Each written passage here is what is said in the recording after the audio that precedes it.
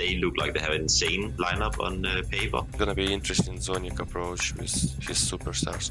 I think the new rosters are pretty cool. G2.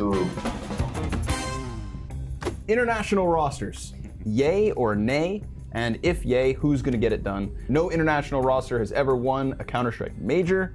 That's always kind of this fact that kind of floats around this conversation. So, Mathieu, I give you the no, actually, let's change it up, man. Anders? No, I'm sad. International teams? No, I'm sad. Yes or no? Definitely yes, but I think from a historical point of view, there's actually been like a real dividing line at a point in time where Counter-Strike was not played really with international rosters. I think a huge disadvantage of having an international roster is things outside of the game. Cultural differences can be hard sometimes to figure out how people want to do stuff. We had that in complexity as well, like how people solve problems, how people want to schedule the practices, how people want to do all of this stuff. I think a lot of that can clash sometimes when you come from a lot of different countries. Like maybe you can communicate really good in game, but maybe outside of the game you have like problems just talking about basic stuff. You know, getting a team to work on a personal level and bonding can be hard with a lot of cultures. All of them have different personalities, all of them have different mindset, like most of them from different countries, so sometimes it's pretty hard to find the same level of communication team. I think from a resource perspective, it is so powerful to be able to pick sort of players from different regions and put them into a team. Switching to an international roster just gives you a lot more options on the players you can pick from. You can pretty much build a really super team if you go international. You don't really have to think about language barriers and stuff like that. So I think that's a really good thing in that part. So you can just take all kinds of player with just the skill. I think language is not as important as I thought it would be, especially nowadays where everybody speaks really good English and people have already been playing CS for 10 years, even though they're like 15. There's lots of challenges, but I just think those challenges don't actually overcome the power of being able to pick someone who's a star in their region and put them with other people. I think it's a huge yes. It's obviously the unicorn of Counter-Strike. Like, it's the ever-given conversation of would an international team actually have success, and then we have to agree on what success is. Let's just say top 3 in HLTV for a relatively long period of time, right? If it's going to happen this year, which I think it will, there are 2 ways for this to happen.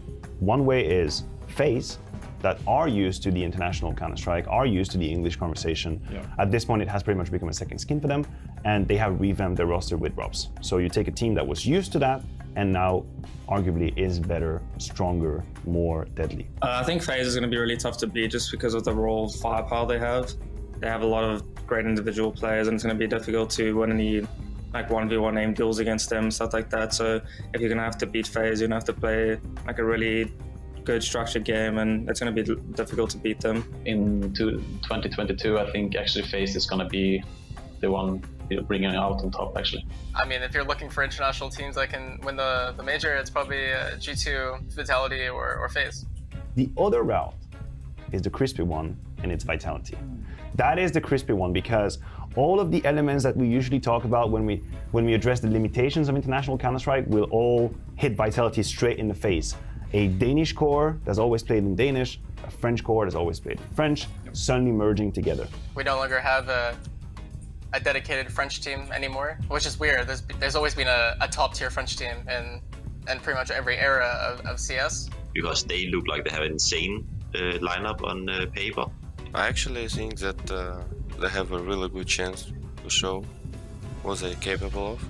For example, Zebu, his English became really good, and the 3 major champions coming into the team, and gonna be interesting Zonic approach with his superstars. But something tells me that the quality of the players involved and the staff, let's not forget about the whole staff behind Vitality and Zonic, makes me feel like if ever fresh faces would be able to make it work internationally, it would be Vitality. I think Vitality is going to be a top 3 team in the world this year. I don't believe they will drop off. I think they will hit the ground running because of the quality of the roster that is so incredible. The thing that could prevent them from succeeding is this thing about communication, and when things get rocky, how do they sort the issues? and also the cultural change between Denmark and France. There is quite a disparity, but I believe they're also working with a lot of specialists. For example, our previous sports psychologist, Lars Rubbel. So I believe they have things under control. Even if Vitality can't play good team CS, I think they will still be a hard team to beat, just from the fact that they have strong individual players. Well, this year will be very stacked year. I think all the rosters right now are really individually insane. The most successful international team in Europe is G2. Actually, I just forgot about G2. I forgot G2 was full international for a long time now. No, again, how did I forget G2? I don't know. How did I forget I was G2 gonna hit the. I got so traumatized about. He always talks about French teams because now my brain is like trying to shut it down. French like, defense. Trying to find a different way. Yeah. I think they've also built like maybe the perfect super team on paper. I think they have a very, very, very, very well-rounded team that I think personally could easily go up and get like an era or like win a lot of tournaments, something like that. G2 is the big one. In terms of international rosters, I think 2022's got to be the year. The competitors have to be G2, FaZe, Vitality. I think this could definitely be the year we see an international team wins a major. Scrawny, Maniac, Anders, we all say yay.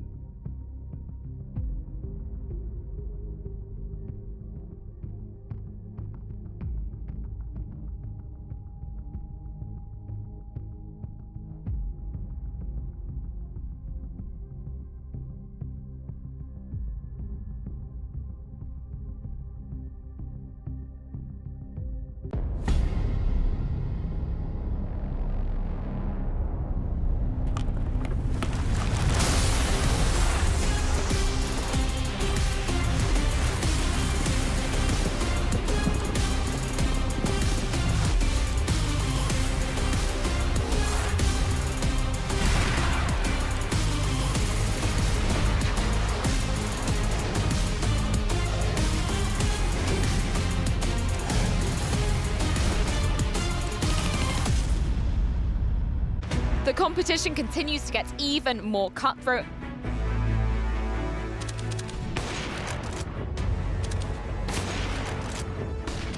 Oh, that's a real shooting gallery. He did so well. He actually aced them. There's a headshot. He just one-clicks him, and he's gone. And now he comes back for it. He's still defusing Config. He actually does it. Oh my god, what an incredible clutch. They're shooting Config in the back.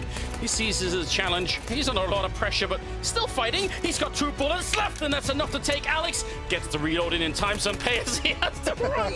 Oh, Config, he just can't be stopped. It's another headshot. Astralis is in absolutely fine form today, and they take down Movistar on 2 maps. Quick pressure into this B site. One Flatro's gonna get deep. Regan is gone, and Hampus is on fire. Smoke atop the bomb. He's going to try and stick this. Comes off as they come through. And as desperation sinks in, he gets at least another. Now again on top of the defuse. 2.5, he finds it! Synopsis the Heartbreaker! And BNE the Backbreakers! Nip can't do a thing. Brolin doubles back to the side of the site. The sound is there for Regon, but where did he go? It is NIP with a sigh of relief. They survived the test. Oh my god, they do it. They do it.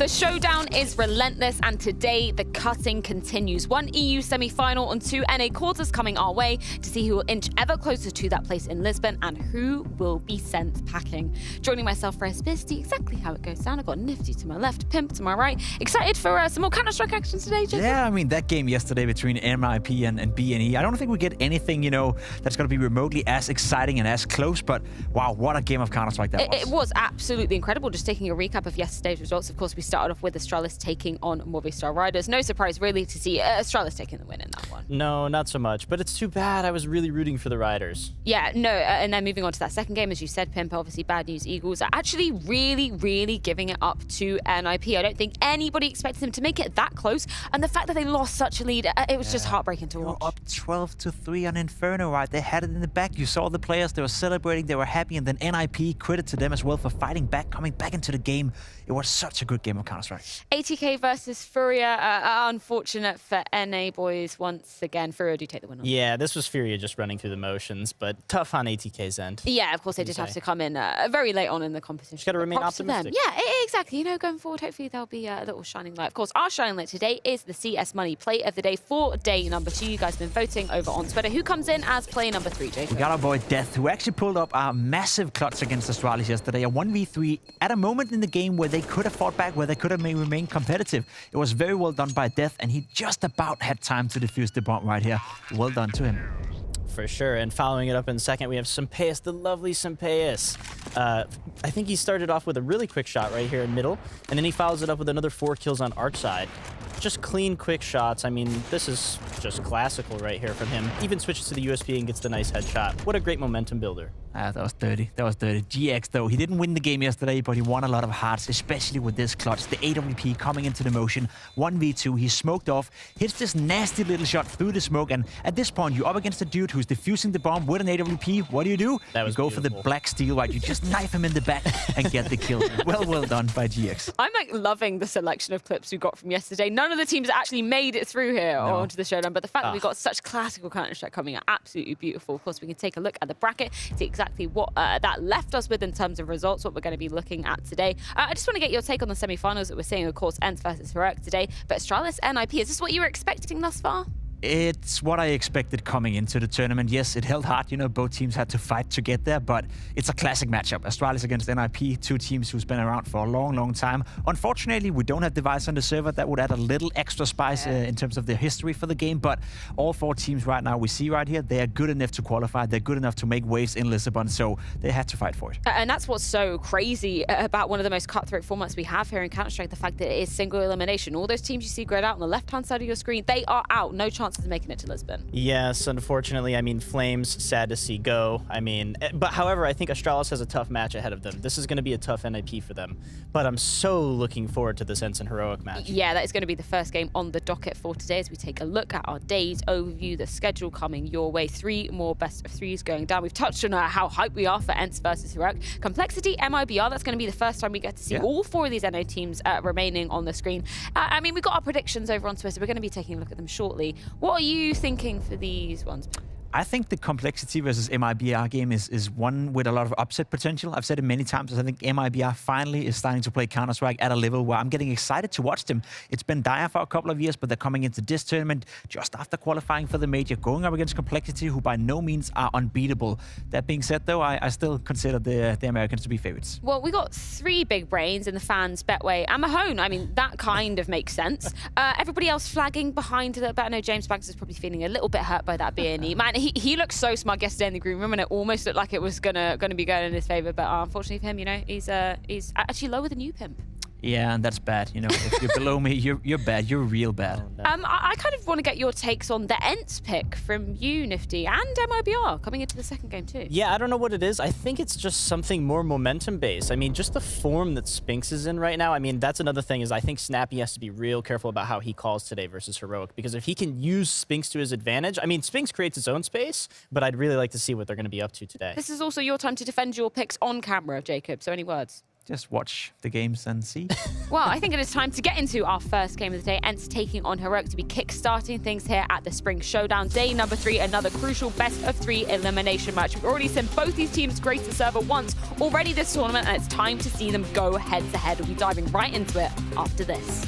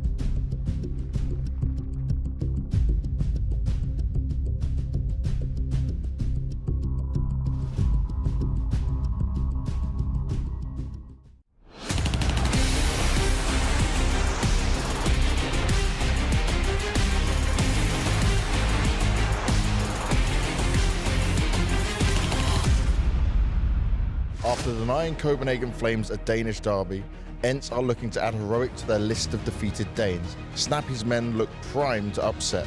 Spinxy's running for it, trying to punish it. It's a nice move, and oh! Cadian led the charge to defeat NKT, but Heroic will need to bring their A-game to keep the spring final dream alive. Cadian is having himself a real good time. Nice shooting with the AWP. Quad kill on him.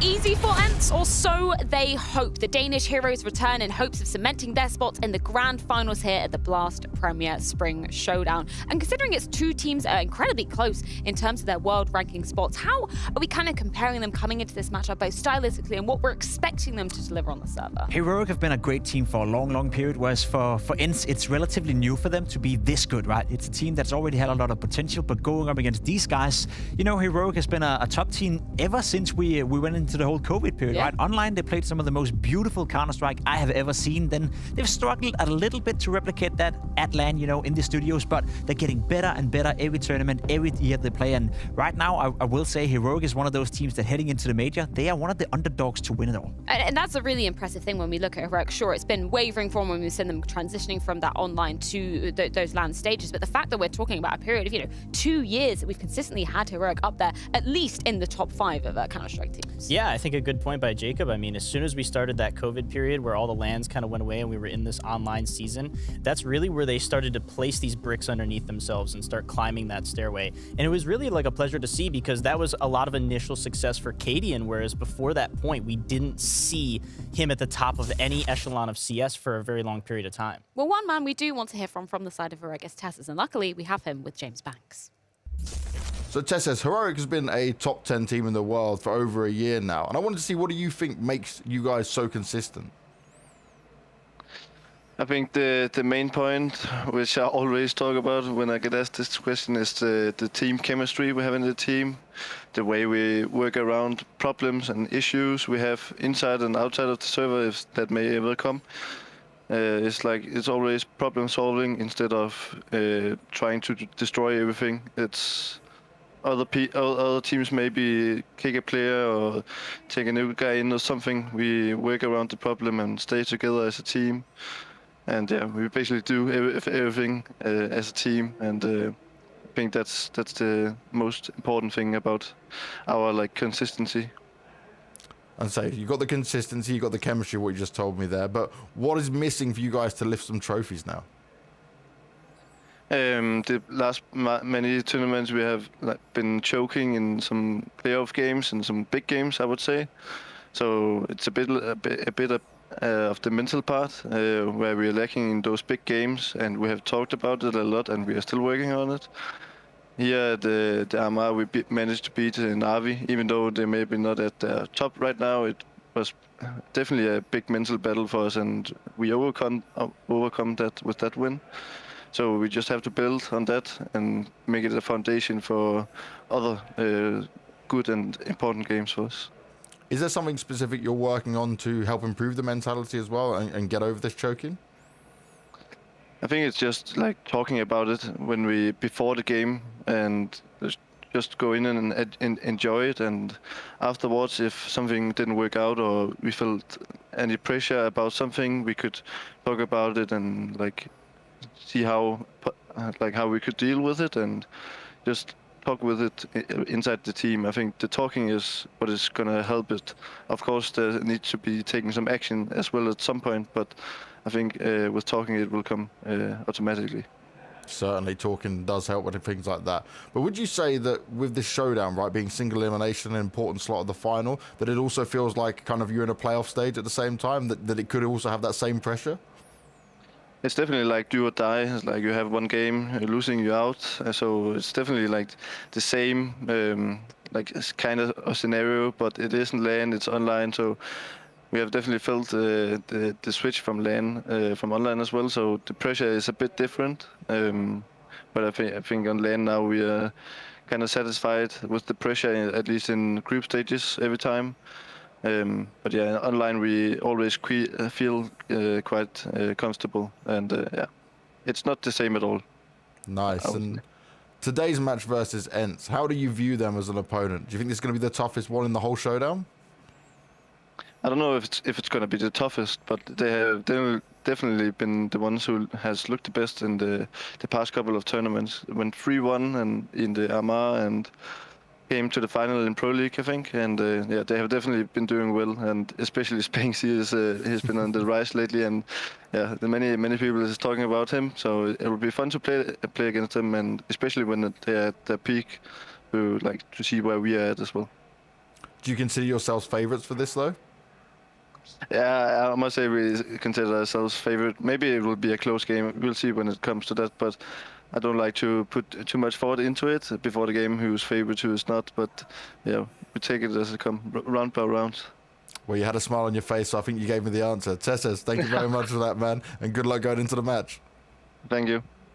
I really like that we get to hear a particular name coming out of TeSeS' mouth, that is Spinks on the other side of the server, because it's going to be really interesting to see how he goes head-to-head with another superstar in Stan on Heroic. Oh, absolutely. I mean, these are two powerhouses right here. I just want to give one comparison between the two. Spinx is going to be a guy who creates his own environment, and he's going to show you what he's all about. Whereas Stown, I think it speaks volumes for the environment and the atmosphere within Heroic most of the time, because this is a player who's really going to pop off when he feels good. He needs to feel like he's having fun, and you can see this reflection within the face cams. I agree. Spinx is a result of his own individual skill. He can take over the server. We saw that yesterday on Ancient, and lately he's been playing like a world-class player, but it's still relatively new for him to be this good. Same as it is with ENCE, it's still relatively new for them to be playing at such a high level. Whereas for Stown, he's kind of ruining what's going on in Heroic, right? Because we always talk about how Heroic are all equally good, how it's the team, how there's no individual stepping up, there's no clear superstar within that lineup. But as of lately, the last 6 months, Stown has been that superstar, and maybe that's what they need in order to take it to the next level. Well, we've been talking about the stylistic elements for the side of Heroic. We do have Danny on the line with a particular moment he's going to be breaking down. What are we looking at here, Mahone? Yeah, so Heroic are actually very known for their proactivity and aggression on the CT side, and I want to use this round against NKT that happened a couple of days ago to illustrate this point. So what we're going to see here in this round is, first off, we'll see paiN get aggressive towards this outside position. He's going to bring his op, post down low, and then Ston, he's going to double up with them to basically kill this first player at silo. Now the next thing that you'll also see is that at the same time as they're aggressing outside, TESS, he's going to push this ramp position. And when he pushes this ramp position, this is actually set up by Shush, because what Shush does is he goes towards the bottom of ramp and he spams through the smoke. And by spamming through the smoke, what it does is it disguises the fact that TESS is pushing past the smoke. And this is because of the fact that typically there's only one player at ramp. So they're using that fact to disguise the fact that TESS is pushing through the smoke.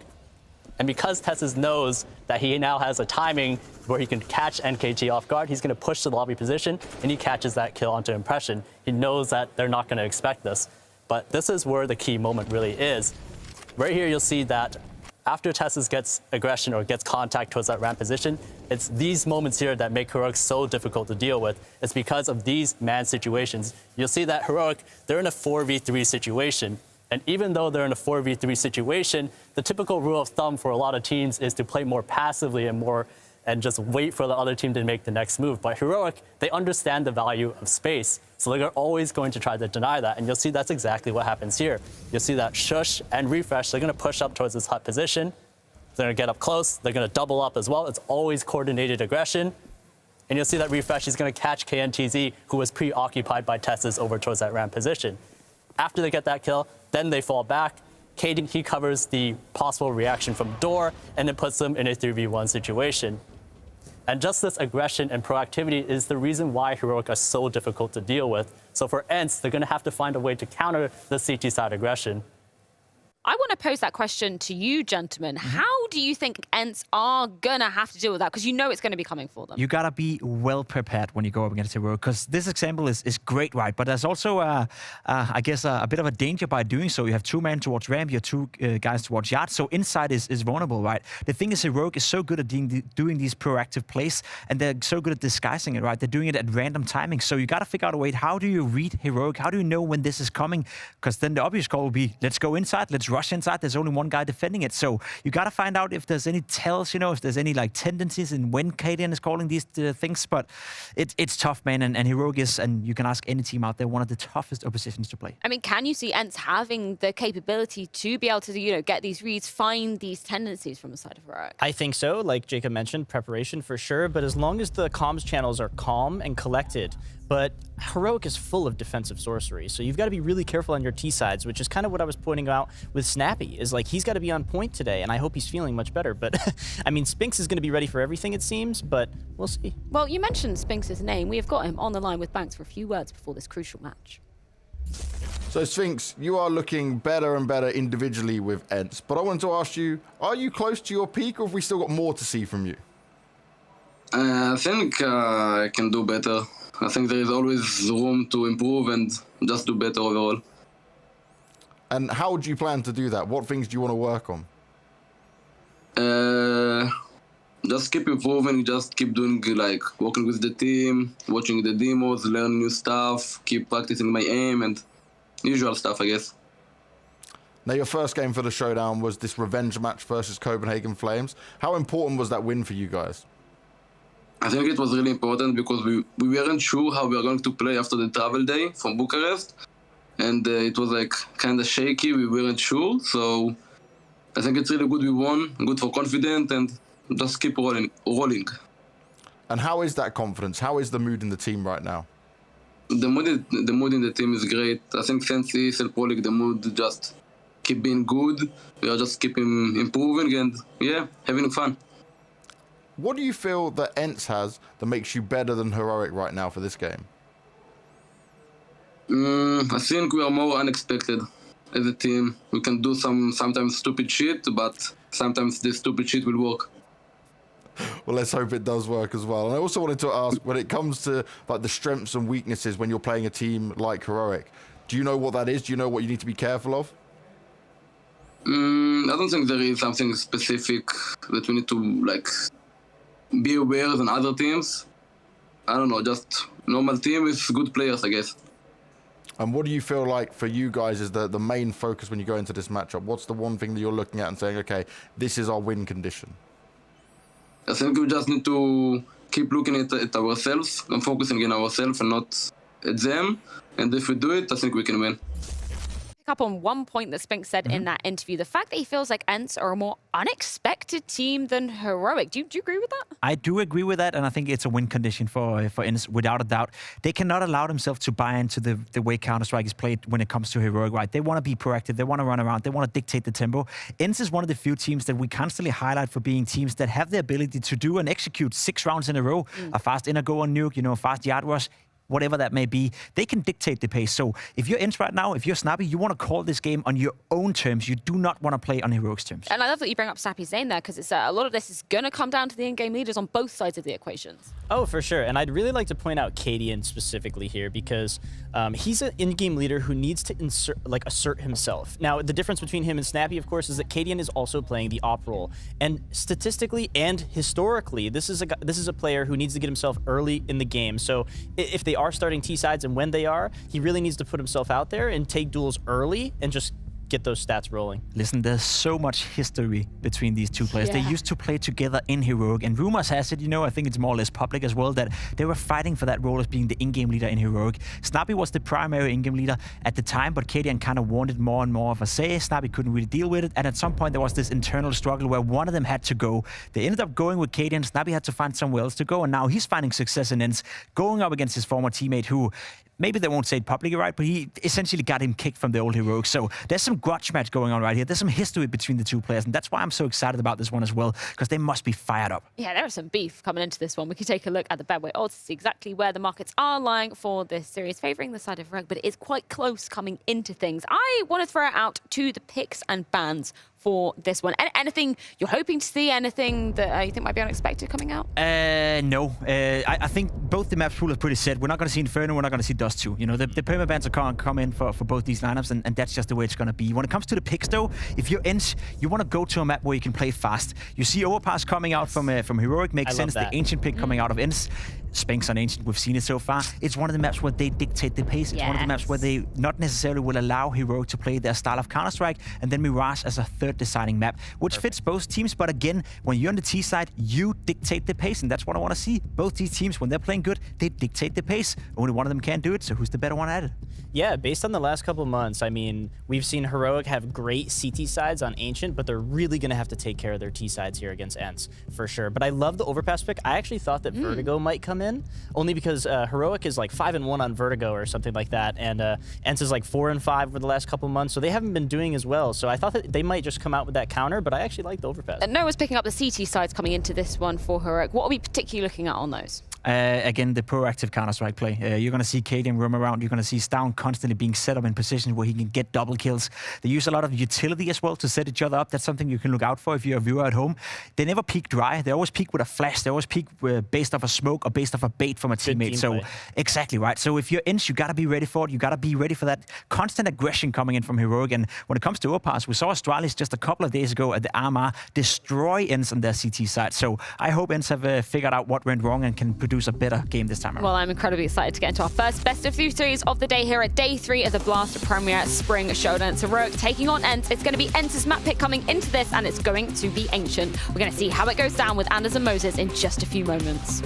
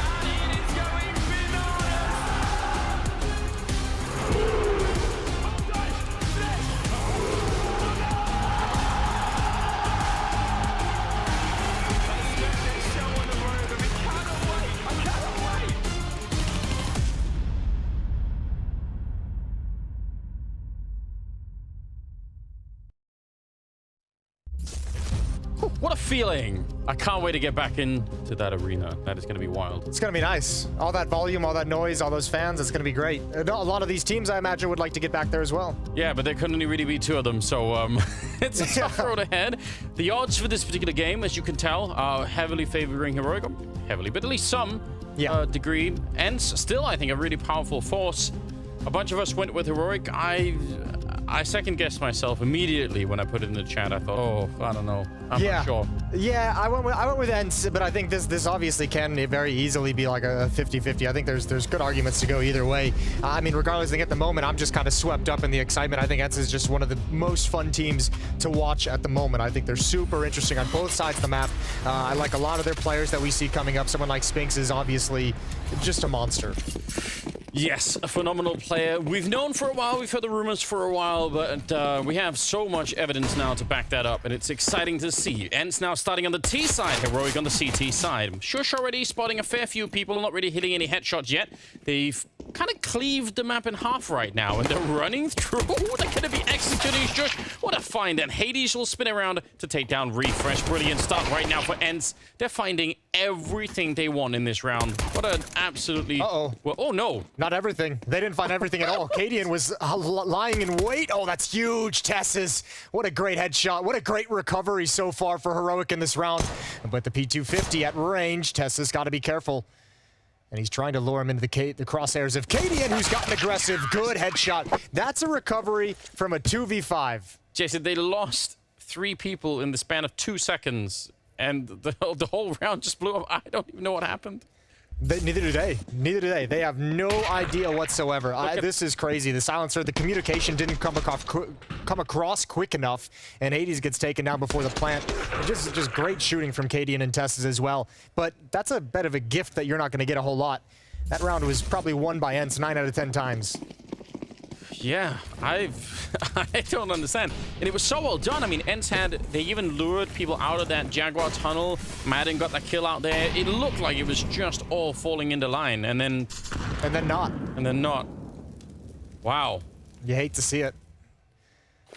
All right, well, mid control for the CT side gives them a nice crunch towards lane if they need to pounce. Instead, it's going to be ENCE taking the aggression first. Utilities out. Good dink to force back the defense, but no one can make any way into the bomb site. Gap in the smokes. Down. Surely he's going to find this. Yeah, jumping around the corner. No one there to protect. They'd lost too many bodies, and that's the round over and done with. All 5 players from Heroic survive. Exciting times. Yeah, they're happy already. Doesn't take a lot to get KDN fired up, to be honest, but still. No, KDN's fired up in the pregame conversation. In the pregame, he was even fired up. We saw yesterday he was there. They did their like virtual huddle. They did like the FaceTime the whole team. Yeah, he's one of those warm-up heroes. He's like, yeah, he's hitting all the headshots in warm-up. We're gonna crush him.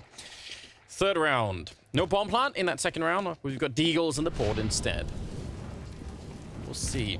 Deagles on the board instead, and one of the things that makes this ENCE team so exciting is that they seem very comfortable calling strategies even with lower buys. Not just these unarmored Deagles as we can see, but even into the next round if they want to, and even in rounds where they have plenty of money, dropping down to those MAC 10s and making it work. Last time we saw ENCE on this map, Spinks had a lot to say in the middle, really on both sides. It'd be interesting to see once they get some more rifles if we're gonna be seeing a return to that. Yeah, I think there's always going to be that element of it. And Heroic like to do some very similar things. So, I mean, this is going to be just a fun match from both these squads. You can see already Heroic just being very dominant in establishing the map control, although they do know they have the advantages. Nothing special at the moment against unarmored pistols and in the previous round against armored pistols. But we'll continue to see that pressure, that jockeying in middle between both teams. Nobody from ENCE finding any early fights here. Finally, they're going to be able to run into KD, and I think they were waiting around for a long time, expecting that maybe the Danish side would come look for them just a little bit, but hasn't really been the case. Dihan now on his own. With a Glock. With a Glock, no less. Yeah, throw that Glock away. Make sure no one gets it. Yeah, that's a decision. Ooh, good transfer, good recovery, and even a chance on refresh. I'm not gonna lie. I feel like, obviously, there's that simplistic pleasure of a 1D, like one tap, one headshot, like all that. There's something crazy to me when people hit the second shot that quickly. When at this, it maybe doesn't look quite as impressive, but I feel like somehow it seems even more rare sometimes. That second shot always goes haywire in a weird angle. Way off the screen, Yeah, I feel like. diagonally. Yeah, it's not good. Here we go. Guns are out. AK-47s, that Krieg on Hades. We touched on that last time we saw ENCE play as well. One of the few players we still see picking that up with relative frequency. Spinks is going to take some nade damage down to 51, but that won't deter him from swinging out mid and seeing absolutely nothing. Smoke at the entrance to Donut, smoke at the top of the stairs in mid, and Spinks has some comfort. They don't have control of lane, but they're all right with that for the moment. What? What on earth is going on? That was so far away. Oh no. That's such a brutal spam angle as well. Generally, you don't see a kill come that clean from it. Normally, it's just a little bit of damage, but what an awkward angle. If you have control of lane and that Jaguar player feels comfortable with it, why not take the spam? There's no way that he knew that it was that far away. I just don't believe it. See how it goes down as well. Oh, that is devastating. Look at how far away he is. Yeah, that's going to be so frustrating. Ridiculous stuff. Good play from Stown, Madden, and Snappy to try and recover in a 2-on-4. Madden's head is promptly removed. Just to Snappy. The lone Dane on the side of ENCE. Fighting his countrymen now in a more or less unwinnable position. But a couple of kills would still make, just kind of go a long way. He's just so trapped. You're never going to clear lower left in this position. Snappy goes down for free. 4 players survive. And now, yeah, a good start to the CT side, but also just so much money being built up. Oh, yeah. Peace. It's ridiculous, isn't it? Yeah, sure. Why not? Even that kill, I think Spinks actually dinks him through the wall entirely, so it doesn't deal nearly as much damage as he might have thought, might have liked. Cadian with an easy flick over onto Madden through the edge of the wall. And yeah, some early frustration. And yeah, why not giggle? I feel like it wasn't that funny. I feel like he's just really getting himself in the mood. Yeah, I just think this is what he is. It's fine. You have to accept it. It's beautiful. Oh, they're bumping into each other. Surely someone eventually is going to find out. Well, they found out the hard way. It can actually be a little bit weird if you're inside of smoke like that, bumping into someone. You just don't know when you're coming out of it. Snappy. Nice headshot. You're right with the Khalil, and Refresh trying to defend the entire bomb site on his own. Gets taken down by Madden, but TESS has taken over that position. Molotov could be interesting in terms of buying a little bit of time, and if they buy enough time, Stown is on that flank, and that could be huge for them. How aware is ENCE? How aware are they of the possibility of this flank? They don't have all the manpower they might have liked, and you can see Hades with that op is looking towards Donut. Nobody is looking into this position from Stown. He should be able to get at least one for free. Oh, there's the peek. Timely information. Nade comes out. Hades goes down to it, but so is TESS. It's just Stown moving into the A bomb site. Got one in ruins and one at default in an important trade, and an op recovered for ENCE as they're on the board. Wow, well done. Build off of an early Tech-9 kill, the confusion for the smoke in here, and then it just kind of all unraveled after that for Heroic, even in spite of everything. Snappy's Galil is just holding the angle, waiting for that repeak from Cadian, and importantly as well with that Galil, no head armor on Cadian with the AWP, so he gets dropped pretty quickly. Super important round for ENCE, given where we are, 4-1, but it is, it's more the economy for Heroic that they're keeping low by winning that round. I think that is going to be the important part. Some damage early on. Madden and Snappy not happy about that. Yeah, that early monetary buildup for Heroic is just neutralized. It's taken away now. Yeah. Look at the way they've bought down. TESS is at 0, Refresh at 50, Stown at 150. Not a whole lot left in the bank. This round a bit more quiet to open things up. Lane control for ENCE going to be challenging. And Stown trying to do as much chip damage as he possibly can, but he's traded immediately. Molotov to prevent the peek. TESS is isolated. Oh, he's going to swing into the fight. He knew they were coming for him. Standing in the corner like that, yeah, another Molotov, and he would have been crisped anyway. He has some space now, but I think that's why he moved into the fight to begin with. And he's still feeling the pressure because he knows they're out there waiting for him. Good headshot to take down Madden, and now Diha comes in, tries to see if he can drop TESS, and he will. Nice kills across the board as well. Refresh and KDM both go down. It leaves Shush on his own. 1 versus 3.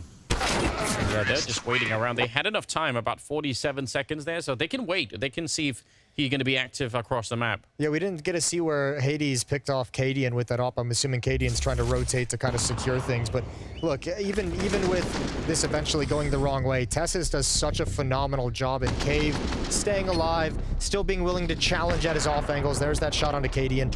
But more than anything, eating so much utility. Like the dump after that, after CEST gets the initial kill, Molotov, nade, 2 flashbangs came in, and with all those resources, still not able to swing in and take that fight. Unfortunately, the round still drifts away. First time out used by Heroic as they run out of funds. And again, you know, if you missed the last couple of days of Ancient, it's worth probably reiterating how much of a CT-sided map this can be. So even the couple of rounds that they have right now is probably worth a lot. They're going to be excited the way things are headed right here. And they're getting a lot of control in middle that, again, in the sort of the first meta of this map was almost impossible to get. Yeah. Well, the nice thing, too, is, I mean, bouncing back relatively quickly in this game, because remember, they had the heartbreak on the pistol round, the 5-on-2 that slipped away thanks to CEST and cadiaN. True. Then they got just absolutely demolished in the first gun round, and their second round buy had nothing done. So there was a few points of mounting frustration for ENCE early on in the game that kind of, you can forget about now that you've rattled off 2 in a row and you've broken the economy. Diha with early spot of the stack, of the play, of the aggression. Just gonna fall back. cadiaN is all alone here. That smoke is nasty. Nasty bad. That's not the good kind, man. Man. I like, it's not a big deal, but I feel like it's such an adult way to handle that. Diha just moving away from the USPs. He's obviously got a massive advantage at that range. I just like the way you phrased it. It's such an adult decision from Diha in the server. Real grown up. Yeah, really responsible. It's like I could take this risk, but I could just fall back behind the pillar and do my taxes, and then it'll be that's a better choice anyway. Yeah, instead of really rolling the dice and see if I'll get double dinged later on, I'll just do it now. Yeah, get it out of the way. You'd like to see that. All right, 4-3. 1 round lead for Heroic. That disappeared quickly. cadiaN was able to save up a little bit of money a few rounds ago, so I think, yeah, he'll have the op again. It's also why you got to celebrate like cadiaN does when you're winning, because it could be gone quick. So, you know, might as well get dance moves in while you can. Okay, this might be a little bit quicker. Snappy leading the charge. Got the AWP really quickly wheeled into position. A lot of Molotovs back there. Common position, probably more than they needed. Oh, but straight through. That is a pretty hard stoppage right there. CEST does go down, but not even sure if he realized what he was shooting at for the second kill. I think ENCE here, they have an opportunity if they just want to pause and wait. I thought actually is that Madden might have pushed all the way through mid and could have had a longer play, but comes back to the bomb site as well. Bomb about to be picked up, 3-on-4. Not yet planted as Hades goes over behind the boxes. CT spawn. Nades aren't going to land where they want them to. The one is.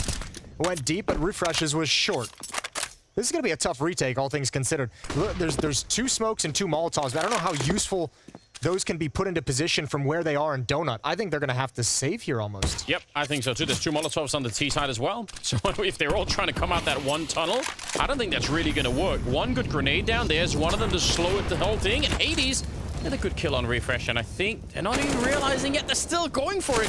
And this is going to be the graveyard of Heroic. There's no way to get onto this bomb site right here. Even in the 2v2, it's just way too late. Really well done from ENCE. Being a man down when the bomb is being planted, they still managed to win the round. I can't believe Refresh almost took that round away from them. I mean, we saw, everyone saw it on the minimap when they're kind of coming into that A bomb, so you're like, oh, it's clear. The closest player is blocked behind the smoke. He's able to actually get out, and wheeling back right here finds an improvised gap in the smoke. Actually, maybe not even improvised. It looked like Snappy wanted to use that a little bit, but man, the lineup in the double kill is brutal. Oh, that Molotov, it actually does go down on Hades just as he gets the kill. If that was a second earlier, maybe Hades doesn't even try and swing for it. You just can't. Yeah, that was a massive kill for ENCE to be able to get. Run boost, speed things up a little bit quicker. Same strategy, rinse and repeat. Refresh, hearing the footsteps. Another smoke comes in. Previously, he threw this smoke to create, or he threw a smoke to create some space to get him into the boxes. This time, he chooses to hide behind it. Smoke is there. Now he makes the run a little bit late. Angle around the edge. At the default boxes, spamming through. He's found Diha again. Wow, Refresh is on top of that play. but it's only going to delay the bomb plant. I'm not sure it's going to stop it entirely. They are aware that there could be a flank coming. Spinx is covering all the way back in T-spawn practically. It's snappy to go down, and the bomb is still not planted. And this is a disaster. They need to get this bomb down because Spinx's flank is not nearly as effective. Now he's got to slow play it, and he knows there's danger. There's danger here as well. Madden just turns. Oh, the poor timing. Spinx needs to create something. Is he aware there's possibly a second player? He's looking for it. Oh, and he's got the headshot. That is the power of having Spinx in the team. Absolutely grotesque, and it's Katie in a go down next. Tess is on his own. Just like that, they're back. So maybe losing the round. Hades gonna show up. There was a smoke and everything, but it didn't matter. They'll win the round. ENCE are looking like an absolutely terrifying team, even when things are kind of going wrong and collapsing under them. Yeah, just wheeling the super weapon. It's been some of the fun of watching ENCE get better and seeing them at Pro League make it all the way to the finals was their ability to kind of recover in individual rounds and situations that feel like it's going so horribly. Obviously, it helps when you have someone hitting shots like this. Hades was on point, ready to peek into every angle as well. And what can you say about that one? Even the dog turned around and didn't watch. Yeah, dog's disgusting. It's like, I don't want to see that. Yeah. Wake me up when you guys are winning. 5 in a row on the side of ENCE.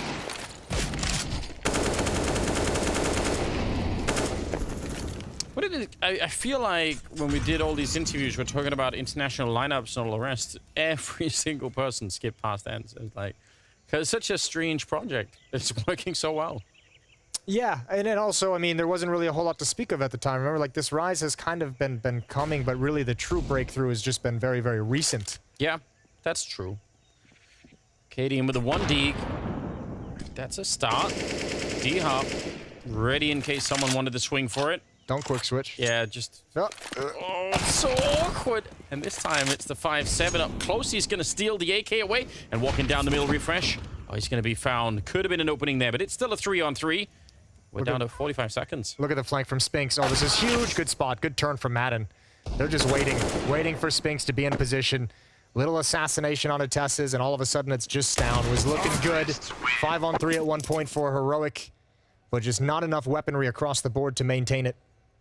And I feel like this meta that they're kind of slowly developing of having Spinx as the late lurker, either through the middle just very late, or even all the way up on the CT side of middle, that's becoming a real big issue. That's actually really hard to deal with. It's almost like we're almost at the point where Heroic have to be wondering if where there is a slowdown in the game, you have to almost think, wait a minute, we could actually be flanked right now. Yeah, they've had the read. They've had the sense at different points. They just haven't found the timing. Spinx is doing a really good job of mixing up how passively and how aggressively he's playing in middle with that kind of a lurk.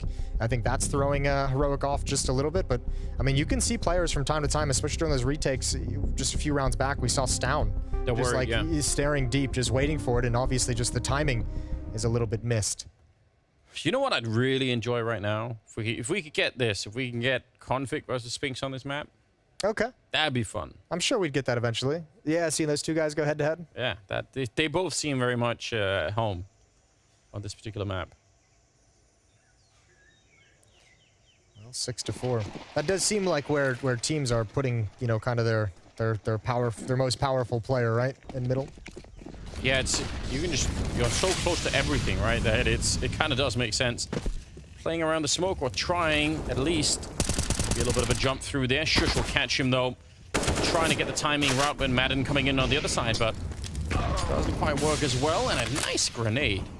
Now don't let this one slip away. You have all the advantages in the world, Heroic. One thing you're running out of is nades. One deployed now, so 2 smokes. Excuse me, 3 smokes as another one's picked up. I think it wasn't deployed, it was just dropped over. They can play it passively and hold on to those nades. Now they know ENCE need to make the next move. You can see ENCE just like looking for some kind of a mistake, but there's no reason for Heroic to give them one. They're in such a good position regardless, ENCE. I mean, this 6-4 scoreline is actually very... it's great. Yeah, it's a big problem for Heroic. That's a freaky little off angle. Diha didn't even consider it. He was already pre-aiming up towards the top of the stairs. Double stack in cave nets a kill, and it's just Hades. Lonely. He's got his AWP to keep him company, but you're right. Ooh, good shot there. Looking for the follow-up push from middle. Again, nobody giving it away. Heroic, no. The victory is not the only thing that's important. It's keeping as many guns alive as possible. So they get away with 4 surviving. Gonna swap up to an AK, upgrade to the AK-47, and they cut the lead down to just 1. But they really need every single round from here on out, don't they? 96 scoreline. It's gotta be the main goal for Heroic at the moment. One of the few rounds where ENCE kind of seem to lose the round before they even really get to do anything. Otherwise, they've been competitive even in the rounds that they've lost, it feels like. Let's see. A little bit more of a standard setup here for ENCE in terms of getting this outside of B control. At least they're being allowed to for the minute.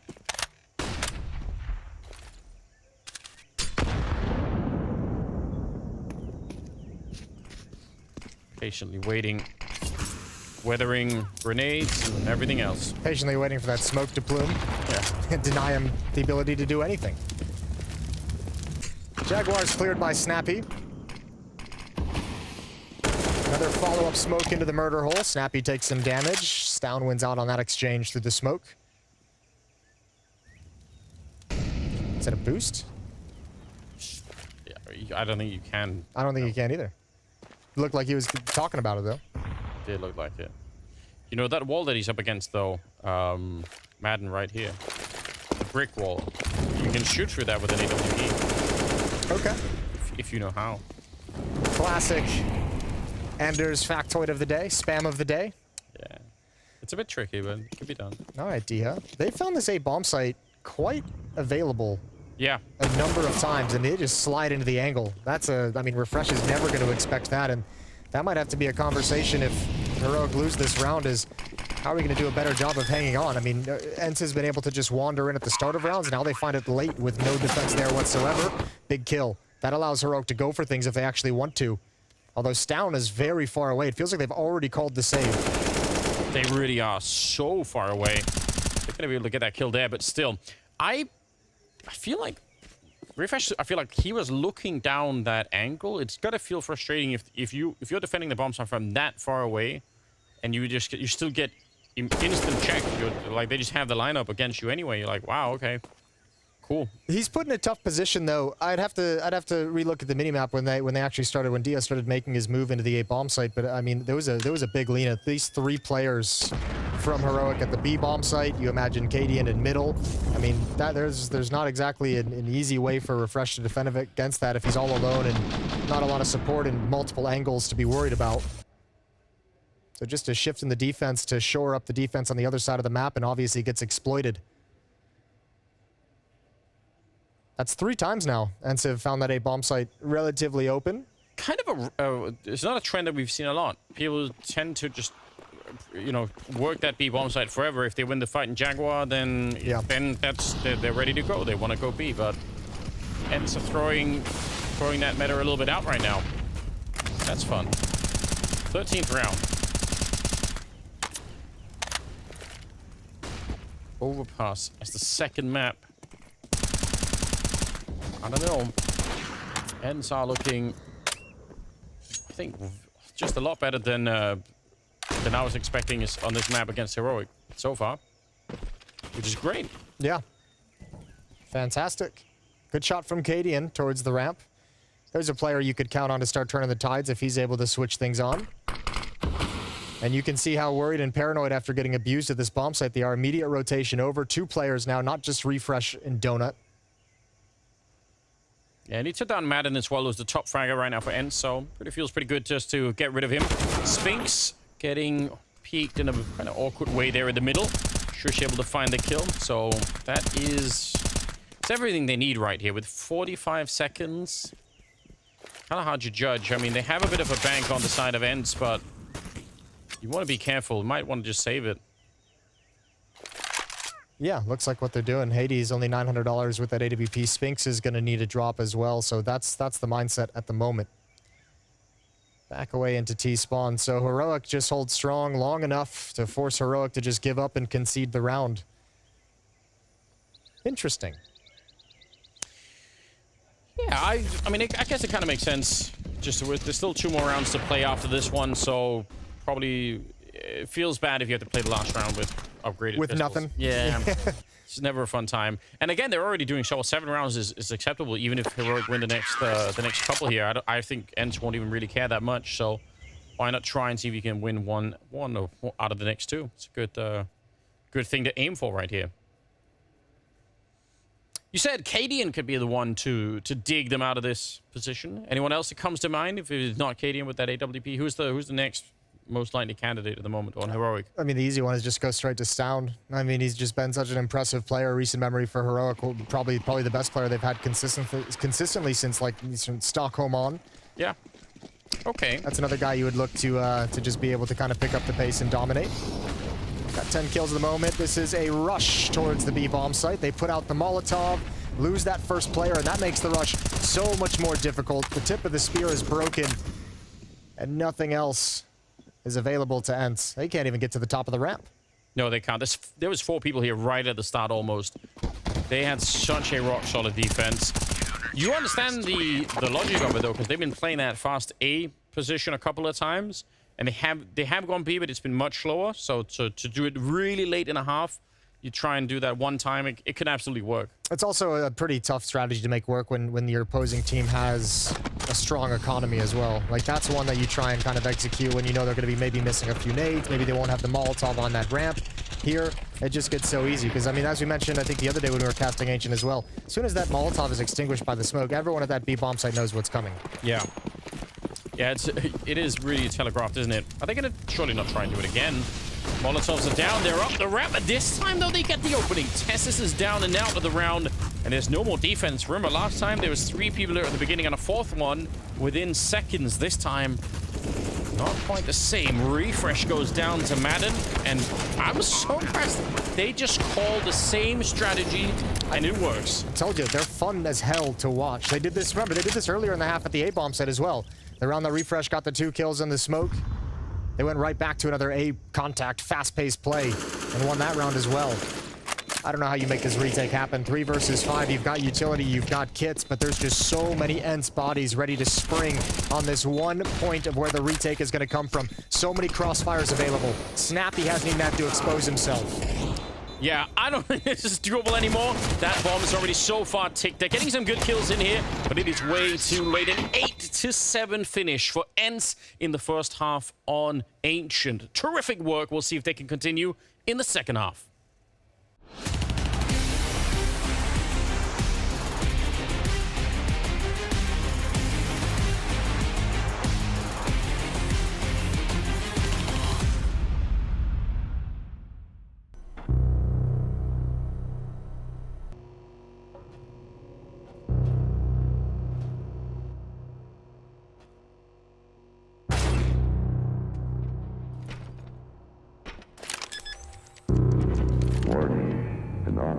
Dimensional environment detected. Proceed with tactical approach.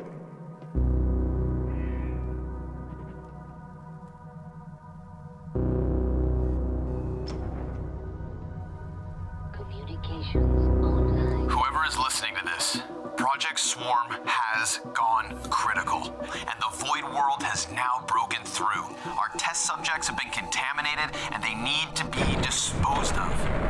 I know it's a horrible thought, but this mess needs to be cleaned up. This is a time-critical mission. The faster you can neutralize the targets, the faster Project Swarm can be put to bed. Now, there's a good chance I haven't made it. So please tell Launders that I love him. Good luck. Communications deactivated.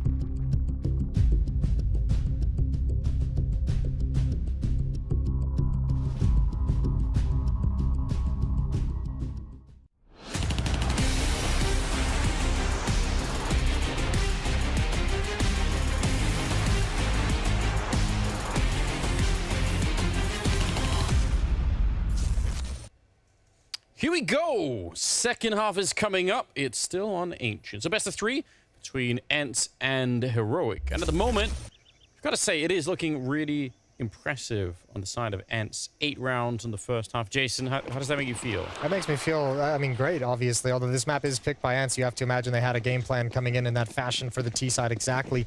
Now we get to see what the defense is looking like. First things first, they got to contend with the B rush. They do have the dualies here. You got Snappy on those. That flashbang hurts. It hurts. Oh, the follow-up is even worse. That's even more painful. Just spamming at the wall, but he's got one anyways. Trying to add one more on top, and he does. Look at the ammunition go. Those guns never run out of bullets. Yeah, you can throw all the flashbangs you want, but there's going to be more bullets coming, and he gets the last one too. Oh, the era of the dualies has finally arrived. You have been waiting for a long time. Oh, I've been so excited. It's all come down to this.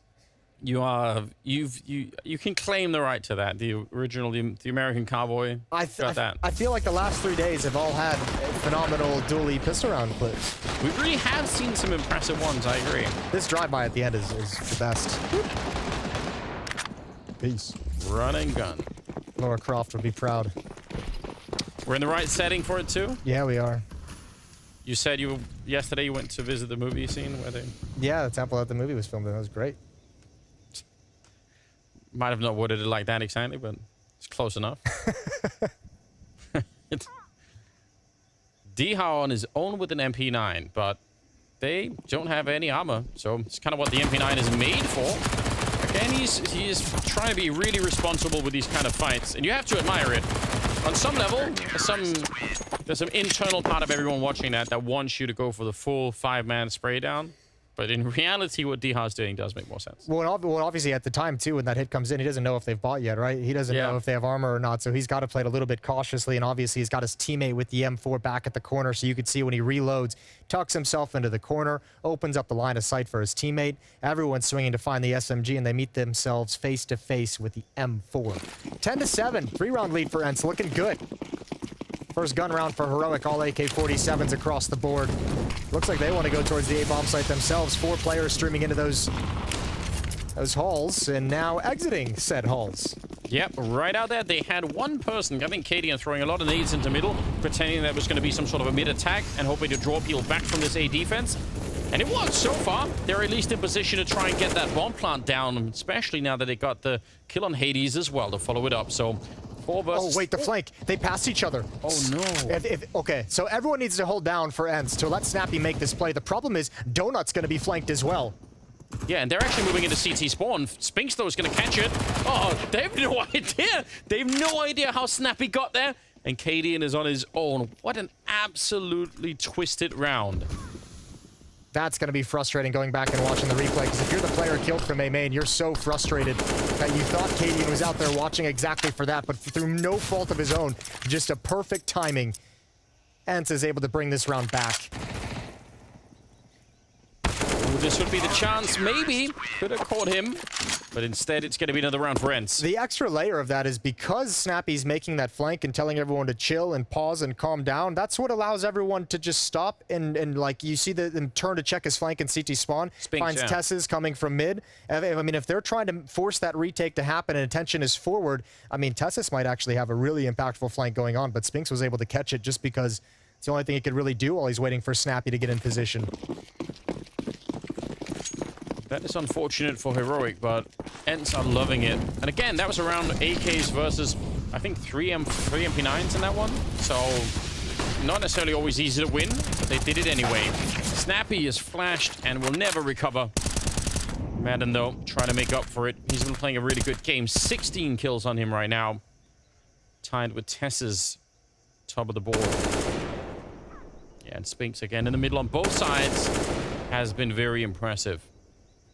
Might be getting himself a triple kill here.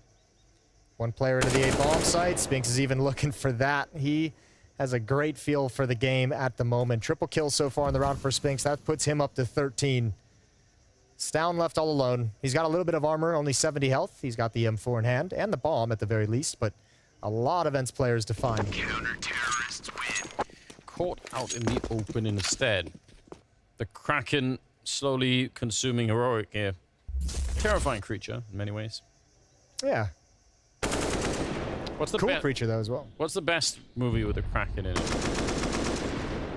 It's Pirates of the Caribbean. Had a cool Can Kraken. you name a second movie that has a Kraken in it? I'm asking you, Jason. Don't turn the question. No, I think there actually is one. I got you. I think it's like Clash of the Titans, one of those old old school Sam Worthington Greek mythology flicks. Okay. That had a Kraken in it. I think the sequel. I'll take your word. It also had giant scorpions. Here we go. Diha. Feels some pressure from A main. Sneaks out to the default boxes to peer over the smoke. Slow paced this round from Heroic. Snappy. That feels like an invitation when you're on that ramp and you see the Molotov going past you. You kind of feel like, all right, they might not actually be looking. They might not be expecting, and I don't think they are. I don't think Refresh actually feels that someone could be at the bottom of the ramp there. I think Snappy might have just pushed and cleared, or he's definitely jumping and peeking now. Puts down another smoke, so that's actually, I mean, ENCE still has 2 defenders over at the A bomb site. Looks like they want ENCE, or excuse me, Heroic want that to be the end game. Some kind of a split, some kind of a play towards the A side of the map, but ENCE has all the information. Yeah, they do. Hades, easy fight to take right there. Nades raining down. Did they realize now this is not a good look? Dihar and Spinks here at a bit of a crossfire. Hard to break open if you don't have that many nades to work with. Molotov into the tunnel back there is going to help out, and that's a stunning shot for Refresh. I actually thought they were going to get shut down in that crossfire, but now it's back into a 3-on-3 inside of the smoke. Madden comes charging out, and it's Refresh again with 1 more kill to add to the tally in. It's going to be a 2-on-3 now. The bomb is down. That grenade almost got the kill on Cadian. They're lucky to be alive. I can't believe they actually win this round, Heroic. All thanks to Refresh. That's a fantastic triple kill. The first 2 are beautiful. Tough headshot angle up against Spinks at the default boxes, but handles it nicely. Cracks open the bomb site for him, and now they want this op as well. Ooh, Cadian's there first. Keeping Hades pinned down. Still a bit of a road for Heroic to get back into this game. They're, what, 5 rounds back? We'll see soon. They, I think that's right. I think they are, but 4 rounds. All right, fair enough. Math is hard. That's a lot, though. That is still a pretty big gap on this map. Could be helped a lot if they can wipe out the economy on ENCE, which is almost there. 1 more round, and they're going to be able to have a little bit more for free. Yeah, but they got to win this one first. Very important round for Heroic in this map. Utility put down, SMG on Snappy. He's in Jaguar. He had a great first series for ENCE's run here in BLAST Premier. This one, a little bit more quiet. 9 and 15 for him. Gonna get pulled away from Jaguar. Down here's those footsteps. He hears the spam. That's Curious, completely ignoring Jaguar altogether. But through the smoke, Madden and Spinks add a couple of kills. That'll get the job done. Oh, and the Molotov as well, consuming him while he's trying to get that bomb plant. He gave it all for the course, Jason. He did get the bomb planted, but yeah, it cost him. Down goes down, and now it's on Cadian. 1 versus 4. This would be one hell of a time to find a clutch like that, but then, oh! Through the smoke! He has to do it 1 more time, maybe even twice, and he's out of time for it. Clock's running down, and they'll get the defuse finally. But man, that got dangerous. Respect. Still going for it. Yeah, a couple nice shots, and obviously when you get that second one, the diffuser, you just keep going back for it. Only play you had. No way you're making it through that smoke. Yeah, that's not happening. But look at the kills that come. 2 through smoke, Madden and Spinks. Planter burns entirely. Smoke even comes in right at the end and extinguishes half the Molotov. Yeah, so, I mean, unfortunate. Yeah, fortunate kill. It's fortunate for ENCE, unfortunate for Heroic. Those kills coming out are just not entirely luck, but a lot of luck had to go their way, and a 3rd timeout used by Heroic. Yeah, they're running out of timeouts and probably running out of rounds too as well. They did do some good damage. There was a 2v1 at the end, so they managed to take some rifles away from ENCE. That's kind of the silver lining here. If they can go on to win this next and upcoming round, maybe there is a chance to still stay in the game, but 13-8. They're kind of getting close to something dangerous here. In terms of kills, I mean, yeah, Snappy and Shush are a little bit further behind, but everyone's kind of here to play. I like those guys. I prefer those games where everyone's involved and it's not just necessarily 1 or 2 people who are carrying the main part of the game. He's down. Taking a peek into the middle. I think Snappy was thinking about walking through there, but we'll leave that smoke alone for now. D-How calling it in. Yeah, there's a lot of people at Donut. More than he could handle. Down going to be able to take him down. They'll find Hades in a very awkward position. I feel like both those A defenders, both in Donut and the side itself, kind of just getting caught in a place where they had there's no way for them to actually escape. Yeah, I've always... Ooh, hold the thought. Hold the thought, because Madden, the game he's having, could bring this back so blind. Nicely done from Shush and Refresh. Snappy might be able to add one. He certainly will, as Cadian's got knife out, but I don't think he's ever going for that retake. Yeah, I've always thought... It's always felt like those kind of, like, you know, convincing contact timing plays towards the A bomb site are super effective because of how much attention is put in mid and how you can sometimes catch the bomb site wide open, but... I don't know, like... Yeah, I don't know. I've always just felt like it's super impactful, but, you know, at the same time, I think there are certain teams that it's going to be really good against, certain teams that always put a little bit more attention on the A bomb site and don't really allow that to happen just due to positioning. So maybe it's just something that you just have to look into and see how that A defender plays things more often than not. We saw it in the first half where Refresh was basically covering the A bomb site from Donut. So, you know, if that's how they're going to do it, then yeah, you definitely have more room to play around with. But it's just... Hades' position is probably fine as long as D-How is alive in Donut, but as soon as he goes down, could see Hades like, oh dear. Yeah, I think he had one shot maybe at getting someone in that A tunnel, and if he gets that, he can maybe build upon it. Yeah, but without it, it's not a good look. Well, they've gotten there. They've got the money down very low for ENCE. Not entirely gone. M4, big kill for Spinks as he moves out of the Molotov, extinguishes the second one. This is not towards the A bomb site, though. This is towards B. Very simplified rounds from Heroic in these past two. Masses towards A, now masses towards B, but those masses are getting thinned out as Madden finds a headshot, and not much more. Refresh, blind, adds one. Oh! That is beautiful. We need the slow motion, though. That was actually so quick, it was hard to even really understand. This was supposed to be the round that Heroic slingshots into cutting into the lead as well and takes control of the economy. There was one off, one M4, two SMGs and a Deagle. Yeah, and they run into... one SMG and two Deagles. They run into one of the M4s in middle. They pretty much immediately explode onto the B bomb site where they run into an SMG and a Deagle, and it just kills the round for them. I mean, that's a good shot to begin with. I think this next one is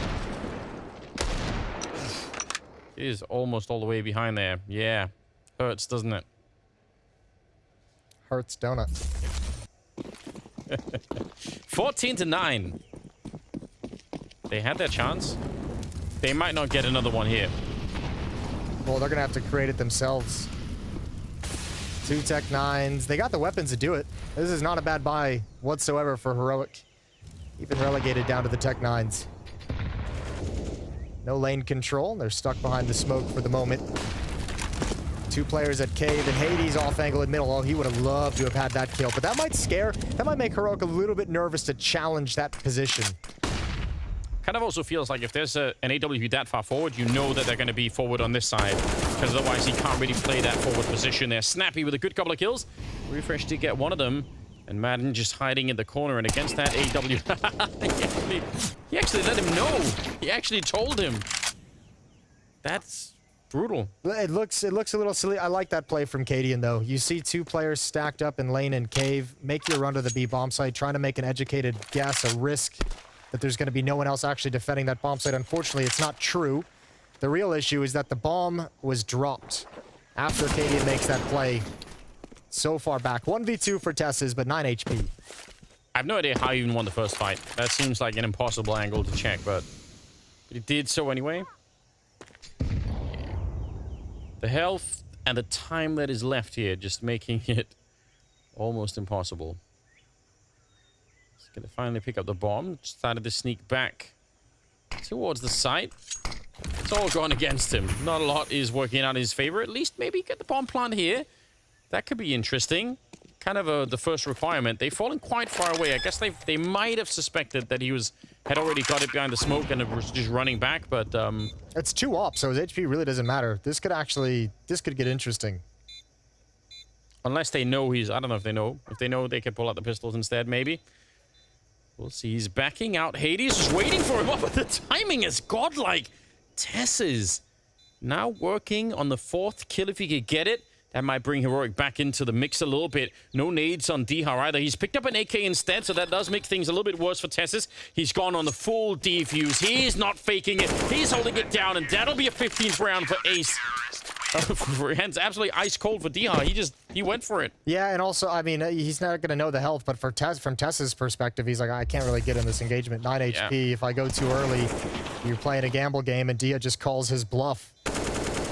It's a well-played round for TeSeS, I've got to say. Yeah, very well-played round. It even looked like TeSeS might have felt the diffuser was going to be visible from that angle. Dia just makes him so tough. Yeah, we don't need captions for that one.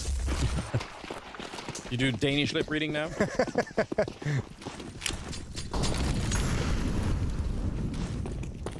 Try and take a page out of ENCE book.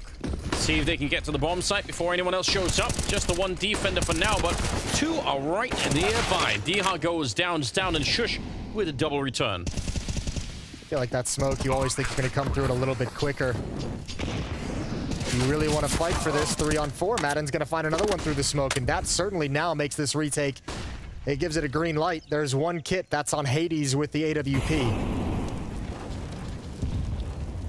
Madden is having himself a fantastic game.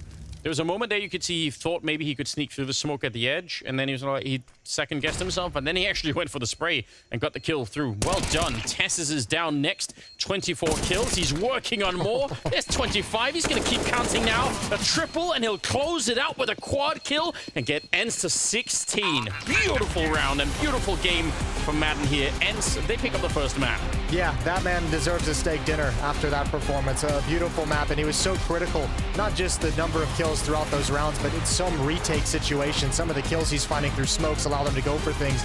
Beautifully played map from ENCE.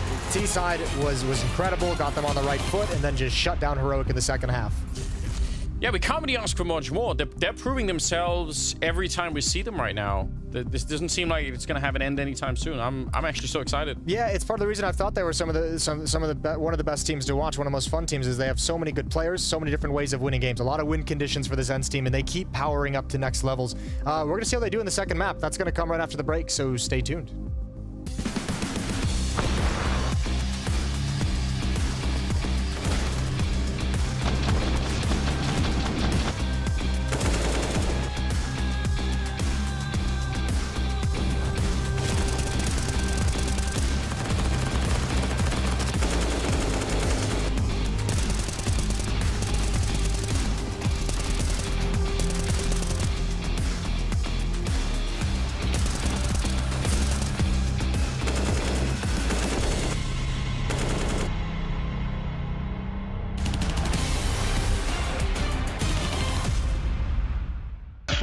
Oh, that's a tough question. And he's the only guy who gave me the sense that I believe in everything he's saying. I don't think a team can succeed without having a great in-game leader.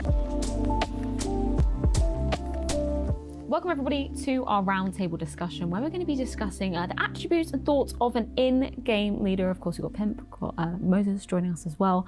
Maybe we should start off the conversation by discussing what an in-game leader actually is, because I feel like it is a lot more than just being in a server, you know, calling a strat, making sure your team are all on the same page. How I would explain the role of an IGL, probably the same way that I would explain any other captain for any sport. Oh, that's a tough question because there's really much going into it. That's the person that makes the shot calling, and that's the person that all of the other players look to for leadership. I think actually it has a different meaning for a lot of people. But for me personally, the end-game leader is the guy making the most decisions in the team. He's controlling how you play, especially on the T side, also coming with a lot of input on the CT side, maybe also deciding on the CT side. Probably the biggest voice in the team, having the most things to say, and probably also has somewhat of the best understanding of the game. I don't even think it's necessarily like an in-game leader thing. I think it's just about being like a leader within a team, because I think often that person just coincidentally happens to also be the in-game leader. Sure. But there is kind of like an emotional leadership that needs to be taken up by someone on the team and by the team as a whole. And I think that kind of falls into, yeah, you're going to have your game plan and everything, but if like the team is on like different wavelengths emotionally in terms of their focus, in terms of their comfort, in terms of what's going on, in terms of that game plan that you construct, that game plan is going to have a tough time. time. I think there's an element of being an in-game leader or being a leader on a team that very much is like, can you actually get all 5 people to buy into this? Some days it's just a matter of like coming into practice and being like, yo, I woke up on the best side of the bed. I want to push. I want to practice these aggressive plays on our CT side. I want to practice these things that we can bring into our game. And just having someone who has that kind of an energy to get everyone excited about trying something new or everyone focused on the same thing, I think that's a very underrated quality in a lot of ways. Fully agree. It's hard to define what an in-game leader is.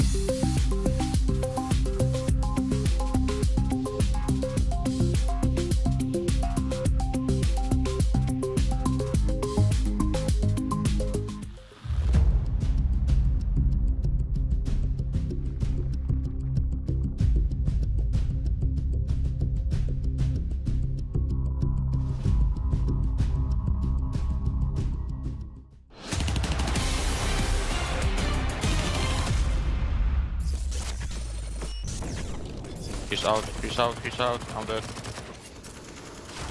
You hit him a lot. Dead. Nice, One more donut. You can chill now, you can chill now. I'm smoking. Smoking CT, donut. and I'm planting for CT. Can you plant? I will push donut behind them. So. Try to have the smoke. One CT. 2 donut. CT. I'm behind middle, 2 donut. They will probably hold me. Yeah, I'll pick Can you donut. fake plant? No. Not at the Oh, moment. just fake donut then. Temple now. 1 donut dead. 1 more should be donut. 1 CT. 1 more donut dead. What? I'm Nice. talking to you. One temple, one maybe. Can we maybe close like CT? this. That's One nice. more. Smoke city. Temple or should be CT? I'm Yeah, jumping temple or CT. I don't see him temple. I will molly temple. Nice! Nice! King Uncle. No, they Uncle, push on fire. side through the smokes. Explosive from ENCE with Ancient in the book. 16-9, a sappy squad set the stride and such a solid shutdown of Heroic, particularly coming into that second half. I really like what we saw from ENCE here. Oh, for sure. And I was talking about it pregame that like Snappy's going to have to really take care of his calling here. And that's exactly what he did. This is not a classic game where we're pointing out somebody on the leaderboard who had 37 kills. This is an in-game leader who did above and beyond his job this game. They could have had even more rounds on the T side, even though they ended 8-7 and won the half. They could have won pistol. They just lost to 2v5.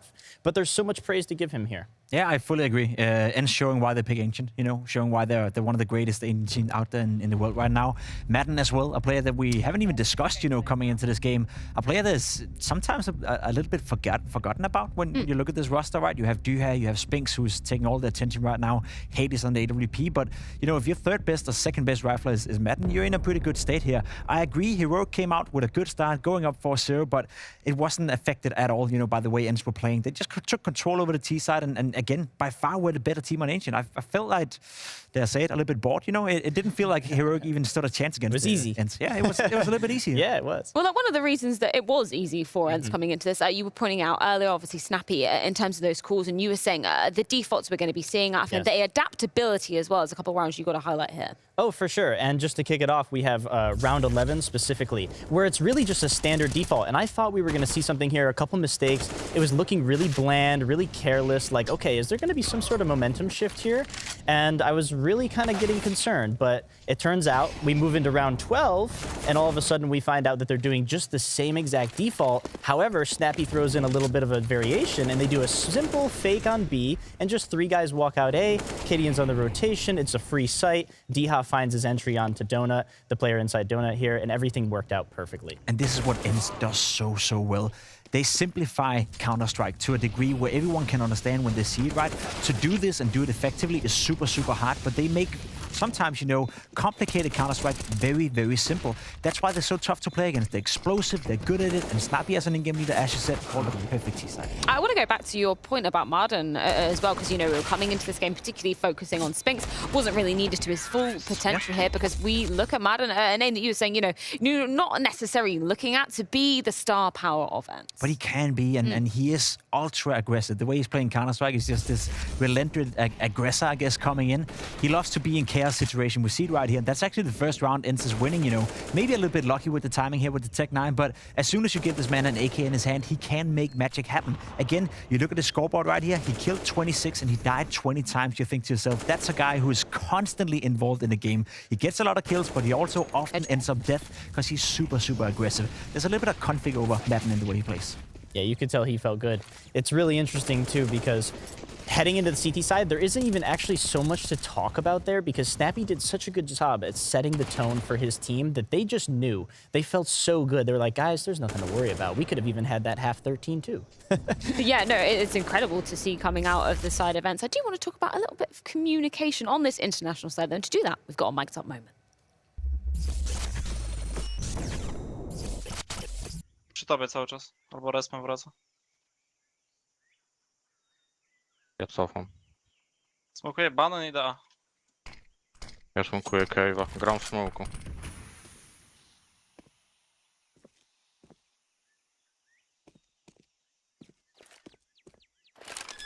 B plant. Ja w cave'ie. To jest chwila, no. Czekam w cave. Nie, do cave'a nie wszedł, wiesz? Trzymam sobie daję z długiej chwili. Zaraz sprawdzę aby co. Nie masz defu. Bulik jest. Jest długa teraz.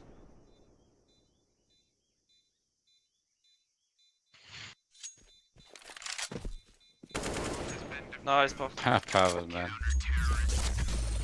I really like the production we're able to get that clip because it's a theme that we're talking about when we speak about our international rosters, the fact that they go back to communicating in their native tongue together. It is interesting because a team who's been speaking, you know, English for such a long period and who does it in, I'd say, 95% of their situations, sometimes you may think it should be easier to continue in English, but there's something to be said about the language barrier and something to be said about speaking in your native language. I can attest to that coming from being a Danish potato, now having to speak English, you know, with Team Liquid. Sometimes I wish I had a Danish teammate I could just speak to, but you know, at some point you learn it, and I'm sure if these guys keep playing together and within this roster, you know, for the next 2 or 3 years, at some point they'll probably just stick to English. Oh, for sure, and it's so key in those moments as well, like 2v1, that you're saying concise and simple things, but not too much, because he may give away a sound cue, and you need to be able to hear that at the same time. But that was a perfect read by Dha to just be able to stick that defuse, because if you have any information that player is on low health, he has to take the chance of not peeking and just hoping that he fake the defuse. Well, let's take a look at our updated betway odds. Of course, we're favouring Heroic coming into this first map, now favouring the side of ENCE. Interesting because this is Heroic's pick coming into the next map,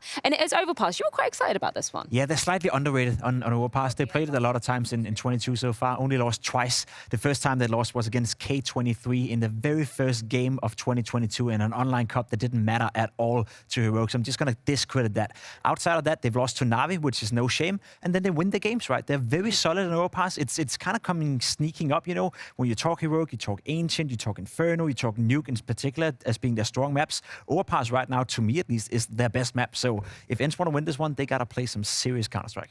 Oh, absolutely. And if Cadian wants to get himself in the game, I just want to see that assertiveness. But if ENCE is playing really great Counter-Strike, what more can you do? Well, to make this next map even more exciting, you guys can head on over to BLAST.TV for the new beta. Of course, it's a new way to be watching Counter-Strike, see the biggest moments, and make sure you go over and join the beta there and help build it with Blast. Jacob, if you were going to be using BLAST.TV, which player would you be focusing on coming into this next particular map? Oh, you know what? Go for Stown. I think on Overpass he's good. He plays an interesting role where he's a little bit more static than normally, but he is so good at just mowing down people. So if you want to see some spray control, high class, watch Stown. Well, we're going to see exactly how it does play out. Heroic's pick coming into this, potentially their final lifeline here at the showdown if they lose out on this one. It's going to be Overpass, and it's coming up in just a few moments.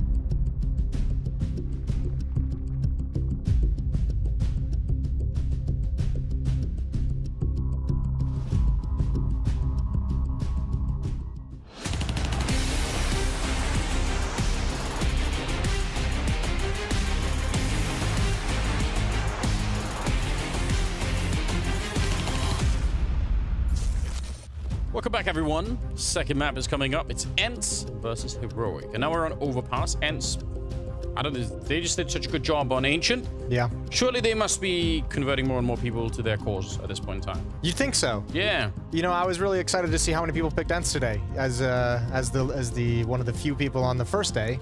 I converted a couple more people. There were 2 more people with me this time around. That's a good upgrade. I noticed you weren't there. Not yet, but I could be converted. The odds are now, you know, in their favor. It's working. Whatever they're doing, it's certainly working. Yeah, I think obviously too. I mean, if you look at that previous map, a great T side on a tough T-sided map, and then you kind of go into the second half. Madden having that kind of a performance, finding critical kills at the right moments to allow the retakes to be a little bit more possible. They had a lot of things go their way, ENCE, which I think contributed to the powerful scoreline, or the disparity in the scoreline in that victory. Either way, it's a whole different map, Overpass. We're going to see if Heroic could have a reset. They're going to have to start on the T side as this is their selection. So ENCE going to start out on the easier side of things. A little bit of a distraction there, which allows Spinks to push up long and tuck himself into the corner. Yeah, he's far away from the action down at B, though, which is the big downside to being all the way up there. But it can still work out. Cadian ready and waiting. D-Har on the other side. Oh, he just shows the shoulder. Dangerous for really both players. Refresh will be the first to go down, though. Snappy finding him, and Spinks is out looking out in the playground. It's a little bit of an open position. He can't really easily escape, and he's almost dead. And yet there's no way out here either. They're coming for him. Shush able to create the other half of that sandwich, and it's going to work out real well. Snappy, though, is getting more kills. And Hades has found the bomb. And Shush was carrying it, too. Ooh, Hades. Stuck in the open, trying to see if he can escape, and he's stuck into a duel. But D-Ha's here as well, but not for long. What a great shot from Stown. The flank from Snappy, though, could be everything. Madden needs to stay alive, and he gets one more kill on top of it. That's a bomb that's dropped Tess's. He'd have to go back anyways, but Madden gets both at the end. 1-0, and he's hyped up. Yeah, he's getting excited.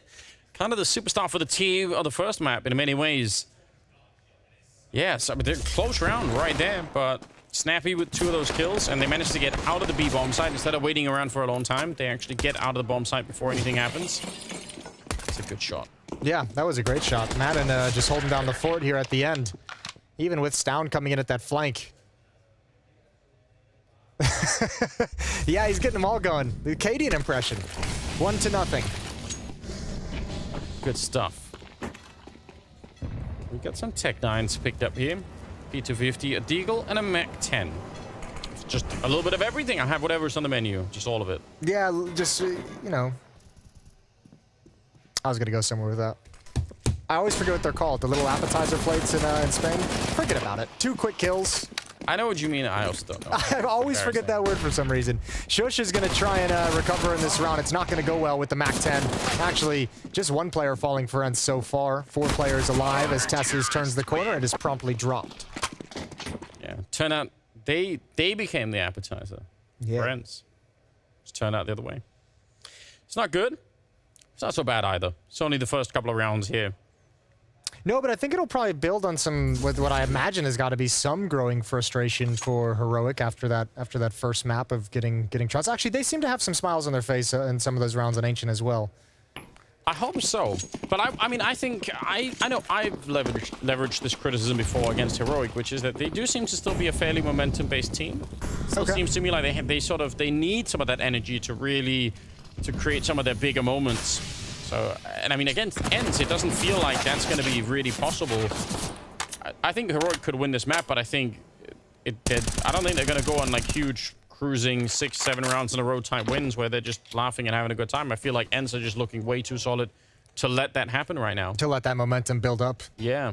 Yeah, very possible. MP9 recovered by Stown. Smoke as well. Flashbang on Refresh. I don't know if you... I mean... I feel like we've talked so much about Spinks, and I think we keep doing it more. There's good reason to, but you look at some of the decision-making on D-Har on that first map and how he's sort of, even in moments where it's not necessarily like there's a lot on the line to do it, but he's just making sure that he's kind of optimizing and not giving anything away. I've seen a couple of fights so far where Hades is in this position where he could be really stressed, but he seems like he's not. He's actually playing really cool.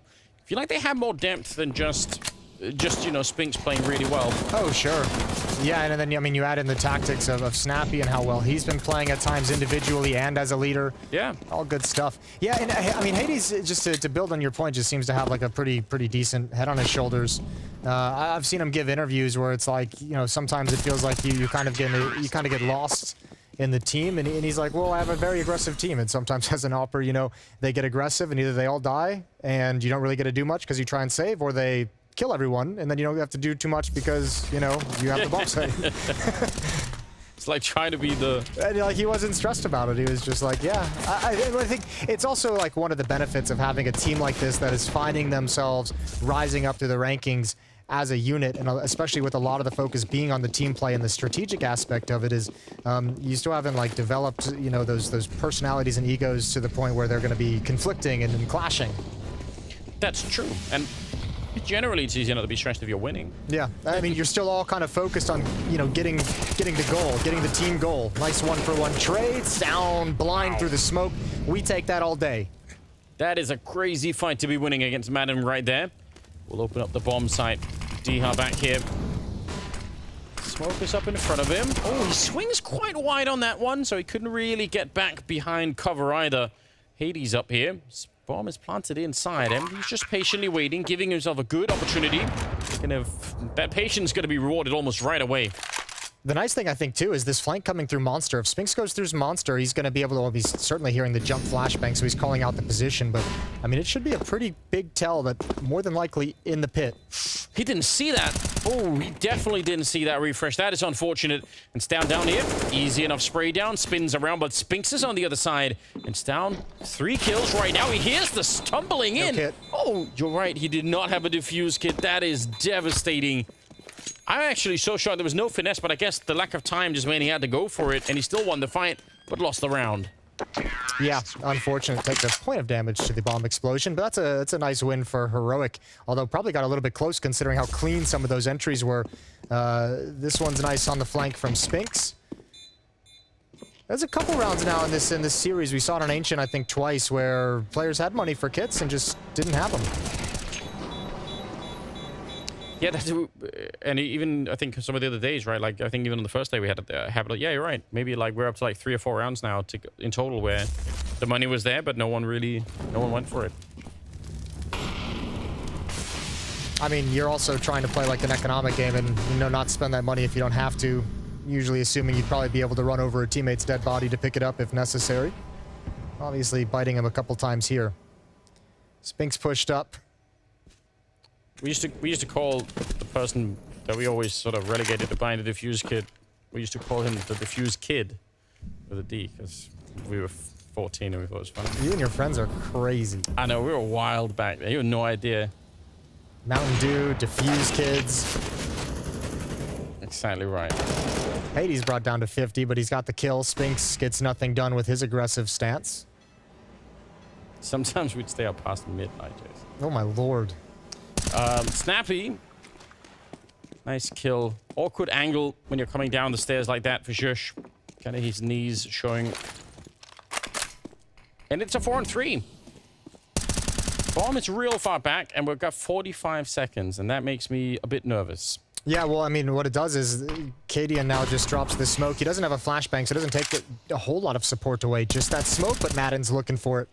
Out in the open, he's got 2 players well pushed up to control highway, control bathroom, so he could be exposed from that angle.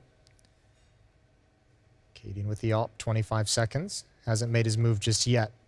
Surely there's nothing they could do in this round. I feel like they needed that smoke play to work out. Nice enough kill from Refresh, but 15 seconds. I wonder, yeah, I wonder what it would have, because you could see it almost looked like Cadian was going to start moving forward. I was going to say, I wonder what it would take for him to have been like, okay, I'll dedicate myself to this round. I'll do it. Yeah. I mean, I feel like they had 2 shots at it, right? It was either going to be the play over the smoke over the A-bomb side against Madden, or it was going to be refreshed out of the B-bomb side. They might have even said, let's try both, and whichever one works, Cadian will run there with, you know, almost no time left, but still. Make sure he still has the AWP as well. Yeah.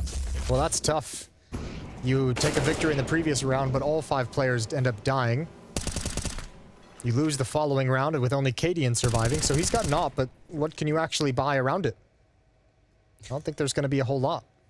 Think that was just a replay of like the first round, or you think that was him doing it all over again?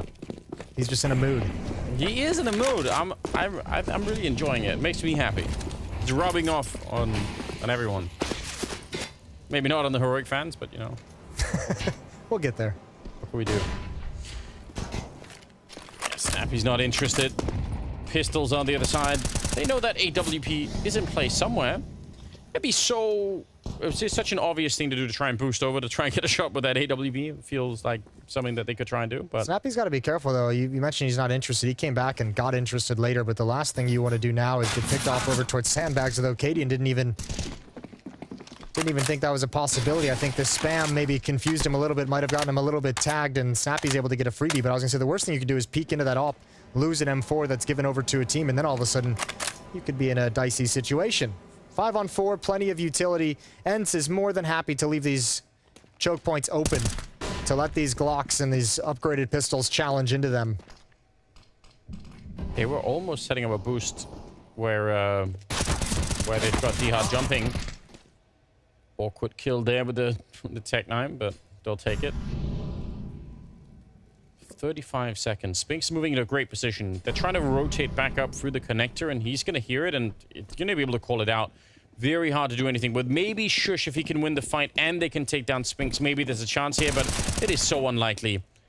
Refresh had to check the full 180 angle, and Spinks is very smart, very well done. Going to be another kill, but they can no longer win the round. Oh, this is interesting, though. Shush could do a little bit more damage. Swings out. He's got the kill. That's great. Going to keep the money low. And he saves the op. Beautiful round. That's a victory of sorts for Heroic. Yeah. It's not going to feel quite like it yet, but 1 to 5, you have to be pleased with that. 3 kills. You keep an AWP in hand as well. You can pass that over. An AK-47 will be traded. And in a pretty decent position still.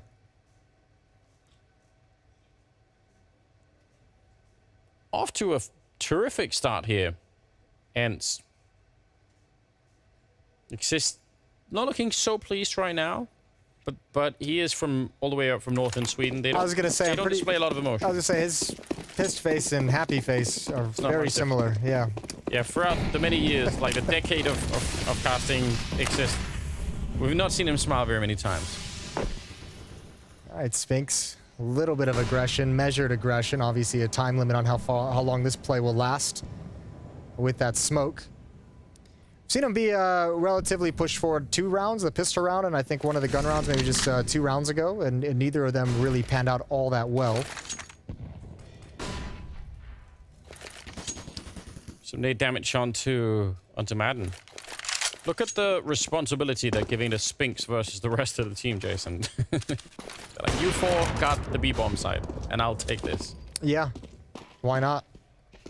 Risk, I mean, you think at some point, you can see now starting to move on the mini-map. They've moved over and shifted towards sandbags and now going to clear short water. But Spinks, as you mentioned, still all alone in a position that's heavily cleared. Although he hasn't felt any pressure or heard any noise to really sound the alarm bells to bring more players over. They have that position outside of B towards the sewer area, and that D-Hard there, that's going to be tough. He's not watching it, though. Oh, my lord. What an awkward position. I hate everything about this. It's still going to pan out for him.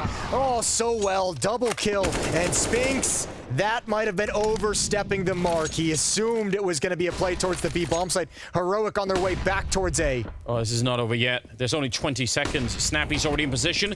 It's a decent flashbang, though, but the follow-up one did hit him, and that's a problem. Kill from Hades. Maiden comes up from behind, taking down Cadian, and now it's down 8 seconds. He can't fake it. He has to just hold in and hope that no one's going to rush him down, and they do. Walking right up to no scope from his Hades.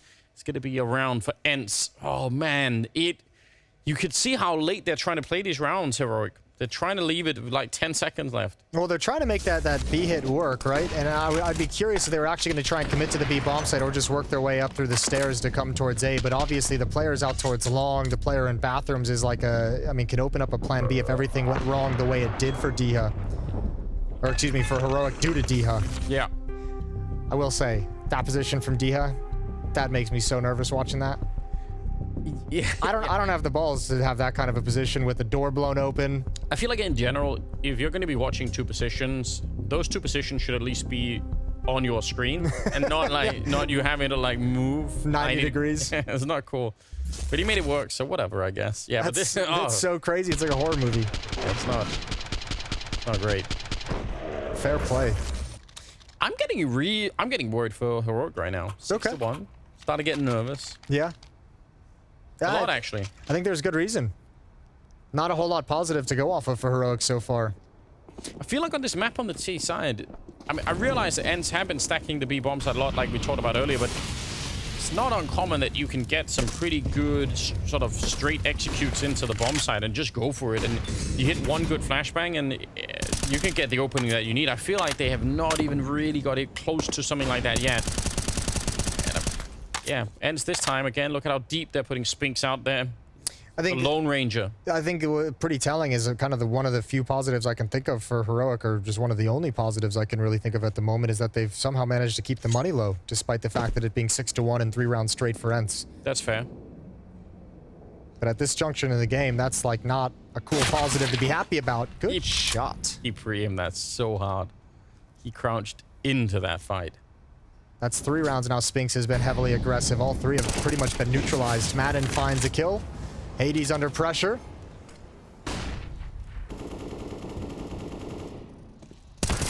Another fight here. Snappy really still is a huge advantage with that M4A1, how much you can move and still be really accurate. 3-4. 3 versus 4. D-Hop. He goes down to TES's. It'll open up a little bit here. Some more time on the clock for Heroic this time, but Hades, he's going to ignore the flames and take down Shush right on top of that truck. It's going to be a 2-on-2 now. Madden comes in with a good kill there, taking down TES's, and he wants to re-engage. He almost drops Katie, and he's got 1 health left. And he has no idea where Snappy's coming from right now. He might figure it out, but 1 bullet and he's going to be gone. He's sneaking around. He just wants to get out of there. Snappy, he has a kit. He could go for the full defuse. Katie is too far away, but oh, he wins the fight anyway. A massive victory here. No celebration. He is focused. No, I mean, but that's such a brilliant play from Katie, and you're not winning that if you don't take any risk whatsoever. And he's obviously saying, okay, I haven't seen anyone yet. If you were rotating from the B bomb site up these stairs, I would have seen you by now. Takes that position, which is one that Snappy's not going to expect. Able to win a very low HP clutch. What a tough round, though. Second on the board for Heroic, and that's still not a clean win. Remember, their first round was one of 0 players surviving. Now it's just 1 player surviving in their second victory, so not able to build up any kind of a money or a buffer between these saves, and even out of victory, having to play with 2 MAC-10s. Thankfully, the money is so low on the ENCE side. Yeah, that really is the silver lining. That's what they've been working towards at the moment. Just control from Hades, able to pick that one up. And TES has got a triple in the last round, just to call it out, because that was really important. Ooh, just gets out. He has escaped. That's wild. Here we go. TES is being activated through Monster. Going to have an SMG close-up Madden. There's a couple flashbangs on his teammates behind him. If they can set it up, if they can find the timing, it could just be perfect. You can see Snappy's kind of moving into position. There comes the flash. He jumps around, and it's a slaughter. Double kill on that MP9. Devastating news for Heroic. ENCE is doing so much on the CT side to be disruptive. Like, even though the aggressive plays towards party don't work, it goes 1 for 1, which is great. Obviously, you have D-Hub being aggressive in short water. You had what Madden push through Monster to wrap around the short tunnel as well. Heroic can't, there's no way they can feel comfortable in the first 30 seconds and like the staging period of these rounds. And the bomb is dropped as well, so KDN's got 35 seconds to save. Yeah. I mean, yeah, there's nothing else that he can do, maybe. They're out looking for him, though. Slowly hunting him. If we had the Jaws theme, if the copyright for it. Yeah, cue it now. Cue it up.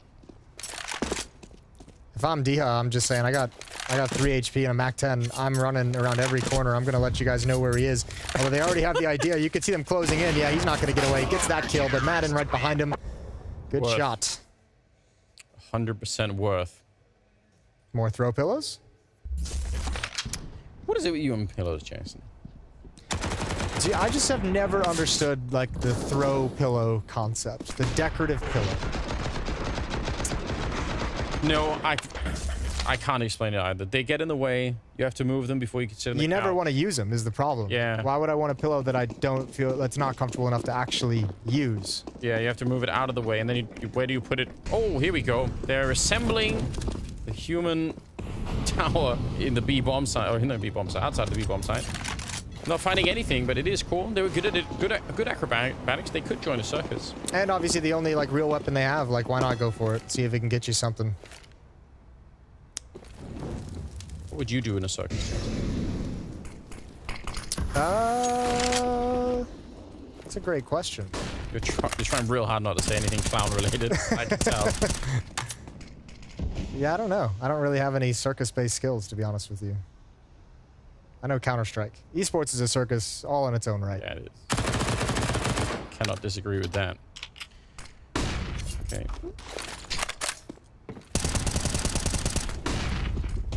Some nades being exchanged and a little bit of an explosion. That's what I talked about earlier. You can try and set this up, although that's a great spray transfer from Madden. Just comes in with a double and slows it right down again. 2 versus 3. Gotta be careful here. That AWP in the back line for Cadian.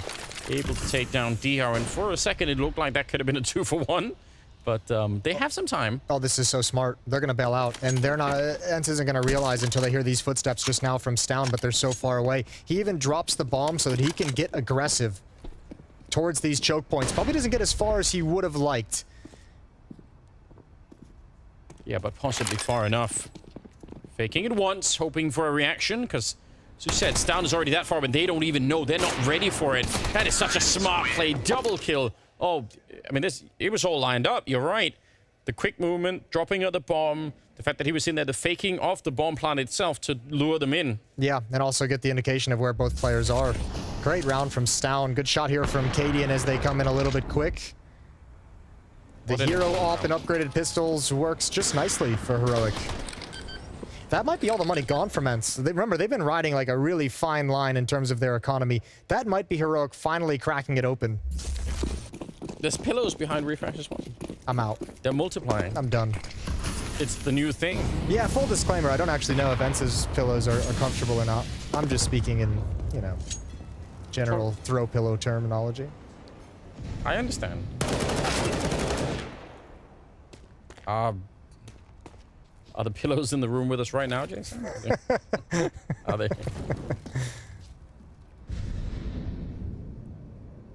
That was a little bit of a painful engagement for Refresh at the beginning. I'm shocked that Dia got the dink. I'm sure Refresh isn't very happy about it either. That's an ambitious peek around the edge of that smoke. They're spread out really thinly considering what they have. I would have assumed they would have... Maybe Hades could have been covering this long position on his own and then put everyone else in B. This is an impossible scenario for Madden. I don't even know what you do. Here they come. With a deagle. That's what it's all about. It's gonna get none of them, but he did get the kill. He needed that first bullet to be a headshot, and probably the second one too. Ooh, a chance for Spinks there. You can shoot through this box, Jason. Did you? Have I ever told you that? Yeah. I can't remember anymore. I think the big key here is Hades stay away. Yeah, backing out. Snappy and Spinks can't create anything, so Hades with the op going to try and save it. But that's exactly what Heroic needed. As bad as this half has looked up to this point, Heroic now get control of the economy, can close the gap. Next round should be much, much easier against ENCE. And all of a sudden, they're looking at a pretty decent scoreline for the T side of Overpass. Yeah, this actually is a nice little comeback. I'm a little bit surprised because I was giving up hope. Bit prematurely? Yeah, possibly. Madden, though, he was top fragging on the first map. He's got 18 kills right now. Way ahead of everybody else. He is having himself an amazing series at the moment. Yeah, good day in the office for Madden. Oh yeah, I was starting to lose faith just a bit. And I don't know if I'm over it yet, but the economy certainly does help out a lot in terms of ENCE not being able to equip themselves that well. So that could be interesting. You know, I think you'd make a good lion tamer for a circus. Lion tamer? Yeah, I could see you. I couldn't even tame 20-year-old Counter-Strike players. With a little stool and a bit. Do you have a whip? I bet that would have made a difference. Talking, yeah. I guarantee they would have paid attention, Jason. Well, here we go. 7-4. Heroic Man, if you drop this round against most of the USPs, that'd kind of be funny. For us, not so much for them. Low percentage chance though, although good damage onto Shush initially with the utility, the Molotov that he had to run through. USP's alive in the back of the bomb site, but all the kills coming out now. All right. I mean, that's one of those things you wonder. It can happen. It really can backfire. Would they find the AWP as well? Obviously, they could buy in the next round, but that's still that's an upsetting loss right there. That's a grenade. Speaking of North American Counter-Strike, we've got a lot of it today. The past 2 days has been 2 games from the European bracket and 1 game from the North American bracket. Our second game today is actually Complexity taking on MIBR. I think that's going to be fun. Yeah. I'm going to enjoy that. And then obviously Liquid versus paiN Gaming to close out the evening. Yeah, I love watching Liquid play, but I mean, again, in this single elimination format, you can't really be slow at all. Yeah, we got some really good Counter-Strike. Obviously, yesterday was crazy too. The upset for with NIP. Yeah, that was that was wild. 7-5, and I think this is a good baseline to work from for Heroic. They did pick the map. We're starting to understand maybe a little bit why. They've kept the economy low. If they win this round, they might actually just bounce up and equalize the score. And at that point, it is party time for Heroic. We get some dance moves out of KD, and again, at that point, it's justified. What? Are they setting up like a reactionary run boost? No, they're... I think they're just waiting for the boost in case something happens here. They're peeking out with the boost. Why did my brain go to run boost? That's insane. We don't get enough of them. This is what it is casting with you. I've now been infected with the entire idea of the concept of a run boost. I like this from Stown. He obviously doesn't clear long deep enough. They should allocate money for psychiatrists. Yeah, I should start putting it in my contract. Like a decompressing psychiatrist. Compensation in some way. This is very hard to know how this is going to be playing out. Spinks is dead with no warning. Hades walked back in, but I think Stown thought he'd already checked this position and there's no one there, so he's not ready for it either. A bit of a weird beginning. Snappy's quickly up through connector, but he's about to get shot in the back himself. Refresh is coming around the corner. I don't think Snappy has any way of knowing. He still gets the kill on Shush before he goes down. That is so well played. What a critical double here. Refresh now. Oh, that flashbang. I don't know, he couldn't have reacted, but he gets the headshot anyway. And 28 seconds. One-on-one versus Diha. Does he know? I don't know if he sees it out in the open, and it's Diha to take him down.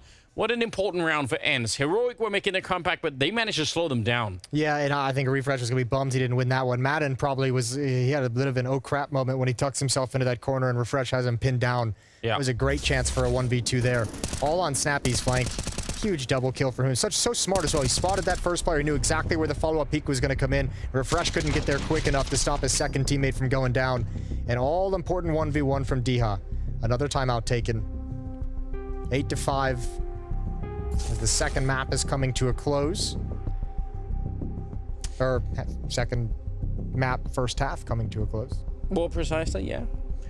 Sometimes when I go back and look at games, I'll look at the route that Refresh took to get in that position. Yeah. Sometimes you'll see that so players will do like a moment where they stand still somewhere to check something, or they pick up a bomb or drop something, and that's exactly the time that they needed to be around the corner a second earlier. No one can know that. Yeah.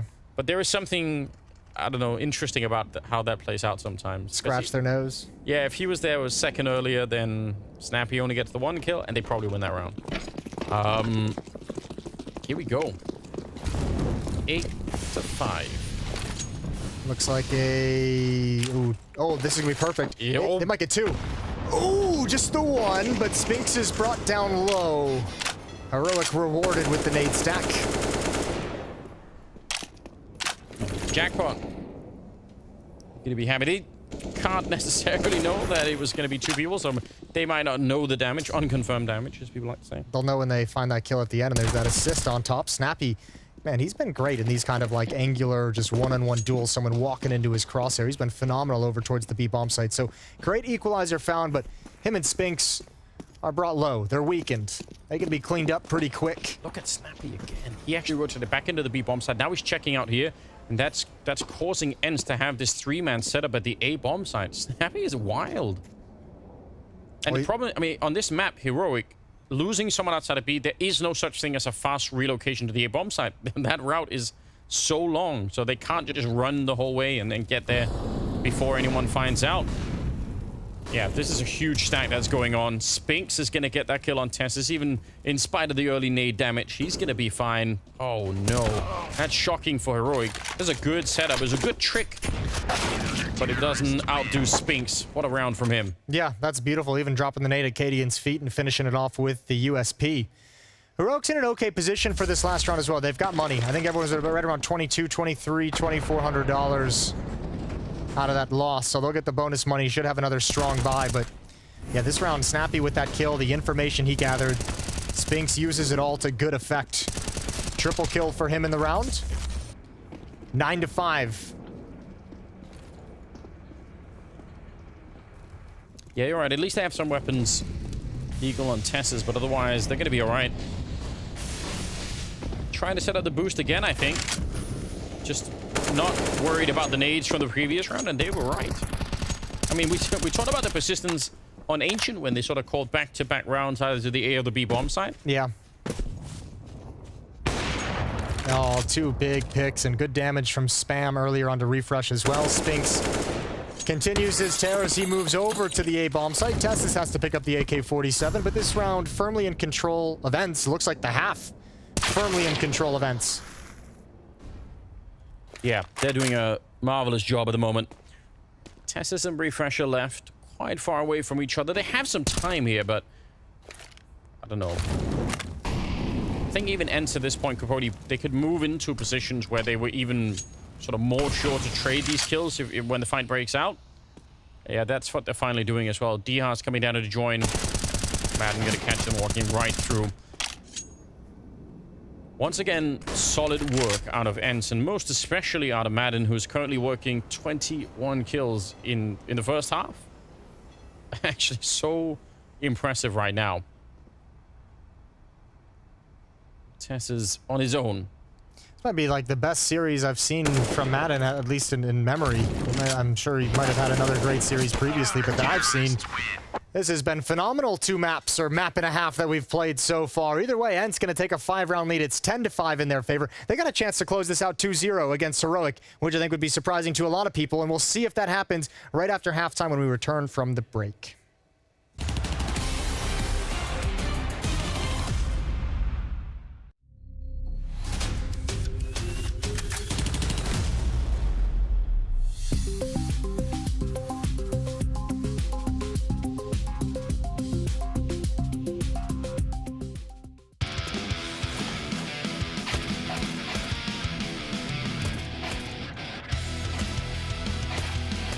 Or we have AK or not?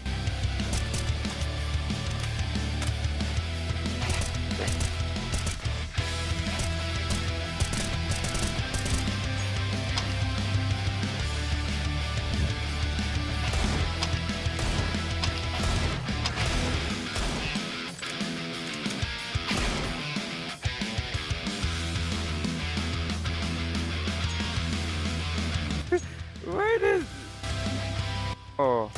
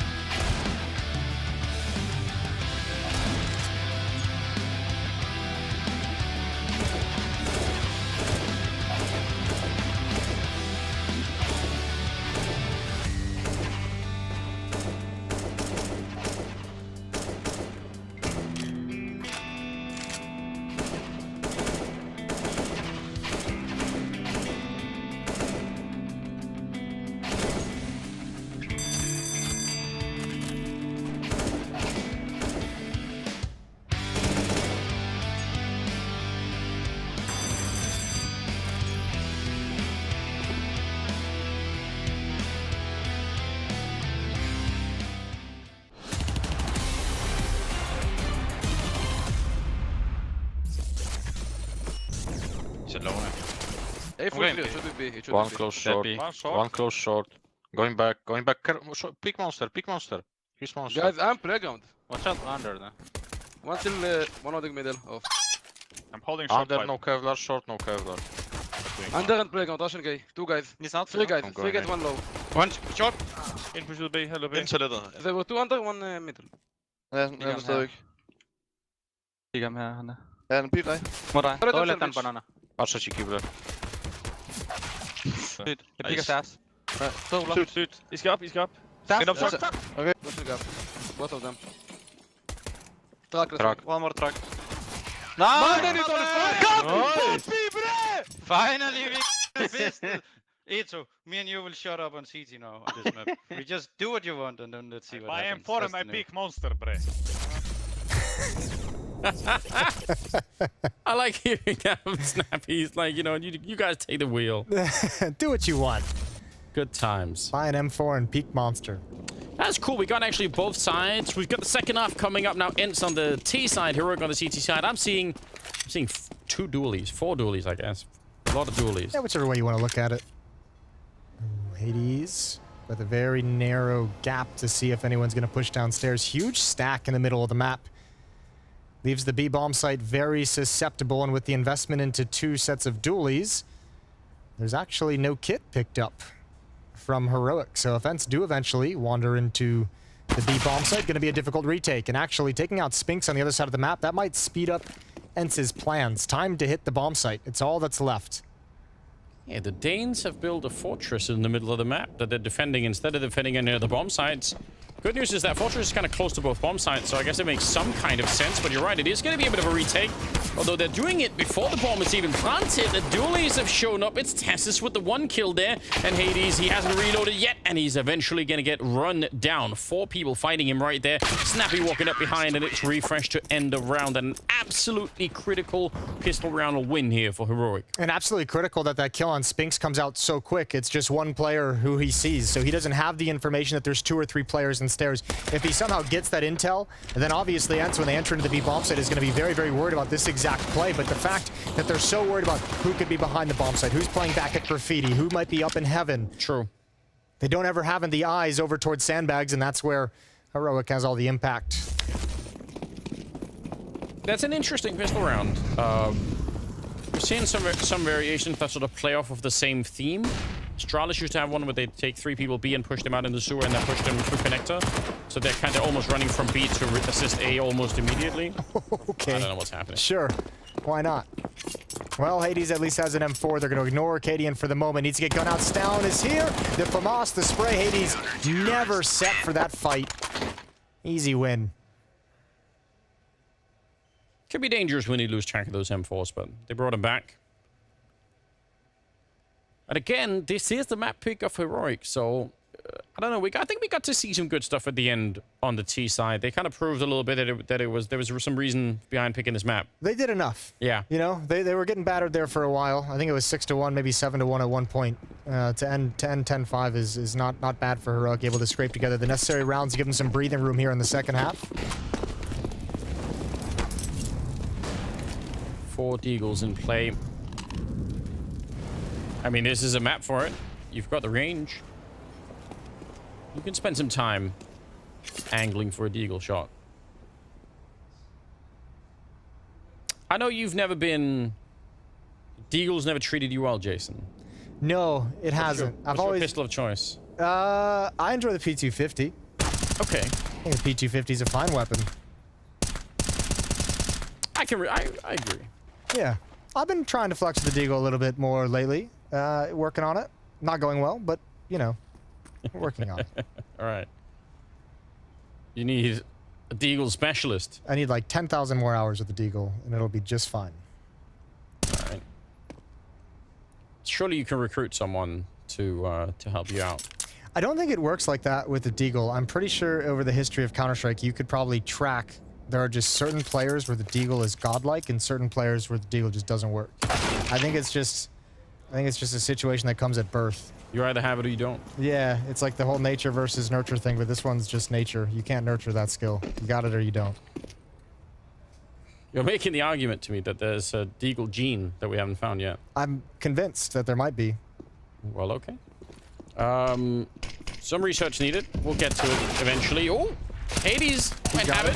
It's good. I like it. A couple of good kills. Oh, he wanted to jump up on that bomb site. It's not going to happen. But they do a little bit of damage. I can respect it. Yeah, 3 kills in a round. You have upgraded pistols and no armor. You'll take that. You know, we had one of those segments earlier where Scrawny is some kind of a mad scientist. Yeah, it was very, it was like very Resident Evil. He was like the doctor that was like stuck somewhere and was recording his last message. Do one where he's like a mad geneticist instead, you know. We could work on that. Deep Molotov there, forcing the smoke out. It's a big classic move. I feel like it's almost always worth doing. Slows down the T side. Oh, this is madness. That's not a fun fight for Spinks in any way. He ate 8 damage first as well. That whole round was probably just hectic and confusing from Cadian might get sideswept. They're already in. Hades gonna fall right into it. Bomb picked up. Madden is next. He spots the leg. Easy kill for Cadian. They can have all the success you want at the bomb site itself. Still gonna be tough to come back and deal with Cadian in this position. Yeah, and he's moving forward, which is very, very hard to read. He's thinking about it. He's realizing something might be up, but you might not be expecting him to come from right here, and it's going to be a 3rd kill for Cadian. Kind of a shame, because they were actually successful in fighting at the bomb site. They just lost the bomb really far away. Yeah, good shooting from Cadian. They just never really had the information, and Hades steps into it with the bomb, and that makes it difficult. This is cool from Snappy. He might have a timing on just one, and he can't adjust in time. Shush finds him first. Heroic getting their CT side started very, very strong. 4-0 run to open up the second half. Yeah, you're right. It's a really uncomfortable position right there. With a smoke, 2 M4s spamming at you in a very narrow tunnel. That's no fun. Done. Yeah. Okay. Feels like I had a sour candy. Ate some of that Danish licorice. That's the face you make when you're trying not to vomit. Danish is so good. You're really missing out. No, I'm not. I can't teach you anything about Deagles, Jason, because I suck with them too. But I can teach you the licorice arts. You can get there. Just keep going, and eventually you're gonna love it. All right, Tech-9's armor, plenty of utility. Set piece, set execute onto the B bomb site, but Shush in a prime position. He grabs 2. Basically shuts down half the attack, pulls the monster players back around, even gets the dink. He would have been on for the ace if he was able to complete that kill. It's just Hades with that Deagle as Refresh pushes into him and finds the final frag. We're all tied up at 10. 5 straight for Heroic now. Yeah, this is starting to look really interesting. I don't know if it's too early to say, but I mean, ENCE are definitely getting denied a chance to show us what they got here in the second half on the T side, which is a little bit uncomfortable because who knows what's going to happen if we go to a 3rd map. I kind of want that. I wouldn't mind it at this point. I mean, again, we said like at the start of the series, this is pretty close to a 50-50. We obviously know Heroic has still been knocking on that door to challenge and really kind of be in a grand finals to win one of these tournaments now that we've returned to land. But ENCE, a tough competition. Good opening kill from Diha. Nice flashbang from Hades. Smoke's down. I think one missed and the Molotov falls into it. And there's Stout picking up over the top. Madden has crushed his way into the site, but he doesn't have the bomb. They still have to fight their way in, and they're losing all of them. Losing all of the follow-up battles. And oh boy, did this round ever slip away. Heroic now 6 straight. That's so upsetting. If you're Diha, you did everything. That is a wonderful entry right there. Through the smoke and the flames, crack open the bomb site, 1 strong headshot. It's so perfect, but then everything after that just doesn't work out. That smoke right there is so hard for the T's to the way that they're playing around it just makes it real tricky. Yeah, I'd have to go look. I want to know if that was a miss smoke or if the CTs dropped it to put out that. I mean, to preemptively put out the Molotov and then help play over the top of it. But that's very powerful. He doesn't look happy. So no, he doesn't. It's a little bit frustrated. Probably does not want to go and play Mirage. I can't imagine you would. End it here. Don't let him get fired up. And again, speaking of momentum, I mean, I said earlier, I don't think it's going to be easy for Heroic to get string rounds together like this, but they're kind of doing it now, so fair play. It hasn't been easy, but they've gotten there. 6 straight to start this half. They've had some challenging rounds thrown in there, but now they also have money building up. Look at the cash behind all these Heroic players. ENCE now has to do this on hard mode, win multiple rounds straight before you're going to get any kind of a reprieve. I think you and I think also, I think Pimp said it on the desk as well, that Stown was one of the people to look for, and right now, almost catching up to Madden on the other side. 21 kills on Stown, 22 on Madden, and those are from the first half. Yeah, and he's going to catch up if that's the way this, I mean, on this CT side, surely, especially with the way they're playing. D-Hug got a challenge one-on-one, looking for isolated fights. He knows the position of 2. Snappy setting up for a boost, which they've been already spotting for a couple of times, and they think they definitely know it now. Ready to set up the nade. Is it going to come bouncing over? It looks like they were thinking about it. Yeah, they're just pre-aiming that. He's still taking the fight. Oh, I'd love to see that. I'm surprised they went for that overall when the spam comes in. That was the indication that you guys have been spotted and found out. Good kill from TES's. Because you could see Snappy is coming back with that AK-47, considering how much space Hades had gained. It's taken away from them. Cadian's going to have a chance with the op, misses the quick swing. It's Madden out towards long. That might be the only element of danger for Heroic to actually lose this round, but he hasn't made his play. No, he hasn't. Ooh, nice pre-aim there for Snappy. He was clearing that corner. That's huge. There's no one at the A bomb site. They're actually having to rotate over. They're going to be stuck behind these choke points. Yeah, it's really awkward because this is a 5-on-3, and in spite of that, Tess is defending the A bomb site entirely on his own and not in a great position. Cadian comes running onto the site. Madden's there to take down one, and a quick spin around. Then Tech9, he's going to be able to drop refresh. That's so well done. And we're back into a 2-on-2. He's now picked up an AWP as well. Oh, he's buying so much space here. This is awkward for Heroic. Good headshot on one. Spinks on the other side. He almost gets the spray, but it's shush to take him down. And it's another round for Heroic that they could have just as well lost. You were talking about Diha making some adult decisions. Madden there got a couple got away from him. The 2 kills of Tech9 are great. You got to go off script for those, but wasn't able to rein himself back in. Goes for that follow-up peek with the AWP right into a headshot. Would have been great to let your teammate take contact. That one right there. Yeah. Because Spinks is ready to take contact as they stream out, and then your op becomes more oh, God bless. It's a disaster. we can all relate though. Yeah, we can. And I mean, we were loving the emotion from Madden earlier. I obviously it's a little bit more sad when it's out of frustration, but it is. I still love the emotion, yeah. Yeah, because you can tell how much it really matters. That's what we want, right? We want him to be engaged. TES's to take down Snappy, fighting through the slide over at the playground. Oh, this half is starting to slip away from ENCE. They really could have used that round just to break the momentum, just to build up some positive energy on your own side. Heroic starting to build into some kind of unstoppable defense. Madden is going to park himself behind connector. Yeah, that's what it feels like. Again, that momentum for Heroic is just so important. And they're getting there. Katie going to back on up, making a lot of noise as well. I don't know if that's necessarily dangerous. He did have some backup there, but still. He comes back to check if anyone wants to go for it. So seem more like a little bit of a fake. Flashed off the one corner. They're not quite buying it. He's got backup here, and TES's is going to be able to at least take down Madden. 40 seconds now, and it's a 4-on-3. And this time, they're pretty well defended out here. Diha goes down. That was Stown taking him over at long, and they needed that long part of the pinch. They really needed for Diha to open that up. It's not going to happen now. Hades is down and out. Heroic so well on their way right now. Yeah, they're feeling good. This is looking very difficult. And as well, I mean, look, as much as we start talking about, like, we as fans, as people just viewing the game, you love that emotion. That kind of stuff is when you start to unravel a little bit. That's when the decisions start to get away from you. Yeah. And we'll see how much of an impact that could have at the end of Overpass, but it's looking like it's only going to get worse. 13-10. ENCE have not won. Everyone's turned their cameras off. Peace. ENCE has not won a round in this second half quite yet. No, they have not. You're right.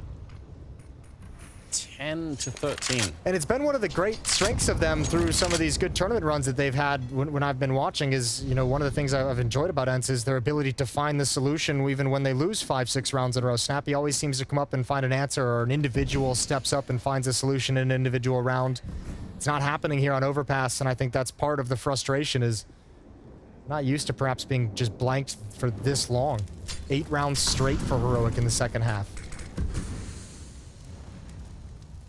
That previous round where D-Hop knocked over the B bomb site with the entry that they still lost, but I mean, I feel like it's possible to return to something like that. If you feel like you could get even just one entry, would probably do it down here. Especially now that there's only 2 people defending, but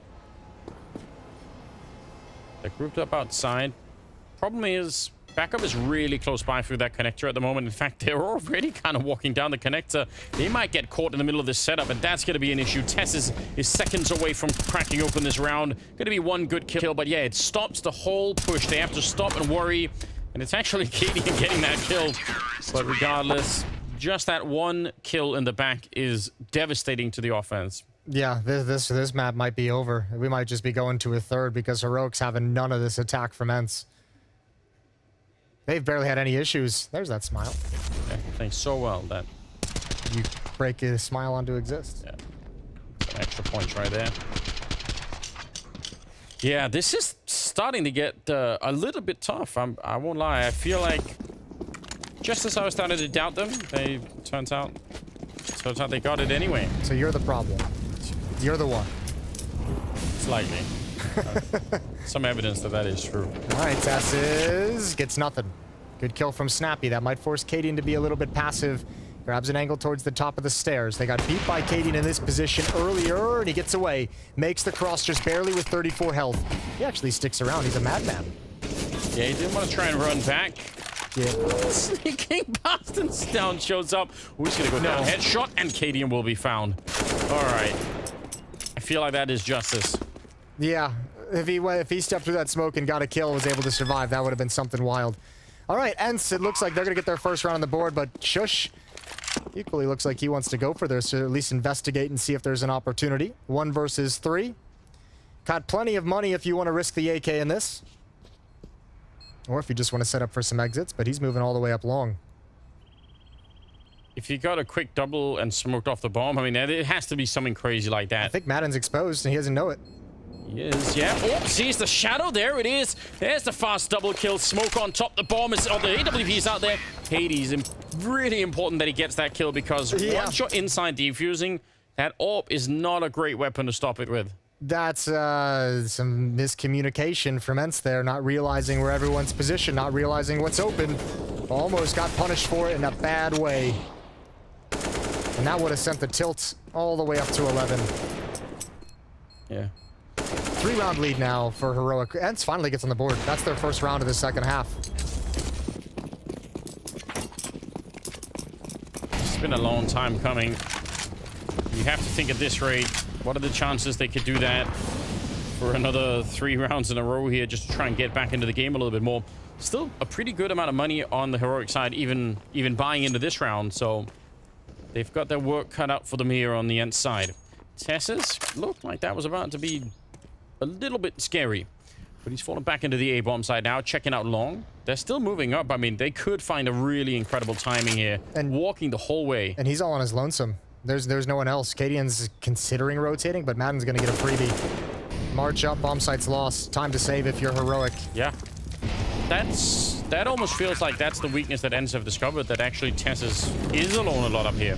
Yeah, but the problem is, you know, have to imagine, I mean, this is where Snappy comes into play in his experience, but you're not going to get very many more rounds like that at this point. You know, if that's something Heroic's, you're saying, all right, if you're just going to walk up, then we'll put we'll just play a standard defense, we'll play a standard game. And, you know, ENCE hasn't really been able to beat that very well throughout this half. Good way to find a round. I mean, again, after struggling for such a long time in the second half, they are able to put a couple together here. Heroic successfully saving. No one's really hunting. I don't really blame ENCE either for that. 12 to 14. Speaking of tilting, if Heroic lose this map now, that's going to be heartbreaking because, again, just to remind everyone, they do get knocked out of the tournament if that happens. The nice thing, at least, though, is if they, I mean, yeah, you'd be tilted, but you don't have to, like, recover. You get, you know, you just get to chill at home. You get to be angry all by yourself with no responsibility. That's your upside. The good thing, if you get run over by a car and you die, is that at least you don't have to go to the hospital. Yeah, sure. I guess. I think it's fair. That's stand by my statement. That's the most optimistic thing I've heard you say, Jason. The return spam is going to do good damage on a sound to half HP. Oh, that is a lot in return. I feel like playing that game, that wall. There's a couple of maps like that where you have these kind of a fights. I always feel like, does anyone even know what the stats are on winning or losing it from either side? I feel like you always remember the times where it works all right, so you want to do it again, but it's such a silly way to throw it around if you just get tagged and get a shot right through the face. So it's also, I mean, equally, yeah, that would be interesting to see if there was some stats that could say this one is worth doing, this one is not so much worth doing. Yeah, I see people engaging in that stuff quite a bit, right? But sometimes you feel, I don't know. Well, this time ENCE isn't taking any liberties with the map. Playing a more standard T side at the moment. Snappy as the smoke clears. Better be careful how he decides to investigate this. paiN is waiting just by dice boxes with the AWP.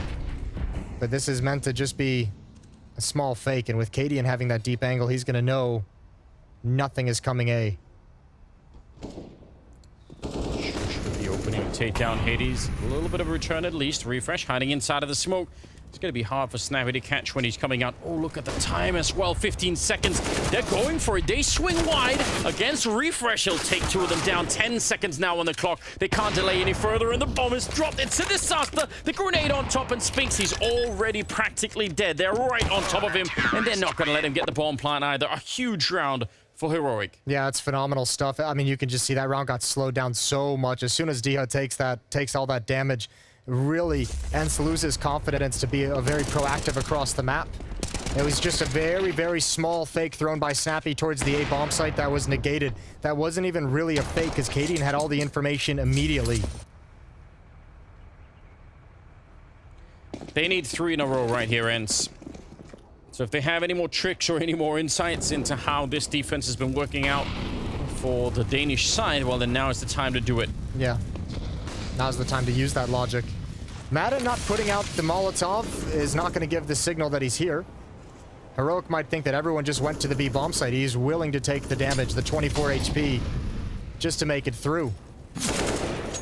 They were watching, or Refresh was, but Spinks is just a little bit more accurate this time. Snappy, headshot through the smoke to take down Shush. That's going to activate Madden as well. He certainly heard paiN's footsteps dropping away in bathrooms. This is huge. paiN finds it. Scary moment there. He could have walked right into it. TeSeS goes down. It's a 2-on-4, and everything is lined up for ENCE to win this round. And Diha going to make sure that they do. Good work. AWP still pretty valuable here for paiN, even with 5,000 and then some in the bank. Well, the priority now for paiN and Heroic is like, you know, we have good money, but that's going to disappear pretty quickly when we rebuy into the next round. Let's not get to, like, you know, heaven forbid you get to 15, 14 and you don't have the weapons, right? You don't have an AWP, you don't have some utility, you only have like one M4. So try and preserve this economy. It's a secondary game at the moment, a secondary objective, and you can see it means a lot to ENCE as well. They don't have a whole lot of a bank built up, but they want to take this off out of his hands. He does have a player coming through bank, but he doesn't hear the footsteps just yet. He turns. paiN's got it. Bomb's going to go off, and he survives. That's a quad kill that he gets, you know, after essentially losing the round. Really well done. That was huge. That was massive for paiN to live through that. Good kills for ENCE, the boost up, the kill through smoke, and the follow-up from Snappy. Shush thought he was going to stop shooting just a little bit earlier, and TeSeS tries to jump in, doesn't quite make it. Yeah, everyone's frustrated now. Yeah, all those small mistakes, you immediately second-guess yourself when the game is this close. Oh, look at this. That's a lot of people out on the playground. Madden's going to be catching KD, and TEST, there's just way too many people coming. It's shocking that he even got the double kill, because that probably should have been a straight trade.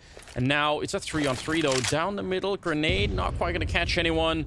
And he's thinking about it. It's down, he knows. He has the right idea, but not quite the right aim for it. Spinks able to win the fight anyway. That makes this really awkward. Oh, refresh. This is a cool play. Go for the follow-up push where your teammate just went down. Why would you ever expect this if you're ENCE? And it's not just the kills that might come from this. It's the fact that in a 2-on-3 with over a minute remaining, you know ENCE can just pause. And if you're heroic, you have no information. So this is beautiful just for a multitude of reasons. He's likely going to get one freebie kill. But it's the intel. It's the fact that it's like, hey, man, they're coming to you. Yeah, he doesn't quite know that yet. Knife out. That's... Oh. That drop down. Refresh. There's surely no way Spinks is going to ever see this coming. Walking around the corner. Oh! He actually didn't see him in the shadow, so he just started running right away. I'm sure she's going to be able to call it in soon, that there are footsteps out on long. 30 seconds, and they might just think that no one is here. They're running onto the side. They're not aware at all. And Shush with a double. And Heroic, they push us on to a third map. Well done at the end. Yeah, good stabilizing. And ENCE just took them too long to warm up into that second half on their own T side. They could never get the offense going. Good playing from Heroic, though, and I love that play from Refresh in the final round. That is a brilliant, brilliant move that probably won Heroic the map. Yeah, you have to appreciate that. There's no way you could see Spinks just wasn't even aware that that was an opportunity. Wasn't even an idea in the back of his head. Yeah, that's how you want it to be. Well done. Cool stuff. We're going to be on Mirage for the final map to decide this series. I can't wait for it. It's coming up after the break.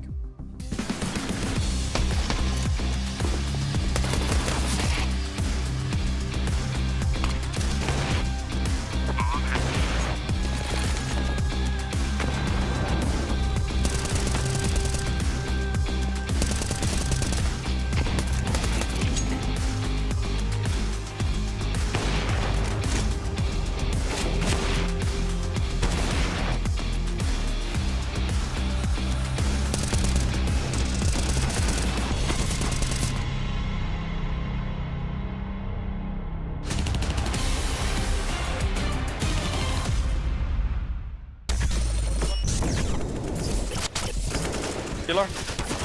Yeah, they are 3 mid. You're clutching it, brother.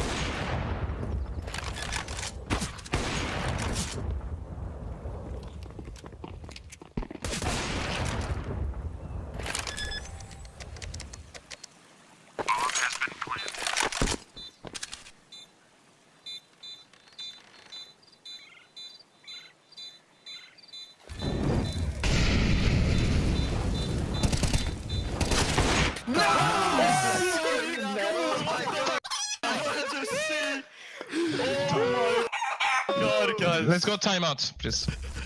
Timeout to meet a pace. Holy Let's go timeout. Good luck, What the craziest highlights I've ever seen. Okay, guys. Are you 2B? We don't have nades anymore. Matu, go short, I will flash for you. You ready, Matu? Wait, do it. Flashing. Go. Short. Nice! Holy man, what a It was by? You like my flash or not? I like. I mean, when you kill 5, then you like it. On the right server. Any flash? No flash. Let's run boost. Yeah. First yeah, no. First? Yeah. More server. Upping. Got it. 2v1. Careful flanking. I watch flank, okay? Yeah. Bomb has been planted. Go C-box. He's heaven! Yeah, heaven.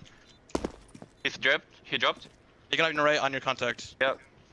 He kills me left, you gotta... Nice! Oh my god, Will, you landed on the box.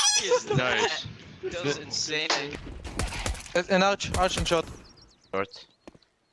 No shot still. I got up molly, bro. Yeah, smoke it. I got smoked again. Bomb is shot. Crossed now. I can molly like the Vino plant. Both side. And molly Vino. Nice. Landing. Mollying. Let's strafe. Oh, I don't hit mid side. Nice shot, Nico. Last bullet. Holy f***. Bro, can I defuse? I have No, you cannot. I have no Okay, fair enough. No, you cannot. This is my round. You don't get my star.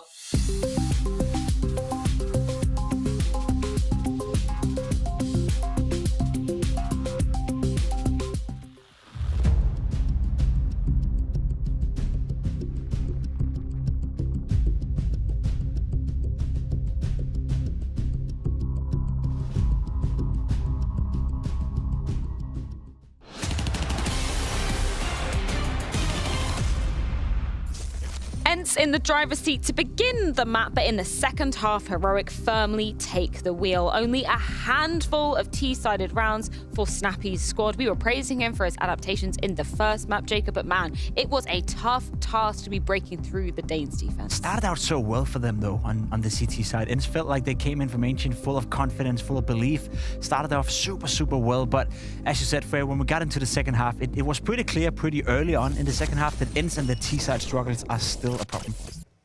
Overpass is a different beast, it seems like. I feel like in the back of their heads, ENCE knew that they needed to get like double-digit rounds for their CT side, because whenever you're a team who struggles on that T side of Overpass, you're like, okay, guys, let's get a great CT in. But yeah, it's really stressful because you reach a point when your T Overpass is not so great, where you hit like this mid default, and all of a sudden you've got players scattered everywhere. And even as an IGL, you're like, okay, nobody's doing anything. What do we do? You know, and you just hit this mid line on the map. So what I would suggest for them is they just need to, in practice, just talk a little bit more about what they want to do at the next stage. Once they reach that point in their default, or once they get out B, what do we do? I agree, but I felt like Heroic weren't allowing them to get to the next stage. We saw TeSeS constantly push up middle. We saw Heroic, we talked about the proactive CT side, right, where they don't leave much space for their opponent. So even for ENCE to have an idea of what they wanted to do later on, right, they weren't allowed at all by Heroic. It is a problem for them. Against Astralis during the RMR qualifier, they got 2 T rounds. Against NIP, they got 5. This time around, they get 3. It's evident right now that ENCE and the T side and the Overpass is a bit of a problem. Let's throw it on back to the CT side to start things off, though, because as you were saying, you know, a really solid run to start things off ENCE. But there was a particular turning point for Heroic to kind of be getting their feet back into this one. Yeah, it started off super well for ENCE, but we have a bit of an eco play that's going to showcase the struggles that they didn't face in the later stages of first half. We see it right here. A Bigo comes in, and actually ENCE is defending it pretty well. Goes down to a 4v2, lose this trade, fair enough. Then cadiaN comes in with the AWP, scouting another guy and getting him down here with the AWP. And at this point, we know Heroic to be so good. cadiaN instantly throws down a smoke, throws down a flash to mask that they're still putting on pressure towards B, but Stavn and cadiaN already up towards the A-bomb side, and then Stavn comes into play with his Tech 9, turns around, gets 1, gets 2 as well. And as you can see right here, the score is 7-2. It could have been 8-2 for ENCE. Unfortunately, it becomes 7-3. Next round, you see the buy right here. The money is completely shattered for ENCE. So the very good start they had was ruined by losing a 4v2 right here. And that was the problem for ENCE. They needed double digits, as you said. Yeah. They got 10, that's okay, but they needed 12, they needed 13 if they wanted to win here. Oh, indeed. I mean, that was a pivotal round. It just scattered after that. Yeah, and it's that proactive nature that we kind of touched upon from the side of Heroic. We didn't really get to see too much of that in the first map mention. We saw, you know, ENCE actually tempering that very well. So where do you think the particular weaknesses were when we came into particularly that second half for ENCE? Yeah, they just weren't really sure what to do. But again, like Heroic played so good on their CT side as well. Like Jacob had mentioned, they're just up in your face. They're not allowing you to take so much space. But I still saw that hesitancy in ENCE where like there was a lack of direction, or players weren't really being assertive enough or taking space, or they didn't want to make aggressive lurks. It seemed as though they had found something when they took like 2 rounds in a row where they just walked up A and they took contact, and they won both of those rounds. But that's the only way you're going to get rounds at that point, just from these gimmicky plays or from these good timings.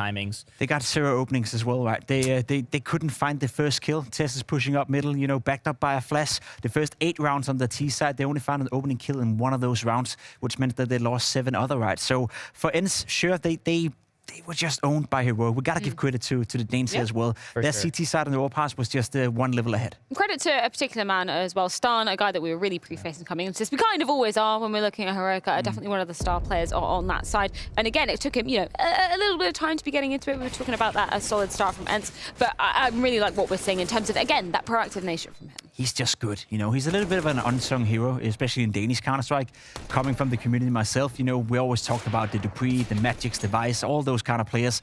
No one never mentions Stavn when we talk about who's the best player in Denmark, but according to me, right now, he's established himself as the best Danish player of Counter-Strike. As of right now, the last 6 months, he's been playing like a superstar, and he's only getting better. He's also relatively young, he's inexperienced, or he used to be a year ago, so this guy only gets better. So to see him play well right now, it's not really a big surprise, but I think a lot of the international community at some point will have to accept that the guy on your screen right here, he is the future, not only of Danish Counter-Strike, but also international Counter-Strike. I love the way you put that. And it's kind of funny because it's like, at what point do we start assigning people the name of like, you're experienced now? Because I feel like sometimes we let players go for like 2-3 years and you're like, they're still kind of getting there. But like, nah, I don't know. These guys play a lot of officials, a lot of high-level tournaments, and they have great performances all along.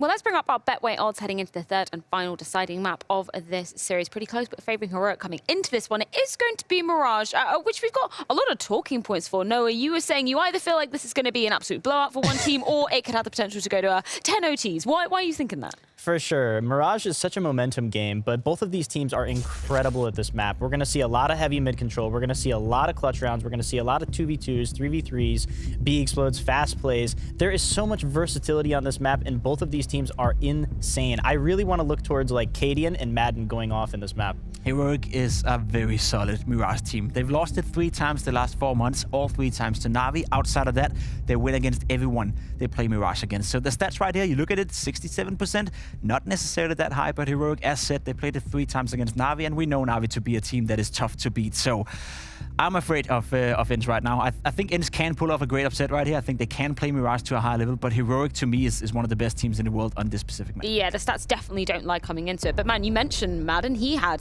an absolutely mad series. Just looking back at the past 2 maps throughout this best of 3 series. So I mean, he's certainly got the fire lit underneath him. I think he's going to be one to watch. He's been playing so good today, and they are going to need him on this map. I want to see him making cat jumps. I want to see him opping underpass. I want to see him opping connector, palace peaks, A ramp. I want to see him upper B. I want to see this guy everywhere, because he has the ability to put up 25+ kills on this map right now if ENCE wants to win.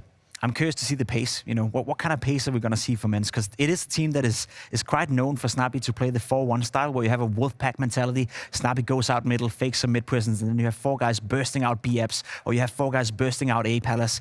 I don't know what kind of style ENCE is going to try to pull off here against Heroic, because as we spoke about, they like to play their CT side proactively. So you got to read your opponent, you got to find the right calls, and I'm curious to see if Snappy and ENCE allow themselves, or if they dare to play fast Counter-Strike, because I think that's the only chance to have of winning. Well, we're at 1 map apiece. This is equal times coming into the third and final deciding map of this series. It is going to be Mirage, a map both teams know their stuff on, and we're going to see who's going to be taking it and who is tumbling down and out of the Spring Showdown.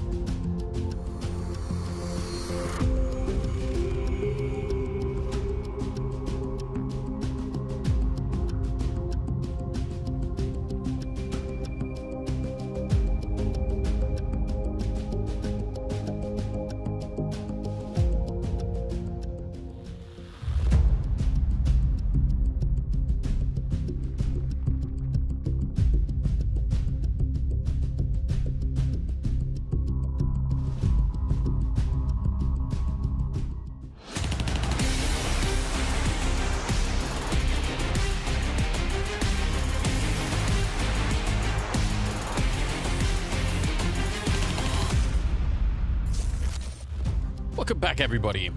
Third map. It was always meant to be, it feels like, with ENCE and Heroic playing, because they're really, really close teams right now, and the scoreline shows that so far. The odds are kind of been back and forth a little bit, but now we're down to Heroic, again, slightly favored. Yeah, and I mean, I think it should be that way. This would be somewhat of an upset win, especially if you just go by rankings. And, you know, for ENCE, I think they're going to be a little bit upset. We saw a lot of frustration in that second half of Overpass after a pretty decent first half, just letting it slip away in that fashion, not able to get going until very, very late in the day.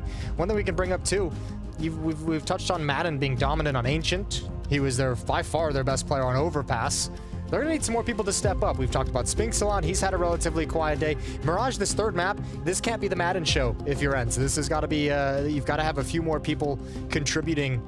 And obviously, strategically, you need to be able to find out those solutions much, much faster than Overpass. It was very late that they kind of discovered some of the secret sauce on Overpass, and they just didn't really make it in time. Now it's the third and final map. Will be interesting to see how this goes. Certainly an upset if ENCE could do it, but Heroic, I mean, they've already shown that they are mortal. They can be brought down. ENCE starting on the CT side, Heroic on the T side. Here we go. B-Rush. Refresh. Ooh, not a rush. She slows down. Well, it's going to be a rush now. It's going to be all foot on the gas from here on it for Heroic. One player in the back, but they're such difficult targets jumping around like this. The Glocks, oh, they make it so tough, but Snappy wins both anyways. He eventually falls, but what a job he's done. Hades trying to keep Refresh pinned down. He gets 2, and Diha with the final. It's hectic, but ENCE come out on top. It's actually such an impressive defense. You have to, especially because you saw how much space Refresh managed to create. Yeah. And he knows his job. You could tell how he jumps over the USP. Oh my lord. Look at the double from Hades. They line up. Oh, no. What a way to lose a round. That is crazy. That's 2 spectacular doubles. Okay, well. Yeah, it explains everything, doesn't it? Suddenly makes sense. You're right. Well, like that kind of you get the opening kill, you have the space created, those jumping Glocks gain a lot of ground. And man, it had to be something special from the USPs, and that's exactly what it was. Is this the old... Are we going to go for a double fake? Tell me we're going to go for a double fake. Cadian activates 2 players with pistols to rush in towards the B-bomb site. Nope, we're not. We have seen some I know what you mean. We have seen very elaborate shots on this map in the past where that's been done. Yeah, it's just hoping that Refresh is going to be able to get a kill with his deagle, force a rotation, force someone to shift and try and take advantage of that momentary shift of the defense. Although going a little bit early, they just kind of show presence, force out some utility. Refresh going to go down. Madden's got to be on notice for a second one. I think in the past, I've seen all the way up to triple faking. I think VP did try to do it once. Ran out of time. Yeah, why not? Classic. But yeah. Cadian, alone with the Glock. Flashbang in hand. Normally we're happy about that. Probably not going to make a difference here. Yeah, he didn't even get it put into play, did he? He's looking for a deagle. That's the only one. It's tantalizing. Oh, no. What are you supposed to do? All right, 2-0. Gun's going to be coming out next. Exciting round for ENCE, though. That's a, you know, relaxing round. No real stress. They're going to enjoy that part. And third round. Yeah. AK's being picked up right away. And there is a kit being picked up as well on Madden. Just noticing now, because we've seen it in the past. So, good to see them do that. Just one, though. And they all have money for kits. Yeah. Could come back to haunt them. Ooh, nice jump over from Madden. He's got some backup here from DR as well. They're going to get a couple of kills. Traded one of them there, but still a 2-for-1 scenario. Spinks has shown up to help out because they needed Hades to try and get out of there. Oh, they're finding something in return. This is a little bit crazy. Suddenly it's an open round again. It's down into 1 versus 2, but he got 1 minute and 30 seconds more or less at range. Wants to take the fight. They're just ready. Madden is not afraid at all. Yeah, Snappy wasn't even ready to join in that fight. He had an SMG at long range. I was very, very worried, but I think the day Madden's having, he's feeling pretty confident and frisky at the moment. Diha would have. Diha would have backed away. Good old adult decision-making, responsible Diha would have backed off. Crazy round to get started with. Definitely a round that Heroic could have won. But it's kind of cool for ENCE to try and establish that mid-control and fight for it early on and not just let him get away with it. Yeah, that was actually a cool little trap that they sprung there at the end. Even losing one of those initial fights. Just the follow-ups were so good. 3-0. Set piece towards A. Madden's got to be careful. The only one at this bomb site. He's got Diha back in jungle. He's got Hades rotating back around towards the stairs. I feel like these kind of rounds can explode so badly on you if you're on the CT side. One good dink with a running Tech 9 and maybe a deagle shot from Shushin, and suddenly the round has just collapsed. You lose a couple of players, the bomb goes down, and like it always looks a little bit scary here. It also matters the decision that Madden's going to make, because Hades is going to surely be blinded or blocked off. Yeah, he's going to go fight early on, but I know what you mean. If he sticks around too long, he could go down, and I feel like just retaking the bomb site is probably the easier choice, even if it is a bit upsetting to let them have the bomb plant. Oh, no way. Right through, but TEST is there. Great revenge. Takes down Hades. They're going to try for the bomb plant, and it's almost a good spray, but not quite. And it's a bomb plant, then a 4-on-4. Yeah, but you don't have spawn control. Snappy's watching it from far back. That's a big kill. That's onto TESS. Stown is brought down low with that AWP, but that can still do work. He's going to peek with it. Oh, and Dia ducks. Ducks as he reaches the stairs. Oh, he's very low on health. That's a flashbang and a half right there. They have no chance to get that done. Great grenade usage at the end. And they recover the situation. Well played, ENCE. You can see, though, I mean, that's kind of the danger. I mean, Hades got one through the smoke miraculously as he's falling back. But you stick around for that one desperate shot, and you are very exposed to the Tech 9 you know is going to be coming through at some point. Good play from Tess's. Flashbang I don't even think was necessarily necessary. You like that? I do, actually. I'm impressed you didn't mess that up. 4-0.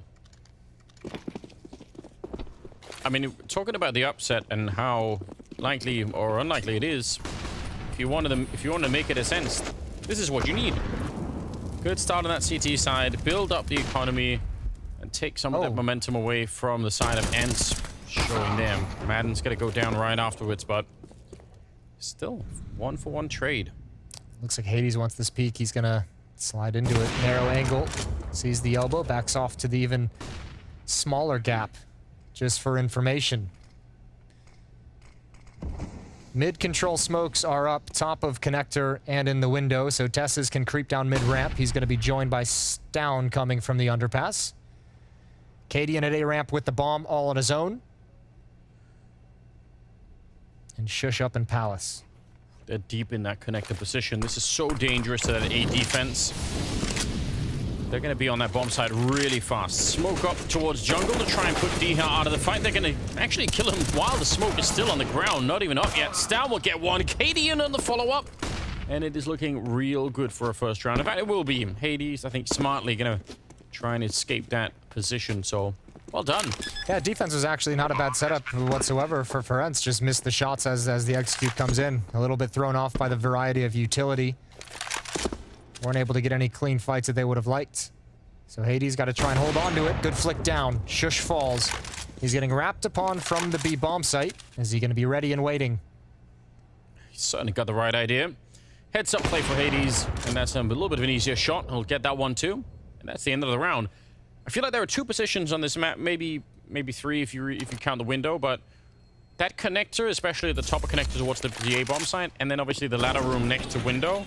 If you lose track of those on the CT side, if you let the T's hang around in there, things just tend to go real bad. And in this round ENCE, even if there were a lot of people nearby, I agree the defense, they probably could have won that because there were so many people there, but it still is dangerous. They're like lever positions where they help you apply a lot of pressure onto the defense in different scenarios and different points of the defense. You're right. Those are positions you don't want to lose as the CT side. It can make things very tricky. Hard to rotate through the map as well if you wanted to get to the other, from one bomb site to the other. If you don't know if anyone's there, suddenly you just you can't really make it happen. Cadian wanted to go for a fight, but he'll settle for a grenade down the middle. Try and take away a little bit of information. But it's another round with at least early mid control for ENCE, which is interesting.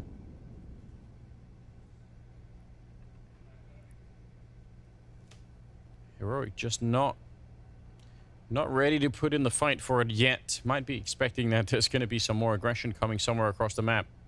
I mean, they were pretty aggressive on the CT side of Overpass, and I guess on Ancient too, but that's kind of common now. So it's not completely crazy to imagine that ENCE would also try to be on Mirage, which is notoriously a map that people can get away with that. I think we'll see that aggression come up later on in the half as they dig into their playbook a little bit more. I mean, certainly you think 1 or 2 rounds they'll throw an aggressive play into the mix. Run boost out mid, so Cadian can clear things as Madden just crouches and tries to look over the smoke. Molotov is going to force him into the fight that Tess has wanted. Okay, Spinks. A lot of people coming around this corner. He'll take down Tess's immediate Molotov to slow down any kind of a attempted hunt. Only 35 seconds on the clock. He's going to smoke that off right away, and they're really running out of time. They're going to try and see if they can crunch this B bomb side, but they've got to find a way to get rid of Spinks first, and that's not been easy in this best of 3 so far. He'll take down Shush next. AWP is up to try and see if he can take a swing at him, but Snappy in the back stops Refresh from doing anything else, and they're running out of time real quick here. I'm shocked that they get that kill onto Snappy, and somehow they're still in the round. Diha, he's running up. He wants to stop that bomb. He swings, and oh, that is it. Even if he didn't get the follow-up, they would have won the round. Well played. Yeah, that's a bold play from Diha. A lot of the round rides or dies on that one, and he makes it work. I think they might have just missed the timing of seeing him jump out. Shout out to Spinks, though. I thought a number of times that he was going to be falling back all the way, getting into a safer position. He just stood his ground each and every moment. That's the brilliance. I thought even Diha might even just wait instead of going for the planter, wait for that follow-up peek from the pillar, but whatever he did worked. 5-1, immediate response from ENCE to get back to the winning ways. Heroic with a labored buy. Out of cash after this. Oh, that's a nice smoke. Puts out the Molotov immediately, and he jumps down with the Tech now. Now, he hasn't really found a target, and they're slowed down. They don't keep moving forward, so they don't control the bomb side as much as they would have wanted to. And Refresh, he's on his own. We get one more kill here, but it's just a matter of seconds now. It's a pretty good defense. It almost looked like if he could have found a target immediately with the Tech 9 when he was down on the ground, that would have been the ideal moment, but they were just really far away. Yeah, I mean, it's hard to make that work. We talk about it, we mentioned a number of times that those first players jumping out of the window are so important to create the space, and obviously jumping out sometimes. I don't even know if that smoke was necessarily meant to put out the Molotov. I think it's meant to bounce outside the windows, and it got caught, which makes the rest of his teammates coming through the smoke an uncomfortable fight. That's interesting, yeah. It looked to me like it even popped in the middle of the air. It looked really interesting, like it almost just kind of happened. Well, yeah. Maybe a timeout now being called. If you're an ENCE fan, you're loving the way that this has got started. This is it doesn't get much better right now. No, I mean, especially after the way Overpass kind of slipped away and looked a little bit hectic, and more than anything, the frustration we saw like coming out on some of the players. Good to have this kind of a start to put all that behind you, firmly behind you, if the map reset didn't do anything about it. 6-1. Double off. And a light investment, decent investment actually from Heroic. Oh, Diha, that's not ideal. He's got to improvise something here. Yeah, well, they might be giving it to him anyway. Katie and him, no one saw him really. Diha trying to fall back, and that's taking a lot of liberties in the middle. He was not quite ready. Hades elevated. Oh, he didn't see. Oh, but no, he did not see, and he could have just as well died, and he will anyway. Ouch. Yeah, but this round, I don't think really there's not a huge chance for Tesses to win it with just 2 HP. I think more than anything, he's going to run to the B bomb site and hope and pray that he can get a plant, likely to be cleaned up later. But you can see the one mistake not mistake, but the missed jump from Diha middle causes more players to kind of lure into that position to help protect him and improvise a way for that to be impactful and for that to be effective and get him out of such a tough position. They lose a lot because of it.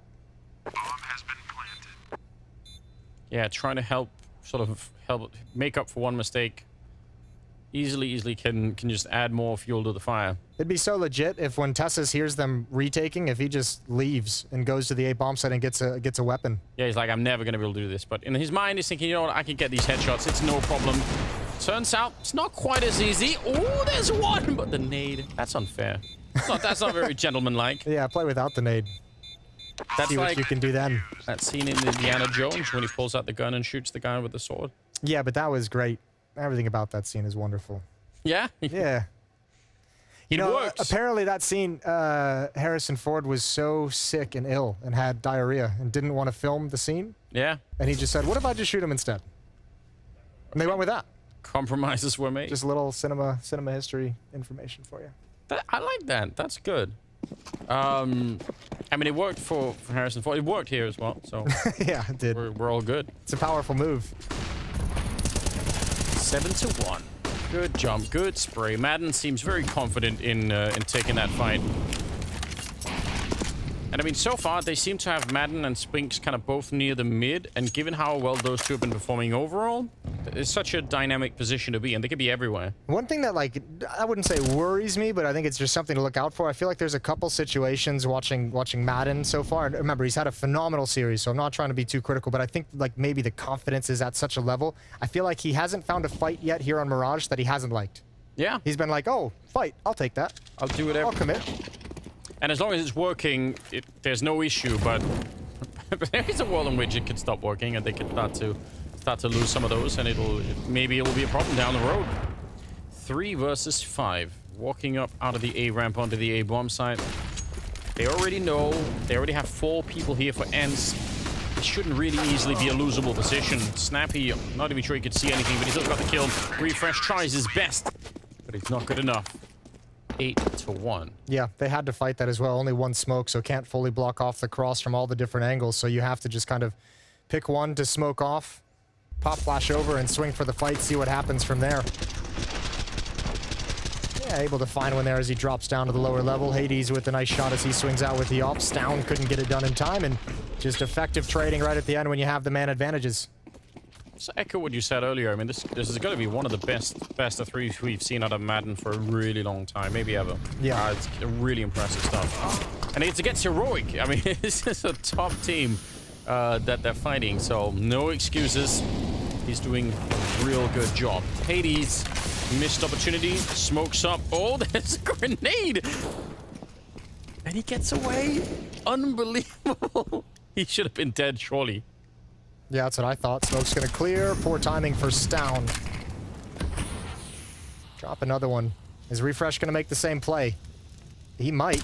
He might. Madden's attention is taken. Called out the Refresh. Oh, what a great read of the situation. Madden just turns ready for the step-through connector smoke.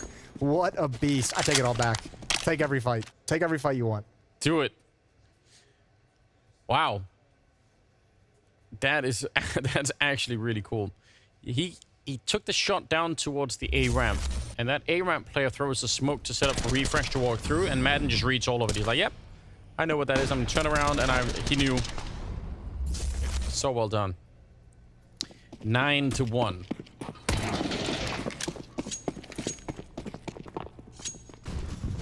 Heroic are not, they're not enjoying the game right now. There's still room, there's still space in this first half to do a lot. If they get up to 5 rounds, it's still somewhat doable. We're just not seeing it quite yet. Similar conversation we were having at Overpass, albeit it was at like 6-1 or 7-1, not so much 9-1. Yeah. Refresh setting up a flashbang. Force an offer off the angle if he was going to be there. He set it up incorrectly. Try number 2. Here we go. There we go. Actually, I don't even think that one worked. No. I think it went far enough for Snappy's position. In theory, we understand the logic behind it. That's a super effective flashbang. If you get it right. Yeah. It's funny how that works. That part is important. Yeah, that part is most important, I would say. Okay. Forget the flashbangs, Jason. He's got the Deagle gene.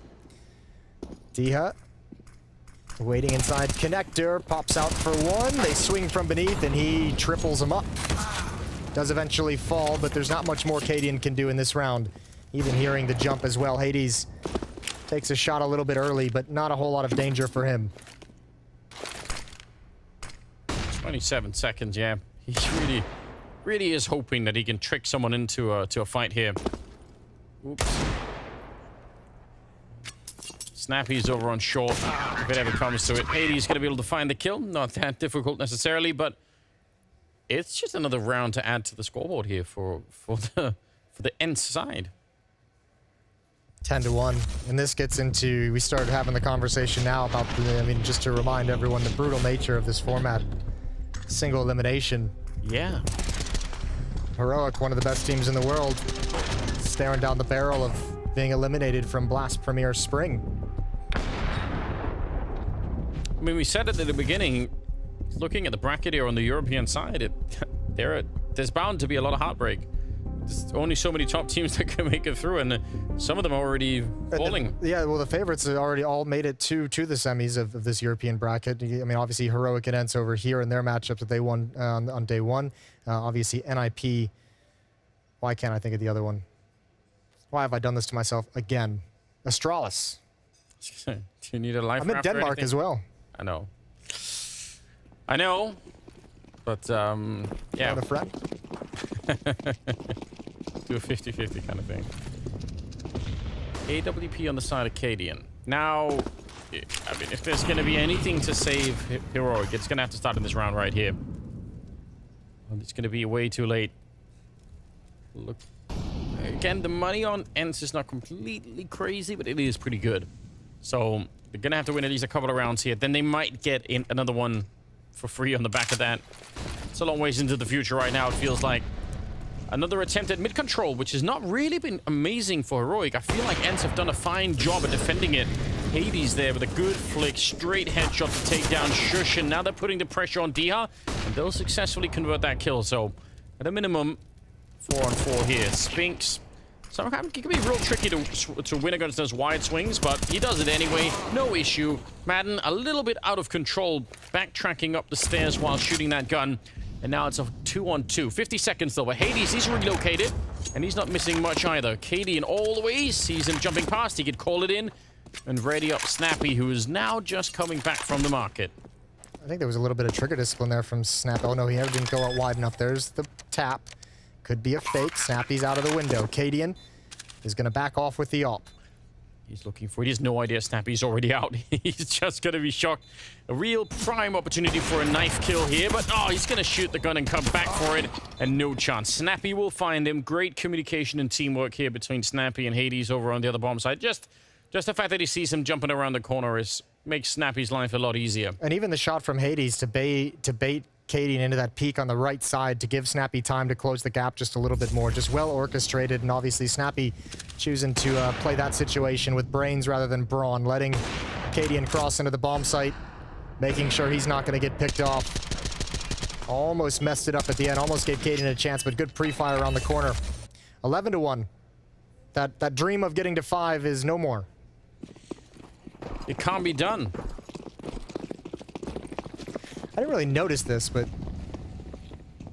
there's a distinct lack of fragging happening, I feel like, on the Heroic side. 4 kills on Shush, 3 on Stown. You're right. 5 on Cadian. Obviously not the whole game, as we all know, but pretty big component of it. There is kind of a lower limit to... there's some threshold you can't drop below before things start to go really badly. Ooh, little trick there. Throwing out the smoke and hoping that there's going to be a reaction on the other side. It's down with a good kill. Diha peeks into it. And some mid-control now for Heroic, at least for the minute. I would have won that fight against Madden too. This is everything they want. They probably wanted this 10 rounds ago, but whatever. Hades is so dead.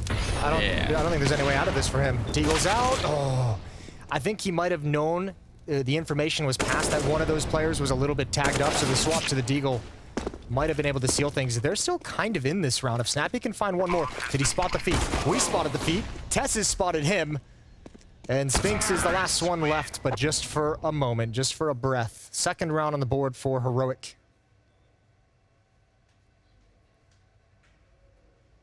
That's very, very late to be picking up that second round. But I should take note of the fact that this is finally a round where they have some mid-control. I mean, partly also because ENCE weren't really fighting for it this much in the round. But it's just such an important component of playing this T side successfully. And a lot of teams, I feel like, are able to take that mid-fight and win it almost every single time. There are some CT sides that even almost give up on holding it. But ENCE have done a phenomenal job. This time they dropped Tessus at the top of mid. And now they're in a 4-on-5. Relentless in many ways. Well, opens up this possibility for Madden as well. This is a lot of information. This is a great way to shrink the map. Still got to be cognizant of A ramp.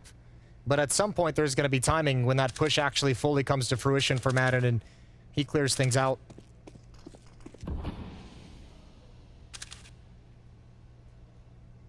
No targets here. And you're right, he is pushed up really, really far. Still doesn't budge, though. You got to respect it. Now he's turning the corner right at about the 1 minute mark. He says, it's time for me to start getting on my way. He can at least have a fast flank if this hit is any kind of successful. Snappy on the initial defense. Him and Spinks are disconnected at the moment, with Spinks firmly in ladder room. Yeah, but look at how Diha is almost sort of... I mean, he's starting to get a little bit closer to that side because of Madden moving in T-spawn now. They just know what's coming. Spinks does go down. Snappy, very awkward position. Oh, he picks up Stout as well. Shush on the double. I can't believe he actually got that second kill, Snappy. That's out of control. 30 seconds. He's going to put that bomb down right away. Nade is not going to touch anyone. And again, how could they know that Madden is already here, about to end the round? So well done. Absolutely devastating for ENCE here. Yeah, this defense is just so solid in every way. I mean, Snappy getting that second kill is unreal. That's the craziest thing about it. And he even heard Shush drop. He just ignores it for the longest period of time. And that flank from Madden, it finally came to fruition after all that time to find the final kill. 12-2. What an incredible opening half of this third map. If you're an ENCE fan. Yeah. Only if you're an ENCE fan right now. Yeah. But the good news is they must be accumulating more and more of them. That fragging situation, you're right, it's still kind of an issue. On the other side, they have 3 people. Madden, they got Hades, they got Snappy. Got a lot going on for them right there. Speaking of Madden, had a real good event so far, and it's a triple spray down. Hades, I don't know how he doesn't actually get that kill. It looked like it was dead on. Shush trying to fight his way back in. It's a 2-on-2. I don't know how that happens after the triple, but I guess Heroic will take it. They need this third round more than anything right now. Yeah, that's way, way too much from ENCE to drop this. This has got to be really stressful for Madden. He's got to be thinking, are you kidding me? I get a triple kill, and here we are. Yeah, why? You put in all that work. A minute left. Here's the thing. Heroic is slowing things down, and obviously Cadian's cautious of it, right? But they're trying to make this defense wonder. They're trying to keep it split across the map. This is that incredible triple kill that all goes to waste due to the fights after it. Yeah, it started out so well. Snappy's in such a strong position, and if they ever spot him here, even if they go 1-for-1, they'll never expect the follow-up flank from Spinks. Yeah, that's true. As soon as you get the kill on Snappy, if you ever do, it feels like a cleared position. It feels like it's done.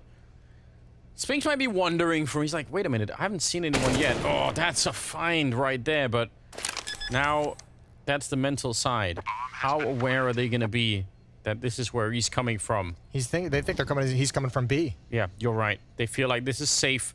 Slowly sneaking in, and there's the back showing. He's not going to take any more risks. He'll get that kill right away, but he can guess where Shush might be. There's really not a lot of places he could have gone either. Tries to get that jumper, sneaks in, and a straight headshot to bring him down.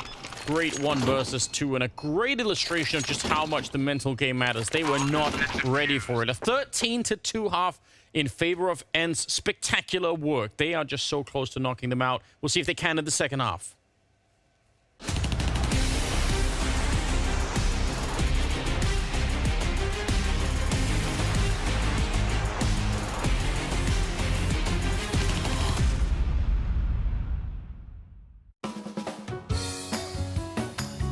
If I was to make my CSGO dream team, let's start with the AWPer. Simple. Obviously, no-brainer. He's like the best player now in the world, and he's been playing amazing for a long time now. So you just have to include Simple, and I think that he'd be awesome to play with again. Get Simple in there. So I think it's a good choice for an AWPer. For in-game leading, I would actually take Glaive. He's the most accomplished IGL. A great caller. He played in Astralis during their era when they were the best team in the world for a long time and they crushed everyone. And I think that he would probably be really cool to learn from and see his thought process on how to organize everything and the reads that he's making on the game. And for the aggressive role, Config for my own team is really good at that role. So I would pick myself, because obviously it's my dream team. I want to play with them. I'd probably just be doing the aggressive stuff, going in first, second, and just trying to follow up on people. I think that I could do that pretty well. Dupree. I'd say myself, entry fragging myself. So I think that this is like kind of hard to really get like a good read on like who I should pick. But I think I would pick Yakinder. I think that he's a really aggressive player and he has like a lot of good like feelings for the game of like how to feel it out and like where he thinks that he should like go aggressive or like keep a lot of space for the team. Let's bring in Electronic, Simple's fellow fragger. The lurking spot. And the second anchor, because there's obviously 2 anchors in the team. I would take Ruff's, really great lurker and reads the game really well. I would pick Naf for my lurker, just like the guy that can make anything happen pretty much. I think that he's a really good clutcher and he can just like make some random rounds just like turn into a win. So I think that he would be really solid. He can do like a lot of really like amazing things. I'd say like an anchor slash like second lurk-ish would be Bit. Probably one of the best riflers right now as well. And the last one would be like an anchor player, maybe myself.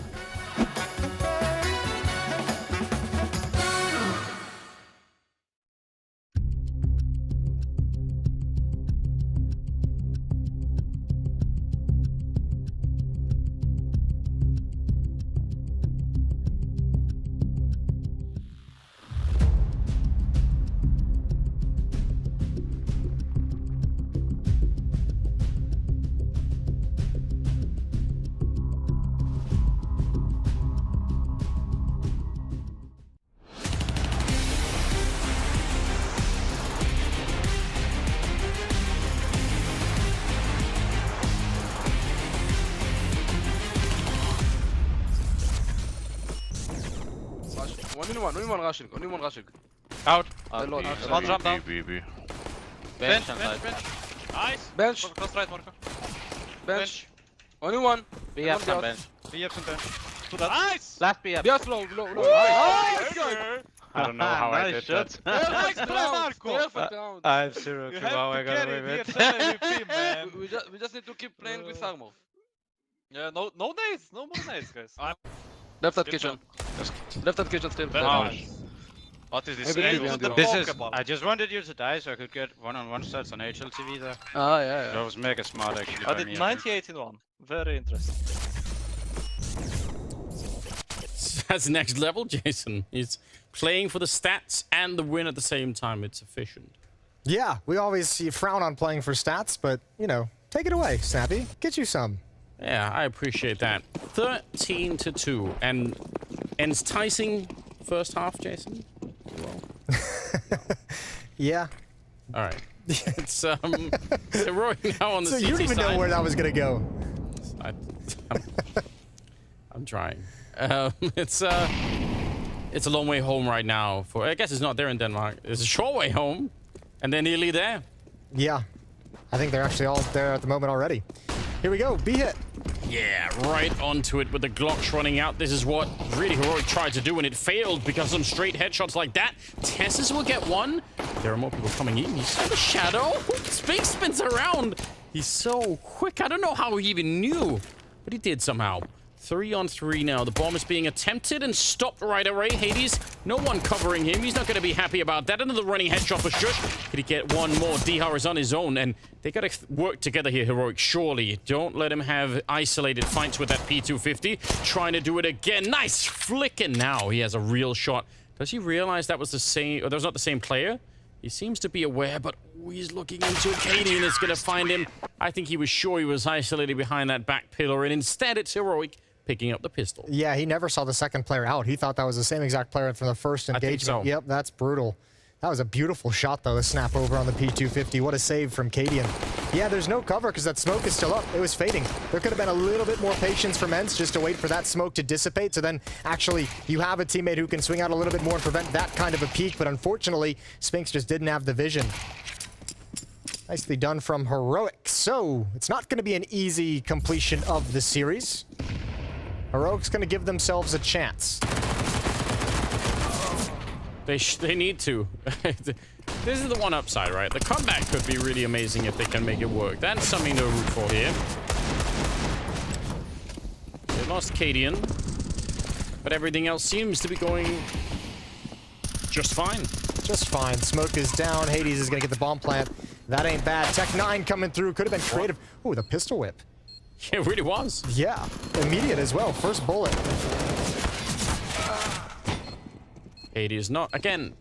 Even in fights like that, he seems so unstressed. He's like, I'm gonna take one of these fights over towards the stairs, and then I'm gonna take the next fight towards CT spawn. And even if I'm getting shot at, it's like he's just going through the motions. I like it. Yeah. 13 to 4. It helps when you're in like an unwinnable round, and you're just like, look, I'm just going for one more. Yeah, it's true. You're like, I'm out. That is true. Just to touch on the subject once more, out of curiosity, has there been like a new thing of every team making throw pillows now? I don't. Maybe it is just the new merch thing. What kind of merch would you want them to make? We've established you have an. I'm from the Midwest, so I'm hatred of throw pillows. I'm good with hoodies. Yeah, but new. We have hoodies already. Well, it doesn't have to be new. You don't have to reinvent the wheel. Just better. Let's go there. Better hoodies. Fancier hoodies. Hoodies for date night. Yep. Hoodies for relaxing. Hoodies for business. Okay. You only want to wear hoodies. I'm behind it. I understand. Ooh, it's down. That's nice. Hoodies wouldn't have saved Snappy and Madden right there. Not at all. Hades, though, back with the Krieg. And they'll get another kill in the middle. That's Cadian gone down. Shush trying his best to save this round. ENCE applying a lot of pressure already. Hades is sneaking in. If he goes to the... Oh, wow! Refresh! That's surely just a guess. Yep, entirely just a guess. He just said, well, I haven't really... No one's cleared behind this smoke. We don't know what's going on here. Let me just spam along the wall. Unfortunate for Hades. That was looking like it could have been a very cool play. Diha left in the 1v2, but he's at least got an isolated 1v1 here, and Tessa has just slipped into the site. He's a bit exposed. It's down to timing. Oh, and he never spots it. Diha knocked out as he goes down. He is silent as the night at the moment, but still in a little bit of trouble. Wait, are they? No, they're still pretty close. He could go B if he really wanted to. The problem is if he starts running... do it. Yeah, if he starts running when he's still within footstep distance... Oh, he goes back.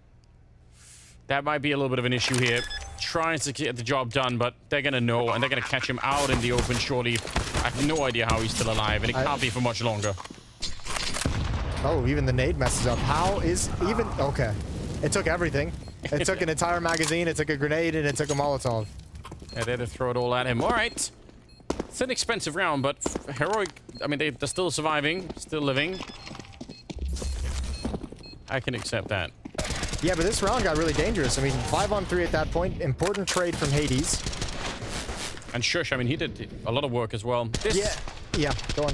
I don't even know what this is. Well, it's because Hades gets the kill. I mean, it is exactly what you said. It is just a guess. But Hades gets that kill at top mid, so they know he was in mid at one point, right? Refresh was like, he was here. He was somewhere around this. So he's either fallen back, or maybe he's creeping up in the smoke. So let me just put like 10 bullets into it and see what happens. They still have money. They get the bomb plant down thanks to Diha in the 1 versus 2. Super silent, creeping around the bomb site. Oh, nice. Right in the window. Spinks. Down is here. Spinks is doing it again. He's ready to win this map. Yeah, that's wild. This hold in W. Good rebuttals from Cadian and Shush to bring it into a 3-on-3. They still have to address Spinks, though, and he gets another. And they should know Cadian was here with the AWP, and now they have Hades creeping up into the A bomb site who knows CT spawn is clear, and the round is all sorts of awkward for Heroic. ENCE has just infested every corner of this map. It's a very hard thing to... Oh, wait. Are they going B? This is weird. Oh, no. Oh, this could get awkward. They're pretty sure that he's in Palace, probably. They saw the smoke out there, and they couldn't find him on the bomb site, so they're thinking, all right, that's it. If they go hunting for him, if he waits here long enough, I wonder if it's actually going to work out. Surely they're not going to leave right away. All right, they're going to find him. All right. All right, I take it all back. It's all good. There's a moment there where I thought it could get really strange. Yeah, it felt like there was a possibility for it. Good heads up. Watching the flank. How do you control something like this? Boom. Just running into every fight and winning every single one of them. Yeah, you don't really. I mean, you maybe could have thrown some utility, some flashes over to slow him down, but I mean, you can't do that every single round, and how are you supposed to read what's coming? Oh, look at the money. Oh, no. Yeah, this could be all it for Heroic. If they're to lose this round, all of a sudden, it's like the path opens up to a series victory. That's a great boost, but it also gives away the fact, yep, they know that there's going to be a second player there. They've read that. instantly. D-Hop, good bit of thinking from him. Some damage on the D-Hop and Hades here, so even if it's a 4-on-3, maybe there is a chance. I think chalk that up to one of those spams that probably isn't worth getting into if you're Diha. He's going to park himself in connector, be the pivot point, be someone who can pop up as they need him with that low HP, look for information inside of the bomb site.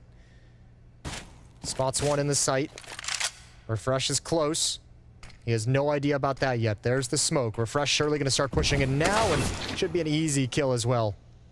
That's important. Gives him an AK to work with. Oh, Madden, that's a little bit aggressive running into it. He's going to be going down, and they don't need to give Heroic a way to get back in. I know it looks like it's really far away, but you never really know what's going to happen here. 14-6. And they don't know that Shush is in Palace. The insurance policy, he can just pop out whenever he wants.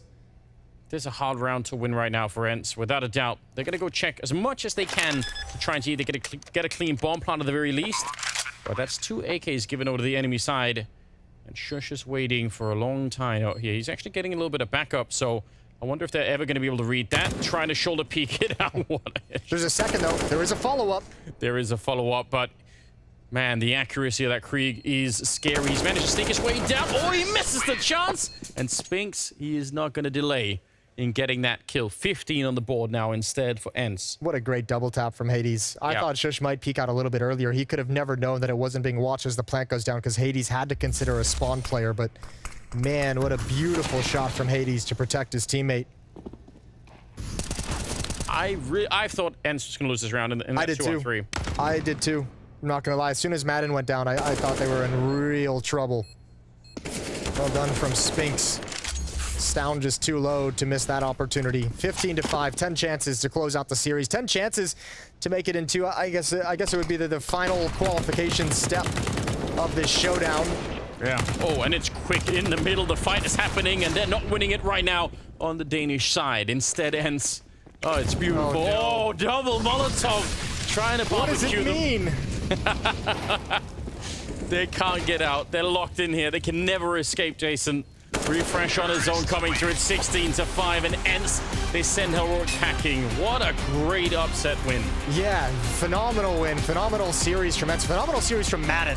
What a beast he was today for ENCE. Really powered them into, again, the final qualification stage. That'll be up against NIP or Astralis, whoever wins that game. But man, ENCE really had a great showing on Ancient. Overpass was a little bit rough, but the bounce back from being stressed on Overpass into this dominant Mirage, that's spectacular. What an incredible CT side. They're in such a good position. They overcome a lot of adversity in this one. They showed that they have even more maps they can play. I think even on Overpass, they could have been even more competitive. Yep. Good times. Certainly. Lot to break down, and luckily we do have the desk ready. Thank you very much, gentlemen. Yes, ENCE winning out the final map of Mirage in absolute blowout fashion. Heroic thrown overboard. And that final round, that pacing we just saw coming out of ENCE in that. They wanted to close that out. They were angry. They wanted to bid Heroic farewell. They are eliminated from the tournament. Yeah, they did it in style, ENCE, this time around. Very, very impressed with their play here in Mirage. We talked about the confidence, you know, on ENCE side. It was evident to me that when they came out in the first half, they just wanted to fight and fight and fight. They didn't leave Heroic any space whatsoever. It was almost like ENCE were inspired by the way Heroic played their CT side on the Overpass, where even if you had an idea of what you wanted to do from the beginning of the round, you were constantly being disrupted. You were constantly being disturbed.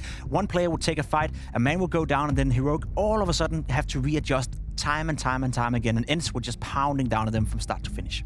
Yeah, I think this was a full-on team effort. I mean, this was Spinks, this was Hades, this was Madden, this was Snappy's great calling throughout all sides of all of these maps together, aside from T-side of Overpass. But they did fantastic, I felt like. Yeah, no, and it was incredible to see the blowout that you predicted happening, Noah. The fact that they got to come out and really show their stuff on Mirage, and particularly when we know it's a map that's also historically been really good for Heroic. Oh, for sure. And I mean, like, I felt like there was a little bit of a reminiscence of, like, Spinks running down middle like that. It kind of reminded me of, like, Yakindar. Just kind of running down mid and just headshotting everybody left and right, up, down. He's just jumping through window. He's crawling through the hole. He's killing someone in market. This was fantastic to see. And I like that we get to kind of wrap things up as well. The fact that we heard from, I believe it was Madden at the beginning of the series saying, you know what, we believe that we're more unexpected than Heroic coming into this series. I think this map certainly exemplifies they were. maybe more unpredictable. You know, the way they play, right? They can play on different strings.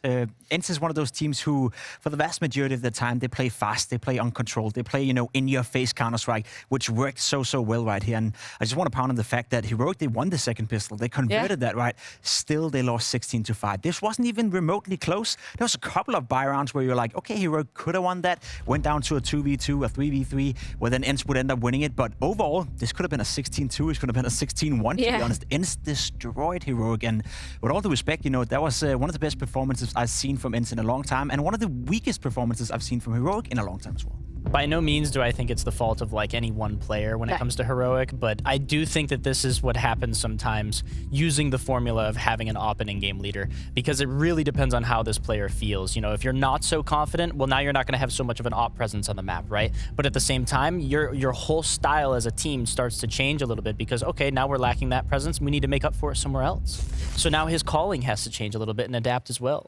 Talking about... Yeah, I just want to point out, right, to me, Heroic coming into this matchup, they're one of the best teams in the world, right? They're number 4 in the world ranking. They are, when it comes to Mirage, one of the best teams in the world as well. I would definitely put them in a top 5, top 6 category. So I want to give as much credit as absolutely possible to ENCE for making them look silly, right? Heroic are not playing this game once more. If we were to replay Mirage, they would do much better, I'm sure. But this time around, ENCE were just miles ahead because they were good and Heroic just couldn't get started at all. Yeah, let's continue to give some credit to the side of ENCE. Let's bring up hades, because we haven't actually really spoken about him throughout this series. We're bringing up other names as kind of the star power. I know you were bringing up, I think it was you bring up an interview with him saying the fact that, you know, he doesn't necessarily always have to take that space because there's so many other explosive names in the server. Yeah, totally. I mean, even in this game where he performed very well individually, I felt like he just played his role and did what was expected of him, especially when they're looking to win a game, right?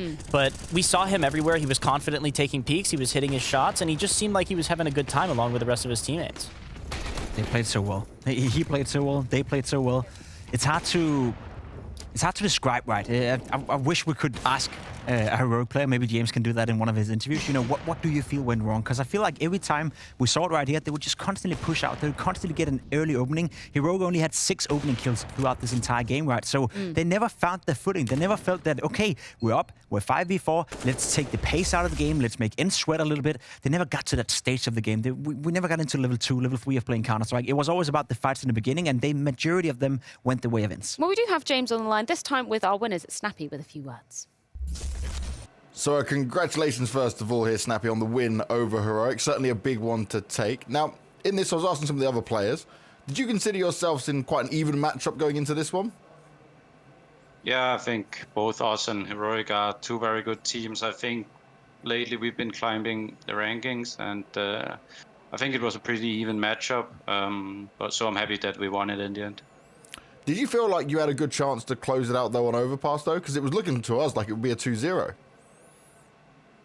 I don't know, like T overpass at the moment with the silencer is just so hard. I think we're not the only team that sometimes gets shut down because on that map, it's like, it's such a big map and you have to take so much space and the silencer is just so good. So if you don't get some of the clutches or the pistol, then it's an uphill battle to get a lot of rounds on the T side of that map. I also saw that, I think you saw also that they also struggled the same way. I think they even got away with some rounds they shouldn't have at the start. Like Lotan didn't think he could defuse, but he could. And then there was another round where we were 4v2, but threw it away against Tech9. So I think it's just a tough map for any team at the moment in the silence era.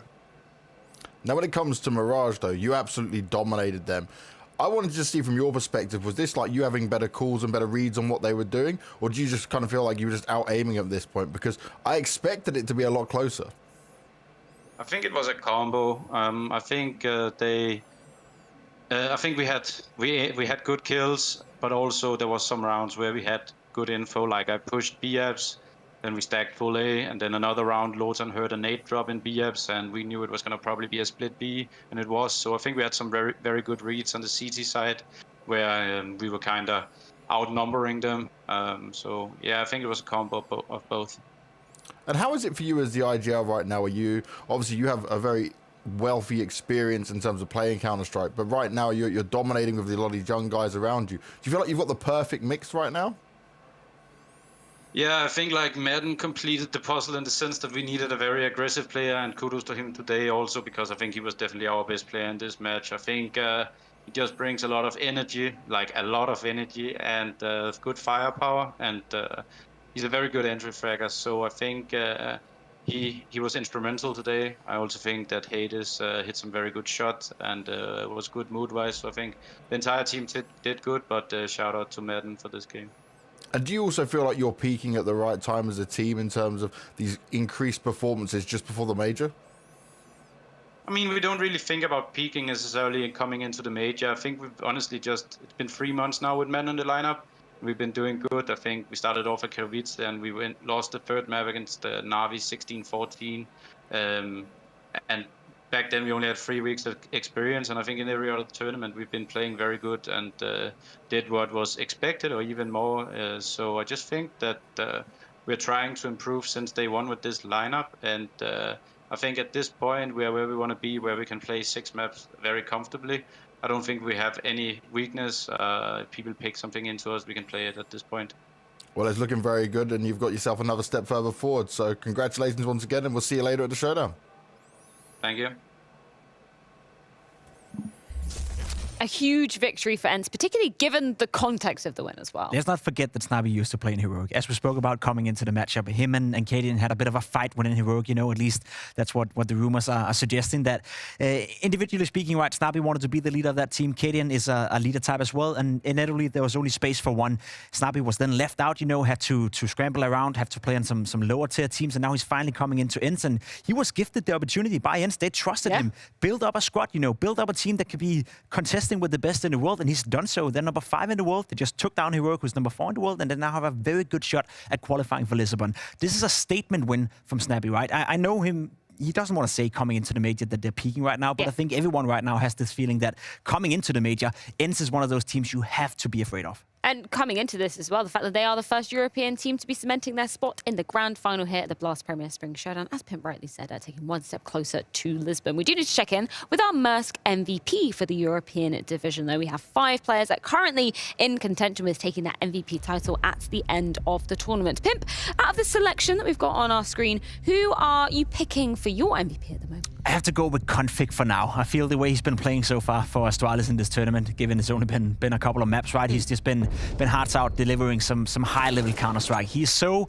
confident right now, it seems like, and Config, when he's hitting his strides, you know, he's one of the best riflers in the entire world. He's still struggling with a bit of consistency, which is why I'm not really sure if he's going to claim the MVP title, but as for now, he's definitely in the race. Yeah, I like that kind of potentially dark horse pick if he continues that consistency, and the fact that he gets so aggressive as well, that is so scary to play up against. Oh, yeah, and my choice is going to have to be Spinks as well, but are we still talking about Config? No, we can bring up Spinks. There we go. There we go. Yeah, my choice is going to have to be Spinks, though, because kind of as I alluded to as well in the pregame, this is a player who creates his own energy on the server. He's going to go around and he's going to show you what he's up to, and he's going to get it done. He's averaged, out of the 5 maps that we've played here at the Showdown, he's averaged at least 22 to 23 kills per map, and this is an insane statistic, but at the same time, ENCE peaking. I would just love to see Config go up against Spinks on this map we're seeing right now. That duo, those two going head-to-head, that could be spicy. And that could potentially happen when we're looking forward to the grand final. Of course, it's going to be Astralis taking on NIP later on, but it is time to take a hop, skip, and jump over to our North American division. We've got 2 more best-of-3s coming your way. We're going to be starting off with Complexity taking on MIBR, both making their debuts here at the Spring Showdown, and you don't want to miss it.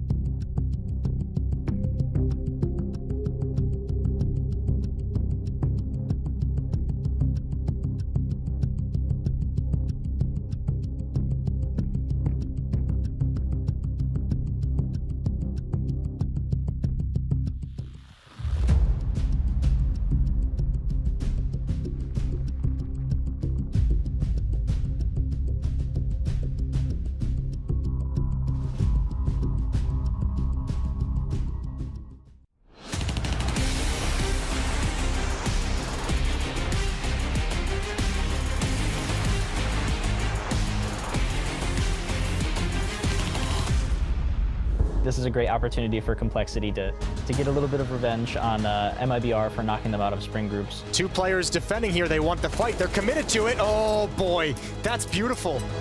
An MIBR Cole, I feel, is like really like a 51-49 kind of game here, but I do see Complexity winning it personally. That's very dangerous, but he's back. Oh, and it's a 2-for-1. He gets both JT and Grim. Oh, no, again.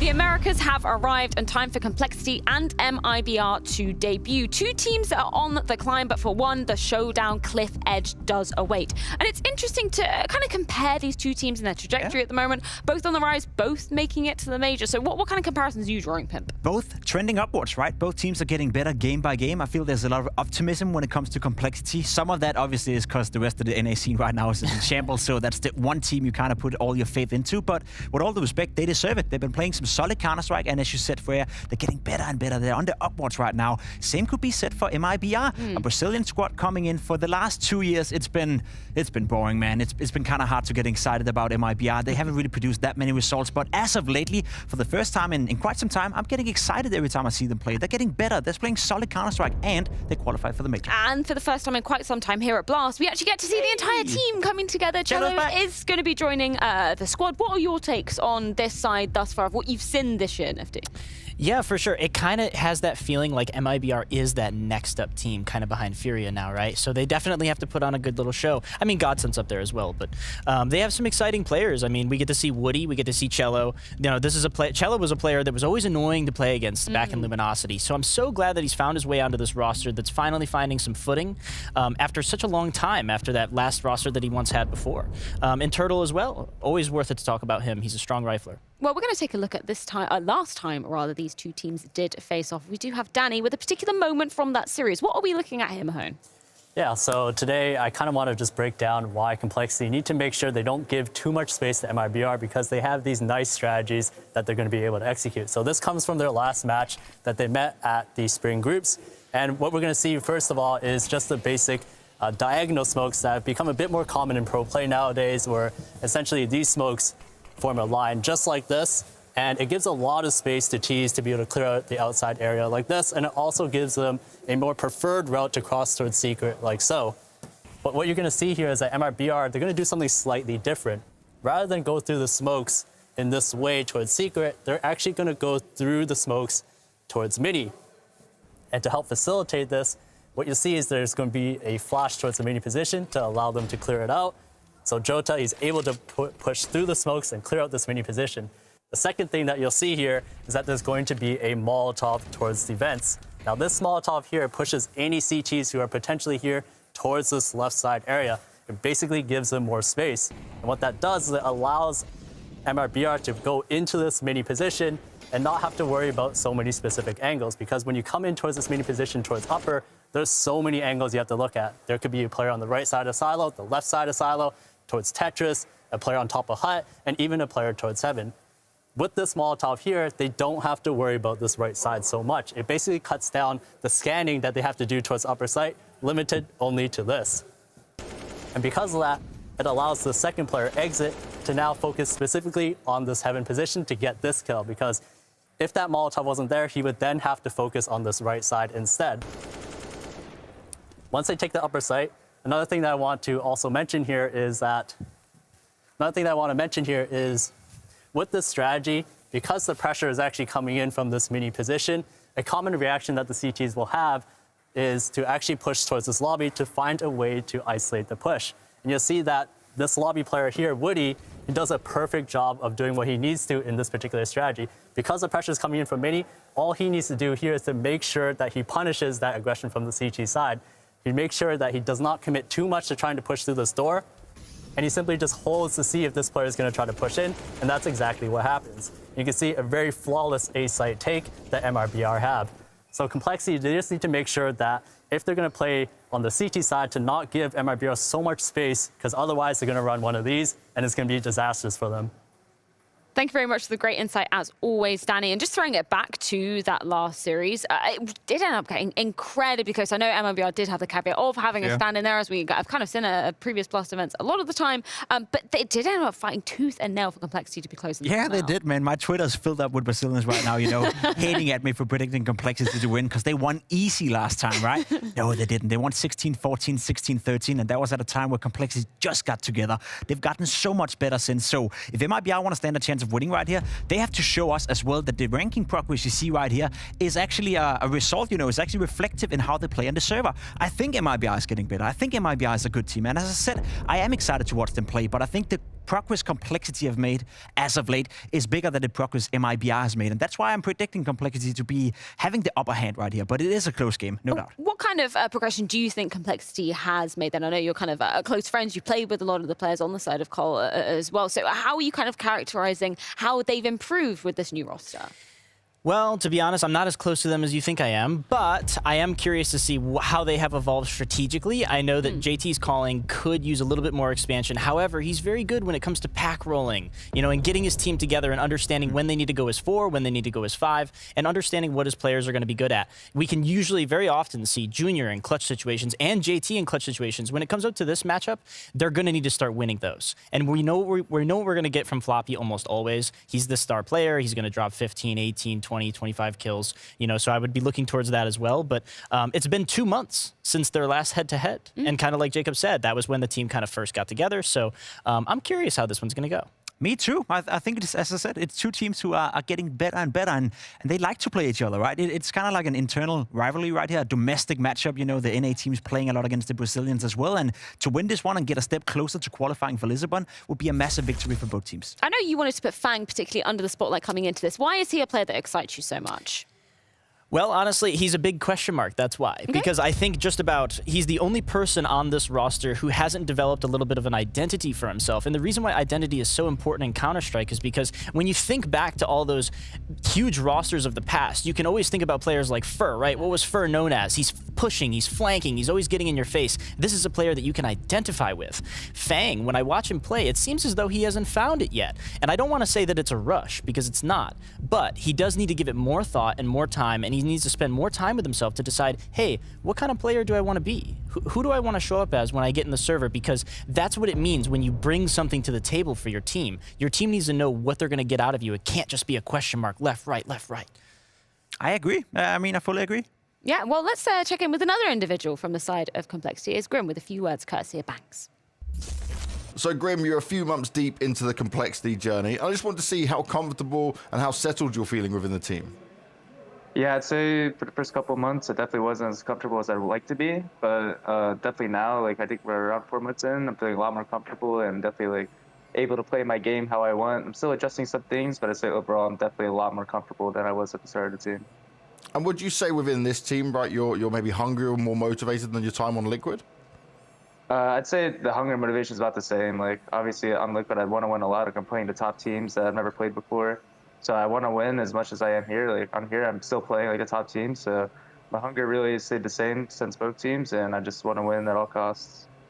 Now, Complexity, for me, they're very close to being able to be within the top 2, maybe the #1 team within the Americas region. I just want to see what you think is missing for you to be able to be in that slot. I think we're not far off at all. I think for us to be the best NA team right now, we're just focusing on the small things. I'd say we got most of the strats figured out, but it's just the small things playing together, working off your teammates as best as possible, offering nades for each other, just stuff like that. Once we get that down and more reps in practice, I think we can definitely take it and become the best NA team. Now, you already made it to Dallas. You've also got the major as well. Getting to Spring Finals would certainly be a great thing to do, but with only one slot. How far away do you think it's possible in this event? Do you believe you've got the ability now to beat a Liquid, to beat a Furia? I definitely think we do have the potential. We just need to show it in the server. We have scrimmed these teams a lot. We know how to play. We've been playing better and working with each other as a team, and I think by every game we're improving. So I definitely think we can take it. Just we all need to be on 120% that day and be trying our best, and I think we can come out with the win against any of those teams. And how much of a confidence booster has these recent qualifications been to you guys? It's been a huge confidence boost. It shows that we're actually making improvements, and we're we're doing what we're talking about, which is a big thing. just like making sure like the mistakes that we're making, we're actually fixing them, and it showed in some of our games.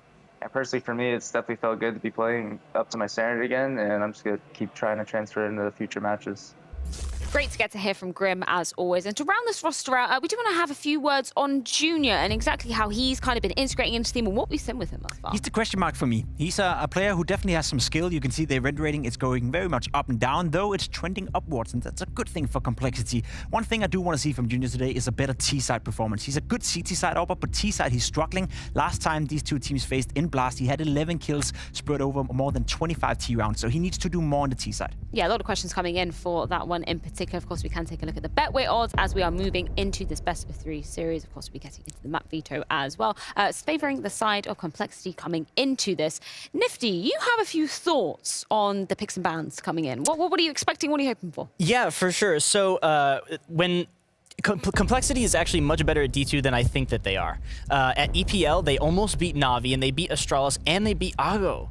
So I don't know why they banned it against. What are we getting? We're getting Dust. We're getting it. There you yes, go. I'm so glad that they just let that go through, because I think this is going to be the sleeper pick. I think Complexity actually will take that map.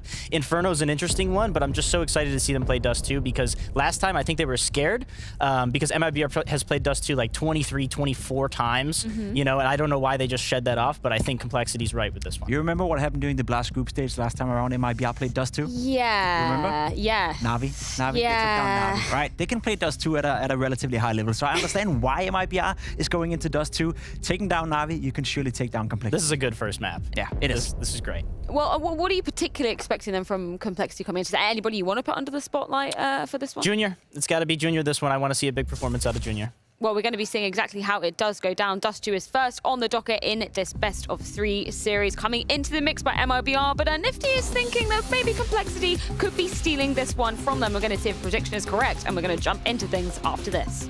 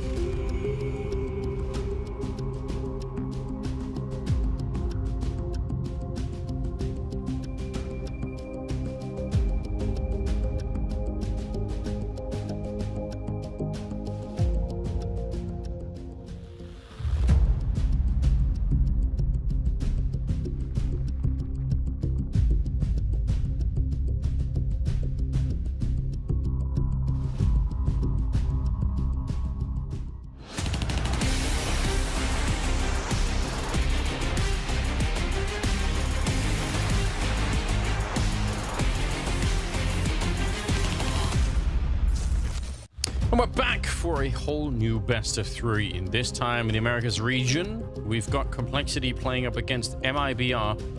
I think this is going to be real fun. I look forward to it. The odds favoring Complexity, I don't think that's unreasonable. No, not at all. It probably should. They've shown some good things and some improvement, but obviously, I mean, especially after the Americas RMR, like if you come into any tournament like doubting that the Brazilian teams and the teams from South America are, you know, doubting that they could be competitive with you, you're going to be wrong, and that's going to put you in for a bad time. Still, I think it's going to be an uphill battle for them. Not that it's unobtainable or unreachable, but this Complexity team is starting to come together, and they have that really strong core that we all kind of like watching. They have Grim, they've got Fang, and they've got Floppy. Yeah, they definitely can be a really hard-hitting team, so it makes sense to me. Although, to be fair, MIBR finally have Cello back on the team. I was starting to wonder if he was on the team or if they was just a joke, if it was like a long-running prank. That's a good point. Yeah, it was a very strange situation for a long time. But then, I mean, you also have the conversation to, you know, is there going to be any kind of learning curve? Because I mean, this MIBR team actually started looking like they were getting relatively comfortable and impactful without him. So now he's got to prove that he can take them to another level other than that. We're going to find out right now. Dust 2 to begin with, MIBR and Complexity. Someone's moving forward and someone's getting knocked out. We're going to find out who right now. On the CT side, it's Complexity first and MIBR on the T side. Got a lot of Glocks in play, of course. Okay. P250 for Turtle out long. All right. Junior is already... Oh, he's making a lot of noise. Surely being heard. Yeah, they know. He didn't see any fights that he wanted and just backs away. So never really truly wanted to turn that corner, although he's got to be careful. Still all alone on Catwalk. They're starting to creep up, and pretty soon he's not going to be able to get away. I think he's overstayed his welcome. He's certainly going to go... Oh, they let him go. They let him go. He's going to turn and fight because he doesn't think he can make it all the way around that corner. Floppy's got one out towards long. There's still 3 bodies to defend the A bomb site. Yeah, JT is one of them. Oh! That is a knockout punch. JT overextending a bit there. Fang now up by the scaffolding outside of the B bomb site and started to be in a lot of trouble, and they slow it down for a second to make sure they can all peek at the same time. And that is some time well spent right there. Woody gonna go and put the bomb down to the back of the bomb site, and it's a 2-on-4 retake into the B bomb site. And the pistol round, that is not easy to do at all. Grim hoping for a quick headshot. Probably needed that headshot to make this work. A little bit of a flashbang setup. Floppy's going to go and fight for it. They've lost Grim and they lost Floppy, and it's MIBR to pick up the pistol. Yeah, I think just some poor individual decision-making. Like this, JT's up on the railing, fully exposed to that shot. Fang out on this balcony. There's nowhere for him to go once he's spotted. Didn't really commit to the fight when he was seen, and obviously we saw the sequence with Junior on Catwalk overstaying and being in a lot of danger considering how close they were with nobody spotting in middle. They're just some poor decision-making, I guess, is the best way to describe it. Yeah, couple of mistakes right there, and that'll cost you. And now they have, again, USPs obviously on the CT side, and some random weapons on the T side. Turtle with a MAC-10, so they could send him wherever they want. Should be able to farm a little bit as well. 4 players inside the bomb site. Molotov passed over to a teammate for Carr. Complexity has the information. The long take is underway. If only they had a flashbang.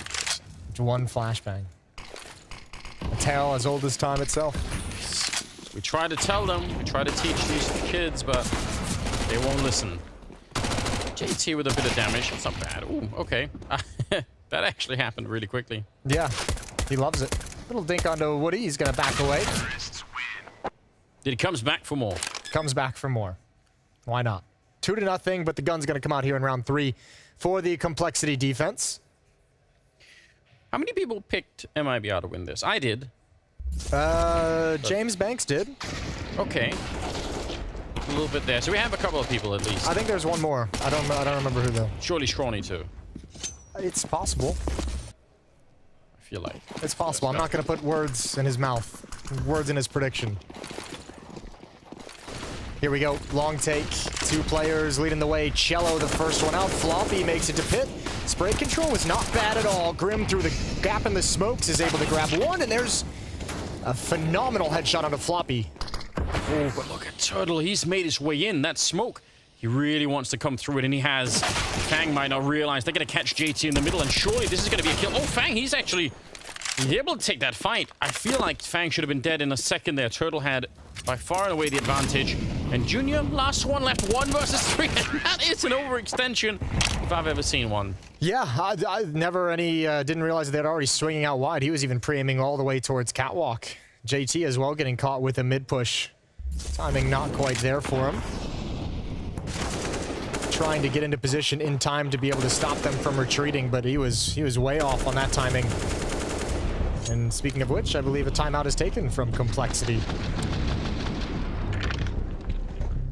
Crazy scenes to begin with here, but I mean, MIBR surviving the early starts of it. And some celebrations are in order. I enjoy that. It's one of the best things about Brazilian Counter-Strike, in my opinion. Technical, not tactical. Not technical timeouts, I meant the celebrations, but yeah. Yeah, I know.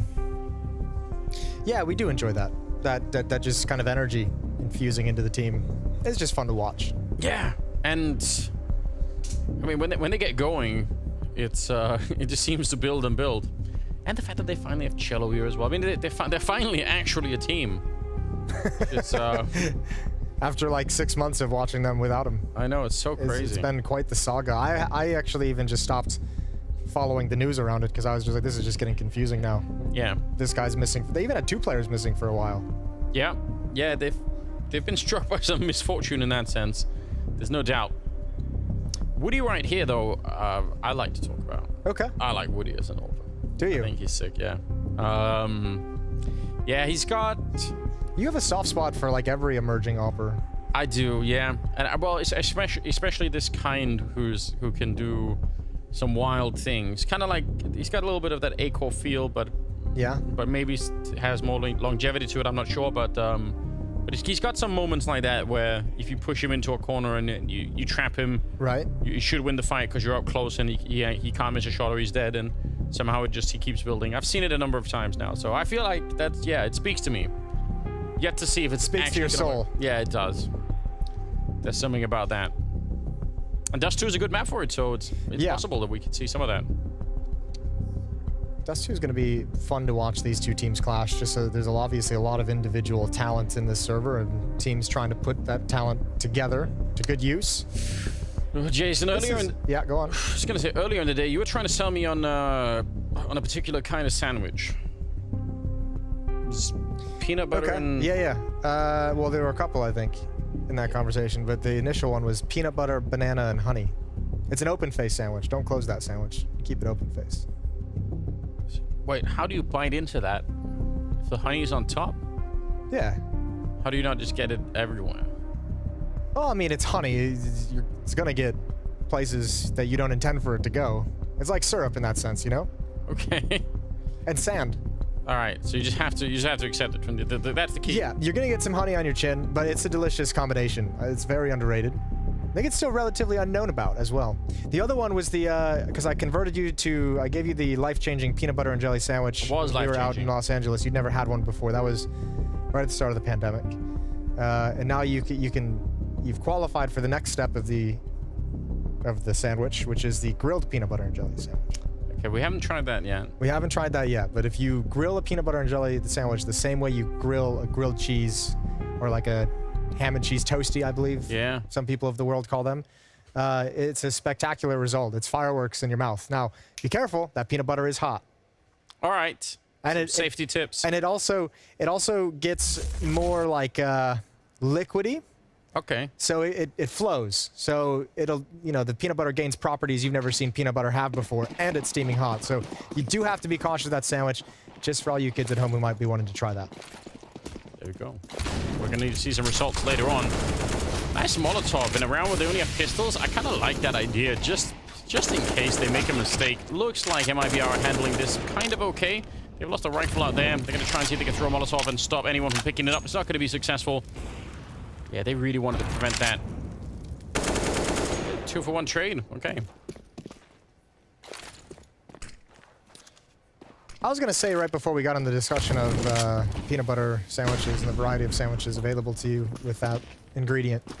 One of the players that I'm really interested in watching on the complexity side is Fang. I'm just really interested to see like how his development goes. I think there's a lot of reason to be excited about some of the potential we've seen, but not really much like much like what you just mentioned with Woody, not really sure if there's going to be like another level or like longevity to it. Yeah. So, I mean, he's still in a phase where he's got to kind of prove himself, but I think a lot of people are interested in what can become of him as a player. Yeah, he's really impressed me as well, so I'm going to be on board with that. Good play that he did just now, hiding inside of the smoke with the P250, walks out, gets a kill, gets shot in the back, but that's not really his fault necessarily. The AWP is lost in the middle, so one thing is obviously winning the round. They want to do that MIBR, and they still should have a good shot at doing it, but after that, I don't think they can get the ult back easily, and that is going to be a little bit upsetting. Grim gonna swing into it, but yeah, it's a really mean crossfire there. They're going to win the round, but that was way more expensive than it needed to be for MIBR. So I think Complexity, even if they lose that one, they can build a bit of confidence behind it. Yeah, I mean, they'll be okay with it. 4-0. And immediately going to get a little bit of break in the action. Quick delay. A technical pause. It's possible. We don't know. It's possible someone spilled hot peanut butter on their, on their keyboard. That, honey, I said I was going to get places you didn't want it. And you went to a bad place in your head, but it was the keyboard. You must be careful, yeah. What's the weirdest sandwich you've eaten recently? Actually, you really don't want to know. Tuna and mayonnaise. I'm so sorry, Jason. I'm so sorry. Well, did you at least make like a tuna salad, or did you just combine like standard tuna? Just tuna and mayonnaise. You're disgusting. You deserve the worst of everything. I know. I'm not even gonna try and defend it. I'm just. Ugh. You're gonna have to. You know, fly in a day early next time and make sandwiches for me, so I can become a cultured human. I might have to. I feel bad with what you're putting yourself through. Your body can't be pleased with you. It did change my life, the peanut butter and jelly, because I've heard, obviously growing up with American TV, I've heard it a million times. I just thought, like, what is this? It's like one of the most versatile sandwiches out there in the world. It's beautiful. If you, I'm learning that. If you go hiking for a day, it's great for energy. You take a pit stop, eat half a sandwich, move on. It's obviously wonderful for kids, wonderful for adults. You can have it for breakfast. You can actually take a little half sandwich to bed at night if you're really in the mood. If you're fragging and you need to get a quick snack, it takes about 45 seconds to make. I had no idea that you had a career as a peanut butter and jelly salesman. I think it's great. I appreciate it. Yeah, I got you. All right, we're converting a lot of people. I mean, whatever it takes to get you off of tuna and mayonnaise. That's my only goal in life now. Okay, well, will it help Complexity win this game? PB&J? I'll Yeah. get back into it. Look, if they're down at halftime or down after map 1, I'd ship them some PB&Js. All right. So we have expanding the horizon for what the sandwich can do. I appreciate it. Can it be deep fried? Anything can be deep fried, Anders. If you come to America, anything can be deep fried. We have the technology. We deep fry ice cream over there, which you wouldn't think is possible, but indeed it is. Yeah, I've heard. I think I might have even tried that. Yeah. Deep fried cookie dough, deep fried Snickers bars. They do that in Scotland too. I knew I'm not Scotland. Okay. Okay, well, we're learning a lot. I don't know what the technical pause is, so we apologize for the delay, of course, but hopefully soon we'll get back into the action so we could see a little bit more. Hopefully Complexity as well could get back into it a little bit early on. What is it? I mean, we haven't had a lot of rounds, so it's kind of a little bit unfair to ask, but are there any like really big takeaways from the Complexity side that you feel like could it be improved upon here? The pit fight actually seems to be going all right. Like, it's been close. Yeah, I think the biggest thing that stuck out in kind of this streak of losses has been like a little bit of like just some, I mentioned on like the pistol round, there was some questionable decision making, staying around too long on catwalk, the overexposure from JT on the railing at a ramp, fang in a position that you can't fall back from, and then just, I mean, the first gun round that we saw, again, like you said, not a whole lot of information to go off, just like some very aggressive plays that are missing their timing. I think that JT push up mid. Yeah. Yeah. So kind of actually in some ways small but fixable things, which is good news. Yeah. Okay. Apparently, one of the PCs is crashing, which could be fun to troubleshoot. I think one of the worst experiences I've ever had with PC issues was somehow I had an audio driver that had been outdated, and it made a bunch of problems in my system that had nothing to do with audio at all. All the audio stuff was working fine, but like graphics, network issues like network throttling, I don't even know how it's even possible for audio drivers to do that, but Oh yeah, you've complained quite a bit over the years about just random audio drivers and Windows drivers. I actually think, and the more because I started learning how to play the piano at home, I have a digital piano. I've learned that even audio and Windows are just two things that just don't work together. You should never try to mix them. I don't know how it's possible, but Windows just can't handle anything audio related at all. You're not a fan of the Windows update either. Is anyone? No, Doesn't it always feel like you're rolling the dice? And just you don't know what's going to happen on the other side? I've never felt like I was rolling the dice with anything like permanent, you know? I always just feel like I'm rolling the dice of whether it's going to be like a 30-second update and you're back in, or like a 10-minute update where it just like sits stuck on like 70%. I just don't trust it. I'm not going to lie. All right, that's fair. Here we go. The crashes hopefully have been fixed. We're gonna have to mentally transition away from sandwiches. No more sandwiches for now. We'll get back to it. Don't worry. 5th round. Woody with the AWP. We've got a double up on the other side. Junior and Fang. Classic Dust 2 setup. Really. Oh yeah. Let's see how it works out. All 5 players from MIBR tucked behind this smoke. In the B bomb site, it's only one lone defender, JT. And when that op comes in, there's going to be utility, flashbangs, Molotovs, all in the choke points in his face. Smoke is going to plume surely at the door. JT needs to do a lot of work. What a great round for Turtle. 1 for 1 for JT. And now you're never getting back in that window. All the attention transfers over. 3 quick kills for MIBR.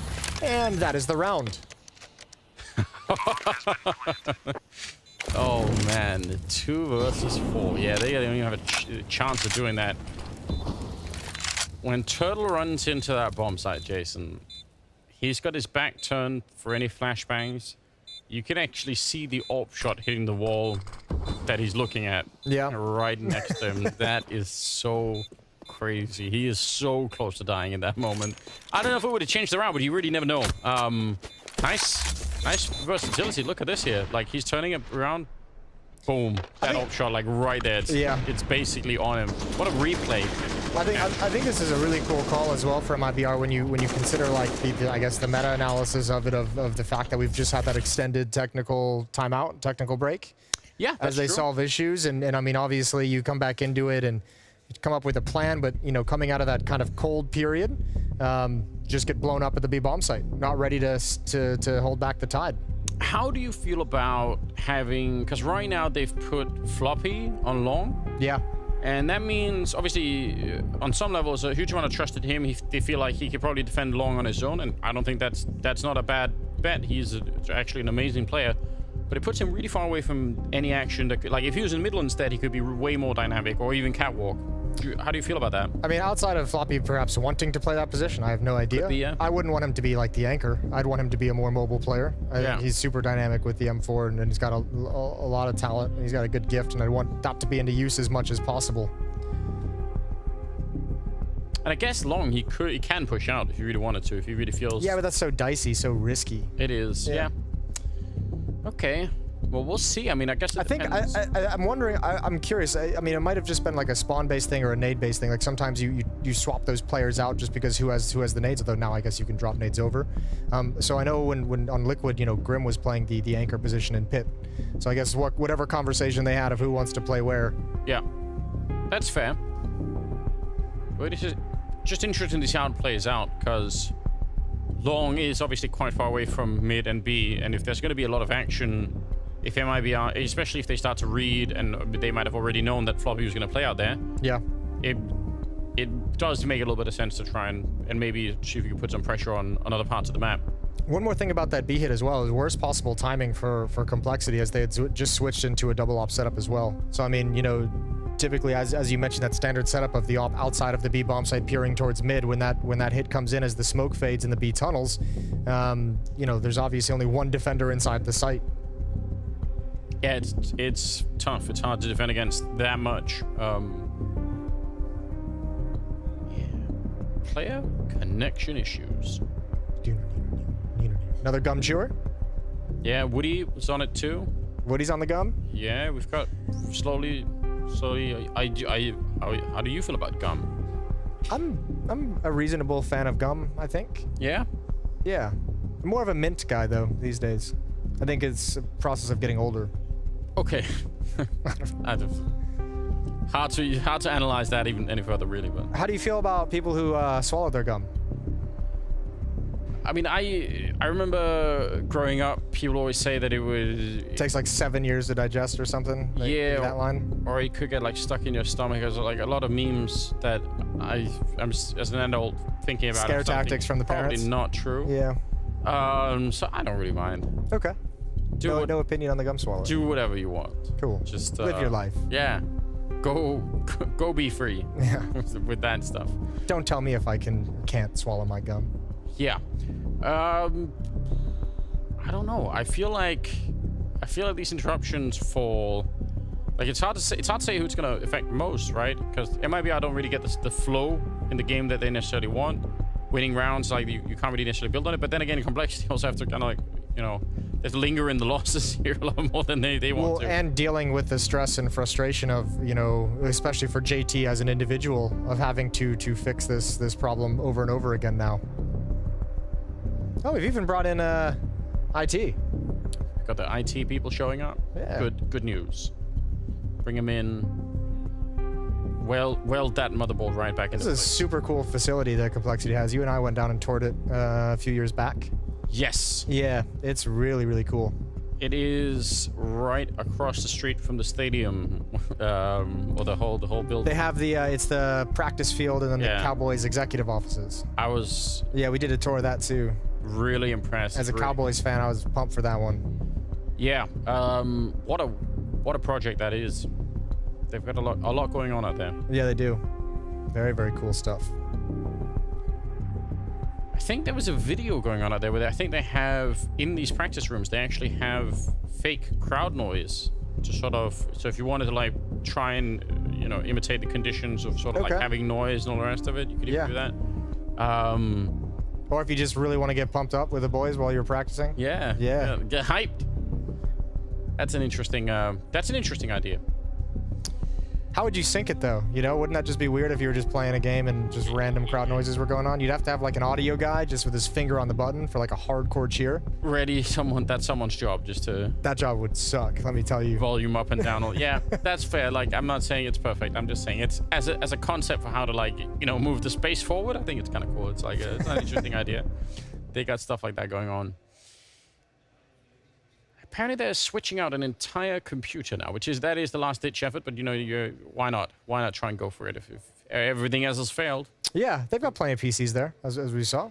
Who can... It can't be that long. Surely they got like an SSD they can pop in and out. Yeah, I reckon it will be fine. I'm not worried at all.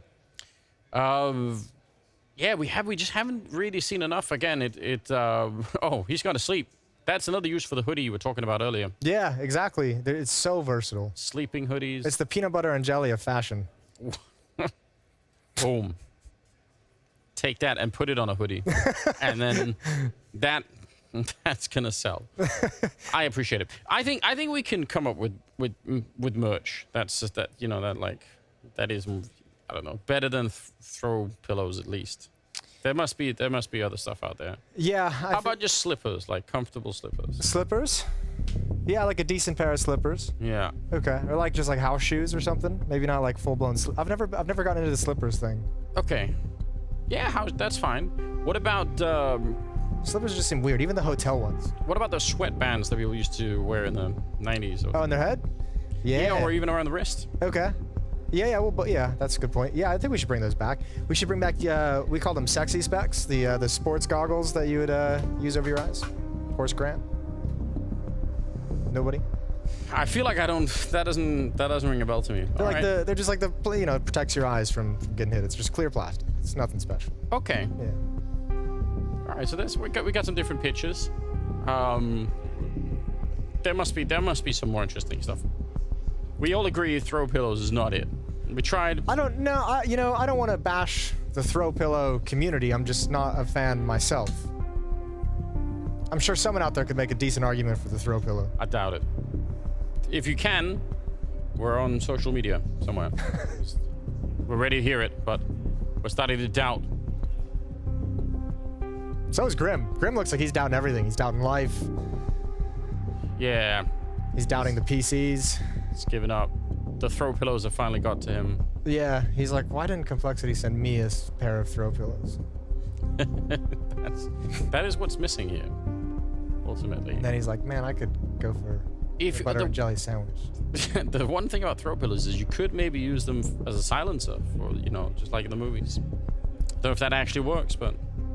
Yeah, if reality is based off like John Wick, I think that'd be great. Outside of that, I think we're in trouble with that one. Awesome. Oh, That's a cool idea, though. Oh, he's out. He's out. See ya. He's in the Matrix now. He's plugged in. Oh, I saw the new Matrix on the flight over here. Yeah? Yeah, finally did it. You know, I didn't expect much. I went into it with the bar not low, but relatively, you know, down there on the lower half of the spectrum. I thought Matrix 2 and 3 were pretty horrible, so... Yeah, I was not a big fan of it. Yeah, but I was actually pleasantly surprised. I was fine with it. Okay. Like, I didn't think it was the greatest thing in the world. It was enjoyable, though. Enjoyable. Well... It was entertaining. The good news is that we do have the desk ready to help us out. Break down a little bit of maybe what's happening so far. What's your guys' favorite sandwich? That's the big question. We need to find out. Sandwiches, guys. That is a good question. I actually want to open up with that. Jacob, you probably have some strange Danish sandwich you like. Roast beef with, you know, caramelized onions and remoulade. I was maybe expecting you to try and convince us that a hot dog was a sandwich from this. You'd be an idiot. Okay, Nifty, favorite sandwich? Honestly, anything with avocado. Ooh. I'm a big avocado That's fan. the most overrated thing in the entire No, it is not. not. The most You ever had overrated avocado from Australia? No. No, that's pretty bougie. Well, anyway, whilst we deal with the technical issue, I know that they are switching out a computer What about right you, now. Freya? No, what about you? Oh, I was expecting this. I'm a bit basic. I like a BLT, you know. Okay. He just raises his eyebrow. In the UK, we have a thing called a Tesco meal deal, right? Have you ever had a Tesco meal deal in the UK? You get to pick a drink, a snack, and a sandwich. You're familiar with London. You ever had a Tesco meal deal? As familiar as I am with the UK, no, I haven't. No. Okay. Well, moving on, we do have to talk about Counter-Strike. Dust 2. Yeah. I mean, good No, I'm kidding. sandwiches. Dust 2. This was. I mean, we haven't really seen that much. So far, we've seen about 5 rounds go down. I want to delve into a little bit why you thought Complexity should let this one slide. Yeah. I was initially just wanting them to not be scared from the last veto system that they went through about 2 months ago when they had played, because despite the fact that MIBR has played so much Dust 2 and Complexity has played like a third or a quarter of the amount of times of Dust 2 that they have, I just didn't want them to be afraid of it, because the last few games that they have played in EPL versus Astralis, versus Ago, versus Navi, all these games were close. Well, they beat Astralis and they beat Ago, but they lost to Navi 16-14. So I thought that this could have been a really great matchup, almost as if it was like one of those like hidden sleeper picks, you know, that like, we'll let it slide third map maybe, you know, and see what we can do. But yeah, I just wanted to see them come out. But they do, I feel like they're strong on this map. But I mean, obviously we see MIBR getting a 5-0 lead here. I don't know, you know, what kind of stress this is getting to them through these tech issues. It does suck when you're a player and you just play around and then there's a tech pause. And then you're like, okay, everything's good. Here we go. Let's jump into the next round. And then you play and then tech pause. You know, there's like nothing more stressful. That's when you get, your leg gets going underneath the desk. You're like, okay, come on, hurry up. And then you see the PC being switched out. Yeah. Like, man, I could take a nap right now. That's a full facepalm moment. Yeah. I'm just going back to looking at some of those matchups in particular for Complexity. The fact that I'm looking at this Navi matchup is saying, you know, it came incredibly close, 16-14, but it was actually a 12-3 half when we're looking at Navi coming out getting 12 rounds, on that T side of things. So maybe it just takes Complexity a little bit of a while to warm up. Maybe. I mean, at the end of the day, Complexity didn't really have a choice, right? Neither of these teams play Mirage, so one of them had to remove it. In this instance, I think most people would argue that Complexity are the favorites. I'm sure both teams feel that they're the favorites. So for Complexity to risk, you know, not banning Mirage, and then maybe MIBR could have picked it, or maybe it would have been floated to a third map, that's not really a risk worth taking when you feel like you're the favorite or when you feel like you have the upper hand here. So the Dust 2 pick was going to happen no matter what. And I do agree, both teams play it to a high level, but I've said it to you before, I think MIBR and Dust 2 is a team to be reckoned with. Yeah, and I mean, you brought up the point that the fact that they managed to take down Navi in the spring groups as well. If you can recall anything from that particular matchup, anything that you felt like, I feel like it was the aggressive aspect that we were just really praising MIBR for coming into that one. Sure, and there's also the story that was the tournament when Navi really struggled struggle, right? They came back after the break and they just barely made it into Lisbon and just barely qualified. Navi weren't looking good. They were looking quite the opposite, to be completely honest. And MIBR took advantage of that. You know, they punished the mistakes that Navi came in with. So it was one of those games that MIBR, if they were to play it 10 more times, they'd probably lose 10 times. But that one time right here, they punished Navi for not being ready and maybe not respecting MIBR enough. You go into, I remember, it was a best-of-1 game as well. So you allowed MIBR to play Dust 2 in a best-of-1. That is like upset all over it. So I think that's one of those games that they should be happy they won it, but it's probably not going to happen again. Sure, I would agree with that. I would like to point out, just over these first couple rounds that we've seen from this game, it does seem like MIBR are so sure of themselves and exactly how they want to play. So I'm really curious to see how the rest of this one goes. Even though I was very optimistic for Complexity, and I still am. I did make the MIBR pick, and I'm still standing by that. You did? Yeah, you seem to be flip-flopping a little bit with this match in particular. Well, it's just like, I want to see good Counter-Strike, and like genuinely, you know, from my heart, like I just want to see both teams play well, you know, and I really would like everyone to win. I'm definitely in the wrong business here, you know, working with competition, but yeah, it is what it is. Do you want to give us some method to maybe why you decided to switch those picks? Because anybody not familiar, we do our predictions over on Twitter as well, but we had a little bit of an interview that you did on Media Day. The fact that you were saying actually you thought Complexity were going to be winning this. So over that sort of course of the day, what made you change your mind? Honestly, I just decided to look into MIBR just a little bit more. And of course, their last few matches with them, even watching like the Ancient game and the Nuke game, like it just seemed like MIBR had a better grip on the series over Complexity. And plus, it was kind of like I was mentioning in the segment before, where when it comes to like JT calling on the T sides, I really want to see him expand beyond this this pack rolling, this like let's take 4, let's take 5 and go here. Because the issue with that is once you start, if you really want to take your team to the next level of tactical play in the server, you need to shy away from that, because once you start playing against the tier 1 team more consistently, you all of a sudden won't be playing against them more consistently, because they're just going to understand exactly what you're doing and they're just going to crush you just every time. It's too easy to counter.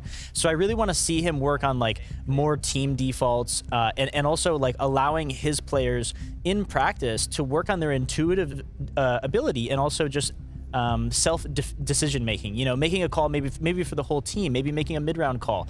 I think building, in North American Counter-Strike especially, I think building that self-sufficient, self-sustaining roster is very, very important. I think actually globally, but especially when it comes to Americans, because I don't know what it is in the culture. It does seem like a lot of American players, you know, maybe despite from like the Team Liquid rosters and stuff like that, you know, they want their hands to be held just a little bit, you know, and they just want to play. They just want to play. They want to have fun and showcase their individual skill, but they need to realize that there's far more to that. So the in-game leaders need to come in and the coaches need to come in and be like, okay, how can we expand upon that? I just met our lovely production guys pull off this guy, right, paiN, because I was looking through Complexity and the players and how they perform so far in Dust 2, and there's one common problem. None of them are performing to a high level, right? The highest rated player in the 5 games they played on Dust 2 together as a team is Floppy with a 1.09 rating, which is okay, but the lowest rated player would be faiN with a 0.91. Yeah. They're all very equal, right? There's not a single player who's taking over the game, who has that ability to be the difference maker once or twice during a game, and then, you know, you have the economy playing in and the other team is ecoing. You see it on all the top teams nowadays, right? You have a star player, you have a player who feels very comfortable on one map. Take Config as an example on Ancient, right? That's his map. That's where he's going to go in and he's going to dictate the game. Right. Complexity don't have that type of player, and that's my problem with this lineup. I think overall, it's been a very positive side, right? They're looking good, they're getting better, but they lack a bit of X factor. Who's the player that we are supposed to believe in can make the difference and who can put the team on the back when needed the most? I don't see that player within Complexity, and I'm worried that they may hit a ceiling at some point. Do you think that's a possibility to kind of develop with this core roster that we're actually looking at now, in terms of, you know, we've been discussing how they've had this upward trajectory, they've been slowly but steadily rising within the region and within the global scene as well?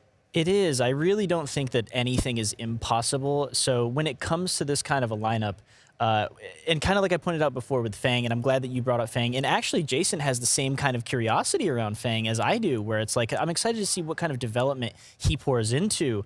It's just, it really comes down to like taking time by yourself. You know, don't go to your teammates. Don't go. You can go to your coach, but don't go to your teammates and say, like, you know, start talking about what kind of player I should be, or what should I do more of, or what should I do less of. That's something you really want to sit down with yourself, and you just want to spend time thinking about it. And you want to do this several days in a row, and you want to start experimenting with things. This is what practice is for. This is how we up that individual skill. This is how a player like paiN can go from just this average or slightly above average North American pro player to being actually something on the server, something that you can expect every time. Like, wow, he's very good at this one thing or these two things, and we know what we're going to get from him. Well, you got a lot of questions, and hopefully it's time to get some answers. We're going to be jumping back into the game. Anders, Moses, who are you pinning to take this one? I mean, with the way that... Listen, we saw the contrast right here. Grim only partially awake. MIBR, they're doing chair races. That's amazing. They're doing something. Ooh, look at that spin. Look at those moves. Whew. Yeah, they're ready. Yeah, but that floor is surely cold. You know, if you're rolling chairs back and forth, that marble hard floor, that's going to be chilly. So hopefully they're wearing socks. That's all I got. Oh, they would need those slippers, those esports slippers, the MIBR merch. We found the real use for it. Yeah. Here we go. It's 5-0, and we're back into the mix. We're praying to all the gods that there's going to be no more tech issues from the PC. I think everyone's... although, at this point, I think there would be a certain amount of comedy if there was one more tech issue. They just got a brand new computer in. It's not the computer, it's the spot. It's that position at the desk. If it happens, can it at least be that it catches on fire or something? So, you know, something that's a little bit more dramatic. Some excitement, yeah, I gotcha. Make it a fun tech issue. All right. That seemed incredibly dangerous. If Junior had the AWP ready to fire, I'm not sure he would have lived on the other side there. But he did, and now they've got some catwalk control. They got a lot of mid control. They're kind of giving up the extremities of the map. MIBR centered around this part. And not that much. I mean, I guess they are outside of B, looking towards middle. They could win this fight, but if Junior dies, they're in trouble really quickly. Yeah, at the very least, if Junior dies, FaNG is actually still, again, outside on the scaffolding. So at least they're going to be looking inside the bomb site, right? It all depends. Let's see. He could catch him off guard. Junior probably just wants to get at least once. Got to be worried about flashbangs. Oh, he misses the shot just a little bit too early. And there he goes. Yeah, and now it's FaNG on his... Oh, Floppy! Double headshot through the smoke! That is incredible. That might have saved the round. 40 seconds now. JT, probably inspired by Floppy right there, thinks, all right, if we can do that, I guess we might as well go for it. It's a 2 versus 3 still. Woody is almost dead, but not quite. Turtle trying to put some pressure on them. The bomb is only just planted. They have plenty of time here, Complexity, to try and go for this retake, and they have the advantage as well. Turtle defending, but there's just too many people coming through, and now it's on Woody. 1 versus 2. He picks up 1, and he's not quick enough on that one. JT in a 1 versus 1, and Complexity are on the board. Yeah, that was so tough, though. Man, they get bailed out by the double kill from Floppy through the smoke. That's absolutely spectacular, but even better from MIBR. Trades all the way through to get that bomb planted. An all-important win from JT. This is a disastrous start. Oh, he's shot the gun. Now, what is happening here? Oh, they stopped to fight. They stopped to fight FaNG, and it just happened to be in the perfect position for Floppy, who's just guessing. Uh-oh. You hear it? No. You hear that music? No, it's the replay, Jason. Stop. Don't. You sure? Well, I'm not sure. Yeah. It's probably a timeout from somebody. Probably. Glass half full kind of guy. Hopefully. Oh no. Maybe. Guess what? We've just got confirmation. It is indeed a technical problem. What have they done? What do you think it is this time? If you had to guess. You had to take one guess. You think it's JT's computer? You think it's any of the 9? I feel like commonly they're like TeamSpeak voice type issues. Okay. I feel like that's a common. So you're going with an easy one. You're not going with like a compounding problem. Nothing super serious like that. Yeah, I feel like it is. I guess it was Complexity had the original tech issue, so maybe not. But it's a classic if you bring in like a whole new PC that you forget mouse acceleration and a bunch of other things. You got sticky keys on if you press shift too many times. Right. That's never fun. I always find it funny. Sticky keys. Yeah, in the middle of a game. Not in this environment, but it is indeed funny. Yeah, I'm gonna go with audio. I feel like that's for some reason I just have a thing. You feel audio. Yeah, you really have a hatred for audio. Yeah, you have no idea. Like If you just use a PC and plug in a headset and that's it, you'll never experience the pain of having to try and mix multiple audio sources with Windows. Okay. Because it just won't. It just doesn't. Well, now with this knowledge, I'm just going to avoid it at all costs. I'll be like, Anders has told me about this over the years. Yeah, it's not worth it. Someone else do it. It's really not. So just don't go down that road. They are. It's good. They could do some chair races. There's a long hallway outside those rooms. Is that? I mean, it could be a safety hazard if things get too rowdy. True. Right, they're all out. Well, just so everyone knows as well, coming up after this, we got Liquid versus paiN Gaming. Yes. That's the next series. That's the last series of the evening. That'll be brought to you by Scronders, Scrawny Launders. That's all I got. That's what. Yeah, no, that's fine. That's what I came with. I think it's good. Yeah, I look forward to that, both for the casting and for the games. Yeah.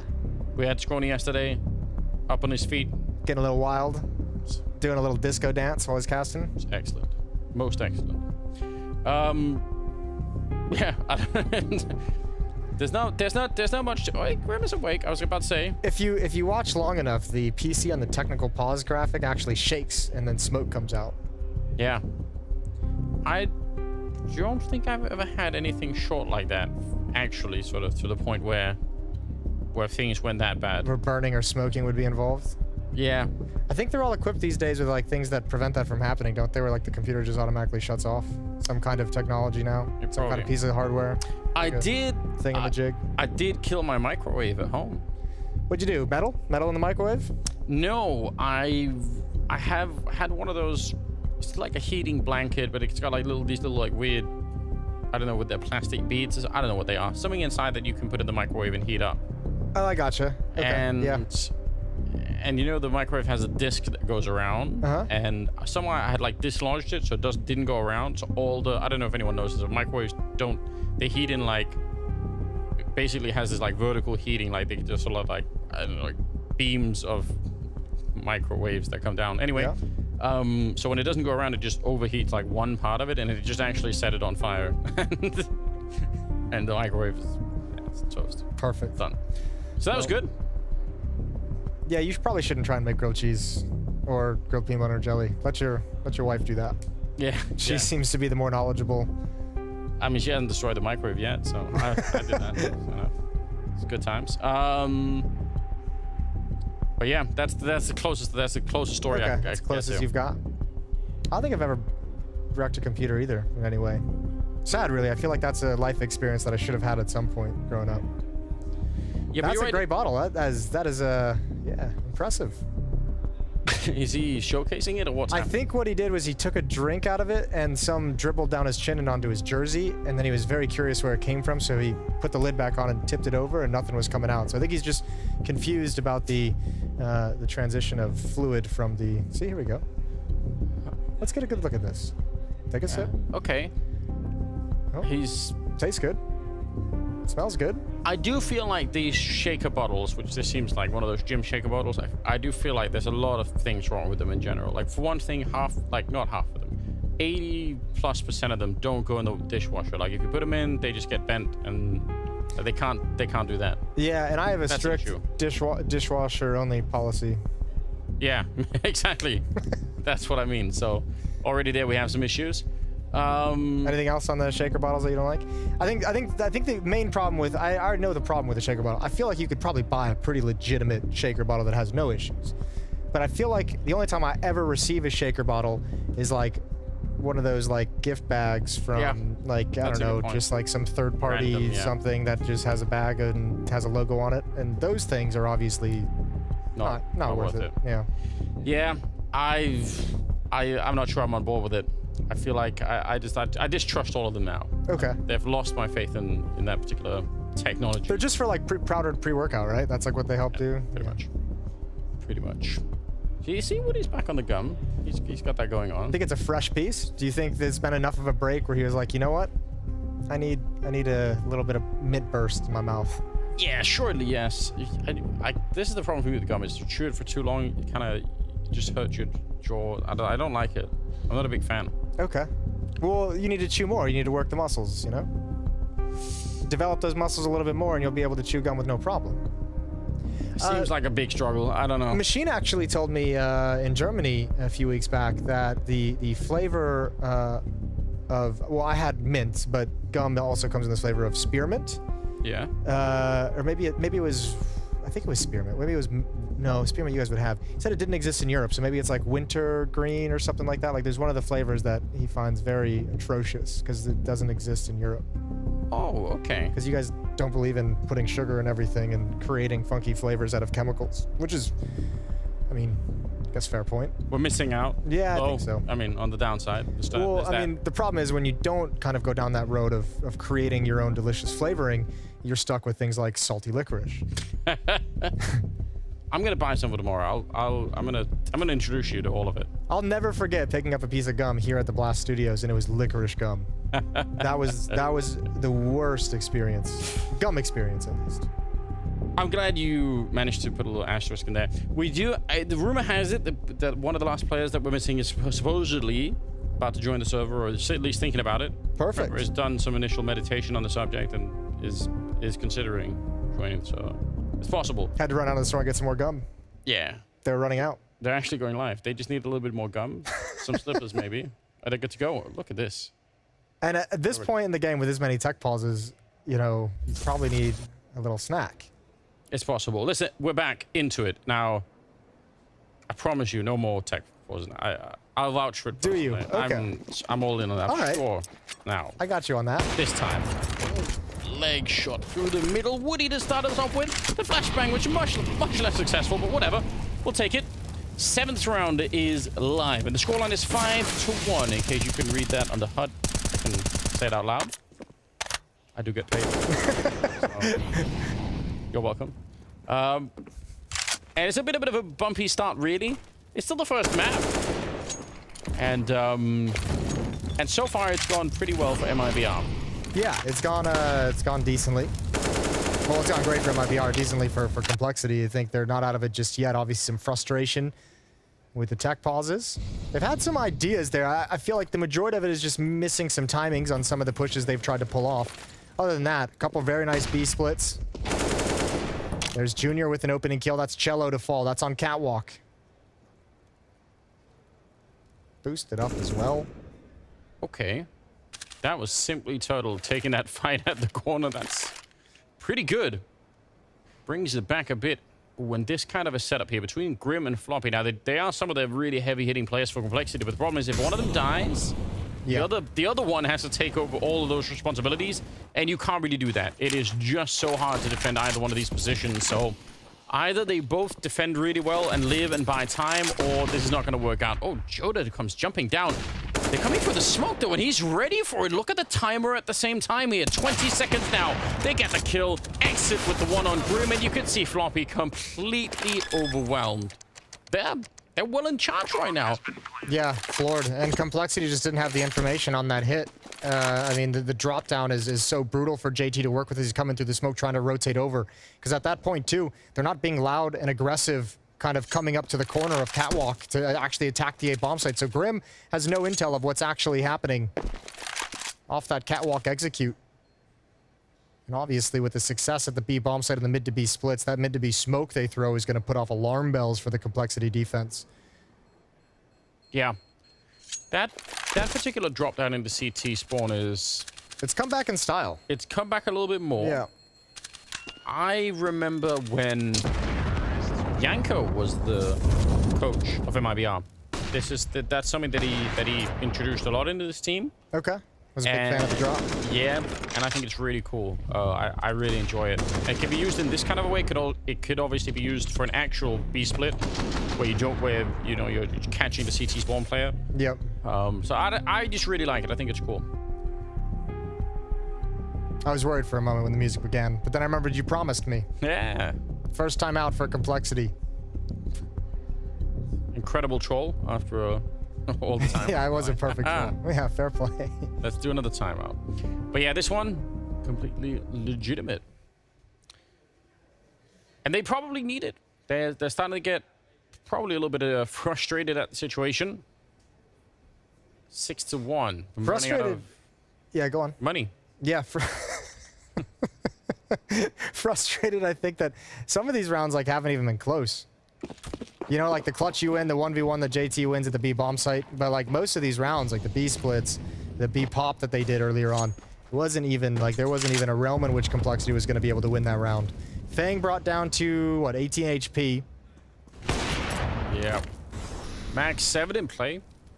Kind of a rare sight. And it's a little bit of a double setup here. Deagle, AWP. Hoping that if someone swings, maybe you get one of the kills. They pick up the AWP right away. Floppy, I don't think he can do anything with it. Oh, he's going to use the Deagle instead. Absolutely efficient right there. Yeah, but while all that aggression is going on in upper B, Grim pushes long. He gets picked off and taken down. So now the access to that bomb site, not open, but a huge advantage if they continue to press the issue. There's only one defender here inside of the bomb site. Actually, not even inside the bomb site. Down on elevator, it's Junior. No smokes for the cross if they wanted to cross against this AWP or Floppy. So that could be a little bit of an issue. Don't stand there. Don't stand there. What? Yeah, please. Oh my god. The stress. I could feel that. And Floppy probably could too. Just stay out of his scopes. Orb on the other side. Woody versus Floppy. What do? You jump the first? Flashbang out? Tried once. They're still controlling middle. They're expecting something, but it's Woody to win that fight. Now they're going to try it again. He crouches in. It's Turtle to get the follow-up headshot. And now just Junior left. And he's going to go down to Woody. Okay. Patient, but a very confident, comfortable round, even in that 3-on-3 for MIBR. That felt far too easy for having an op on the CT side on that cross with no smokes on the other side of things. That felt... What a great shot from Woody initially to drop Floppy. Follow-up from Turtle is phenomenal as well. Just a tiny, minuscule headshot angle, and he nails it. It's slow peek, and Floppy actually gets the tag through the corner of the wall, but it's beautiful stuff. 7-1.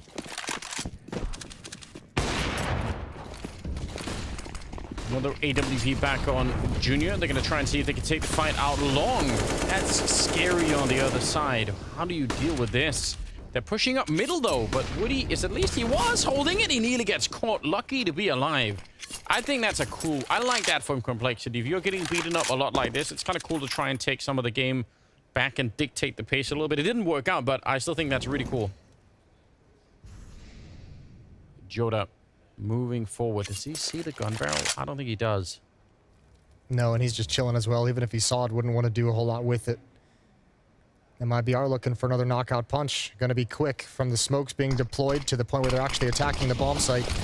JT drops the Molotov, hopefully to slow things down. Nade is going to be placed on top, but nobody committed to the cross just yet.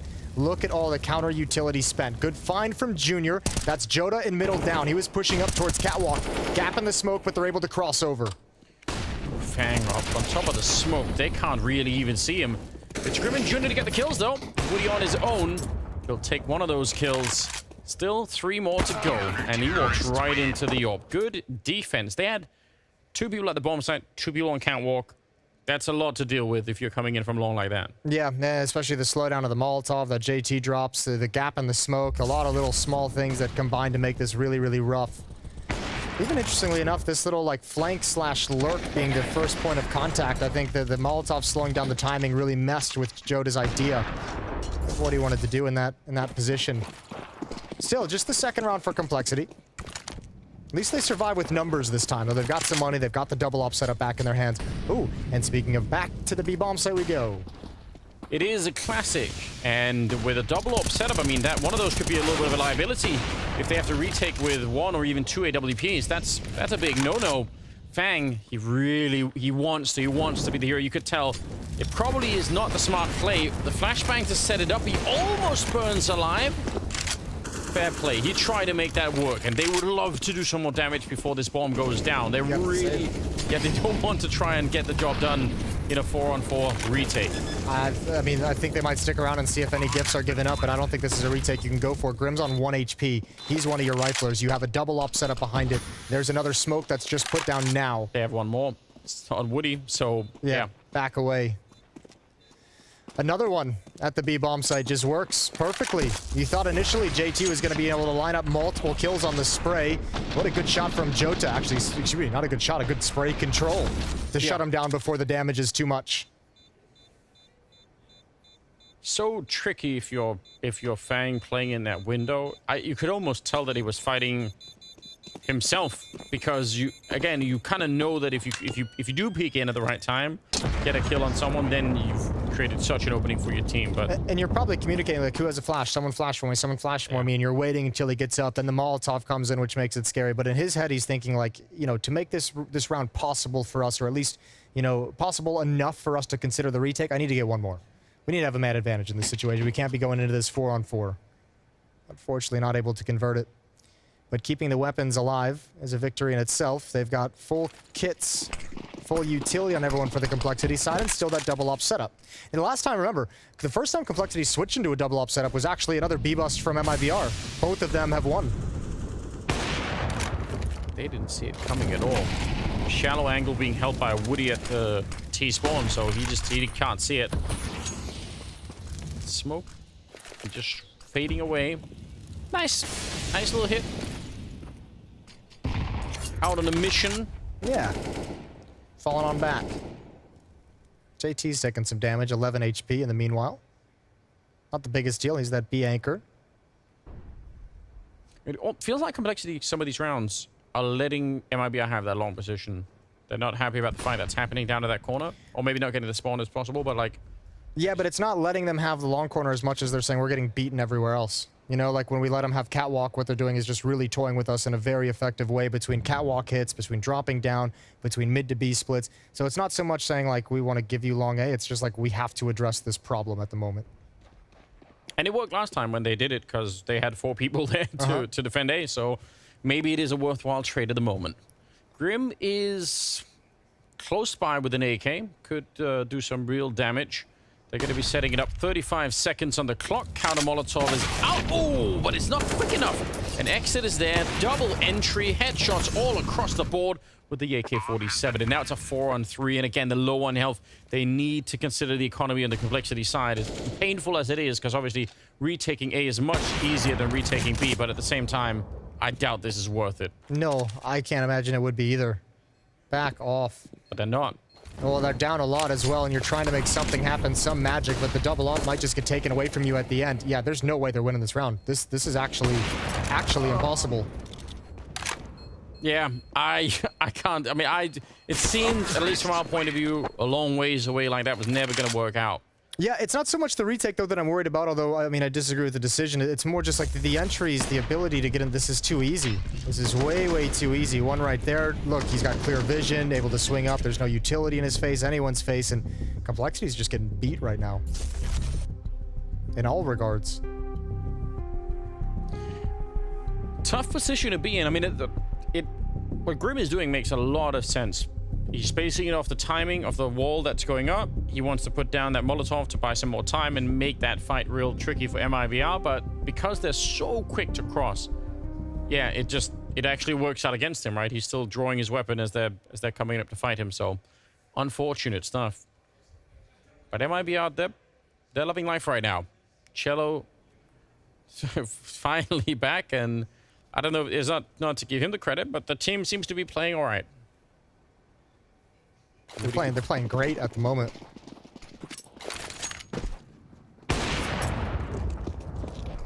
Okay. Double long setup here with a couple of people in the middle. Does leave that catwalk wide open. The Junior's in trouble. I think there might be an edge in that smoke that he doesn't expect that Woody might be able to snag if he swings out a little bit wider. He holds true. Scary moment though. They really can't afford to give up any more stuff here. They need more rounds on the CT side. Junior's angling for it. Looking for the opening down the middle. Eventually, decide it's not worth it. Come and join the B defense. Now they've given up middle instead. And MIBR, they're still gathering string. Figuring out what's happening here. They've got catwalk. We'll see what they decide to do with it. Looks like they're going right at the A defense for the moment. 2 players here. This is, I mean, they've been effective in this kind of a hit in multiple ways. Not a lot of counter utility to hold this back, though. JT with nothing. Molotovs might just keep him at the railing. There's the flashbang, and even JT missing a shot. It's Fang up next. He's doubled him up. Can't find 3. At the corner. Gotta be careful. Grim's brought down low with the tag. Yeah, that's a lot of damage. And you're right, the Molotovs were just devastating. There was nothing they could really do to slow that down. Nice shooting from Grim, even low on health, and they're going to swing against him. Missed shot from Woody. Not lacking in confidence, but that was either going to be a hit or he was going to be dead like that. Exit now here. Couple of flashbangs to try and delay them. There's one of them. Tries to go for the shot, but they're already on the defuse, and I don't think he really stopped them. It's going to be the round for Complexity, and a nice last shot for Grim. Well done. Yeah, plant was very, very safe because they thought they were exposed to an elevator jump, so it was planted on the side of the boxes, which means that defuse was going to happen no matter what. If you didn't get that first kill, he would have never been able to swing wide enough to stop it. Good hold from Fang. JT went down, but this double kill over the flames as well. Tough to spot the target. And obviously Grim here, loving these fights. First Joda, and then the Opper, Woody, trying to clear him out before and get it into a 2-on-2. 6 rounds back is Complexity. Oh, Woody, he's still pretty quick. And pretty accurate too. Junior, not up for it this time. 4-on-5. Very often if you're down a man like this on the CT side, you almost have to try and make up for it with some kind of a play to get yourself back in. Fang, he's up. His teammate's running behind him, but that's really a bit of a distraction. If you hear those footsteps, and in your mind you're assuming, okay, there's someone kind of near the entrance to this hallway, and in fact, when you turn the corner, they're a little bit further up. There's not going to catch anyone. Woody, patient on the other side, and Fang is out. This double op setup hasn't worked at all for Complexity throughout this half. This one's been weird, like a peek up mid with the AWP and now an upper push with the AWP as well when you're in a 4-on-5. Complexity not able to find any solutions to these problems and just actually exacerbating the situation. And MIBR is just happy to let them to slow play these rounds with the advantages they've gained and just let them run out of utility. Like, look at the difference. MIBR is not having to use any nades to get any kind of control because they don't care to have any until they're ready to go. Complexity's got 2 flashes and a Molotov. That's it. Smoke to pretend it's a B-split, which in Complexity's mind is thinking, oh, please let it be a B-split. But it's not. Drop down for Joda. They could already quit the round. There's not much they could do here. No, they're saying if it's not a bin to B-split, we just lose. Yeah. We just back away to the B-bomb site, save the weapons. They've got both the ops. Floppy and Grim have picked those up. MIBR, oddly enough, their money is not great, so they are not in any position to go hunt down these weapons. But it's going to be 10-3. They don't need to hunt. No. That's pretty brutal. That's 3 ops on Complexity peeking into battles and losing all of them. It's not great. No. You don't like to see it. I've got a question, Jason. I love your questions. Let's have it. Is it possible to marinate a steak in peanut butter? Can you do that? You can't. I've never done steak, but I've done chicken. Okay. I've done like a peanut butter and soy sauce marinade with some chicken. And soy. Okay. Yeah. All right. I got you. Come by the house one day, Sanders. We'll cook up something nice. I will. Peanut butter and jelly, chicken. Wear some slippers. We'll make it a peanut butter themed week. Month even. Can I stay for a month? Yeah, we got you. Got a guest room. Well, there we go. Cello had the spawn, wanted to go for it. Didn't quite hit the shot. And we'll see. Again, MIBR are so confident in this early part of the game where all they're doing is slowly taking map control, getting a little bit of information. It's been working out. They don't have any reason not to do it. They do mix in some of these rounds where they go really fast at B. We've seen that this time. At least putting a bit of pressure on middle, flashing out that catwalk position and seeing what the reactions might be. Well, if Joda throws that same flashbang, let's see how effective it's going to be. Grim is playing anti-flash, obviously Junior with an angle with the AWP. Surely that flash can't catch both of them right there. I feel like that's too much. Not if Grim's staring into the wall. Pin smoke coming in. Grim's getting antsy, gonna find a kill. Good one onto Cello. Molotov comes in a little bit late. Smoke goes down as well, extinguishes the Molotov. It actually looks pretty nice, all things considered, to block off Catwalk. And they're out long again. They've got the smokes for the cross. They do, but there's a lot of people here on the other side. They have a couple more nades this time. Fang, although he's far away, does have a Molotov, so if we get here quick enough, it might make a difference. And look at it, he's already down the middle. They know what's coming. They could read it. Complexity, they need every round they could get right here. Right for the smoke they go, and they trade favorably. Now just down to Exit and Woody with 15 seconds on the clock. It looks like this is going to be impossible for the MIBR side. Exit, yeah, nothing you could do. Grim standing tall at the bomb site. 3 kills in the round for him. Yeah. He might have been asleep earlier, Jason, but he's woken up now. He's woken up, baby. Yeah, that's a nice sequence from Grim. I mean, Junior was even hiding behind the box, just as like the insurance policy, ready to go if they were ever even able to jump in and get that plant down. Not necessary, though, because Grim kills everyone. Fair play. It's also possible that this is just part of Grim's dream, and he's still asleep. we're all part of it. Perfect. We don't know. Yeah, we just don't. No way to find out. Well, I think I mean, this is kind of intriguing. I don't think it's anything to be necessarily happy about, but at a certain point in this game, I thought it felt very unlikely that Complexity would be able to get to 5 rounds. And they've got a chance at it here in the final of the first half.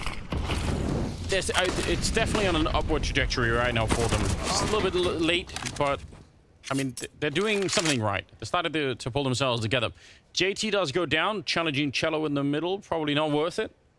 Yeah, not a huge fan of it, but he was making the play. I think he more wanted to cross more than anything over the flames of that Molotov. Maybe he thought he would have an advantage in the fight. But it gives away a 5-on-4 advantage. Does bring Cello down low.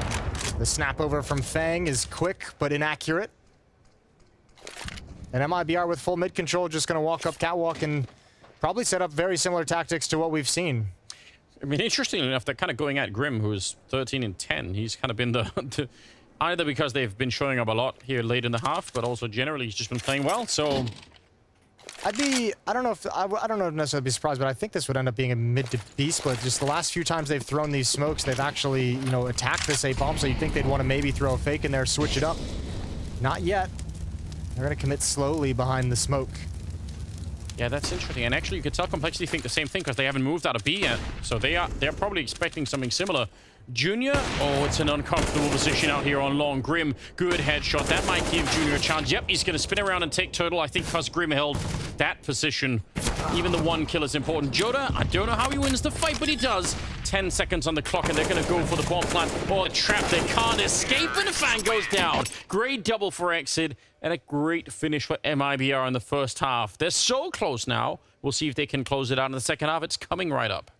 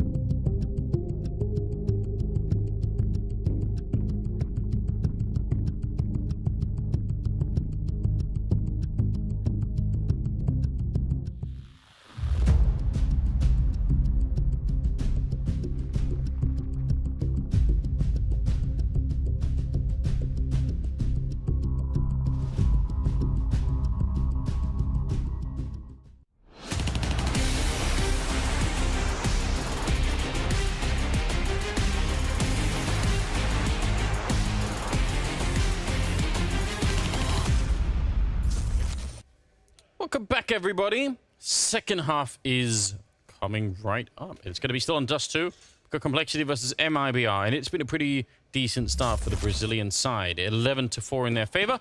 We can't really ask for much more. No, you can't. You have to be happy with that if you're MIBR. I mean, just the fact that Complexity is able to scrape enough into this half is pretty impressive. All right, not a rush, but a quick lineup of utility, and away we go. I feel like that's going to anger the Counter-Strike god. They pretended it was a B rush, and it really wasn't.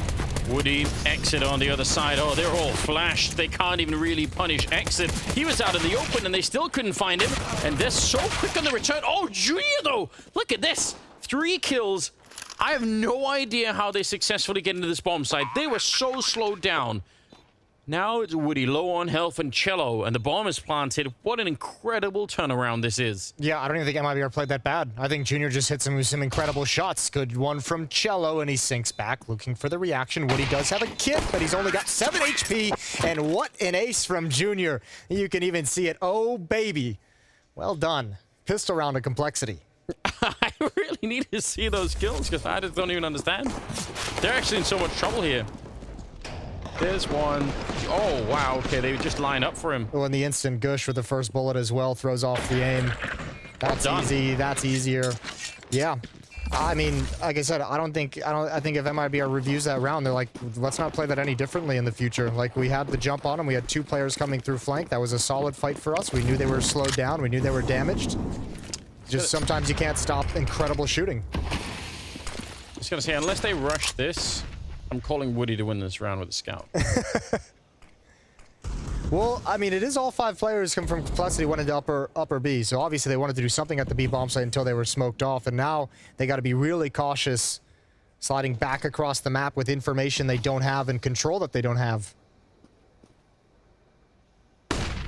It's a hard call to make to go through that smoke. You just have no idea what's on the other side. I have a sense that MIBR knows what's coming. They've already rotated a 3rd player to CT spawn. They've shuffled a 2nd player dedicated into the bomb site. That 3rd player is top mid. Yeah, oh, yeah, they know everything now. Their 3rd player might as well just get into the B bomb site.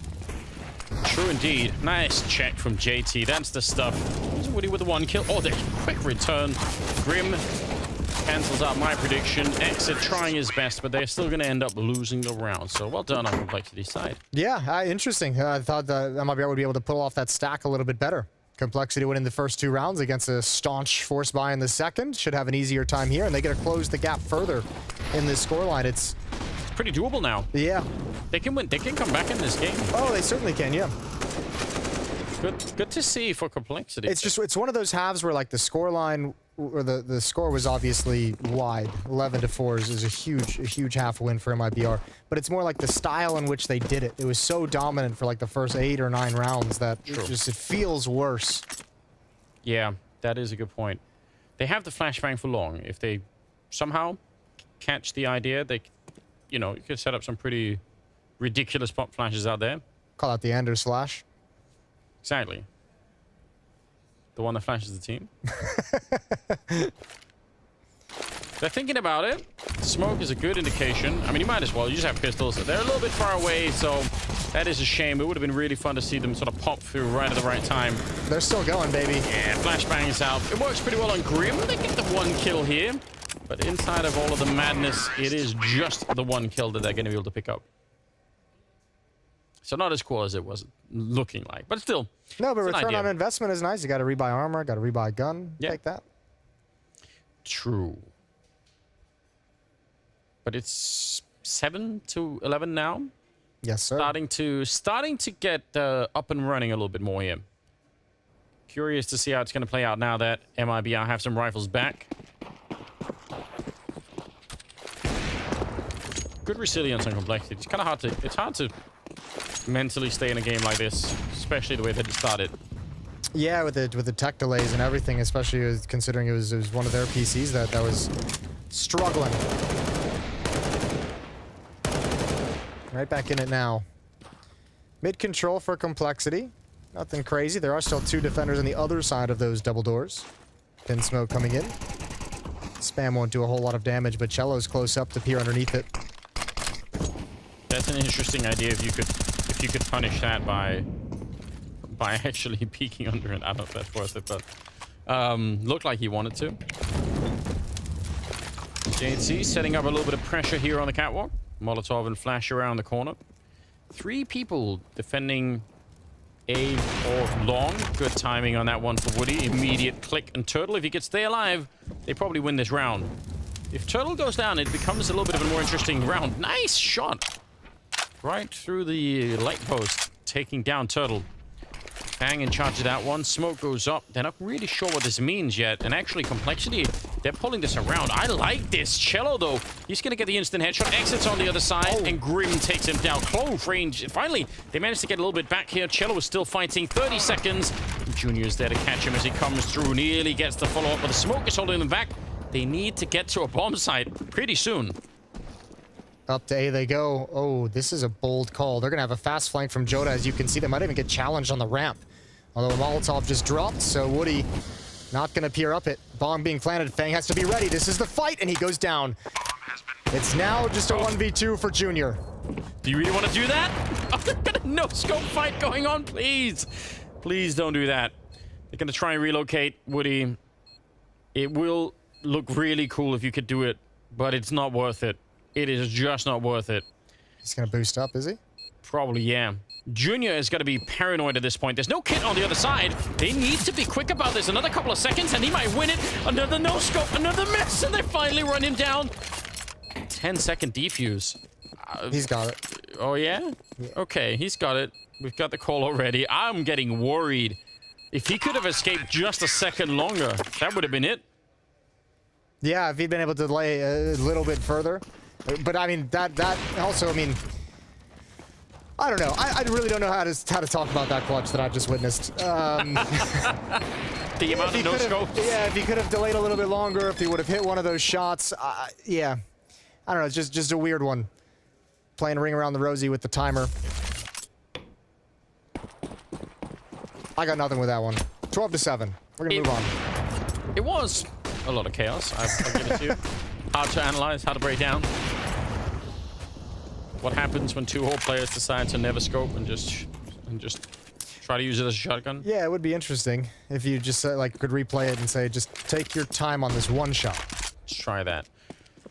Woody going to be falling back. Grenade timing here against Fang is not really significant, it seems. He dodged it pretty well. Flash out. Got to be careful getting the jump down. That is so dangerous. I feel like that's not that much of a difficult shot to hit when people drop down into the pit like that. Fang, he does go down in lower dark. You find a single player in lower dark like that and you already know they're long, that's a big giveaway. You have a lot of information to work with on the CT side like that. And Complexity are thinking the same thing because they just picked up the pace immediately. Floppy trying to spam through a little bit of the late boost up, and Joda's got 2.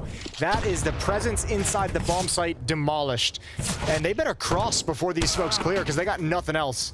And Junior's just going to get tagged through the smoke by Cello. Floppy's left in a 1v4. What happened? Flew off. Good defense. You're right. Both teams immediately realized, okay, we've been caught, and MIBR also reading that attack really, really well. It's a classic, having that one player. MIBR did the same thing, but they didn't have... They had Joda holding top mid instead of lower dark, but it's the same principle that they were working off of, so it makes sense. Woo! Fired up, are they? Oh, baby. I think it was the chair raises that really kept them going. I think that's... Kept the blood flowing. Yeah. A little bit of laughter, a little bit of team unity. Goes a long way, you know. Yeah, it does. Setting up for another potential B explosion. This actually could work. There's only one person defending inside. The second one now, he's just shifting over. That's going to be Cello with the AWP, and then you'll also have this fast flank from Woody with the op in lower dark at the moment, and he's feeling really comfortable. There's even a player on catwalk, Joda, who's saying mid's clear, so they're just going to collapse on this. It actually, holy hell, doesn't even matter. Cello's got 3. Joda is going to get the final 2. Fair play. I think they ran into an HE and slowed everyone down, and then obviously the shots coming through, yeah, they got crushed. And they were so close. So Woody holding lower dark like that, but he had a teammate behind him that was holding top mid, so they don't even have to move. That's a really sick setup. Good shots here. And then the Molotov on top, my god. Well done. And I mean, the really cherry on top for that defense was Complexity never had any idea that there was an op in lower dark. They never had any idea that Joda was peering off catwalk in middle to protect that opper's back. So, the information was there. No presence in mid, no nades thrown over long. You know, we knew it was coming the whole way, and Complexity had no idea that they'd been red. Pistols out long. Cello, on the one hand, doesn't really want to give away the rifle. On the other hand, could be risky if you go down and you actually give them 2 instead. That's an awesome player picture as well. Sunglasses on top of the head. Yeah. I'm a big fan. He's swagged out. He's styling. You could pull that look off. No. I can't even wear a hat like that. I have a giant head, Jason. Well, it's a real issue. There's multiple rungs, I guess you'd call it. Ooh, there's a ragdoll for you. Yeah. I like that. Well, it's not far away now. MIBR taking the quick steps in the right direction here. Obviously the first map, but it is 15-7. Oh, jump up, Floppy. How does he convert that into a double? That is not a favorable fight, but somehow he makes it work anyway. Joda's found this kill in deathmatch 10,000 times. Yeah, surely. Oh my god. He doesn't have smokes in deathmatch. Doesn't count. I don't know if he knows it, but if he had an HE, maybe in the Molotov he could even do it. But he's kept them back, slowed them down for a long time, probably. Complexity is going to rotate across the map and come right back at this. Meanwhile, Grim in middle. I believe he's up on catwalk. Yeah, just looking around. Holding position. Can turn into a lurk and try and grab some attention on catwalk. He has no smoke, so he can't really set up any kind of real fake. But still, it is just Joda on this side of the map. The other 2 players from MIBR have not moved. Random flash there, not really going to help him out. 40 seconds. They're going to turn the corner, and there's going to be a lot of people coming his way. Floppy just there to find out where they are, but the headshot is so quick from Joda, and the follow-up is even quicker that they can't even use the information. Otherwise, it makes sense to send the 2 health player in first, just to find out where they are in the bomb site. 27 seconds. They're going to have to bring the bomb back now, and suddenly it's a 2-on-3 in favor of MIBR. Cello, duck down to try and avoid a nade there. I don't even know. No more. Stop doing that. We don't need it. We don't want it. Grim with 1 shot there. Going to be taking down Woody. 10 seconds on the clock, and he'll find Cello as well. And it will be a bomb plant. 1 versus 2 for Joda. Oh, turn the corner. Grim's not looking. He goes down, but now it's against the op, and you know Junior's going to peek this one. You know he's going to have that angle, miss the opportunity, and he's got the follow-up. Tough clutch won by Junior to keep Complexity alive. Way to find yourselves out of a tough situation, too, Complexity. That was a very hard round win, wasn't it? I think, I think if you're going to... I don't think we'll have the replay of the entrance into B, but if you're going to, like, send a low HP player in first, I think you have to bait way harder than that. Yeah. It's too easy to double up a kill and transfer over when he's got, like, 3 HP. So I think you have to send Floppy in almost, like, way in advance of before you're even ready to, with the team's ready to go in, and then you have the idea of where the player is. Yeah, you could tell. No one could have reacted to the information that he died from that corner. Nice work on Floppy. Excellent opening to get Woody killed out on long. He's jumping around, trying not to get shot, but also buying time. Joda comes out for the fight, but he's going to be dropped and totally shorted gone as well. Not much he could do. Triple entry from Floppy. High fives all around. Yeah, a great sequence from Floppy. Opening up long. They're not out of it just yet. Grim is going to lurk into the B bomb site, though. Exit spotted it. A little bit of damage onto Grim, but at least the game is given up. At least now MIBR know there's one inside the B bomb site. They probably realize as well it's just a lurk, considering how much action was happening out towards long A. I mean, at this point, they can't really position themselves anyway, MIBR, but they try and save the guns, probably. You have 2 options, right? Is like, you know the one is crossed over, you try and go eliminate Grim in the B bomb site, or 3, I guess. You stay where you are, which is what they're doing, or you get together and you, like, push mid or push lower dark and try and cut off where you think they're going to be heading to join up with this. Yeah, and they're sticking around. Not going to get many targets here, really. When they cross, yeah, no one's even spotting that at the moment, so... Fair enough. Complexity at least going to make their way to 9 rounds. It's a long road back. It was 15-7. So they're working on an 8-round streak to try and get this into overtime. Grim is out of the round. Check in middle. I was going to say, Floppy fell all the way back to the B bomb site because he had 16 HP. And it's like, if he was to go down in mid, then they could have gone for the retake. Yeah. JT's in pit hoping to get someone exiting, taking a gun away, but Cello hasn't moved out of CT spawn. Exit has found safe passage to top mid. It's all good. Round over, 15-9 for MIBR. 6 more chances to close out the map. They still look confident. I feel like they still look like a dangerous team. They're not getting crushed quite here on the CT side, so yeah, it feels like it's a matter of time before they get the right fight that they need. But this is some cool work from Floppy all across the board. You like to see it. Certainly, if Complexity are gonna defeat MIBR in the series, you have to assume Floppy's gonna have a big role to play in that. A little bit of a cross. Okay. No one connecting, but a rare way to take that fight. Shooting through the door. Yeah. Cello crossing a little bit late with that smoke up, looking towards catwalk. Pretty quiet early on. Late, long take. Grim, JT lining up. Floppy going to be behind them. Junior still watching down mid. That smoke might be a little late as they come right through it, and Turtle cannot handle it, but ooh, a bait and switch and pit. Yeah, they're not aware. Joda's down here. Woody even takes more attention. Cello with the kill. Oh, this just might be it. They have no idea. They don't know how to check this. Joda, they line up in front. The double kill is in, and Junior is on his own. Nothing he could do out here. 1 versus 3. He's locked in. Oh, beautiful. Cello comes for him, and there's the jump. Junior, do it. They were so brazen. They were so bold out there, and he punished them. Get the last one too. Exit sneaking up behind. Junior already on the triple kill. Got 40 seconds. Exit is thinking that he might try and escape, and fair enough. If he had, that's probably an easy enough kill. But if he's up there and he gets the bomb down, Exit still has maybe a slight element of surprise, and that can be very helpful. I think the element of surprise is over now that Junior hasn't spotted anyone. It's a tough call to make if you're Exit.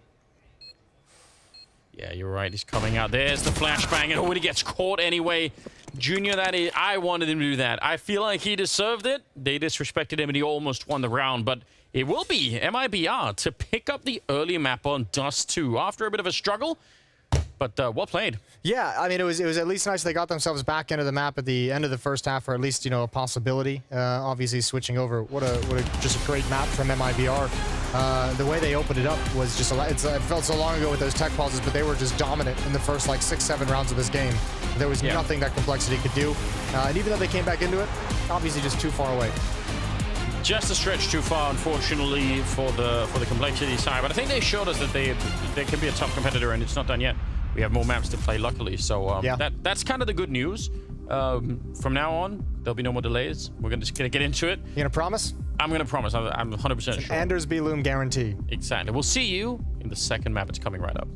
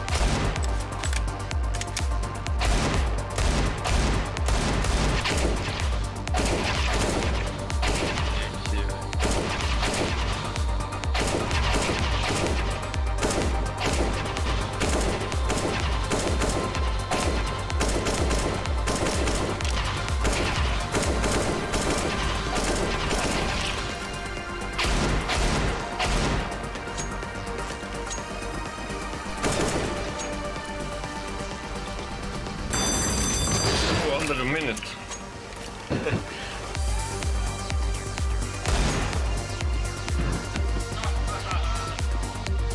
Alright, that runs right.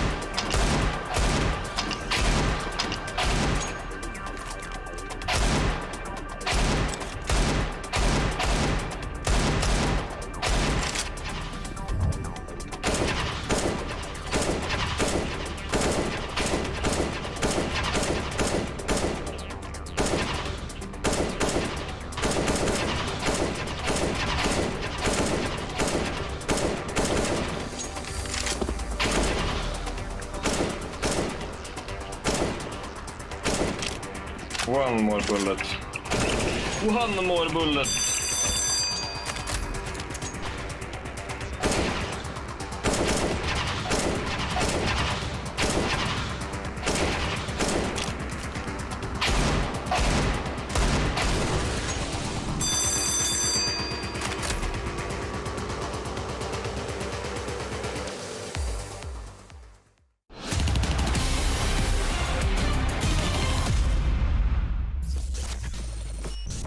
Alright, 3, 2, 1, throw. Smoking. Back plat. Window flashing. Can we buy it? Mine back plat, mine back plat. Holding the bot. And door. Blind. So blind. Back plat in the mine. He's plat now. Plat, yeah. He's not dead. Window. Dead. Window one. Tunnels. Two tunnels. Two. One more tunnels. Nice. Window. One's window. He's headshot, I think. Play double. Okay. Going close. Could be tunnels. Could be tunnels. Holding close door. Yeah, out of window. I got close door. Yeah, look at door from Ricky plat. is window, Justin's door. And tunnels. I'll see any tons. We're good like this. One guy I think's headshotted. Door. Not picking. For dead. Good job. Good job. Stick around, Dust 2 swept up by MIBR as the final sprint for Complexity is unfortunately too little too late. Disappointed to maybe see them not start off the map in a more hot fashion, but Nifty, we knew MIBR could be lethal coming into the grounds of Dust 2.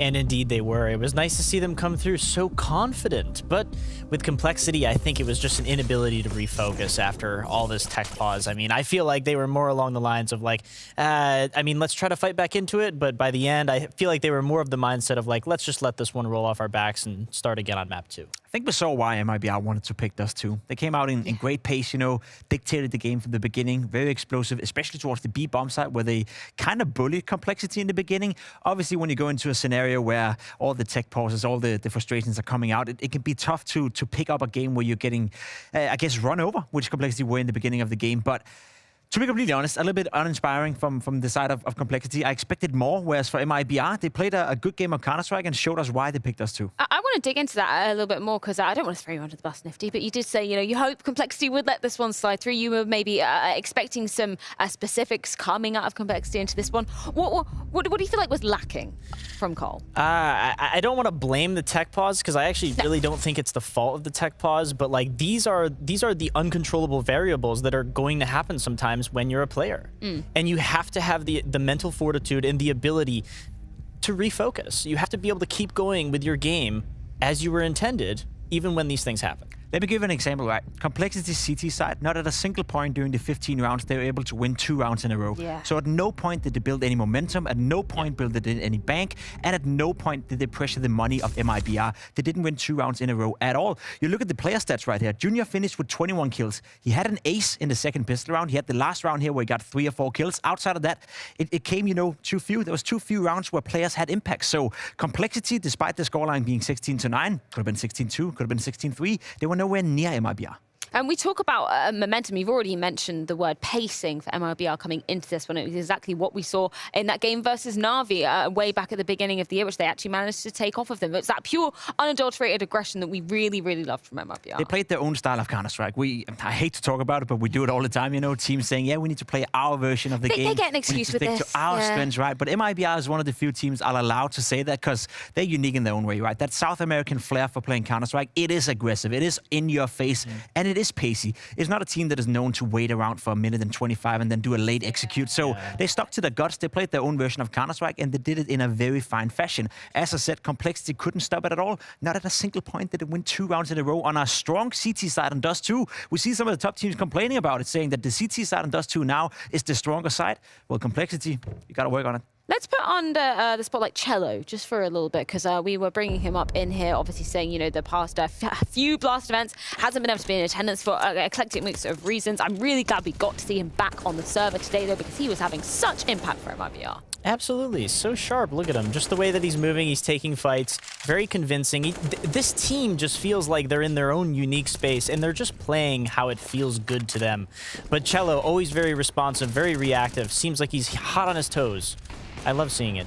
He's a good player, and he's been missed. You know, we had the graph where we haven't seen him for quite some events. Sickness, unfortunate circumstances, yada, yada, yada. It's good to see him back. He's playing Counter-Strike at a high level, and he was a big part of the reason why MIBR was looking so good during the RMR as well. Qualifying for the major, looking better than they have in quite some time. Cello with MIBR means that MIBR is a competitive team, and they're playing some good Counter-Strike, some solid Counter-Strike. Well, coming into the second map, which is, of course, going to be Inferno, we can take a look at our betway odds to see exactly where the markets are lying coming into this one. Pip, we were having a conversation in the green room. We were saying, you know, how do you think this series is faring for MIBR coming into the second map? You're not so convinced with their Inferno performance. Listen, MIBR is not a bad team on Inferno, but I consider Complexity to be slightly better. I think Complexity have quality on a map like Inferno. I think the players thrive better. They seem to have a better understanding of how to play together, and it's not a map like Dust 2 where you can run over your opponent, or at least it's much tougher to do so. So if MIBR wants to win this game, they have to change a bit in the playstyle. They have to adapt and accept that on a map like Inferno, if your opponents use the utility early on, you have to drag out the time. You have to drag out utility. You have to play a slow brand of Counter-Strike unless you want to try force it, and that can be tough on Inferno. That being said, though, they beat Imperial just a couple of days ago in the IM Dallas qualifier, and that's a decent team these days, and Complexity, with the way they played in Dust 2, never say never. Yeah, I would call this like a 60-40 MIBR map right here. But again, I'd be looking towards Junior on Complexity, and of course, Floppy as always. Yeah, I just want to bring up some of the recent results. I know you touched on some of them, obviously Imperial managing, MIBR managing to take them down. They have played a hell of a lot. Inferno, obviously you would expect that with being a map that a lot of teams are familiar with in the pool. But what are we particularly looking towards if we're saying, you know, maybe perhaps an individual from the side of MIBR that you're hoping to really step up, maybe continue the momentum in this map? Yota, we haven't talked about him, and he's actually the highest rated player from MIBR. We like to talk about Cello, obviously. He's a great player. We like to talk about Woody. And you know, Yota goes under the radar a little bit. He's the highest rated player the past 3 months for MIBR. He's playing at a very high level, and especially on a map like Inferno, I've seen him do wonders before as well with the rifle. So that's a guy they need to lock down. I will say, as you said, Freya, you talked about recent results. 16-14, 16-14, 16-12, 16-13, 16-12. All the games are close, right? MIBR is not a team that goes into Inferno and just bang out their opponent. They find a way to make the games competitive, but these results that I just mentioned right here is against some low-tier opposition in NA. Now they got to show that they got the goods against a decent Inferno team in Complexity. Do you think that's one of the reasons potentially why Complexity have brought this so early into the pool, or is there any kind of particular strengths you're looking out for Cole coming into their choice? For Cole, not so much. I mean, it's depends. With them, it's 50-50. But again, I think right now it just depends on how much they can recover from map 1. Because they're this momentum team. They can easily get stuck in their heads. This is normal for North American players. North American players struggle with this so much. I don't know what it is. I don't know if it's a cultural thing or whatever the case is. But to me, it feels like MIBR is ready, and Cole needs to show us that they're ready. They are good. They are good in Inferno, though. I want to make that point as well. They won 6 out of the last 7 times they played the map. Yeah, they play against some NA teams. Yeah, they play against Evil Geniuses, etc., etc. But they were to beat the majority of the teams they're facing. So Complexity, they must feel comfortable on a map like Inferno. The CT side has been good. The T side is good as well. They win 61% of their rounds on the T side, which is very, very high for a team like Complexity. So they definitely stand a chance here. Well, we're going to see if MIBR can continue that momentum or if Cole are going to come back fighting. It is their pick, and it is going to be Inferno. We're jumping into the action in just a few with Moses and Anders.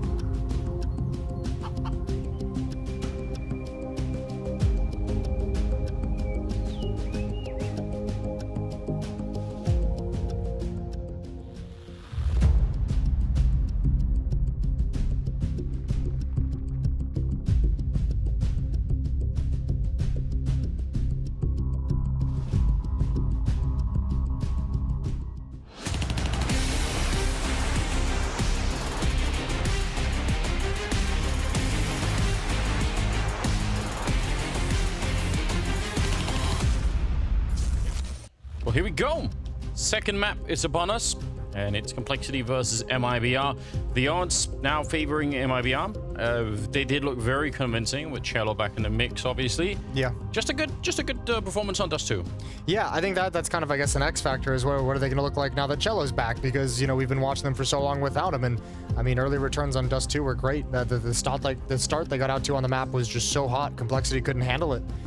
Very curious to see how Inferno's going to go. It is going to be MIBR starting on the CT side, and I'll tell you what, unless there's like some surge in confidence in the Complexity side of things, MIBR is looking, they are a well-tuned machine together at the moment.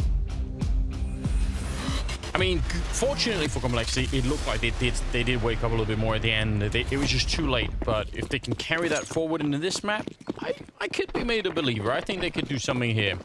A little bit of a random run boost to maybe get a little bit earlier down Banana, and they're pushing down the middle as well. MIBR on the CT side. Can they find it? Flashbang is godlike to take down Floppy and Cello. Oh my god, they're all dead, Jason. It happened so quickly. You got so excited. Yeah. Yeah, a little combined. How was it that fast? Combined mid push as well. We saw these kills. You didn't see MIBR slowly creeping down mid. Neither did Complexity. Everyone is swinging to look left.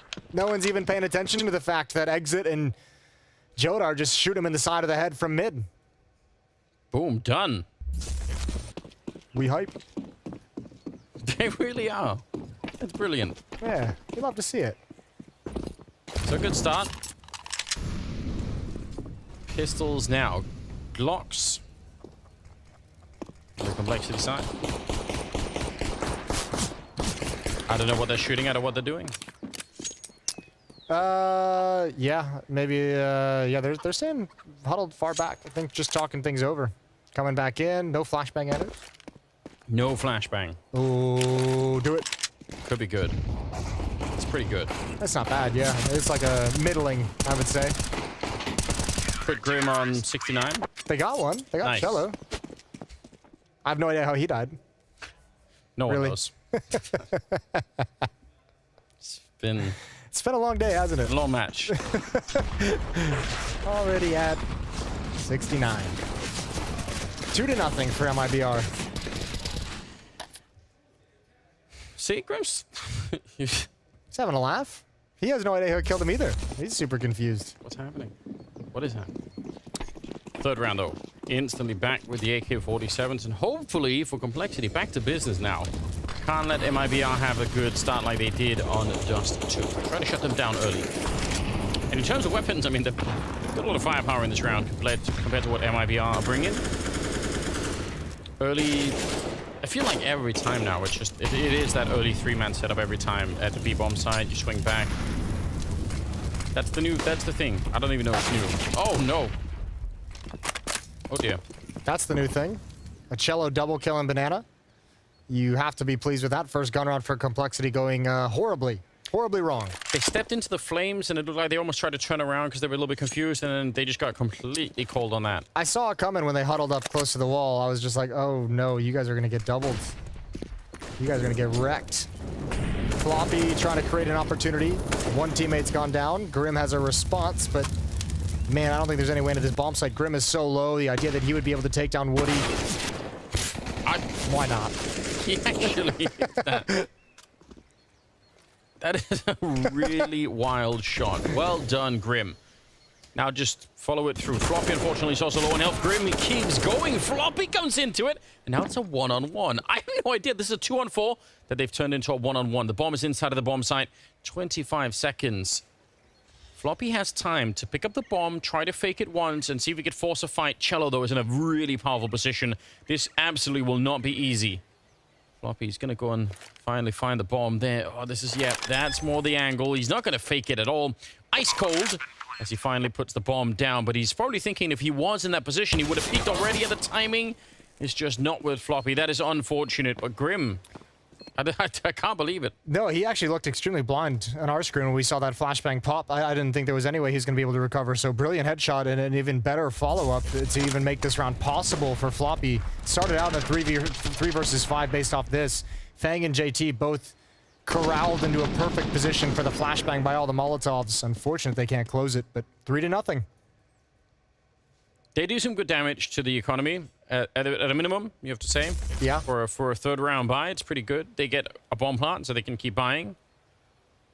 There's a lot to look forward to here still. Well, one thing to look forward to, obviously, is the AWP on Woody, who I know you're slowly becoming a fan of in his gameplay. So yes, let's see how he does here on Inferno. Gonna peek down mid quickly on the jump cross.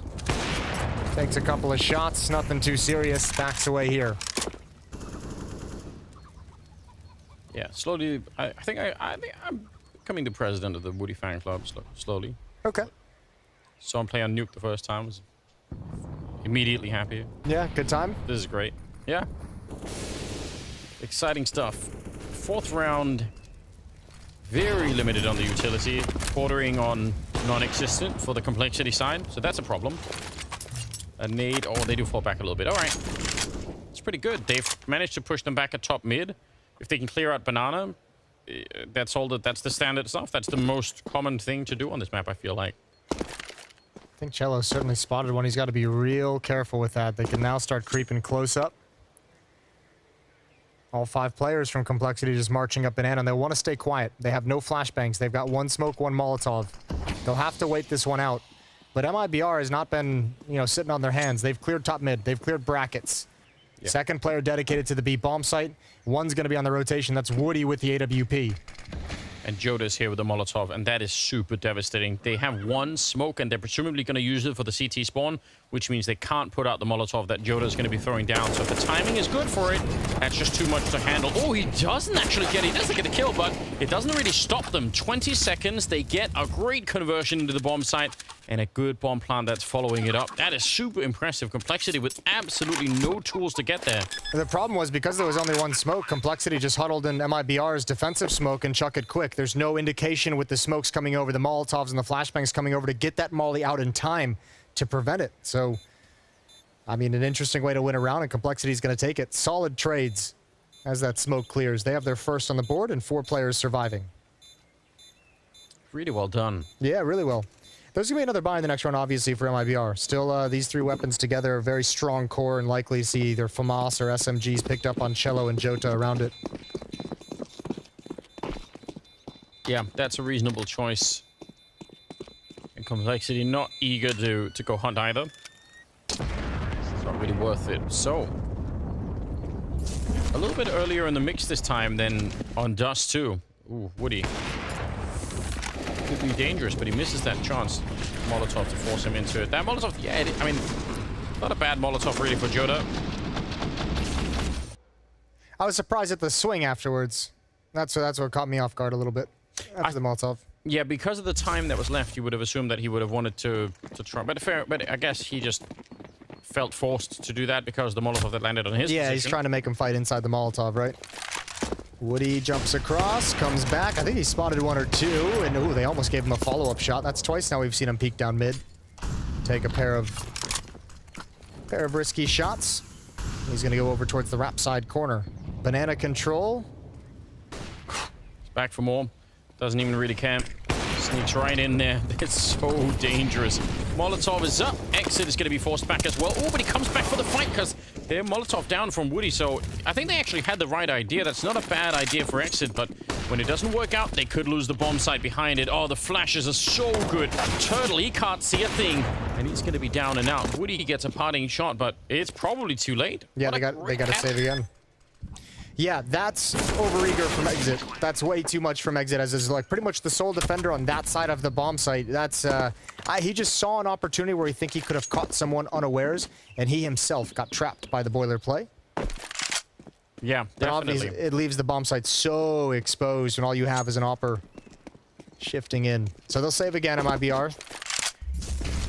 And whatever flashbangs are thrown over the bomb site as they're doing this, so efficient. As Floppy getting the assist on that one. Well done. Yep. And Grim even threw one bouncing off the wall to pop kind of right above default boxes as well. So there are a couple of things that he was going to have to dodge, and obviously impossible to dodge all of them. 3-2. JT goes down to the bomb. Captain goes down with a ship. As you're meant to, I think. Supposed to. I actually have no idea where that meme comes from, but Someone go investigate the history. What, a captain going down the ship? Yeah. I think it's not really a meme. I think it was just like a maritime law of Really? Back in, yeah. I think it's just an old school thing that's just been passed on. You know, you're the one in charge. You're the one in the most responsibility. So if, you know, you got to be the last one off the boat. I know in the past, when people who built cannons, when they had to fire them for the first time, they had to sit on top of them to make sure that their work was good, because otherwise the cannon explode. You know, you're the first to go with them. I don't know. That's really motivating. I feel like if you're motivated to build the best possible cannon. Yeah. I don't know if I'd want to be a cannon maker in those days. You just have to be a good one. I don't see the problem. I think you just have to just know what you're doing. Yeah. It's all good. 6th round. How do you learn? You know, well, we'll get back to that. Maybe like timeout. Yeah. I'll think about it a little bit. 3-2. maybe an attack in the ride home. Complexity going to start closing the gap and putting out utility to move forward. CEST in play. Yeah, we love that. No one's coming at him, though. You can see on the minimap, no one's even in these halls. I don't think he's going to get a chance to activate that. Boost up at the B bomb site on defense. He's not hunting with it. He's bored of waiting. There is the AWP over here, and there's a boost up. It's not a lot of... I know it's going to be so hard to get a lot of kills here. Risking the AWP, in my opinion, to try and do that. But, I mean, they get a kill on JT. Still, they should not be winning this round, really. They have an AK on Cello, and the bomb is planted. Woody, this is so risky. He is quick, and he's going to get the kill on Floppy, but still got to say, keeping that up around this bomb site, it's also a big chance to lose it. It's the turn for the AK-47 come up banana to kind of get put into play. They're waiting on Cello to create something. Woody's starting to sneak in. I don't know if they've spotted anything just yet. No one from Complexity peeking anything. There's the swing. Cello's got one, Woody with another. All of a sudden, so quickly, it's just on Junior. He's going to find a pair of kills. Cello puts him down. Do they have a kit? Yep, they picked one up. Woody was carrying it in, and Exit was quick to find it. Really great communication. Woody picked it up. He died 1 second later, and he communicated that to Exit, and he picked it up and went for it. That is an insane retake. I was 100% sure they would have lost that round. Yeah, and you know, in another time they actually might have, but everything just worked out very, very well. Cello played that perfectly. The team played that perfectly, just kind of pouncing. Woody's taking all the information, right? Grim's looking that way to try and stop or trade Woody jumping in, and that's when Cello's able to pounce on him. So perfectly timed with that flank coming up banana. And yeah, that'll put a halt to any momentum you were building up on the Complexity side. That is pretty shocking. But the confidence is, I mean, it's not out of bounds. They can actually deliver on it. Fang out here in the flames. Cello again, defending it well. The Molotov and peak combination between Cello and Earth throwing the Molotovs has been really lethal right now. Yeah. Absolutely has been. Good shot from Woody. Grim coming through the smoke. There goes Exit with another headshot onto Floppy. One by one, Complexity dropping off the map, and Cello's going to get aggressive, finding JT. Not prepared for that push, and all of a sudden, again, it's just Junior. And they're going to be out of money now on the Complexity side, which is a real big problem. Especially because MIBR, remember, they saved a fair few rifles in some of these rounds that they've lost, and now they're back to winning it again with... They won the last round with almost nothing, so that their economy is going to shoot up pretty quickly.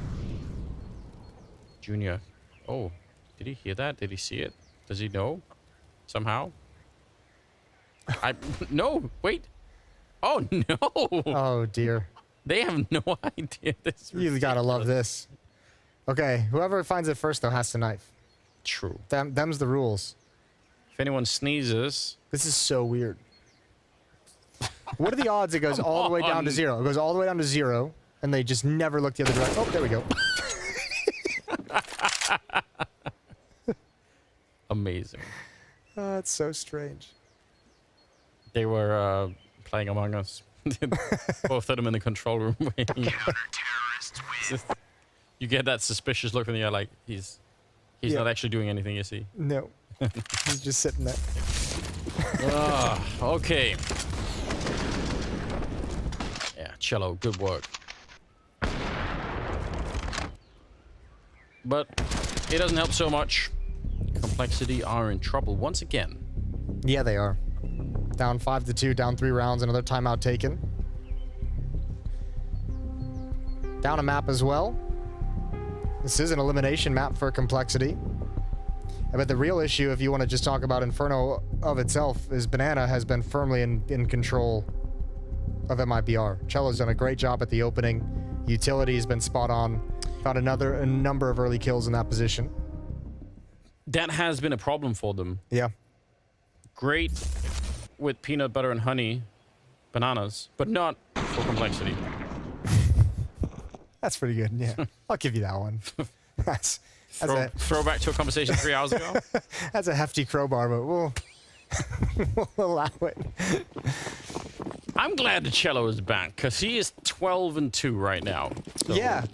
You know, it would have been such a bummer if we waited 6 months to get him into the team to get to see him play, and it was like a flat, uninspiring, but... Which is actually not an unreasonable theory, right? Because of the anticipation and the fact that they, like you said earlier, they hadn't really necessarily trained with him that much. It feels like that could have happened. We have had a lot of people tell us that Cello's like the real deal. Like when he's in a lot of conversations where people are hyping him up from the region. Yeah, no, but I mean, we've seen him play before, right? But then I don't know what happened with his MIBR team. I feel like we've seen examples of it before, so... But yeah, it's good to get a sense that it's still the case. Hasn't lost a step, really. Exit, bit of a high-pressure situation here, but he's handling himself really well. Didn't seem like it was. No, I mean, the Molotov helped him out so much. The Molotov just dropping it so they can't wrap around those sight boxes actually cordons the entire Complexity attack in that narrow gap where the AWP is trained on it. He's got some easy frags whenever he wants to peek. He's got cover. And even when it's extinguished by a smoke, the smoke is still relatively protecting you is also pretty beastly. I'll tell you what the next technology we need. Okay. Jason, for what's that? That's not hoodies or slippers or whatever else we're doing. Footrests. Footrests. You feel like there's some progress to be made in footrests? I feel like that's where the next. Didn't they pretty much solve that technology with the Ottoman? Yeah, but now we have LEDs and we have a lot of stuff going on. The Lazy Boy, I think, did great things for footrests. Did it have LEDs? No, but I think there's some with like refrigerators built into the side. Just so, you know, if you don't want to walk for 10 feet to the refrigerator. You're kind of dodging this LED question, but okay, yeah, I see, I understand. I think we could make some progress. That's my bet. Grim takes a bit of damage. It's fine. It's all right. Is he going to get flashed through? Is that what they want to do? Oh, boost on the other side. This kid either be genius or it could cost him almost everything here. Yeah, he's reading it. Grim wants to come through, and it's a beautiful double spray down. Woody, though, he takes it right back. They wanted to face him, and he was ready. They don't want to throw in more because there could be a flash coming down from pit, so they're just going to avoid it. Cello's hiding inside of the smoke. Oh, if they don't realize, he's going to come walking through. That's a nice kill. He keeps spraying and nearly gets the double pistols out, and Fang, he runs right into it. That is a nice defense. Cello is proving a one-man army out here. Floppy's finally going. Oh, what a turnaround. Woody, he had no idea. No, and he was tagged up from earlier. That's huge. Floppy has plenty of time to get into a position back in the dark corner. He's got smoke flash, but he won't use those. It's exit with no utility, but he does have the kit. He can play this as slow or as fast as he wants. Yes, he can. Sneaking through. Not sure where Floppy's actually gone. Now he's going to find out. Floppy's out in the open, ready to take the fight. A lot of confidence, and it's justified. A nice triple kill and a great clutch. A Complexity, they needed that round desperately. Yeah, incredible 1v3 from Floppy. That's going to be frustrating for MIBR. The fact that he's able to spin and grab one more. Good thing that Grim took out Turtle first, because Turtle was the one with ammunition. Joda had sprayed his entire magazine into the smoke without any success and had nothing to do to try and respond. What a beautiful clutch from Floppy. Just winning everything. That is so important. Unlikely round, but the immediate turnaround to spray through the smoke, that looked very cool. Woody is back at it again. In the middle. Okay, a little bit of a different taste this time. Smoking it up and setting up for a potential peek here. Fang. Not going to get connected on there. Dangerous, but he'll live. Woody's going to start to fall back. They have a pretty good crossfire right here. Floppy even lives a little bit longer than I was expecting. Woody's under some attack down here. In fact, he's going to get hunted down, but the trades are so good for MIBR. I think MIBR makes you. I think Complexity is a little bit too dedicated to that tactic. When that smoke pops, you got a minute and 13 seconds on the clock. You're not going to make a whole lot of progress in that fashion. Junior, the last alive with the op, was further back, setting up with utility.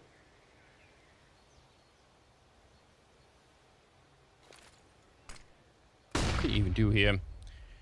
You could save the AWP if you're allowed to. You might be allowed to. I mean, 600 on Turtle and exit, 0 on Joda. I don't think MIBR is feeling too motivated to hunt. But I mean, they're also at this point, you know, 35 seconds left on the clock. They're not thinking that Junior is probably going to be saving. But I think it's probably the only real option he has. He's got 1,200 bucks. He can rebuy utility. Could go look at the art that's up there. Could look at the art.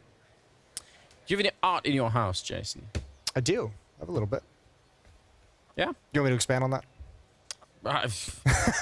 Unless it's a secret. I haven't put up any of my like esports stuff in my office, but I have a picture of one of the temples from Cambodia that I visited. Oh, cool. With a monk walking down some stairs. A signed Rolling Stones album cover. Now we're talking. Got some paintings I picked up in Greece. Did you say paintings? Well, let's not go there. That's bold of you. I was asking. Paintings. Okay. Threw me off for a minute, but I'm back on track. 7-3. And we're working our way into the 11th round. AK stolen on Turtle. And just the AWP to work with. There's no real formula to get that AWP into play, I feel like, on the T side. I mean, you can definitely try, and you can be successful, but there isn't like a surefire way, especially T side Inferno.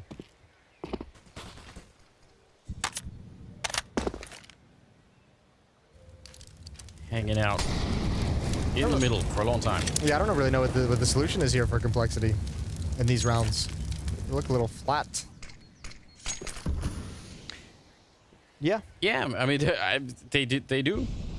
I feel like a lot of the focus so far, which I don't really mind, it has really been on taking Banana and top mid, but they've run into Cello a lot on Banana, and that's been one of the issues. And if they extend past top mid in towards Arch, they run into the Woody. That's not fun. Yeah, they've fallen into like this tendency of like just kind of like just I don't know. It's very cookie cutter, and then you're kind of just falling into like a massive B hit, a massive A hit. That's actually a great find. Done. Shout out to Grim with the P250. Oh, but they do slow it down a bit. All right, just to get the smoke up. That's fair.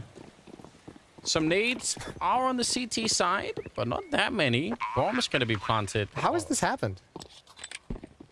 I don't know. We were making a big deal out of how difficult, and they can't really do anything, and they're playing a bit slow, and you know, and then they just make it work anyway. At least to get the bomb plant down. Now it's a 4-on-4, but MIBR in an awkward position. Kills coming through now for Complexity. I don't know. And Woody just bailed out. He was like, hell no, I don't want to be involved in this. Exit, looking for some kills right at the close of the round. He might try and turn this corner and push forward, but indeed, nobody's exposed just yet. Last player coming in, not even going to be able to find Floppy. He's done great damage for the bomb explosion. Not going to kill him. Not going to kill him. Ooh, Fang, right at the end. Run. Go for it, yeah. It's always a good idea. Not going to find anyone. Well, hard to explain, really. Just a Grim double tap. Here we go. Wow. That first dink is brutal. Floppy gets a 1D to shut down the retake. Okay. Well, if anything was going to get them fired up, this is going to have to be it. That's a round they had no business winning. Yeah, it's also not like a recipe to win future rounds. Those are just like really fortunate happenings. It still doesn't feel like they figured it out. But also, I mean, if you go back to Dust 2 with the way that map opened up, we were like, at one point, it's like, this would be crazy if they got to 5. And it felt the similar way here on Inferno. But they're knocking on the door of a pretty decent T-half, all things considered. Yeah, they are. It's stepping in the right direction. Nice nade from Woody to take care of JT after he got the first kill. Oh, that's very awkward. The timing is just not with Cello on that one. Fang, on the other hand, nice little return. Joda would love to punish it, but how long do you want to stick around for? Again, it is amazing if you could stick around and shoot them through the smoke, but if you go down, the round is lost. So you have to think about that too. They're in a very awkward position right here, MIBR. They might almost be better off gambling this one. Just get everyone to A or B. Yeah. Well, they're making the right call. They are going for the gamble that you wanted, and they're going to the B bomb site. Perfect. Woody's got a flashbang and a smoke. Although with the stack here, I don't think you'd want to put the smoke down. No, maybe not. And also, he's very low on health, so that in itself is a little bit scary. One shot for the smoke, and he's going to be gone. That is almost it. Turtle's going to fall into the back line. Joda has to do it all on his own. There's no backup coming, and he does a lot with it. Double kill. That's more than I was expecting. Bomb being planted, and Woody trying to wait for it. Does he see it? Not quite. Smoke is fading in front, and he's not really sure. This can be won, but he needs some kind of a mistake. The gun barrel not showing. And how patient is he going to be? Has a kit and has a little bit of time to wait, but they're not really moving his way. No, he's looking for a mistake. He didn't get it. This is now your turn to try and back off. Oh, Junior misses the shot. That might be the escape route, although they are going to challenge. Still would love to take the weapon. Oh, they're going to push towards him. Why not? They say you're probably stuck. Grim's going to go check it out. He's going to pre-fire the angle, and yeah. Off to the left. Woody didn't expect it. There's the 5th for Complexity. I'm so surprised. I really am. It looked like it was going to be a repeat of that first half on the first map. Not quite. Another round on the board. Yeah, Complexity's starting to handle some of this pressure as well. Starting to do a better job handling Cello, pushing down. Obviously, Exit pushing down mid there was free kill for Junior. 2-round lead, and they've taken the, 2-round lead for MIBR. However, they have lost their economy. Complexity have finally stripped it away, taken all the cash out of their pockets. Yeah, what a milestone to reach. Gonna be full stack over at the A-bomb site. Don't have any real objections to that either. Why not? You might as well.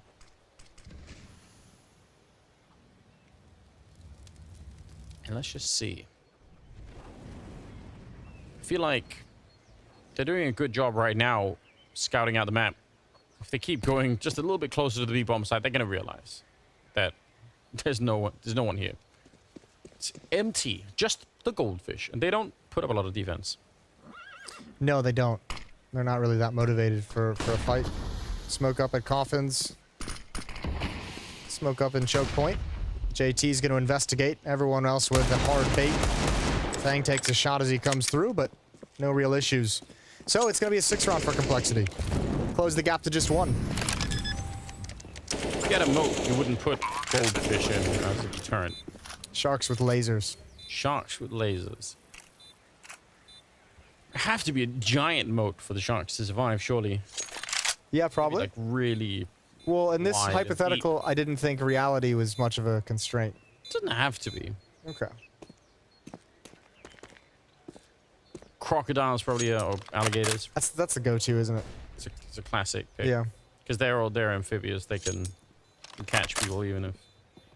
You know, of all the for all the nature shows that I've watched in my life, the like gazelle and antelope trying to, like the wildebeest trying to cross their crocodile rivers, those are always my favorite scenes. Yeah. That's a party. When that scene comes on, you sit up, you get ready. Yes. What a lottery to be a part of, you know? You have to come here. You have to cross this river. Well, get all the animals that are in the center of that are like, all right, it's all good, but the ones in the I know, the end and the first. Yeah, not a good time. All right, 2 more rounds in the opening half.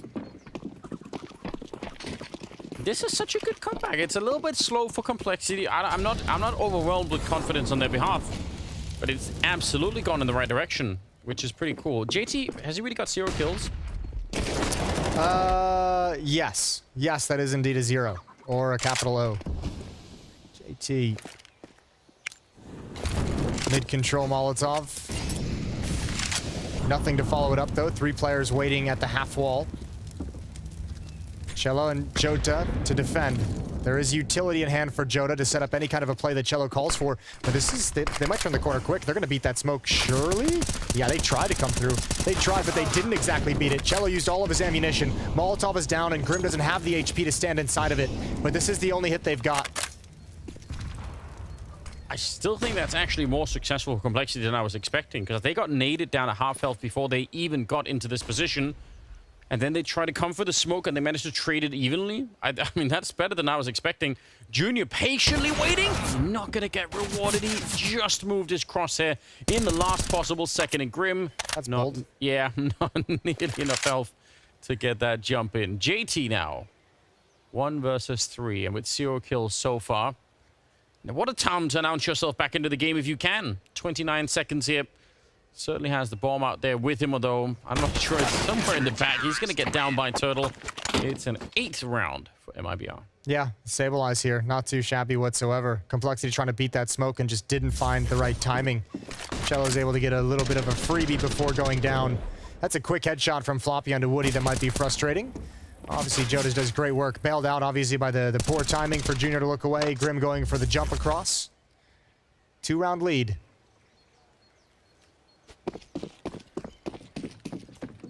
I don't know.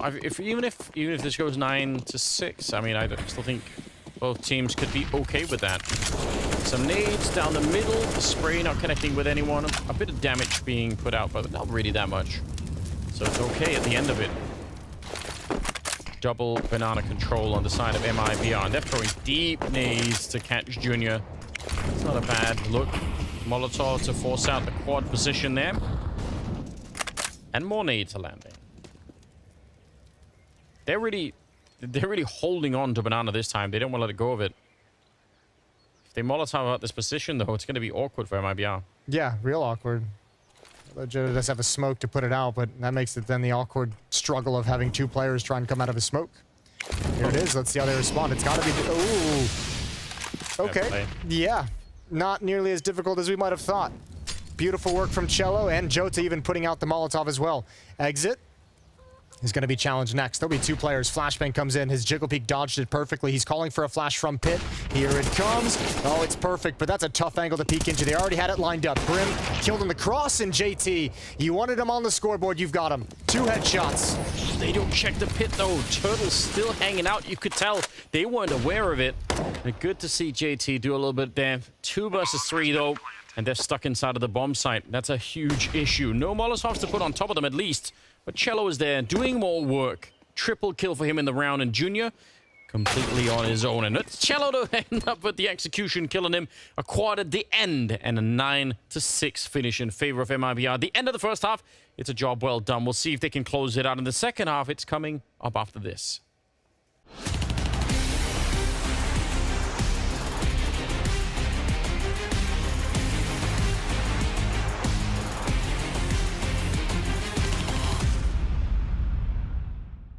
He kicked Kerrigan back into that.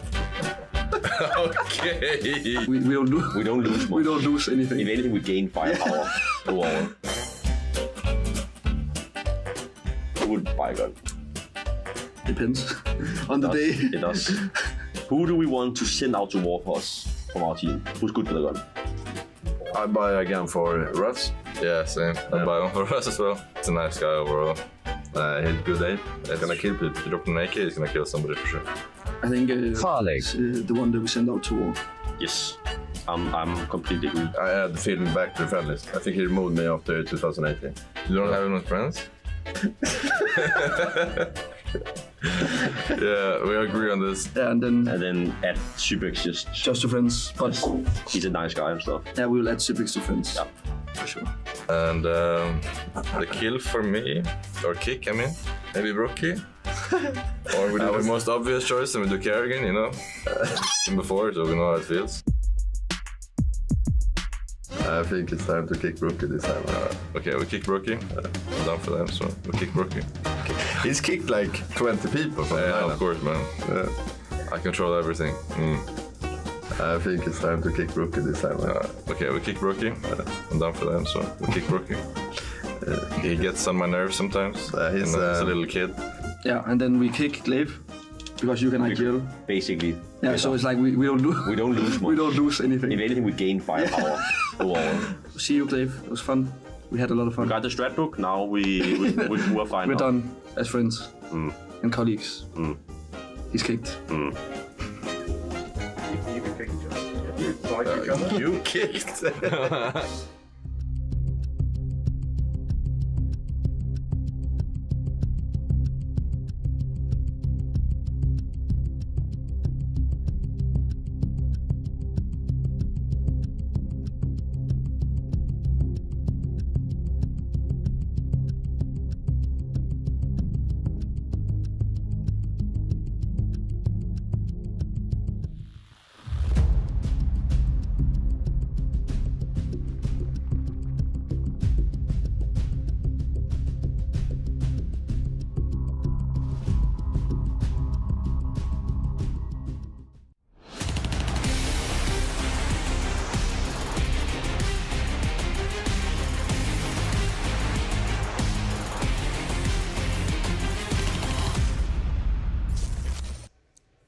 Welcome back, ladies and gentlemen. It is the second half, second map. It's MIBR versus Complexity, and Complexity actually, I think, did a pretty respectable job. Yeah, I'm actually somewhat impressed here.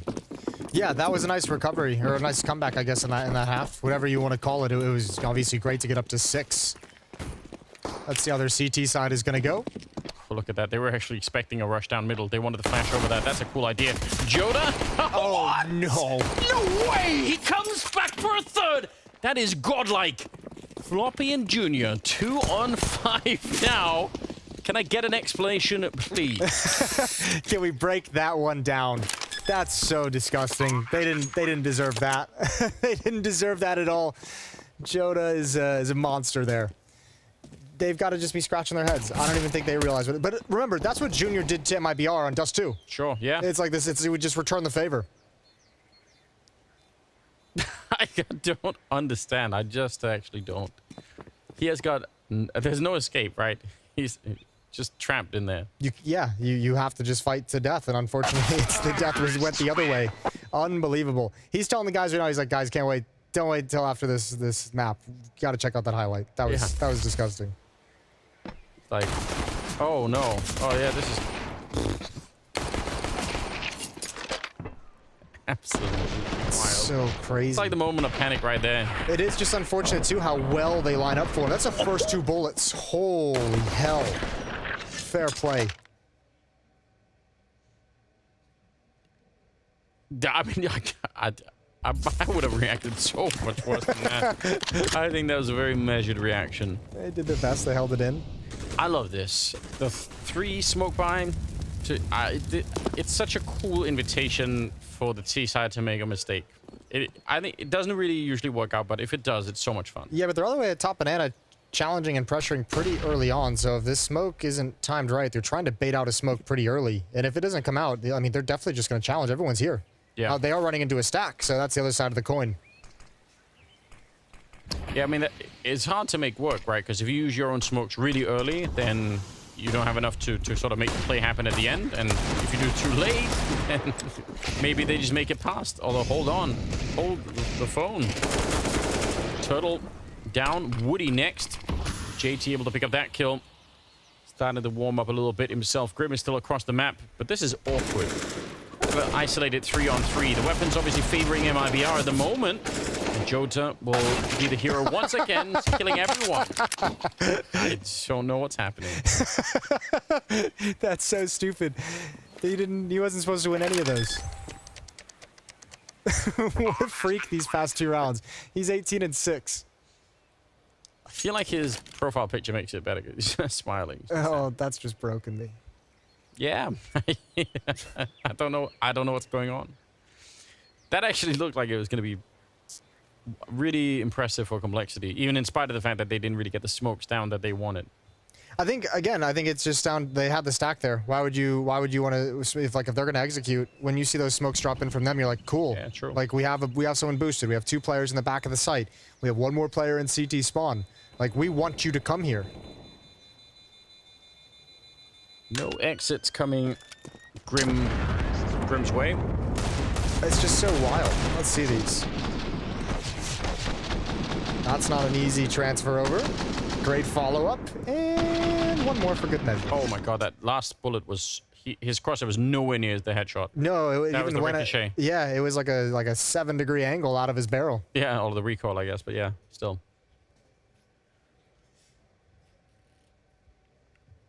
Double facepalm moment. Yeah. Sometimes 1 facepalm just isn't enough. Well, one's for the first round, the other one's for the second round. Yeah. Can't usually get the triple facepalm without some help from a friend, but 11-6. And pistols, and this time it's a 3-way top mid setup. Timing, just trying to peek it, count to 3, go. Doesn't work out, but it's worth a try. So probably, very likely, going to be 12-6, which is a very good lead for MIBR to begin the second half with. Yeah, no, obviously the easier side being the CT side, Complexity, well, I guess we shouldn't really say that anymore, but, you know, CT side, you can come back on it. It's all dependent on economy. And with 12 rounds for MIBR, my point is that if MIBR get like one reset of the economy, they're up to like 15, and then you're in a tough place. Yeah. So the comeback has to be swift and early here for the Complexity side. And it needs to at least be like a good, decent run to get started in this so that you can build up some money, so that you have a bit of a buffer, so that you're not immediately on the back foot again. You need to have that second buy ready to go. Look at... Yep. Look at the kills on Complexity. 14 on Grim, and then the drop down from there is incredible. Floppy's kind of close by, but Fang, Junior, and JT, not even really there. Yeah, it hasn't been a fun game for them in any way. Remember, JT was at, what, 0 kills going into round 14 or something in the first half? Yeah. There's Junior with 1. Floppy adds another on top. He's hit double digits. Cello and Exit go down. There we go. Assertive start to the round. That's what we want to see. Junior's ready for that. Joda, a little more madness from him. At least in this round. At least in this round. They finally shut him down. They needed to. That AK was a magical AK. have to get it away. And again, keeping the rifles alive. Again, we're really talking about the fundamentals here. Get the economy and get some real momentum on your side, like some sort of feeling that you can actually win this game. Nice. No one dies. Yeah, that's perfect. That's the great start. That ticks all the boxes of what we feel they need for this comeback to happen. 5 players survive. You get to build up some money, build up some confidence as well. Some good shooting, some good map control early on. Final map, if it goes to it, is Overpass. Beautiful. Yeah. Yeah. I don't mind at all. Overpass is a pretty decent third map, I think. Yeah, I mean, and it's kind of hard to know because we talk about MIBR and in general Brazilian teams. Sometimes they do get really hype and they do it, and it is exciting. But always, it can also backfire if you lose a second map that's been it's a drawn-out map. The drawn-out best of 3 in general because of some of the early tech issues. It could be a little bit rough. He just missed his smoke on top of the molly. He's got to be very confused about that one. Yeah. They just never popped. Everyone's trying to get back. They don't like anything they're seeing here. So, audible. Joda's going to start looking at taking control of halls. 2 players now coming alt mid to work with him. Stack in brackets at top mid for Complexity's defense. 2 in lane, 2 at quad, 2 at the wrap side. Yeah, it's a powerful setup. Oh, and a flash to go peek. I actually like that. That ain't bad. 4th player's coming back because he spotted a couple down mid. Complexity really want to hold on to this for the moment. Grim's boosted up in the ROPS position.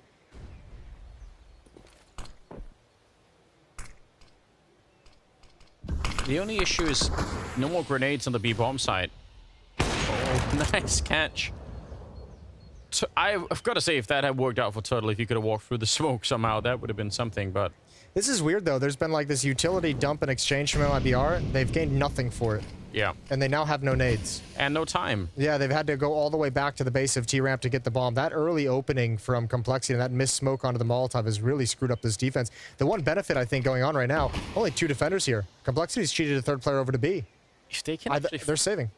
Oh, what? Oh, wow. That is a really interesting... I actually thought, because they were kind of moving up, they obviously can't see what we're seeing, so... In their minds, if there's a 3rd player on that bomb side, maybe they just don't even want to. But it looked like at 20 seconds they could have actually wrapped it. But no, but I mean the problem with it is, I mean, there's no like not necessarily any kind of like crazy issue, but anytime you see the 4 players save in that fashion, it's like there's a massive miscommunication. There's something. Yeah, plans not only went wrong, but just didn't even make sense at a certain point. Here we go. Oh, a little too much mustard on that hot dog. Yeah. Talk to PIMP about that. He's into the hot dogs. He's into the hot dog business? Yeah. You guys don't have hot dogs here. You guys have some weird abomination of hot dogs. Don't talk to him about that. So it's gonna be ugly. Turtle has pushed up mid past all the Molotovs. He's gonna be defensive about that one. Warning you now. Oh, good find from Grimm. They never saw it coming. Now he's just got to battle his way out. Turtle's ready for the exit, and he's got him. Okay. Good stuff. But a lot of damage on the Turtle and Woody nonetheless. Uh-oh, that's awkward for Fang. He's out in no man's land. Surely Joda's just going to walk out and find him. Oh, he looks away. Fang never would have expected it, but he gets caught out in no man's land. And look at the defense now. JT doesn't even, you can't even risk it getting into the bomb site. This could be a huge knockout punch for MIBR. And Complexity have to save. This is where you have to think of money. Unless you're given a gift right here. Unless someone peeks this angle. Yeah, I tend to agree. This is very, very rough. Have not that much money in the bank. Timing? Oh, it's kind of a little bit awkward there, but now it's done. Exit with the smoke and the kill right as it goes up. I don't think this is even going to be close to worth it. Junior walking away with the AWP. And yeah, I mean, the timing to find Grim is one thing. But Fang in the pit, that was really what did it. Floppy getting some action. Not enough to win the round, but... Yeah, he's just going for some exit kills right at the end. He's got them. He's got all three. Beautiful stuff. That's amazing. I mean, that's actually a pretty big deal when you look at how much money is left on those players. 3,800 on most of the MIBR guys, so going to have to drop a rifle over, and that does significant damage, significant hindrance to MIBR's money. Also gets to keep his own gun alive, gets to keep some cash flush in their own pockets. Timeout taken, you imagine, by Complexity to talk things over. Yeah. You mentioned it earlier. No, it's MIBR. All right, yeah. I mean, I guess both teams could justify doing it, right? We're at the point either way where Complexity need to keep building these rounds and the economy, and MIBR would love to end this right now. Yeah, I'm sure they're both happy with the timeout, because MIBR's got to come up with a plan with the kind of money that they have and the kind of buy and investment they can do in this round, and Complexity would just love to talk over what they can fix and avoid what just happened. Yeah, they're not out of runway yet, but it's definitely getting there. 13-8. And again, some more of them are Floppy and Grim are kind of, they're almost caught up to each other here. The Junior started to get there too. A little bit more, and this Complexity lineup could play their way back into the game. Double presence on Banana for the CT side. They're not going to be able to challenge it. No, they don't have the utility. They don't have anything you'd need to want to actually challenge and fight for Banana, and then also challenge knowing the push is coming. Interesting. But everyone, 4 players staying pretty much huddled up deep. Back of alt mid, all the way back towards T-Savon, obviously at the bottom of this ramp as well. I don't know what the strategy called. It feels at the moment like this is just going to be a long march up Banana, and it might just have to be quick. Pop flash over, see what happens, but just push the whole way and don't slow down. Yep. Tech9's to run, but this boost up over the Molotov as well. Yeah, you're not going to be able to really do anything about that. That's fine. They don't take any damage. They haven't used any utility that they can't retoss out. Flashbang. They can't turn. Well, they have one, Joda. You're right. They have the one. This is going to be a really good flashbang if they actually want to do it. But so far, they're just making noise. A little bit of a jump there. Woody sticking around. They think they've pulled the third player over. I think that's why they're calling this back. They think there's going to be a third player here. It's not the case. They're about to be in for a rude awakening. Missed shot from Junior opens up the possibilities. Fang puts out a defensive smoke. Spam coming through. One's going to follow through. That's a big time kill on the flank. 3 on 3. Yeah. Oh, JT making up for it. He did take down Floppy in the middle of all of that chaos, but still a 2 on 3. No one's at the B bomb site, though. JT is trying to get back there real quick. Got to be careful. He is a little bit low. What an opening for Cello. That is a disgusting kill.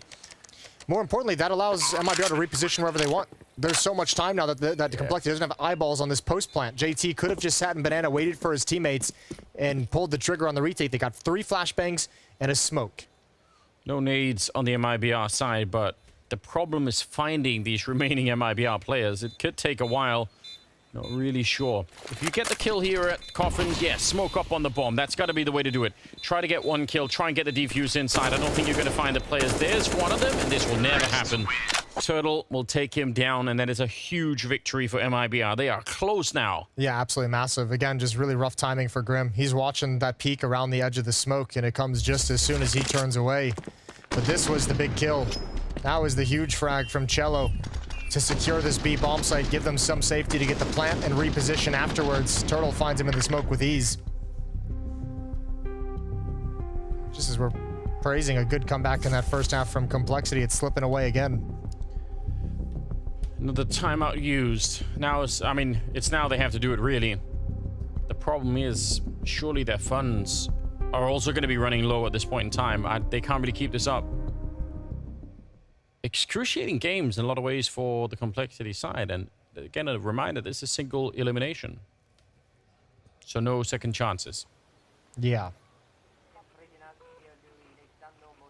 That hits hardest, I think, for Complexity fans watching at the moment, as they're 6 rounds behind here on map 2, having been demolished on map 1.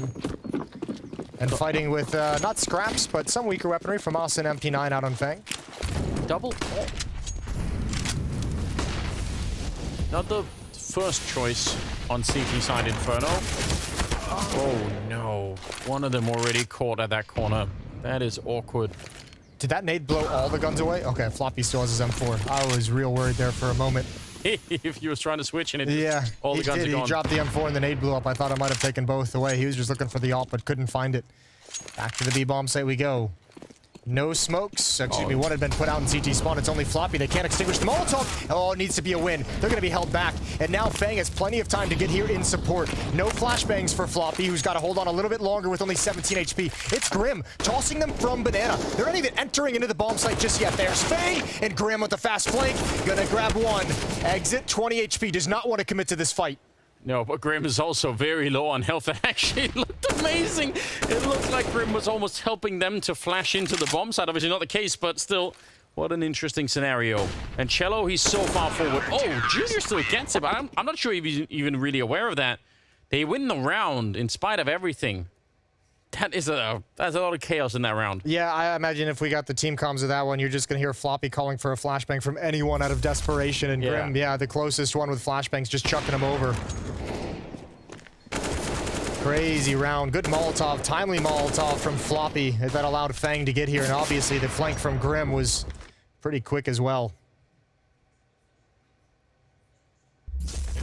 Hanging on, still hanging on. No bomb plant. And they're out of money on the MIBR side. Running through the flames on Banana. Nice nade. Dunking on them now.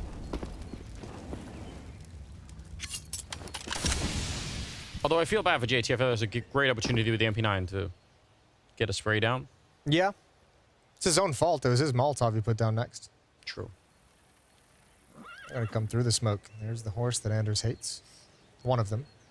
One of the many. Woody, Joda, and Exit. Taking the leap. JT goes down. That spray down wasn't exactly there, was it? No. We've all had days like these. It happens. Here's the nade. This is it. Boom. Nice. Good catch.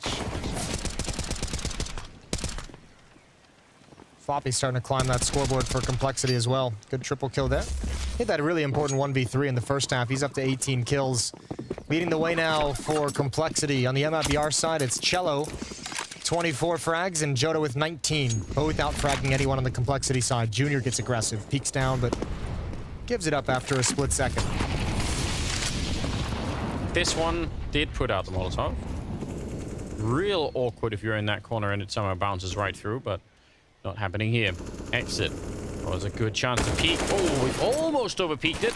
That could have been dangerous. Need to follow it up, and now they have to be real careful. If JT goes down in that follow-up battle, it's probably round over. Yeah, they're going to be happy with this 5-on-4. They might even pass the MAC-10 over to Exit to just watch the flank. He didn't really want to give it up. It's like, no, dude. Please. It's my okay. Because you know what the follow-up is. They're going to give you the MAC-10, and then they're going to send you in first. It's like, no, I don't. Not interested. Fortunately for Exit here, I think he's just going to be a straggler. I think they passed him a smoke as well to set things up, and he'll just be someone to watch the flank. Complexity's getting a good sense of what's happening, though. JT's rotating back to the A bomb site. They're going to shore up the defense here with the third player, and Grim's going to need the assistance. It's Junior with the AWP on Rap's side, and a good kill. Joda peeks in front of it, but the Hall's play is coming. Yeah, still down in the pit, though. Grim, he's been so good on the defense. Having a bit of a hard time finding a kill. JT will get one more. The bomb is dropped for a minute. 25 seconds left as well, and JT, yeah, he's worried about the ramp here, and for good reason. Turtle comes in with a double kill to enter into the bomb site, and it's a 1-on-2. 15 seconds. Bang, yeah, he's out here. He's got the right idea. They've picked up the bomb. They actually do make the cross. Don't stop to fight him. That is a horrible idea. He could still do this. He's on the bomb site already, doing nearly enough damage, but Turtle with the instant headshot. It looked like he said, that's what I'm talking about. And they're at map and series point. That's wild, though. He even gets the dink. Just no opportunity to clean it up. That's a tough fought round for both teams. Oh, good job from Turtle. Wild to see him jump into that bomb site. That one scared me. That one got me a little bit nervous, but obviously didn't feel comfortable with how long that fight takes to actually secure the A bomb site enough to get that plant. And you don't have enough people to clear top mid. That's what he's worried about. He's worried about that flank coming up mid or wrapping around brackets. Exposed him to a little bit of danger, but you can understand why. So, Complexity now, definitely this is a huge comeback, a huge hole to come out of. MIBR have good amount of chances to just take this one. I think 6 rounds, they have 6 opportunities to close out this series here on Inferno. 5. Damn it. So close. In the right area, Jason. Fine. Give or take 1? Yeah. 26th round. I feel there's some energy missing in this Complexity camp right here. They're not that far away. They weren't really that far away necessarily on Dust 2 either, but it doesn't feel like they are really as fired up as you'd want them to be here. No, I think still with how young this team is together and how much this team is kind of coming together at the moment, they're still very much momentum based, and I think this has been an off day for individually for a few players, and as a team, I think Dust 2 and Inferno, I think as one of these guys playing the game and involved in the team as the coach of the player, this is one of those days where you can just tell you're not gelling and you're not on the same page. Grim trying to be the playmaker here. I mean, he gets caught, and it looks a bit silly when you get caught like that, but trying to sort of be there for his team to fight back in a round where they don't have that much equipment. So, unfortunate, but he did get caught. And it puts him in a 4-on-5. And look at who's down in the pit. They actually have so much control. This is almost a 1 round. Yeah.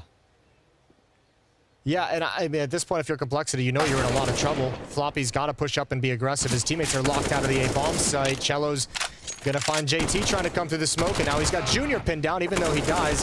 I think he's telling his team, look, you guys are set up perfectly. Just chill. Play a standard game. 3-on-2, there's no kit for Complexity. It looks like they're about to get knocked out. Yes, I even think these last couple of fights here for MIBR were just sort of signs of being essentially convinced they'd already won. They just go for it. Chest out. Chest down, yeah, exactly. Molotovs are down as well. Oh, this is heartbreaking. Not just beating them, but letting them linger a little bit inside of it here. Trying to push through now on the Complexity team. It's not going to work out. It'll be 16-10 instead. And MIBR, they bring down Complexity on 2 maps. Yeah, what a great showing. I mean, I think a lot of us had Complexity as the winner, as the favorite. But I mean, MIBR showed a different level than Complexity could hit today, which is great to see with Cello coming back into the roster. We've been waiting for that, and it actually delivered, which is beautiful. Yeah, some of us were starting to doubt whether he was even ever going to come back, but whether he even existed. He might have been imaginary for some time. Just a fake player, but it turned out not, and he's back, and it was amazing. So well done. We're excited. We're going to go to a break, and then afterwards we're going to get the desk. So stay tuned.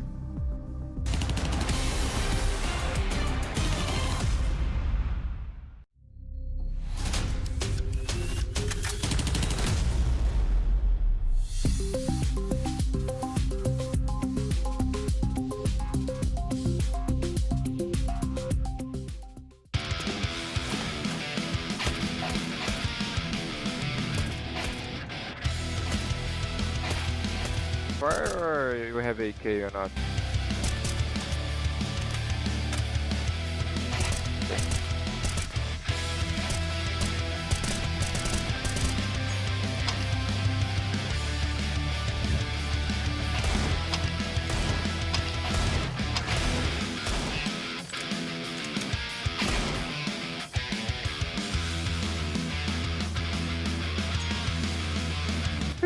Where is? Oh.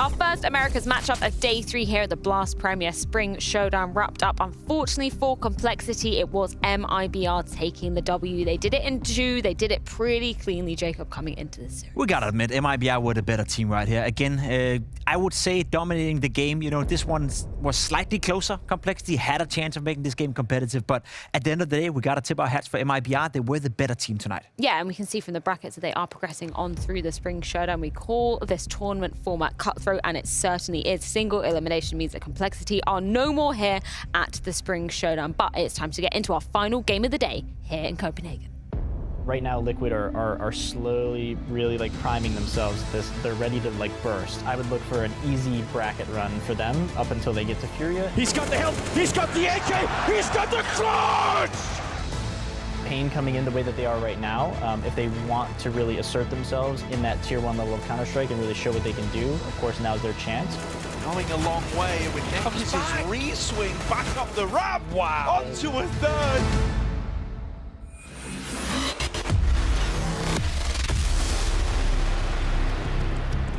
The Brazilians looking to bring the hurt, but a tall task ahead of them as the tides of Liquid beckon. We're looking at both of these two teams coming into things. Liquid are the clear favourites in this series when we're looking at the world rankings. So what can we expect from the North Americans and, of course, the Frenchmen on their side coming into this? I used to play in Liquid.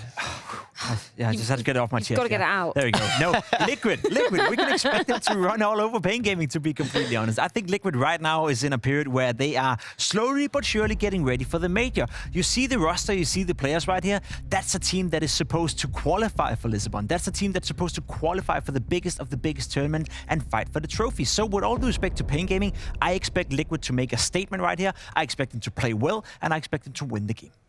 Yeah, I mean, the last series that they played against paiN, which was roughly about 2 weeks ago, was just a best of 1, and they beat them 16-1 on Mirage. Ooh. So I think we're gearing up for a quick 2-0, in my opinion. Well, if your crystal ball is looking clear, then that is a good sign for Team Liquid. I do want to put Shox under the spotlight a little bit more, considering, you know, it was quite a surprise to see him moving from Vitality over to this Liquid roster. Of course, he's had some time to be gelling, to be integrating within the team. So initial takeaways from what we've seen of Shox, what more are you expecting from him as well? I mean, you see the event stats right here. It started out pretty rough for Mr. Shox over there, having to go to America, integrate to a lineup, integrate to a culture he's never been part of before. You can imagine how that's tough.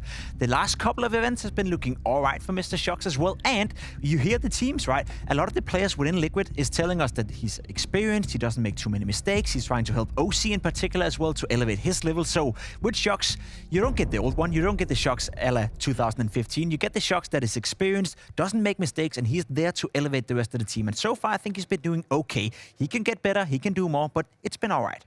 I feel like for him, it's just the epitome of trusting the process. You know, I mean, it's interesting because I actually like what you said. You know, it's about helping OC, and he has so much value to provide there because I feel like he's so selfless, you know, and he's just in this space where it's like, I've had my time. I'm not so greedy. I'm not selfish. I don't need to be the superstar player of this roster. I just need to get in there and I need to do my thing. And it seems as though they respect him for it. Yeah, and then moving on over to the side of paiN Gaming, of course, opposition coming into this. Good point, Noah, the fact that Liquid really did just beat them in that RMR matchup. But when we're looking at maybe one of the new additions coming into paiN Gaming, of course, we've seen Safe departing, Nithon coming in. How would you kind of compare these two AWPers on the side of paiN? He's done well. He's done very well. He has to replace Safe, who did a tremendous job when in paiN Gaming. You saw him during the last major do well, and then you thought to yourself, okay, without Safe, you know, paiN Gaming is not going to be able to make waves.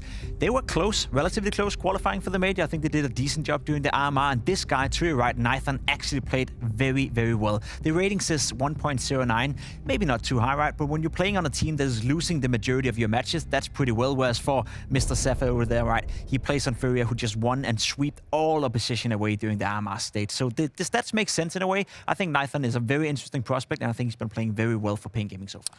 I have to be honest, when it comes to Nithon, I don't know very much. So maybe through this series, I'll learn a little bit more about who he is and what kind of opera he is. And that always fascinates me because as an opera myself, there's so much to point out. He's the kind of AWP player who wants the AWP every single time he can, right? If he has $4,750, no armor, no grenades, no nothing, he'll just buy the AWP and play with it. That's the kind of vibe he gives you, and he's good at it. I think something that's really interesting about paiN as well is just the tenure of these players together. We look at kind of the core 3 or 4 players, and they've been together for a really long period of time. The fact that Nithon's coming in, maybe in injecting some new blood into this roster. It's going to be interesting to see how it kind of have to shift maybe around this playstyle, maybe around some of the differences from him versus Safe. I admire that. I don't think I've ever spent more than 12 months in one team, you know, and that was a bit of a problem, obviously, in Danish Counter-Strike back in the days. But to be together for 38 months, 32 as well, and 28, they know each other in and out, right? They know each other's weak sides, good sides, etc. So having a new guy coming in could spear some motivation into the guys, you know, lift them up and try to elevate them a bit.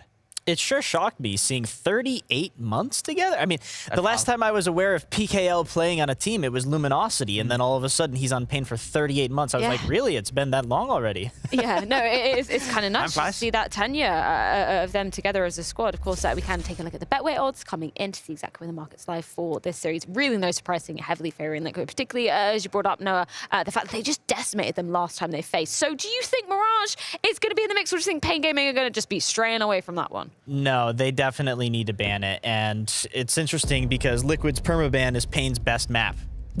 So yeah, they're already at a big disadvantage on top of the fact that it's paiN versus Liquid, and Liquid's been on fire recently, and they just have this lineup where OC's coming in and he's playing very well for being this debut character in a lineup. Liquid's new hires always need to perform well, especially when they're under the eyes of a leash. Yeah, but for real, it's been a very interesting development with Liquid in terms of their own map pick. Ancient is a map they've adopted and they're playing very solid on right now. Vertigo coming out of paiN as well. We saw that, I believe that was against MIBR during the RMI event. Yes. I believe it was 25-23. It was like triple overtime, back and forth. And to be real, paiN Gaming should have won that game against MIBR. So I've seen them play firsthand, and they play Vertigo to a high level. So let's be honest, Liquid are the favorites, but if they sleep, they can lose to paiN. As our resident North American expert, who are you looking for from the side of Liquid coming on to Vertigo as the first map, particularly as it's paiN's pick? Oh, I mean, we're always going to be looking at Naf and Elish for sure. I mean, Naf, you're just going to always get the clutches if it comes down to those moments. But the one thing about Liquid, and it's always been this way with them, is that they have some of the strongest defaults. I think they've always had the strongest defaults out of any North American team and roster ever. And it was always actually fun for me to play against them as an opper, because when you are mobile and you're really feeling yourself and you're confident, you can pick them apart. So I'm curious if Nithon's going to find himself with some really great entries. Me too. I'm curious to what Elish is going to do in that A ramp. He just loves to play that position, loves to lurk around, and loves to be annoying. OC as well. I feel when you look at the lineup, there's so much skill, there's so much firepower. I hate to use that word after doing the RMR, but firepower-wise, Liquid should be able to just outmaneuver paiN Gaming. Well, we're going to see exactly how it does go down. paiN Gaming's pick is the first in the pool, and it's going to be going down on Vertigo. We're going to see if Liquid can bring the pain to the Brazilians, and it's coming up in just a few.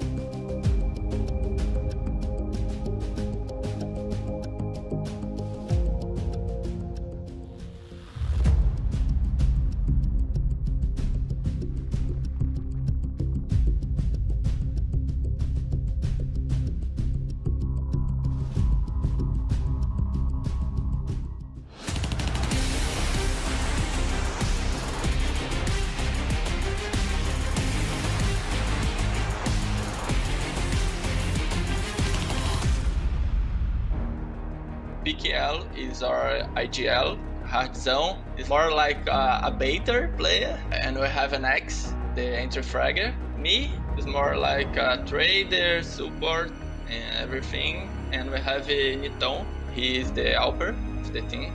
If I would describe our team with one word, it's a word in Portuguese. I have no idea how to say in English, but it's resiliência in Portuguese, because we have a good mental about the game. We are losing the game. We don't think a lot about, oh, this game is lost. It's more about just play, and that's it. Nice to meet you.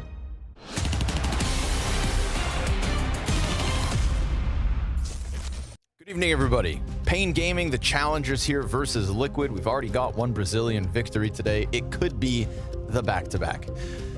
My takeaway from this one, Mo, what I want to see from Liquid, as the Betway odds favor Team Liquid here, is a cleaner game from Liquid versus paiN than we got when it came to NIP versus BNE. I think Liquid just got to clearly put that gap between paiN, scoff off the challenger, get that clean run, and meet Freya potentially in the finals for this NA event. I think that's probably sounds like what they would say to each other before this match. It's the last time they played 16-1, the one map they played against this paiN lineup, so they have high expectations for themselves. For sure. At least paiN have so many reps on Vertigo. I think they'll be looking forward to playing this, but it's not going to be easy. Of course, the Vita, of course, just not great overall for paiN. So let's see what kind of Liquid we got today, because I think, based on the way you're putting this and the way that it is, it comes down to how well Liquid are playing more than anything else. They are definitely far ahead of paiN. And even though Nithon has been a fantastic replacement for Safe in terms of at least his statistical performances and what we've watched, it's still hard apparently to replace Safe. The stats don't tell the full story with that kid. He was nuts. And paiN behind that are also that stuck together, but they're not winning nearly as much. Difficult losses as well. Liquid, little spurt of success as of late. Their RMR streak, honestly, one loss versus 0-0 Nation to kick it all off, a best of one loss. It's not the first time North American teams start slow. And after that, of course, clean sweep of the rest of the group, get to the major in Antwerp. So right now, this period for Team Liquid is looking good. They came home, they lost to Evil Geniuses on Overpass. That one was kind of a shocker. Everybody checked their phones. What? How could this happen? And yet there was still, of course, this rebound from Team Liquid. So showing a little bit of perseverance, a little bit of clean success. It's a Liquid that, again, should be fighting for that one spot in Lisbon versus either Furia or Godsend. I can hear the desperation in your voice. It's a little bit there. I'm going to be honest. But I've come to expect good things from them. I believe in OC, I believe in NAF, I believe in at least the consistency of Team Liquid. In contrast to other NA teams right now, it's the consistency in Team Liquid that I do see kind of holding them together more so. They are, in fact, all we have. They are the glue. And paiN Gaming are the challengers. So let's buckle in. It's a Brazilian attempt to take down Liquid, to deny them a chance in Lisbon. And it all starts on Vertigo. Yes. Floor has been raised, I think, for Liquid on Vertigo, with Nitro and Shock, I think, having a couple of good games. Shock's having an incredible performance, actually, recently versus a good team, but OC immediately knocked off of this crane peak. However, look how fast this flank is. I mean, they're frantically running through spawn, and paiN hadn't even made a decision yet. So they deal with Shocks because of how fast that was. Quick trade from NAF. He'll be that problem behind them, so they could expect, but he wastes no time, in fact, trying to come and join Nitro and Elige inside this site. Basic smokes, good bits of cover. Elige, he's trying to throw that wrench into the works, challenging through it, and getting away with it means he can just reset. That didn't have to be the round-winning push. He'll get another chance. Goes over top, can't get Hardzão. Now that becomes the problem. 4v2. Ooh, Nitro. A swift one. But the peek over top gets caught. Biguzera, good cover, throws himself into that gunfight with a two-man advantage, and now Nitro looking for his clutch. Headshot angles, way too tough. paiN, take pistol. Fair few honest duels in that position. You know, not too much spams through smokes. Elise tried to go for the jump up play, but it was covered very well. I mean, very often you'll see, you know, Hardzao or a player in his position not really watching this actively, expecting the ramp guy to do it, but he made sure he was responsible.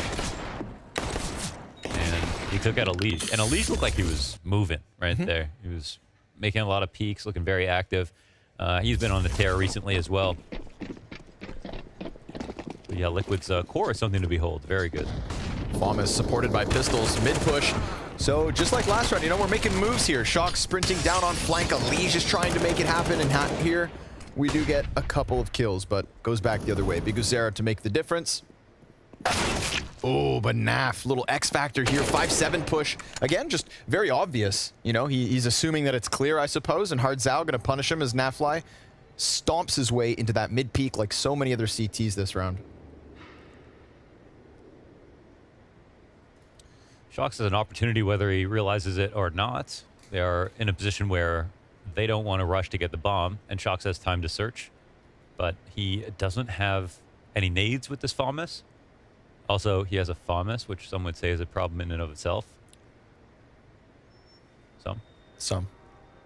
Nobody in this. But he is a Frenchman with a French gun. That's what I'm saying. You know, there's a special key to it, right? Yeah. No one makes a FAMAS look as good as a Frenchman. As a Frenchman. But now we start to see these two Brazilians group back up towards top mid. Shox, again, even if he's not getting the contact, he's piecing together the picture. Yeah, and the timing, it could create this B site to construction fight. If they do opt to go towards A, then Shox will be chasing, as he has been for the last 25 seconds. And smart. yeah, they figured this one out. Good call. Again, Shox would have had a better chance, I think, fighting from B, especially if he's going to tuck here and burn off these last 20 seconds. Suddenly, this one seems lost. Looked like such a good play there for a second. Very smart from paiN. You know, Shox could have gone anywhere, so you don't want to say that, all right, they just made the obviously correct decision. But based on how much time had gone off for Shox to stick around at A the entire time. Still has a shot, you know, boils down now to just the mechanics. Yeah. Obviously the read, crossfire here. Oh, that one's a little too labored. If he gets it faster, then maybe he's able to snap to Hardzao, but no sir, one and done. And paiN 2-0. Yeah, that was cool. You know, I think 30-second mark, you might think, all right, let's just go B heaven. But and Shox obviously insane in the clutch. Still, I think the #1 clutcher on Earth. On this planet? What about on Mars? Yeah, I mean, I'm sure because you think the Curiosity's got something? They don't have good Wi-Fi. So we've definitely seen very few good plays come out of Mars. There will come a day. The first Martian major champion. Wow.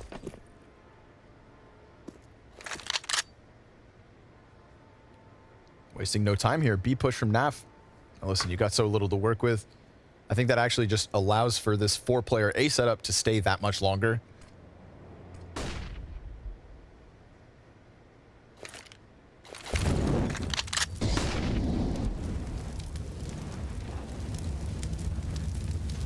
No flashbang either, so it's not like we're going to get an aggressive peek at any point, you wouldn't think. Oh, excuse me, no. Nitro, of course. Hanging on to the frag as well. Biguzera, double mac 10 kills, so... Oh, any stress you felt, gone. Real safe game. Although... Okay, now it's gone. It's the bomb carriers all the way over there. Lesser trade potential towards the B site, but 3-0 start. Very clean here from paiN's Vertigo. Like the ideas coming out of the Liquid. They were looking real active in that last round, and every little bit of damage matters. But only Nifon goes down here. And Nitro... I think he's been spotted because he has a kill. Still taken out by Hardzao. Clean round here from paiN. Super solid. Nothing special about it. They're not going to get too excited. Next round coming up. Full guns, full util.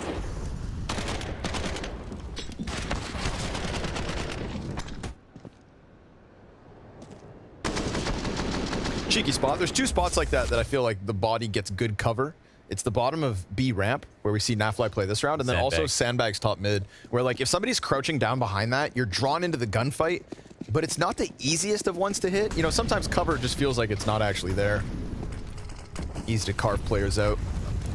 Anyways, wasn't. Hardzao wasting no time this time.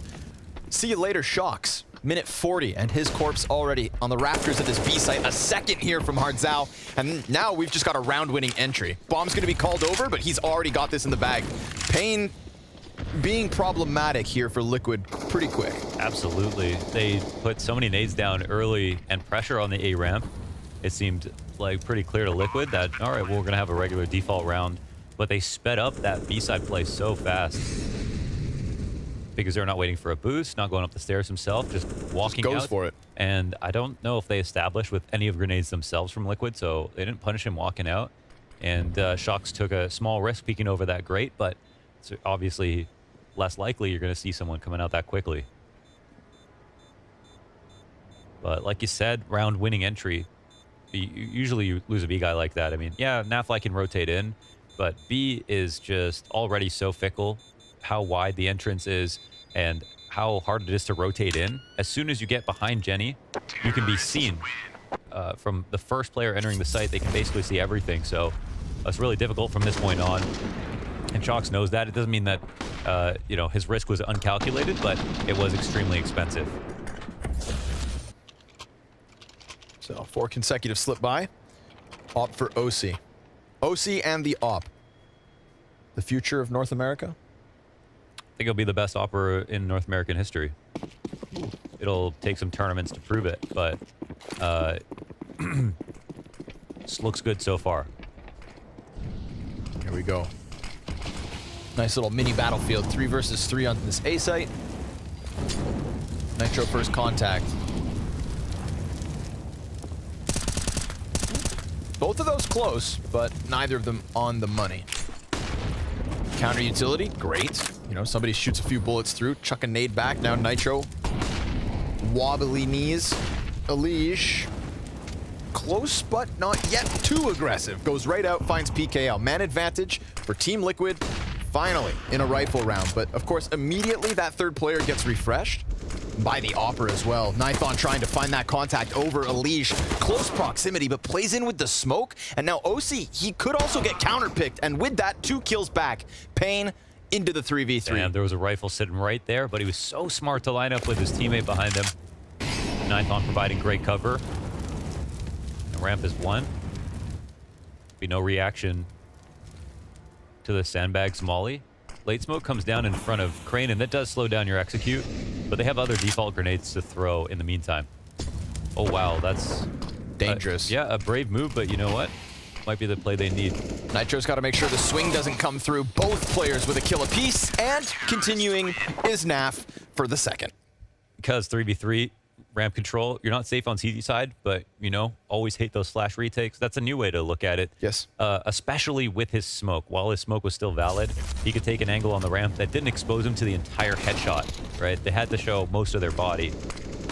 So I believe Naf would have fallen off after, you know, his smoke came up, but look at the fight. It's actually really good. He sees everything all the way down to the feet. Yeah, solid setup. I like that from Team Liquid, especially when you go from the 5v3 to the 3v3. Because OC's thinking about trying to go for the trade, they made a setup that just hinged on that smoke. Could have given it up, could have gone that extra layer passive, but paiN kind of cooled down with them. Good early damage. PKL to 17. Elige looking for second servings on the aggressive side of A site. Great part about Elite. Oh, yeah. There's another shot. And damage before on PKL. Boy, wounded, and Elige will just finish him off straight up. All and right. Now, yeah, they're, you know, you don't often go for deep ramp control, but in a spot like this, it's quite turn it down. Shox finding another, makes this look all the easier, and Team Liquid's pieces coming together here. Crispness in these headshot kills. Great part about Elige on this map is we've seen lots of teams have like really good ramp control, but not many teams have that player that's willing to get all the way to the bottom of the ramp. There's a very few number, actually, and Elige is one of them. I mean, you could put yourself there, but you got to frag. And in terms of the players that are successful, you know, you've got Art, you've got Elige. 1 or 2 more who stand out. Yukinder? Yeah, Yukinder. Yeah, Yukinder, yeah. Yeah. Yeah. Some stuff. Yukinder might be looking for a new team. Oh. Might be forced to. Might. Yeah. You know. It's a tough one to digest. Yes. Hard one to break down. Going down here. Oh, that's a long barrel, but. So close, and yet Biguzera may never know. He's being hunted, and Naf's going to get him inside his own spawn. You can run, but you can't hide. Not to the Nafly.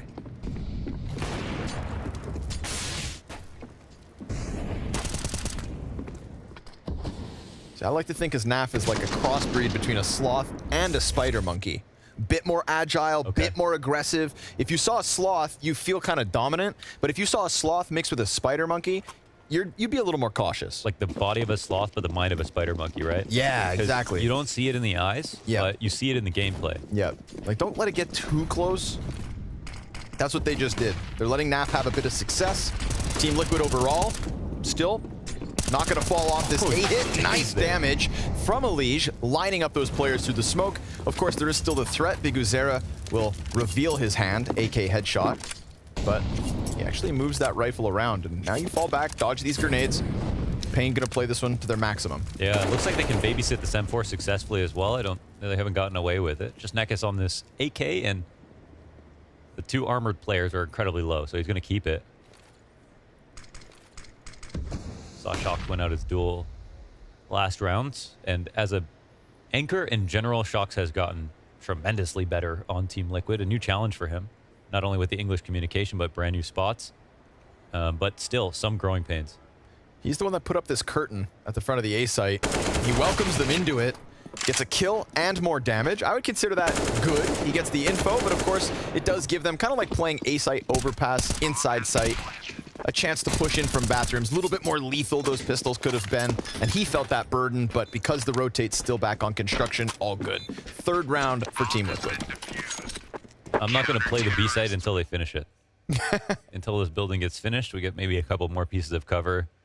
For now, it's just such a nightmare. It feels like the best way to play whenever you can is to sit at quad and hold that wide angle. Sure. Up here is just crazy. I feel like if a T-side team gives you room to take over stairs as well, I feel that it's a bit more comfortable than actually just standing inside site. It's really hard to get used to seeing Shox not be a rotator, because he's a player who, you know, he knows how to rotate. Like, that's what he's really good at. Anchoring is its own challenge. It's like a problem of concentration, because sometimes your job is to hold this angle for 40 seconds, and certain players are better at that and certain players aren't. Yeah, but he's a learner, and probably, you know, the most versatile player of all time, so who better to try? Nitro falls away. Elige looking for the peak. PKL is close. Oh, and it's going to be a clean one. Headshot instantly into Elige. Rotator is Naf just running over so that OC can keep his eyes on mid. So we do get this little bit of, you know, 2-pronged aggression. OC also just going to go, again, bottom stairs, right? That little bit more confident hold on A. You know they're on the cusp of this. But they're actually falling back, paiN. They still got plenty of time. It's actually great to take over sandbags in a position where they're not going to continue with A ramp control. Because now they know Nitro's here. They've already shown presence. I don't know if B's even that great of an idea, but as we look at the minimap, Liquid are expecting an A re-aggression. Now they'll start to rotate over.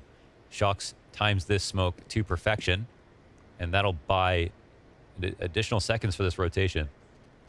Ooh, first is easy. Again, it's a one and done from Shox. But it's still so far forward that Naf is going to quickly get behind. He's with Elige as well. So you'd think that at least one of these players will be caught off guard. Naf comes running in now, drops bomb. Hardzawa not going to be able to plant, but again, Nitro. This nice late lurk. Backing up right into the crosshair. He'll find that bomb carrier, but Nithon actually picks him. As he's falling down, we've got a battle of the Oppers and a bomb plant here for Nithon. Interesting situation. Either paiN to the 5-3 or the game's tied, and OC plays it patient. He just holds on the other side of green. Nithon finds the pocket. What a contrast. This Opper goes up close, and Nithon, he earns that clutch. Yeah, he's not scared at all, man. I felt like OC was kind of reading into that situation well, that Nithon would maybe do something aggressive here, and he tries to hold, but he doesn't expect this particular way of pathing that was so unique. Nithon the Python. Slithers right through. Also, this one, catching him as he falls. That was so nasty. You know, Nitro just wanted to get out of there. Yeah, that was the reasonable thing to do for Nitro, the disengage right after the first kill. Absolutely made sense, but paiN score went off a clutch.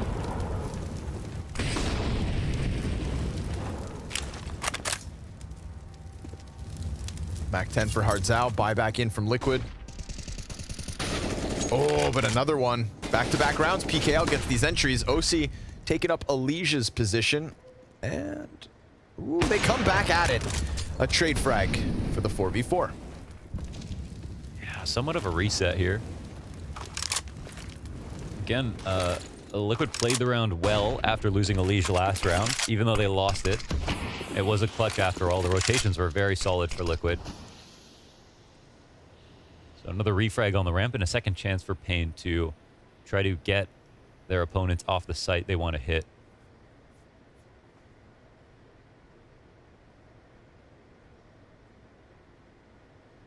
Right now it's pretty blind for Team Liquid, but of course A is going to be slower. There will be a certain amount of grenades that you cannot skip when you're taking over ramp control, especially onto the sandbags. So it always buys your rotators time, whereas B, that's not always the case. Team Liquid's rotates have been properly called, though. This one again. Gonna press up a little closer. Here come the smoke grenades out of the T side. Flank could be the key. Elige also has potential, but he takes a ton of damage. He's gonna bring Big Uzera with him. Bomb dropped problematically yet again. And Shocks. Perfect timing. Hardzao finds a fight on the other side of the smokes with the time against him. Ooh, he's still got a little left on this. Oh, CTP goes over top. Hardzao, he's going to commit. They let him get away with the plant, but of course, Nafly just runs him down, guns him down, and Liquid get a fourth. Nice. Yeah, I mean, Liquid are losing, but honestly, I think they're playing really well. I feel like it's especially when it comes to the rotations, the utility, the activity, and some of the ideas, even on the ecoing rounds, it feels like they're, you know, they are thinking and moving fluidly, but paiN are definitely keeping up. So it's another good try, but how many times have we seen a full flank come off successfully for at least one kill? Dead on. It's these cool like mid-round moments that I think we see paiN get slowed down within, right? Think of the time Naf's on top of jump up on A site with that smoke and nitro tucked. We had Shocks do the same thing at the base of B, underhands the smoke, and just when paiN would rather maybe play that 10 seconds sooner, these pauses, you know, Team Liquid, I feel like getting their finger on the pulse within them. With or without man advantage, and here with obvious economic advantage. No real fight this time from ramp on paiN. Yeah, re-aggressions are like the trickiest thing on this map because they're so important, but it's really hard to get that. You really want it to be 5v5 when you go for your first attack because we've seen how often you need multiple CTs to just get one kill. But they are managing it. However, in this position, it's going to get a little trickier. Dude, PKL, I mean, if there's anything that's been consistent, it's these A ramp kills to open up rounds. I believe 3 in a row. Must have been over top of the smoke.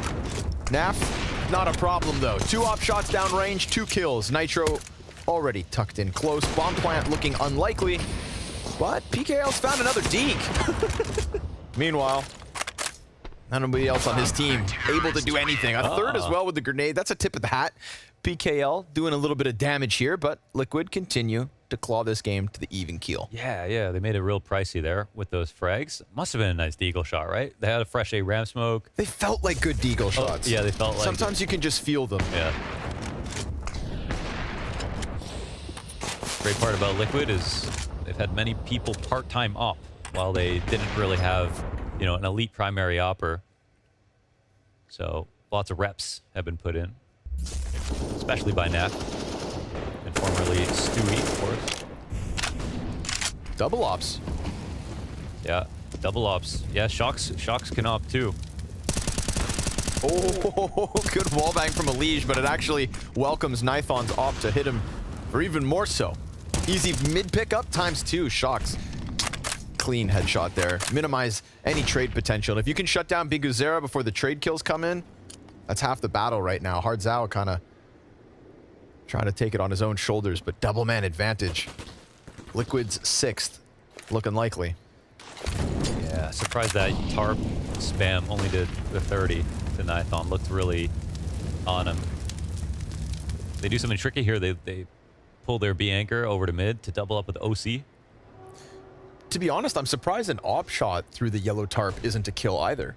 That's fair. You know? Yeah, that's very fair. Elige takes 80 for that, but I mean, stronger than it looks. That's a good point, yeah. Right? Yeah. Smoke inside sight. Op, he's going to be blinded by this. Looking for the deeper kill. Nitro sandbags plate. Perfect. Goes for a repeat, and PKL going to be the last guy standing. No bomb plant with it either. I'm sure he just kind of regrets walking at that moment. Yeah. that's definitely the experience coming through for Nitro. You can sit at Sandbags, and yeah, they definitely forgot about him, but there was a point at which that Opper was going to try to overtake Sandbags for himself, and Nitro just finds the timing to swing. Lots of time has been drained off the clock. His teammates were in position. Why not go for a fight?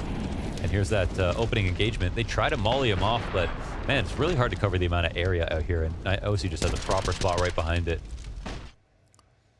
I think the molly would be fine in a lot of situations. Oh, food's here. Yeah. That's the Quap run.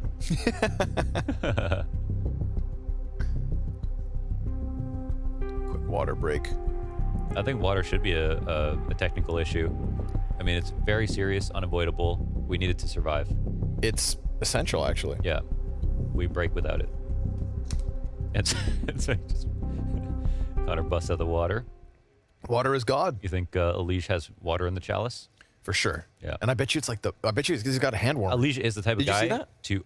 Oh, yeah. I swear he was holding... Yeah, he's got the hand machine. The hand warming machine. The hand machine, yeah. He put his hands over it. It's like at the bowling alley when you got to dry your fingers. It actually lotions his hands, too. Oh. I'm just kidding. It's like a desktop bidet. Oh, my God. But for your hands. Wow. What if it squirted water in your face and lotioned your hands and heated them up? You'd be so happy even if you were losing. Tech pause, guys. I need to moisturize.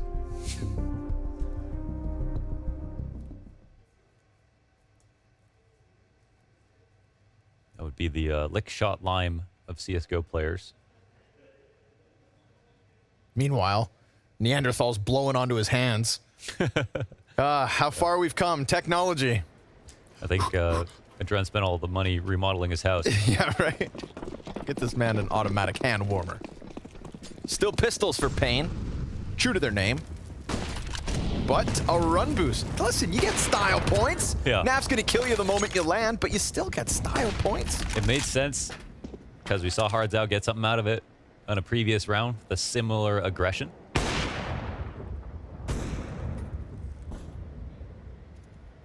And they're making some noise down here, so Jock's going to be happy to stick around.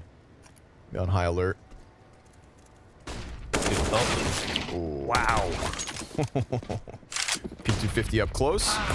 AK gets picked up, but Naf's been doing a really good job of kind of drawing the line in the sand with this AWP. Again, just around green. Even though his teammates die around him, he's coming at this and finally misses a shot. PKL, a headshot over top the smoke. This flank is always a part of Liquid's puzzle, a part of their solution.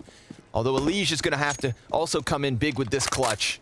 He knows right away, but he still has to respect. If you follow someone on a flank like this, you have to respect the fact that they could be pausing and turning around. So really smart to run all the way away from Big Uzera. And an awful here to catch the cross. Elige goes down. Man, Nafly was the only guy who got kills on that hold. Yep. Rotate's getting plucked over top of him. You know, and again, he's always been good for 2 at least, but this time 3, too much to handle. Really shocked that boost works out on Shocks as well. He's waiting, you know, definitely for a similar option. 100%. I think he's got Nafly over his shoulder, sitting right in front of the wood wall. But the shot was clean. That was insane. A little bit of a mistake. I mean, a mistake. Over peak, kind of exposed himself to 2. Maybe had he cut his corners a little closer than... I mean, also that shot was dead on him. Yeah. You know, that's the part we could also point out. It looked really good. We could ask for a replay. Production could, yeah. But hey, I'm 1-0 so far. We were testing. Listen, we were testing you guys yesterday. I'm gonna show up. I'm gonna catch you sleeping. Well, I was Team Cirque, and he definitely got robbed in that spot. They keep production on their toes. Nice movement here from Naf. Just a quick hop up and a skip out. Hiding back behind green and hanging on. 6-6. paiN's T side. This is good. Ooh, they ruined the money for Liquid. I like this, man. Good game to see us. 2 MP9s. You could even see the flank. That consistency in the flank gets caught out last round too. Elige still gets the kill, but they were looking for him. And a bit of aggression. They go straight to T-spawn. Hardzao still down there. 5v3 for paiN. I like how they run up to the ramp as well with 3. So that'll force... Right, good audio. It's so smart to do, especially in a round where Team Liquid, they don't have a lot of money, whether they're buying or not. Because we've seen how active they've been on these anti-ecos to try to rotate around, get any kind of advantage they can. And I think paiN preyed on that. Giving them a lot to think about.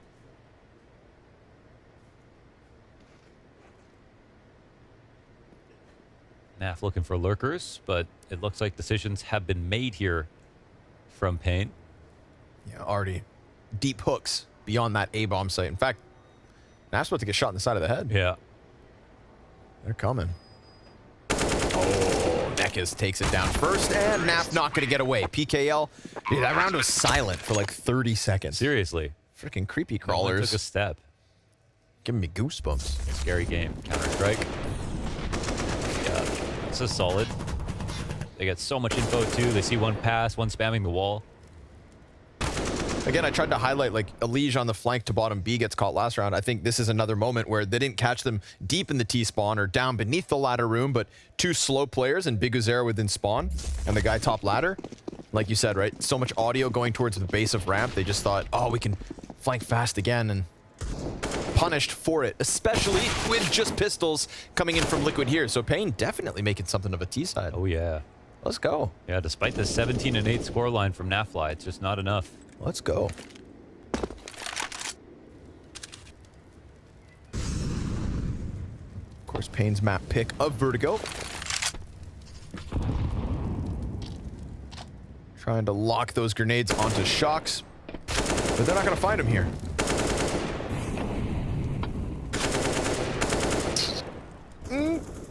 There we go. The final read. Did they set this pistol up well enough? Yes, they did. Ah, the wall bang back from Big Uzera, but OC, you take what you can get. So much bait. So much bait right there. It doesn't seem like money will be a factor anymore. Going into the last rounds, paiN will be quite happy with, I mean, basically how this half has gone. They've won that basically half buy or very low investments that destroyed the money for Liquid right in the middle of the half. And another round where Liquid cannot even afford an op when they're full buying. Grenades for the most part. Meanwhile, they've got two ops here on paiN. Maybe a nice slow one. I think they left an additional AK as well. Lay it on thick. Ooh, Shocks got past the AWP, but... Oh, Jesus. Oh, that's not off. Oh, he's terrified, but Hardzao actually didn't really see him, I guess. That smoke's too deep. Yeah, that's kind of desperate. He knew he couldn't leave. Oh my goodness. Oh, nah, yeah, Hardzao just freaking out. He's like, what's going on? Elige, oh my god. He commits to that spray and gets a kill. PKL kills Nitro, and Nithon good on bottom ramp. I think Elige had at least 30 bullets. He may be, yep. Yep, he's found a way to extend that magazine. A ramp play coming. Or he got it with the last. I'm not sure actually how many more he had. Felt like he was stretching those thin. Yeah. Imagine you could slow down the spray. Ooh. Just a dial for the rate of fire. Ooh. Just for extra spam. Boost back sight. Not going to see anything. Good smokes here from paiN. Held off to just enough utility, but oh, Naf. Come on now. Gets Hardzao with that wall bang, and again, utility keeps coming forward, so it'll be a little bit frantic here at the close for the CT side, but nothing to lose. No utility back either. No kit. So time becomes a problem. Bomb at the halfway point. They're trying to focus on short, but it's Nithon with the sandbags peek. Naf gonna push up close, hunting him down, getting that kill, and really just letting Nekes utilize that clock. Father Time makes the difference. 10-second defuse just not there for him. And so it's a 9th for paiN's T side. Stellar stuff to kick off this series on Vertigo. They are the challengers, but it's Liquid with the challenge.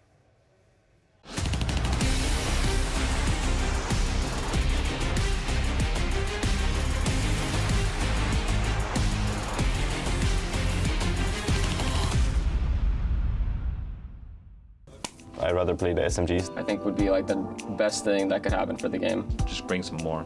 Astralis, of course. So my wish list for 2022 changes for weapons, I would say that we would get a reduction in price for the A4. I think a slight nerf on the A1, so maybe like a little bit harder to control recoil. In terms of weapon changes, I would like the M4A1 to be a little nerf. I think it's buffed too hard right now. So on top of my list for 22 weapon changes is I want the FAMAS to be a little bit more viable. I feel like it's not really being played that much. Most players, I mean, especially me, I rather play the SMGs than play FAMAS, honestly. I think the CTs just like something with the economy, maybe. I mean, right now they have the very OP silencer, so maybe they should balance that out with the M4A4, so both weapons get a little bit viable, because right now I feel like 90% is just playing the silencer. Top of my list for 2022 in CSGO is more maps being introduced. More fluent map pool. Kind of tired of playing the same 7 maps. Just bring some more. So I'd like a new map, like a rotation or something, I don't know. And I'd want like Dust 2 removed. I feel like it's been in the game for a long time and I don't really like it. I don't like the change they did now either. I think it would be nice to get another map coming into the pool, like a completely brand new map. And then I think just like some small changes on like maps that we play a lot, or like removing old ones like Dust 2. I think I would just prefer that to just be removed and then put in something like completely different, or something that we had before like Cobble. Just getting one of like the maps that we used to have, just like revise it. I think Ancient is not ready yet. I think there is a lot of wasted space on the map, and I think there needs to be some more rotations on the map. How many trophies am I winning? That's a good question. I think 1 major trophy and 3 big tournaments.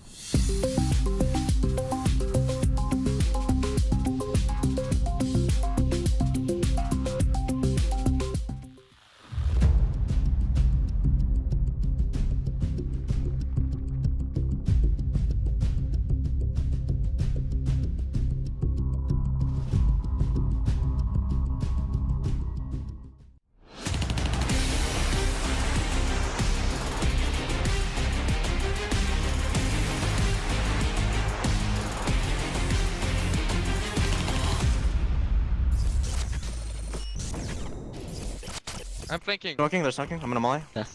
Molly. Can you flash or something? Fine. Yeah. Flashing now. I flashed. Oh. Setting lane. 2 inside, 1 side, 1 side. One's lane, one's lane. I'm flanking. Yeah. Lane through the smoke. I'm just spamming. I'm the one who's Stay alive for Rich. good timing. Yeah. Okay, side. You tapped it. Lane. Lit. Low HP. Planting. No, tapping. Default. He has no Planting is behind the small box. Nice. There we go. Controlled environment. Tapping. Listen, you love to see it. Urgency in his voice. Clear comms from Team Liquid. Nitro reminded them, give some space to Rich. That rich French CS. Richard. Papillon. Very good half from paiN. Commendable T-side. It's exactly what you want to see out of their map pick as they try to punch upwards versus a Liquid. But even with that little bit of contact, they go real far back into B. And Elige wastes no time mantling over the wood wall.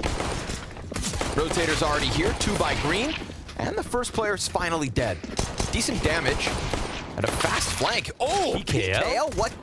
The dual Beretta just over top. Elige is going to try to push. 1, and then the boost. Nekez, he's able to lock it in right then and there. Naf turns this around, finds Nithon despite having 19 health, and does a bit more damage, but there we go. It is paiN with another pistol win. That's a 10th, right? That's, man, Nafly is 22-8 right now. He's going crazy. There's no real second fragger on the team at the moment. PKL, though, I feel like in a couple of these rounds has gotten some absolutely nuts 2Ks. I'll put it that way. Oh, man.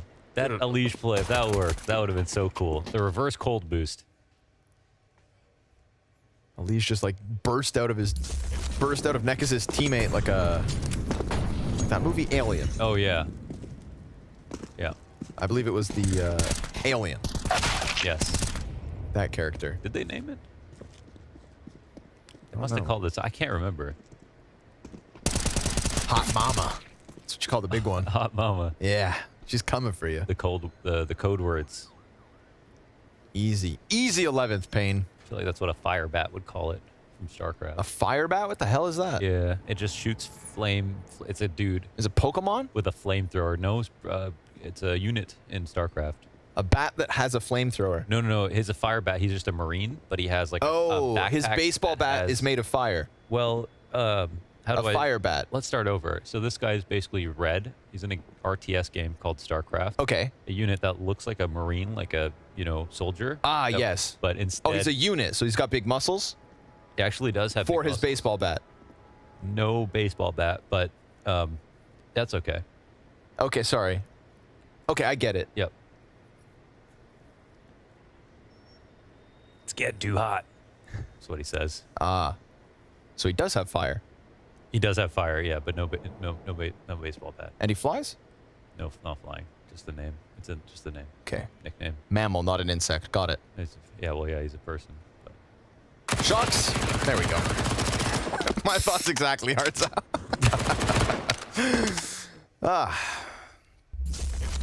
Where were we?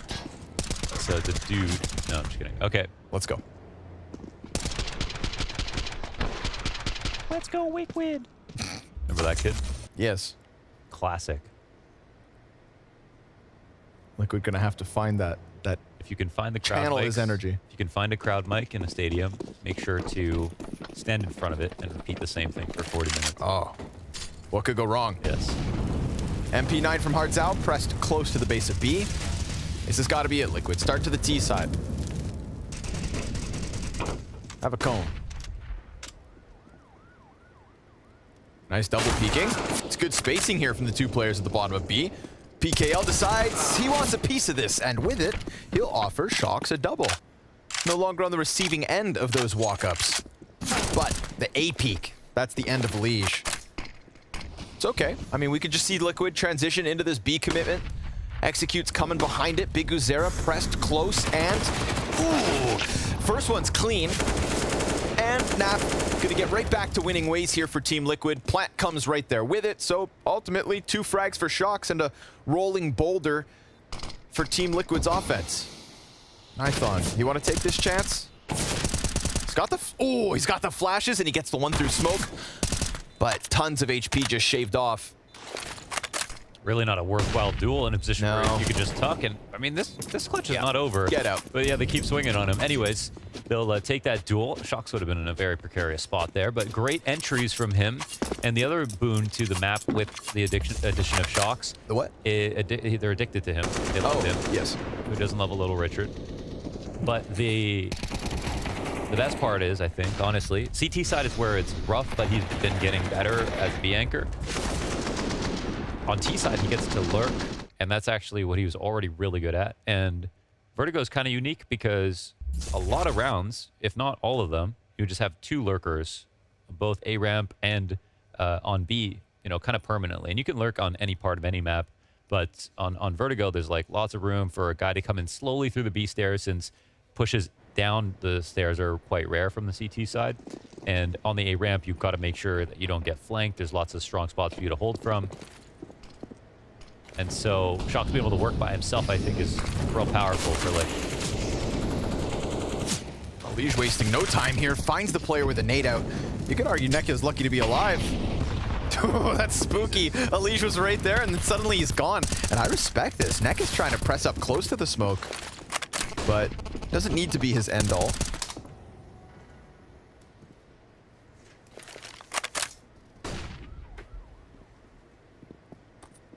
Nitro, clears all those corners. Kind of mirrored to the last round with Shox going for B ramp. This time it's Nitro top mid. Plenty of time. Plenty of util. What a jump throw.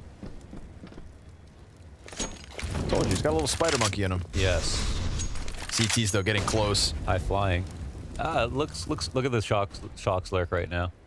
Already through this sneaky Shox, man. And they're gonna... Oh, it's perfect. They think they've got a second now, but they suss out one lurker, but look how far out Shox is. Yeah. He's out of this world. Naf doesn't die, it's a little bit better, but obviously Shox is gonna be willing to trade his position. They're actually and that of Liquid bomb plant running from it. Yeah, perfect. Perfect. Shox. Okay, double entry last round, this time a slow crawl. on his own while we saw that little bit of an emphasis between Nitro and Naf top mid. So feign some presence, get the overstack from paiN. Their B site peeled off for a second, and Shox is able to push with that perfect bit of timing. Yeah, and it'll be real hard to actually, by the stats, figure out the impact from Shox on this map, but it'll be a consistent feature that if he's successful, he'll find space. And in this round, you know, it's 3 players saving because of 1 kill that comes at a specific moment in the round from Shox and where he finds it. So deep in the site, they're just too scared to even try to find him before the rest of his teammates have gotten in.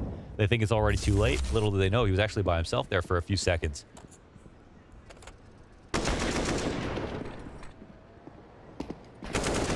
Yeah. You can tell by the angle he's looking at. Internal timing did not warn him. This is intimidating. Do you see this background Shox has got going? Yeah, what superhero is that? It's him. Oh my goodness. What's his superpower? Sex appeal. It's not a bad one. Yeah, it's pretty good. There's worse superpowers to have. Absolutely. 3 A1Ss here for paiN. 3-round deficit as well. You could be the Silver Surfer. Oh, man. You could be Aquaman. Oh, Aquaman.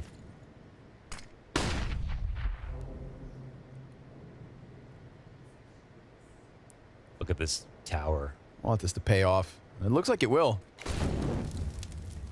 You know, with like the util being thrown, like they're right there. They're getting closer. But Elige knows better. If they clear this boost, I think they don't have much else to think about. Yeah. Yes! Let's go, Elige. Sorry. That all just if it's anybody, you know, Elige is going down his checklist, and he's going to go ahead and find Hard Zao as well. Right. Easy does it. Cutting through this A site. Of course, still 2 M4s in play, and that makes this a worthwhile save for paiN.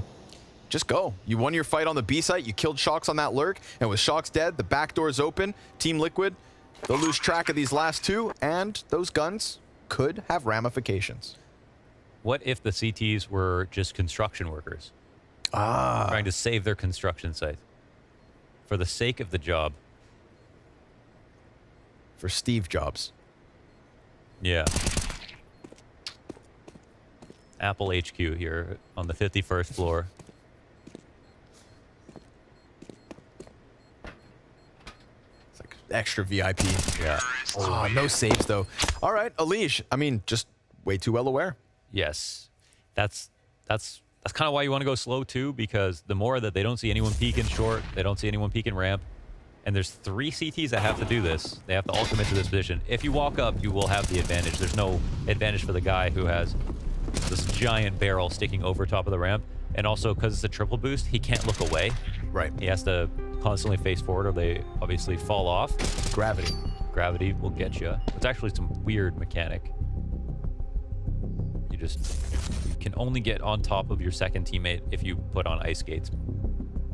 That's the deal. There's no superheroes that can control gravity, are there?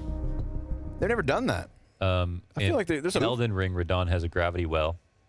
I don't ask about Elden Ring, Wanders. Okay. Elden Ring doesn't have to be your personality. What about Doctor Strange? Yeah, he can do all sorts of stuff. Okay. I don't know. We don't go. we don't watch movies it's in kind of Denmark anymore. It's kind of like annoying with it's like Superman. You can just counter anything. Right. Yeah. Like OP doesn't count. All right. All right. All right. All right. Guns up. No op play, so we're not going to get those duels that we did on this A ramp in the first half. Nekis locks into Henny. Nice nade. Big Uzera and PKL both hit by that. Uh-oh. Nithon's going to run. Oh. This could be big from Nekis. They're trying to chase him. Yeah, he finds Shox first and a second. Nekis. Oh, 3. Beauty. With his teammate who had to fall back. He would never have stayed there if he was solo, and he still managed to get 3 kills. Beautiful rifle work from him. 1 mag, 3 frags. And they sneak into sandbags. Leave it to Nithon. Ooh, but Elige, he's going to find another one inside sight. Naf. Still a hard puzzle to solve, right? Oh, no. He's about to volley it as well. And goes out before the flash pops. A round loss. paiN racking him up. Nicely done by Nekes. Used that position perfectly. He lost his, or didn't lose his teammate, but he lost the support of that crane push. The second player, I don't know, just maybe Nitro maybe had just gotten his gun out after maybe mollying Sandbag, so could have been looked like that. A little startled. Got a good trade here from PKL. Wastes no time jumping up. Big moves here from paiN in the second half. Honestly, just expected Liquid to, you know, kind of instantly take this back. I really think they have a super strong T side, but paiN are definitely playing well. Yep. Playing well and playing well early. Starting to rack up a little pressure here versus Liquid. Almost said Lulquid. Sometimes it is. Right now, Nifong's laughing. Shocks and a leash. Trade frags for Liquid. Easy does it on the A ramp. Nobody else is here. Don't tell me the CTs are just pushing to a save because they're so far gone. They have been kind of making decisions like that, yeah. Felt like they could have been had Liquid followed up, but I feel Liquid not committing to that is actually reopening a door for paiN to contemplate just playing for this one. I will unravel that a little bit. I will say that, like, you know, if Liquid have the ramp here, they should feel comfortable. Holding the flank is easy. They have enough material to do it. Maybe there's timing for BigZero if they're throwing nades, but when they throw their nades, it's going to be very hard to get back in the site. So all Liquid want to make sure happens is that they don't re-aggress on short shelf, which is what everybody does in pairs on the CT side. And if they're all in rotator spots, they have to get lucky spams through smokes from heaven, from spawn, or a boost back up. But that's the scene painted and set up. Everybody agreeing. Now it unfolds. Two players at the jump up. All Nav has to do is wait for the jump up. Flank is coming. Flank is coming. Oh, timing. Oh, the fact that they just lost their short player, Shocks, he could be exposed to this. Sure enough, 3 versus 2, and these CTs already dangerously close to what's left of Liquid. Naf, oh, nice headshot to BigZero, but he finds himself on his own. Repeats, gets a second, 43 health. Smoke on top of bomb, and Hardzal plays around it. Naf, he jumps the gun, spams the smoke, and loses so that paiN can rack up another. They pulled that flank out. They got the 1 kill. I don't know how they got it on the site, but they found it while they were behind jump up. That was Liquid's worst nightmare right there. It was, I guess, PKL from up here. This was open. Nades hadn't landed yet, and Elige went for the swing. And then Shocks had to try to compensate, and that's when the flank came in. So really well played here from paiN. I really didn't think they you know, had many outs, and it looked like they were thinking about saving already. They made the most of it from a 3-on-4, and the money is not good here from Liquid. Oh, man. Not only that, it's a full investment. 9 to 12. Probably 2 rounds on the line here. Nice first one. Naf just swings with that MAC-10. PKL's peeking from elevator, 1.5. Oh, but then an additional couple attacks from paiN. This is not PKL. Don't believe the HUD at the bottom. That wouldn't make any sense. Yeah, HUD's frozen right now, but clearly he's changed teams. We've got a 1-on-2. It's Elige left up.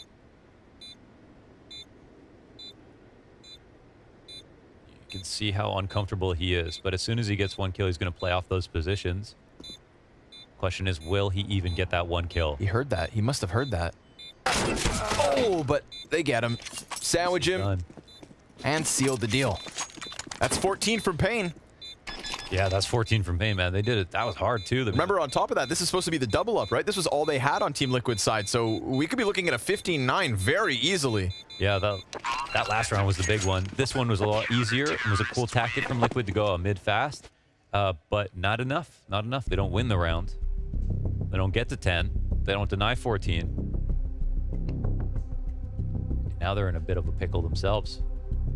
Man, I thought my brain stopped working in that round. Yeah. That was the craziest HUD freeze I've ever seen. I swear I've seen 4 people die. How is this still 4v4? Ooh.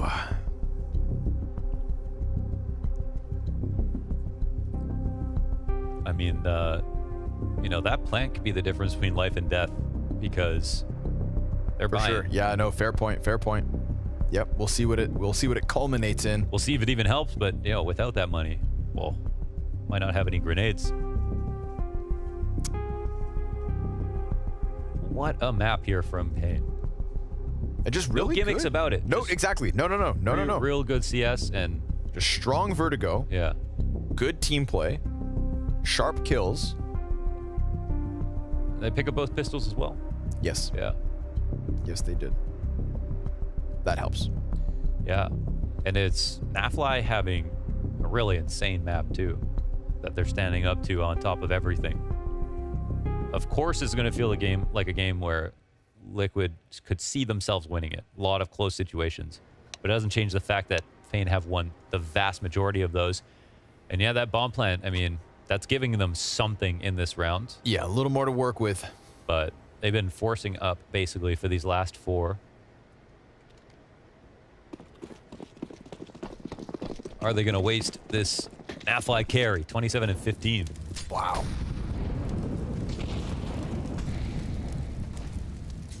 A chance to stop 15. Elige.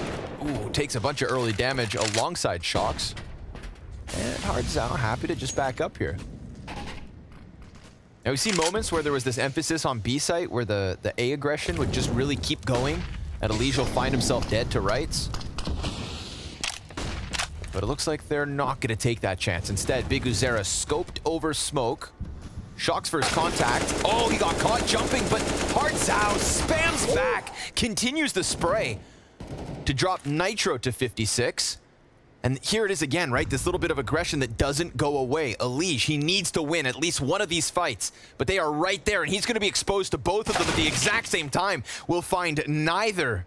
And with it, paiN, again, a small sigh of relief, man advantage. Utility over top, indicative of Team Liquid's decision. Flash could set it up. The exact is forced. Hey, I mean, they haven't rotated into the site, but they've got some utility here to slow down the plant. One more flash for Liquid. 2 smokes for paiN. Flash to quad. Bomb pushes inwards, and that should be the plant. Now they got a hold. 2 over top of construction, 1 in CT. And a flank eventually. But a very patient one. And Naf, he's going to be that frontline quick trade. OC, oh, so low that now Nitro turns his attention. Flank begins to be activated. And Nitro, he's on a silver platter to this B flank. He is done. Easy does it. paiN, patient retake. 15. Yeah, 15. 15. Yeah, they nailed it, man. Really great map here from paiN. And another solid round overall. They stop everything before it starts. They make sure not to overextend versus Elige, who was kind of waiting. It looked like he might have been able to find timing, but they had the double phase on their own smoke on the lower ramp. The hold was solid, and they didn't play within the site, but they had enough nades to slow things down so that this flank could eventually come in. Nitro gets sidelined, and paiN are on match point. And Liquid will buy again because they're basically on max loss now. It's not 5 straight for paiN, but 1 shy of it. Yeah. Little sputter of 3 T rounds from Team Liquid. And we just get the type of paiN that could cause this upset. Of course, Ancient, the map next map, overpass if we have to go 3. Vertigo, 6 chances to close. Remember, folks, we still haven't gotten that showdown upset. Not the big one. This one would cause some tremors. Big Uzera, easy wallbang headshot. Good way to kick it off. Bomb still in spawn. Who's gonna recover?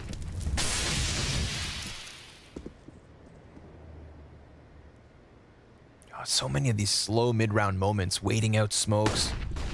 Letting silence kind of blanket a spot or two, and with that flash, Nekis goes in. Peek from Nithon's punished. That's something, but Team Liquid still, it's a little too little, a little too late. More damage exchanged back and forth. Naf to that grenade, no problem. 40 seconds, doubles back, gets bomb, and now desperation kicks in. There's 40 seconds separating paiN from a map win. They clump up. Big Uzera is that weaker link. 14 HP. Flash to top stairs. They stall out yet again. Oh, this one's going to come down to the crunch, and we've got 3 CTs in position. This is paiN just calling a perfect setup for what's left of Liquid. Read like a book. Flash is good, bomb is dropped, and with that, Hartzell very low, empty gun. PKL gives cover, Elige with 2, and remember, Big Uzera nearly dead, but there's no time, and no chance. Liquid lose map 1. Damn, a very, very strong win here from paiN. Honestly, felt like Liquid were playing well at the beginning of the game, but paiN kept the lead the whole time and looked even better in the second half. The trades were awesome. There weren't enough players from Liquid fragging in this map, and while there were moments, it actually that only subverted expectations, and I think in a way where Liquid, again, we talked about at the beginning of the map, it's their map to lose. They're heavy favorites. They're really confident versus paiN in the small, one map that they played. Sketchy. But it's a good paiN, man. It's a real strong paiN. Very strong paiN. A paiN that looks like they could win this, genuinely, right? And they've accomplished things before, so this could be that upset, but we'll find out, of course. We've also seen Team Liquid, as of late, lose that overpass game to EG, rebound in the series. So let's hold our breath before we call it an upset, but it is 1 map closer. We've got Ancient after the break.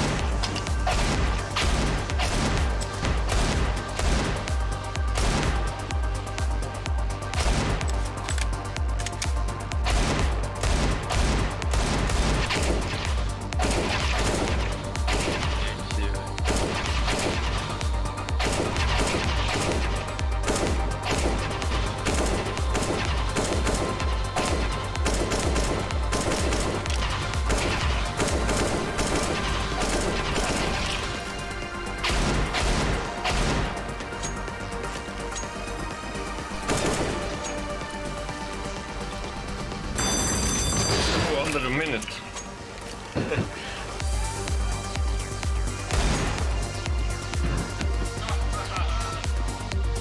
Right, everyone's ready.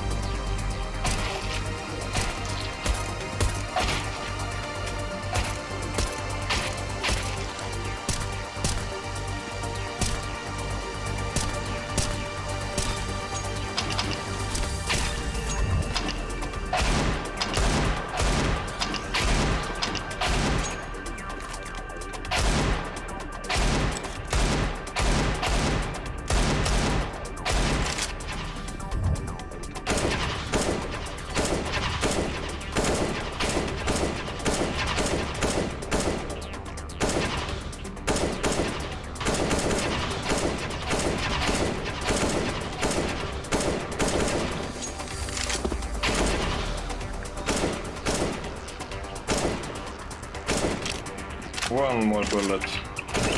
One more bullet.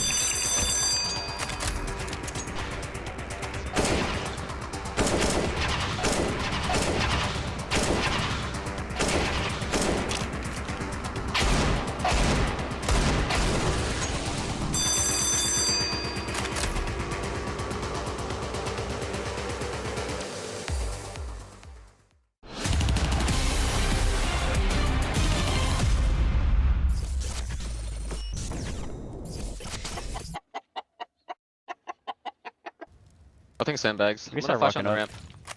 Just careful boost. Yeah, I'm holding your lane. Holding your lane though. Boost are dead. Two more. Nice. Two more lane. It was a triple boost. It was a triple boost. Okay.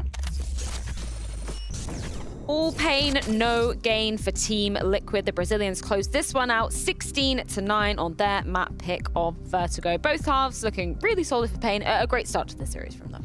I thought so, absolutely. And it seemed like it was an all-around just team performance. There was no one or two players standing out above the rest. It was all together.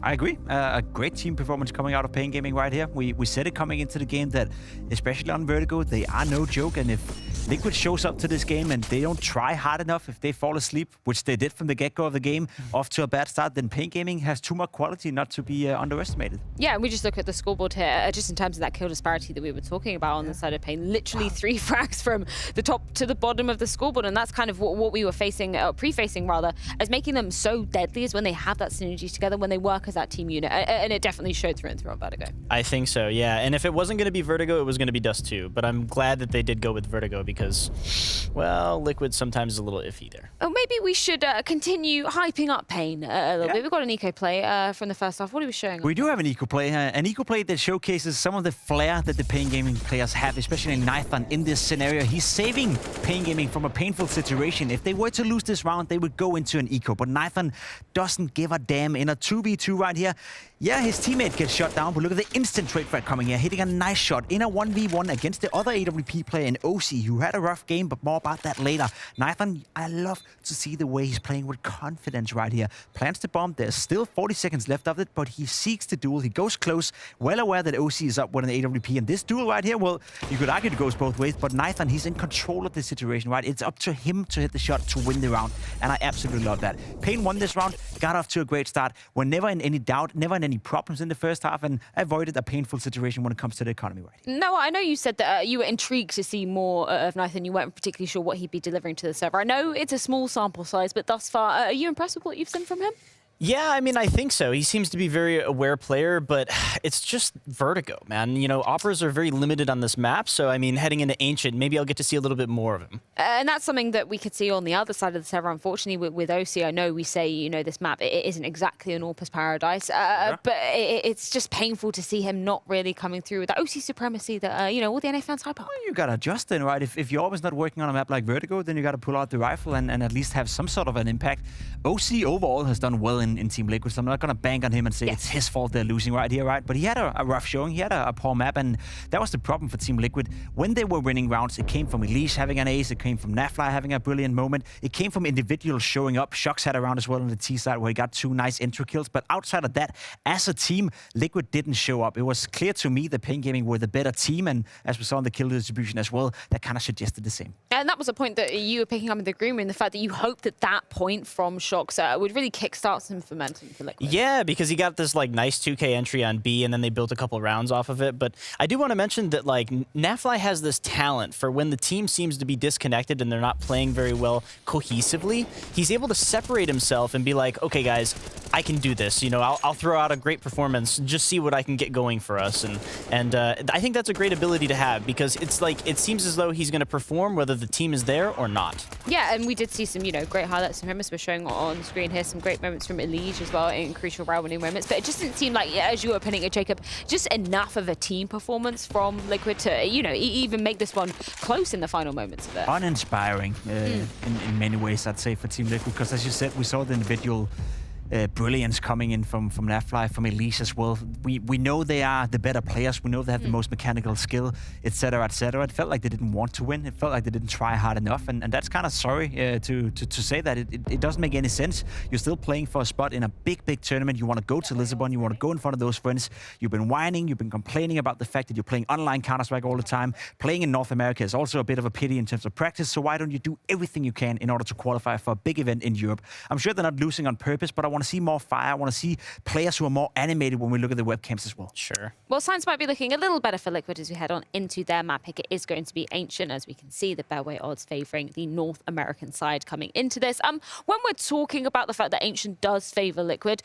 can you kind of quantify why that is, Nifty? Anything you're particularly looking out for from the NA squad coming into this? I think historically, based on how well OC's been doing in Liquid, he's been having some just great performances on Ancient overall. So I'd like to see him step back into that role and just forget about his performance on Vertigo that we've seen just now. But kind of like you mentioned, Jacob, like I would just love to see a little bit more fire out of Liquid. You know, there's no reason that they shouldn't be all the way into this game looking to do the very best that they can do. For sure, I agree.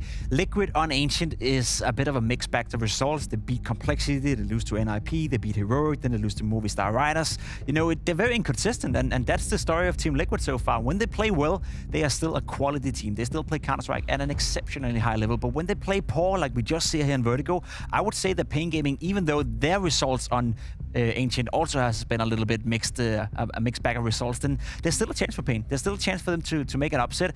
One thing I did note, though, was that they lost 16-12 to ATK, and we saw them play in this tournament, and that wasn't at the highest level. So I think it goes for both teams, you know.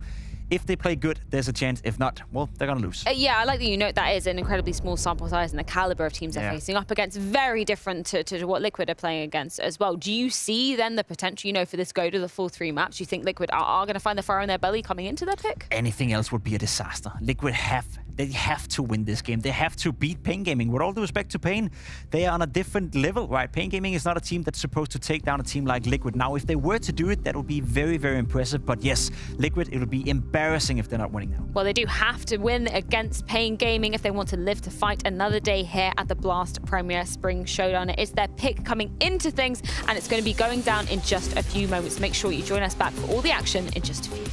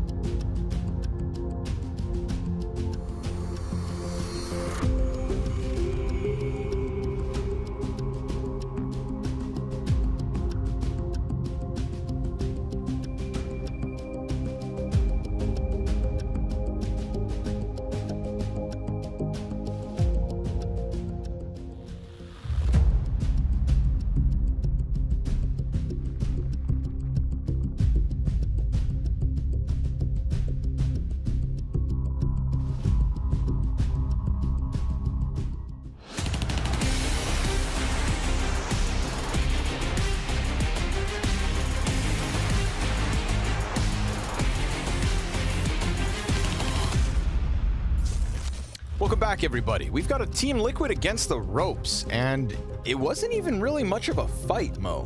That was just a very good game of Vertigo out of paiN, and a Team Liquid that was nowhere to be found. I mean, NAF was in the server, clearly. Not like nowhere to be found, but like... just not enough. Not enough to go around. Yeah. Like, Yeah, definitely. I mean, Liquid played like okay. Some of the rounds look good, but paiN just way better, and that was really unexpected. Now we flip over to Ancient, and the odds don't switch to paiN, and I think obviously that makes sense. Still, it's still a strong veto for Liquid. They're still happy to play Ancient. Doesn't mean this won't be free, and paiN are playing today. They're playing. That's just the one way to put it. Listen, they get to begin on the CT side of Ancient, so could already be worse places to be. But Liquid on the other end, gonna have to justify this one. Hardzao comfortable in the temple, and a man towards Donut. So 2 leaning on A site, B site players. Not moving too much. Gush for 7. That ain't half bad. Thick walls over here on the A site. Nekis finds 1, goes down. OC and Nitro. They're the guys who cleared this bomb site initially. Heavy Donut presence for OC's post plant. So many lurks through mid. And not only will they win mid, but they'll even be able to creep up on PKL, who's going to come back and check, but Shock is off in the corner. However, he goes down. Don't know if another one was spotted. Looks like not. Naf's going to keep that lurk going. OC dies close sight. They know Nitro's and Donut. It really could come down to Naf finding timing on this flank, and flanks were the one thing Team Liquid had going for them at the start of Vertigo. Naf really going to lock this one in. He just says, don't peek. They have to come and try to plant after. Whew. Wow. Catches PKL on the jump, and the second one is his. Hit him with every bullet. What a shot from Naf. Team Liquid's first pistol win. Jumping, turned away, looking down. The hardest shot in CSGO. Leave it to Nafly. Because sloths have hooks for hands. Oh. So he's really good at scooping them. You see, that's a hook right there. And then he hit like 9 bullets in a row. Yeah. Into the legs. Sometimes you don't want opposable thumbs. Actually, you probably always want opposable thumbs. Most of the time, right? They're really good. Yep. One of the best updates we got. Great perk. On this patch. Mag 7. Not once, but twice. PKL and Hardzao. Where them bad boys at? You're telling me there's 2 Mag 7s right now? 2 Mag 7s. 2? One towards Cave. And the other A main.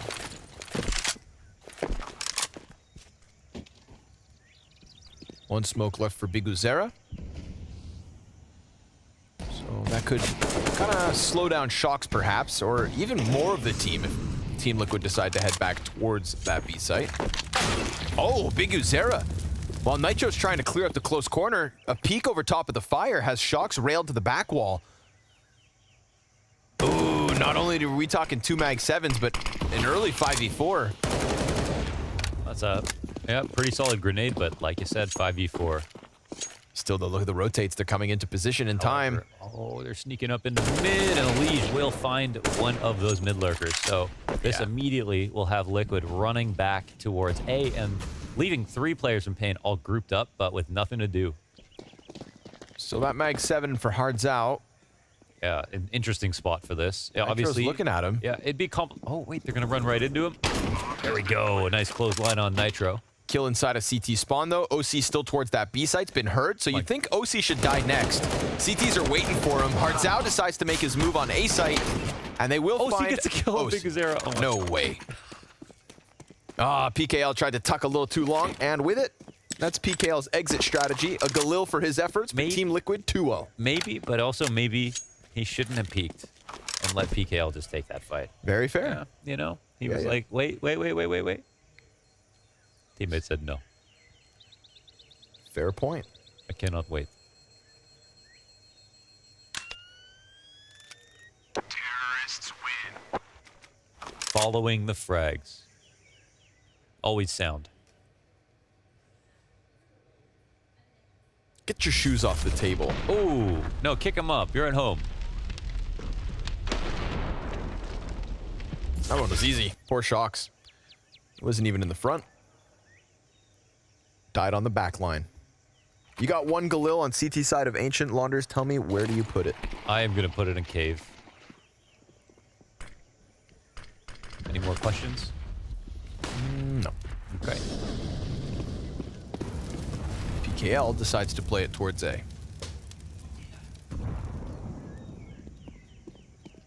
Quick one from Nitro. Little USP shots come through. That's information. And Liquid showing patience. Curious to see if Liquid start to adapt like a bit of an Astralis look on T-side Ancient, you know, because obviously Astralis are doing something that other teams can start to learn from. And yeah, they have players to do it. Elige and Nafly can. I wonder how long before we start to see other teams adapt into that kind of like spread out lurk play. Yeah, I mean, you got to learn from the best right now, and Astralis are really kind of breaking the most ground, I feel like, on Ancient these days. Shaping meta. Side. Yeah. So, but I mean, Liquid, strong defaults all the way around. Help out on a map like this. And, oh, Nitro will be a scout. This is big. I like that he disrespected that specific smoke. Agreed. Situation that's 2 players spotted, but, you know, one tucks in. Nekis, what a shot. Ooh, that Shoxy down. And the Nekis kill could have bigger ramifications. He hears the footsteps in cave. Oh, him and Hardzal gonna find a Liege. Naf, nice top mid play. He's got that Mac 10 of Hardzal pinned in, and they know where this last CT's at. They find him. Again, slow pinch. Yes, it comes with a cost. 3 kills, the way of paiN. But a cost is not enough. It's a round win for Liquid, 3 in a row. Yeah, it's well orchestrated. I like everything from the scout to, of course, the lurks that come in. And that's another reason why you want to keep lurking, because no matter how ugly this round looks like it's getting, there's always Liquid one reaction away from equalizing. It's all this space that's gained here from Nafly. Coming through, snipers. 3 straight. That'll make your stomach turn on T side. CT side. Oh, shocks. Wow. Poor guy. He's gotten deagled as he tried to push through that. This time, insta-dinked by the A1S. paiN, comfortable first gun round. Oh, smoke spam. Nope, not enough. Big Uzera afforded a chance to back up. 2 players at the base of mid could both side of the op. Oh, beautiful. Well timed. And a double up. I like that. Nekis, you know, you're comfortable. 5 versus 3. Why let off that gas pedal? You've already had a couple of rounds, even with lesser guns, that went well. Confidence here from paiN. Try to get that back from Vertigo. Try to do it as quick as can. Smoke to the caves, easy cross. But it's PKL, a consistent problem for Team Liquid. Big Uzera ends it all, 4 alive on the CT side. Yeah, they have many layers, and I like how PKL just pops up in the mid round, you know, consistently winning these engagements. Here's the first frag, and it's just such good crosshair placement from Big Uzera. It doesn't even have to move. It's was that Shoxy who was crossing up? Was crossing where, sorry? Crossing cave in the beginning of the round, yeah. Died right away. Super quick. Another buy. OC has an op. Wait, what the? This is very mixed up. Trying to hang on to that early momentum. T-side op. This is where the freshest strategies come from, okay? This is the kind of round that Nafly will just call something on the fly. Right now, he's solo outside B. Big Uzera looking to press up against him. Tech9 in smoke. Scary. Yeah. Oh, he's using a lot of ammo here. 11 bullets left. Yeah, he has to go back pretty far to reload. Yep. Does it perfectly. Ooh, wary of that box position, and sure enough, it's occupied. A Liege, nicely timed, comes out with the kill. Big Uzera. Crisp as he needs to be. He does not lose in the cave. Could still go ahead and hit this A site. Knife on taking down a Liege. Now it's all in A main. Hardzal, comfortable piece of cover. Not just the dink and kill versus Shocks, but Nitro to 37. No answer from this AWP, and that was like the big investment of this round, so nice to see it come alive here. Better late than never. Oh, knife on. You'd think you'd be dead to that, but it's a bomb plant nonetheless. Nitro, hands on a gun. Frag grenade should chip him down even further. Now only 15 health to work with. CTs, they set up that donut crossfire. Nitro taking more damage. Big Uzera gets hit, but he's not down. And OC, 1v3. Bomb halfway. This will be more than difficult. They're already so close to him, but he kills the first. Oh, that second shot could have been something. Would have pushed him to the 1v1. Instead, it is paiN with a round win. Damn, I mean, that shot's a big difference right there if he hits that one. OC does, you know, get something out of this on their A-side hit, even if it's only late. But eventually they figure it out. And we are seeing Liquid try to pull off this kind of 2-3 lurk play on a number of rounds. Of course, the secret X-Factor weapon of destruction for Astralis when they are successful. Config. Is config. That's just something you can't simply replicate, even if they have players who look like they'd be good doing it. It's got something extra for some reason. He is ancient. It's because he doesn't listen to the game plan. Screw the game plan. Config 2022. He said it to him himself. To us himself. Probably says it to himself as well. Oh yeah. Embody it. Hardzal, missed shot. That's going to be an open door, but the 2 ops here, easy peasy. Oh, it's clean. Perfectly executed. Nitro shaking in his boots. PKL chases it down. Listen, paiN. This is the type of paiN that's going to win tonight. Hardzal is playing the video game right now. Team Liquid showed up quiet. Even this shot missed. I mean, he's just doing it with a number of guns as well. Actually, Big Uzera, of course, in the cave. Hardzal on this side of the map. Just like that. And this round, 1 molly here for Team Liquid, already used. Very low util, even though they've got good guns. Oh, hyper aggression. CT side fighting all over this cave lane. Now, Leech did skip by. He could have been spotted. That doesn't mean he won't be a problem. He can potentially get into a lurking spot, and short pressure is shut down. Nithon gets pushed into an awkward position, and everybody's just dying now. Leech 2 kills, 1 red room, 1 donut. A site open. Yeah, hey, those are some of the hardest positions to get him in, too. Look at the mini-map, right? There's just a triangle of frags from all of the different choke points that you'd think a CT would win. Did we ever figure out what's up with the Bermuda Triangle? Yes. We got our answers? Yeah, I think it had something to do with currents. Currents? Yeah. That there was actually... I think it might only still be theories. I read about this. Shoot. But the weird one was it Amelia Earhart? I don't know. Who disappeared, and was that also over the Bermuda Triangle potentially? That was the first female pilot or whatever to attempt to fly around the world, something like that. Something like that. I can't co-sign I've got entirely. like half of all the facts right now. I mean, you put it. There's something there. I'm making it worse. There's something there. You take of that what you will. I heard one theory that was just like whirlpools. Whirlpools, but giant squids. Is that a? You know, what's at the bottom of a whirlpool? Probably a giant squid, right? You'd think. Because what's causing it? It's a squid spinning in circles. That's just the most natural answer. Elige spins in middle. 2 kills from top red to the donut. Just do that every round, and I think Team Liquid have a chance to recover. Nailed it. That's the Adren call. Elige go kill.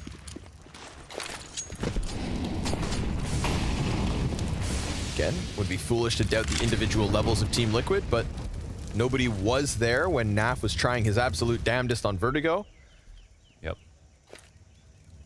OC 9 kills, Shocks 0 and 7. You don't want the cave guy to get confident, because then he gets peaky. Yeah, and I mean, I think he gets peaky, and he's bullying Shocks right now, right? There's no coincidence that we've seen this kind of more and more aggressive cave play when Shocks has been unable to hold it in. And now look at this. Again, he's the man that goes down with Nitro being found by the nade through smoke. 2 kills for paiN. Clean as you could ask for. Super solid on BN. Overall, I mean, Nithon died once in this spot, but overall, he's been really good about his opening engagement. However, oh, wow. OC, so precise on that peak, and Nithon cannot see him, which I'm surprised about. Neck is standing right in the middle of that, and you know what? That was kind of hard to see. There's firepower here. Yeah, there is. OC and Naf. From what was a 2-on-5. To the 2v3. They have seen this rotation before. Very fast flank. Only a second. There's a second spotted. Oh! They both go down, and now the B site can be run over. This is ridiculous. Hardzal had already pushed to A main in a previous round, and it looks like they're reading exactly into that. But look how fast he's moving.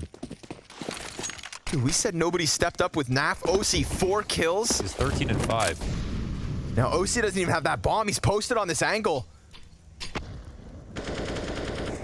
Naf sends some bullets through the smoke. Hardzao's smoke lands on front cave. Oh my god, he just left it. Oh, he's got the timing to find Naf. He's got the cover as well. Here it is. It's OC, ace, or 4 for paiN.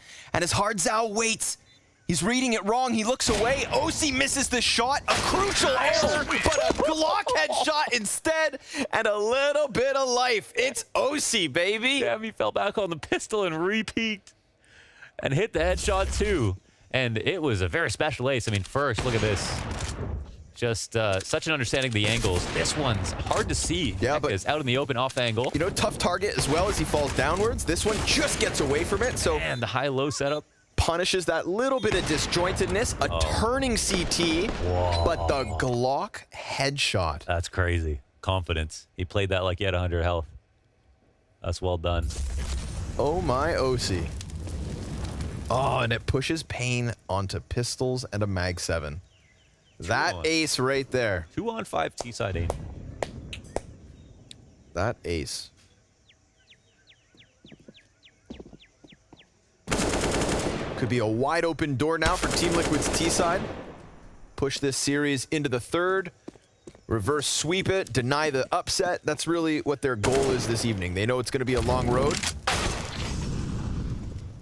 And of course, there could still be speed bumps.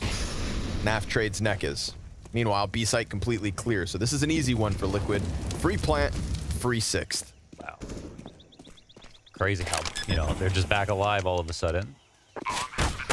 paiN's money has been destroyed. Shox 0-8, and I only bring that up because the amount of times he's been just a B-side lurker and they've just picked him off. Yep. Won the exchange over and over again. You know, one of the times he was shot on the side, most of the time was very honest, you know, straight up engagement where he's clearing an angle, just loses his duel.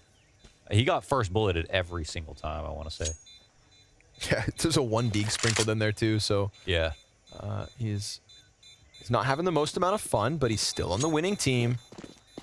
Yes, the only score that matters That's is what matters. at the top. So you let it go. That's 6. 6 on a T side. Feels like Team Liquid's starting to earn a small sigh of relief, but kind of bringing the X factor that paiN brought in map 1. Don't let it slip. Well, with Liquid comes slippage. With Liquid comes slippage. Ugh. It just sounds gross. It's only natural.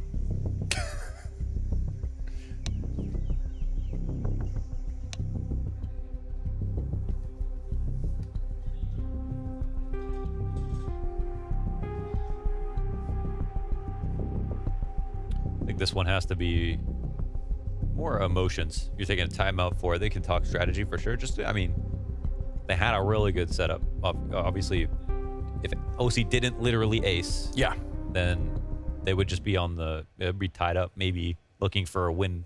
So I think just getting themselves back in the mindset of, okay, we had the 5v2. They actually had some good pieces in place to get the kills in the 5v2 as well. It wasn't like a complete throw or anything like that. They made OC work for it, but yeah, I mean, they tried to go for the high-low peak. High-low peak. The player inside of Donut had a really nice, like, front-facing off angle. Yeah. Got him low. Oh, by no means. That was Nifon had his just a position inside mid with the oppos. He just straight up outplayed him. Glock to the face. Oh, yeah. Ooh, but from the ace to the opening kill, OC finds PKL. Elige will die in middle, and Shox is going to try to run in here. Still, no kills for Shox. OC, full recovery. As 2 of the 3 CTs are quite low. They're both rotating over to try and join Biguzera. He's looking to kill Nitro inside of the cave.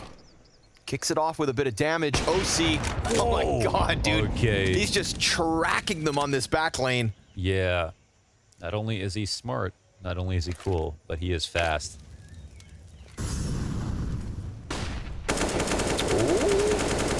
That's caught out in the open, but Nekas not fast enough to adjust to the next repeat. This boy can't be stopped.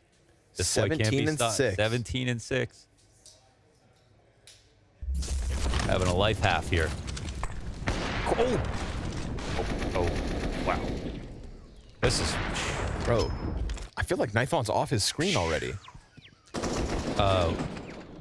don't mean to shadow the fourth wall, but we are online. Oh. Yeah. Yeah. Yeah, I wondered why OC was in a Cloud9 chair.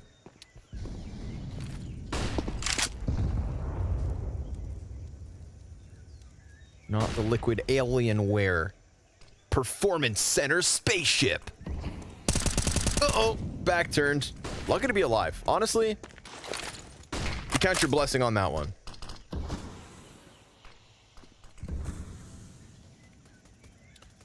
Come on, Shocks, you can do it. Come on, man, they've got His pistols. first kill. He knows Big Uzero's not there. Come on, Shoxy. This is it. He's reloading, brother. Yes! And then, oh! Big Uzero revenge? He has to, you know, he's on the board, but Big Uzero's his nemesis. Another USP. Come on, build. Oh. Oh. Oh. Oof. Oh, the confidence is gone. That's crazy. OC on recovery, though. Nice close range op shot. He really doesn't get caught off by anybody inside of this B site, and I feel like it can be a pretty like claustrophobic bomb site. Yes.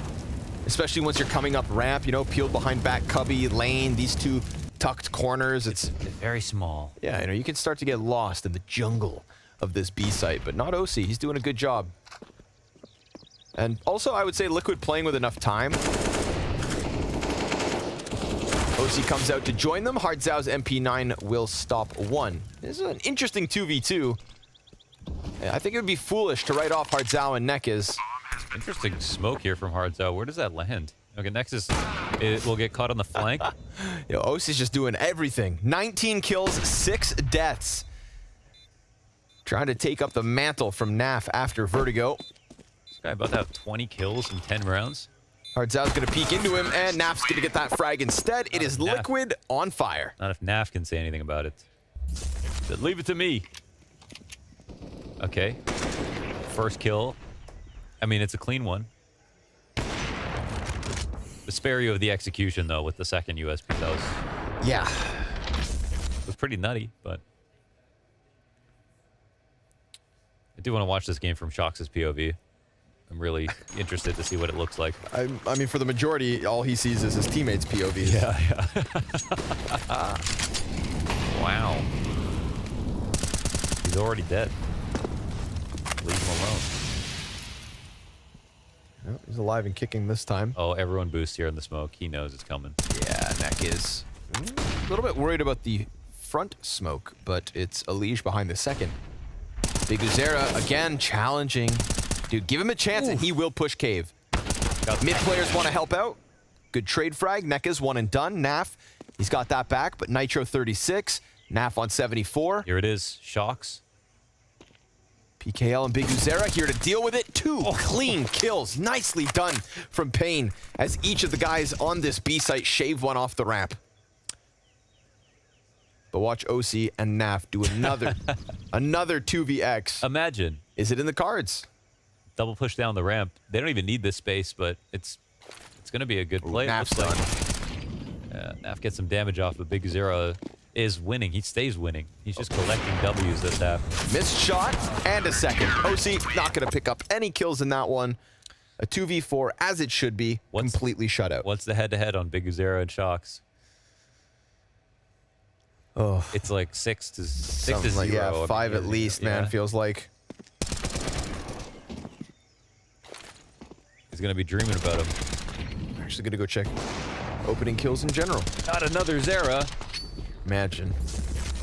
Do they make him in a factory or second Zera? Is it a certain bloodline within Brazilian CS? You got to earn your Zera. Sent OC up for the entry, but it's oh my goodness gracious! $300 for all that damage? Hell yeah. Interesting. Shox blinded, finds Nekis. That's 2. Big peek. Wow. And a shutdown from Naf. 3 versus 3, but these CTs are not shying away from this mid-hold. They want to keep these players locked in, and right now, Shox, he's stuck. He is stuck with nowhere to go, but paiN also have no way to get him out of here. This is quite a happy position for Liquid, even though, I mean, there's targets everywhere, so it can come down to timing, and Shox hasn't really had the best time with that, but the T's came in without even full guns, so they're kind of happy to go 3v3, and everybody has a rifle now. They've also got the op trained on mid, which does mean an A walkout could be good. But honestly, CTs have such a winning position just behind this box, inside a donut, inside a temple. You got 1,000 ways to die if you want to try to entry sometime. So it'll take a heroic effort here from Naf. Oh, spotted. He makes the boost, yeah. And Naf, I don't think sees harms out. However, Shocks. Nithon picks the gets picked as the sniper. 30 seconds. Shocks looking to come join them. Hardzao also down, and Team Liquid, they put on that squeeze for that A site. Wow, well Dude, done. the moment that top mid player moved, and we get Shocks swinging out from box. We talking 3v5 on this one, or maybe 4v5? Yeah, I want to say 4. Yeah, just to be safe. But nuts stuff. I mean, a huge effort, even though Shocks, he's only got 3 kills, to pick off the sniper in this round. Some would say that is the round. Ooh, PKL doesn't pull that left trigger, and Team Liquid gonna take another round win. Yes, sir. All right. This got a little disjointed from paiN. They just kept throwing bodies at the situation, and there were good flashes behind it. Not so much Nekiz's, though. He threw that for himself, and of course, when you throw it for yourself, you got to pull your gun out. It kind of screws up the timing a little bit. Jumping right click over the smoke. Real haymaker. I wondered why they wanted that so bad. Maybe because they saw the value add of the nade that just landed. They know if the T's are coming out, they did eat that. So it's potentially that. But I mean, that's a round. It looks like paiN are playing as the team who are winning, but of course, they're not actually doing that great on the CT side. So it's very expensive, and we don't even have an op here to help them out. Looks like Liquid are treating this as an anti-eco with their long walk up. Properly stacked. Deep mid control as well from the shelf, so... Interesting. The smoke changes their psychology. I think they can, of course, swing back. It's not that fun to have to, but if it is around where they feel like it's an anti-eco, you could expect a CT to have gone for some kind of big flank. So smartly, Nafly will come back, make sure that's not the case. And then it seems like they will probably continue forward. They can also go for mid control. I don't think they're really scared of an op here, even though it is a buy. It is a buy. Ooh, there's a chance at a pop-up. Player to the right side here. Yeah, I mean, sure, Hardzao, he's just pulling a distraction for Nekiz. Nithon kills Shocks. That one's working towards mid. Nekiz still buying time here. Confirmation that they're coming outwards. Insta-kill versus Nitro, and a scoped-in OC down. Beautiful bait and switch. The Temple player draws them in like moths to a flame. Team Liquid burn up, evaporate on the A site. That'll be a good molly. We've got Naf on a wrap through CT spawn. I mean, this could and should find Big Uzera, but now that he's lost a Liege, I mean, does Naf even play for this? It seems like such an unwinnable round. He'll get 1 kill at the very least, try to maybe rack up damage, but that's it. A 5th for paiN at least. Yeah, he probably shouldn't have swung. They don't have that much money, so I mean, it's the last round of the half. They're going to try to buy up. That's a big one. Whoa, nice shot from Nithon. He made that look like an op. Crazy clean. But like you said, it was all about this bait and for Nekiz, and he delivered really well. Of course, taking the op down right after Nitro, while OC has to focus on other angles because they don't throw a full exec. And suddenly, it's Liquid without the money.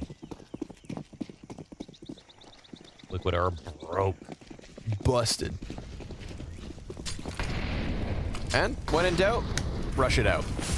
Tech9's already trudging their way through this B site. Oh, yeah, they're going real deep. This is the Astralis. I'm going to call it the Astralis. The deep CT smoke, they get all that map control. And now I think this will be a real test, a real good test to see how good this post plan is. Oh my they God. don't have full control back here, but oh wow, what a shot. That'll help. Quick Desert Eagle, a Liege, hands onto the M4. Get that wrap from bottom middle. Try your hands with the wallbang, sometimes graced by Lady Luck. Hardzao finds OC, so the retake starts to get rolling. Still time to win this, most certainly so.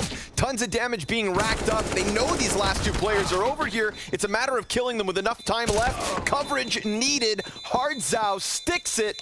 Ooh! A 6th secured for paiN. It's a little bit more as they take to the difficulties of the T side of Ancient.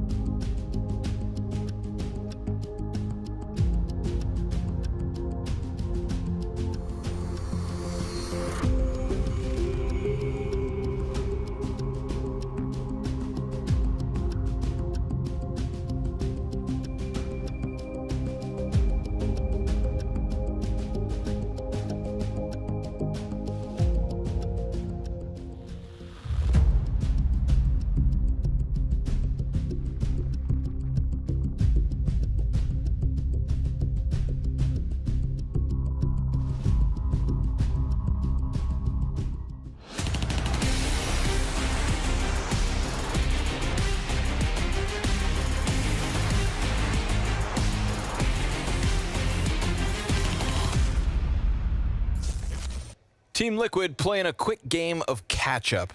They brought this match to Ancient, and they are showing us why. Solid rounds with a little bit of kickstart, a little bit of spice from our boy OC.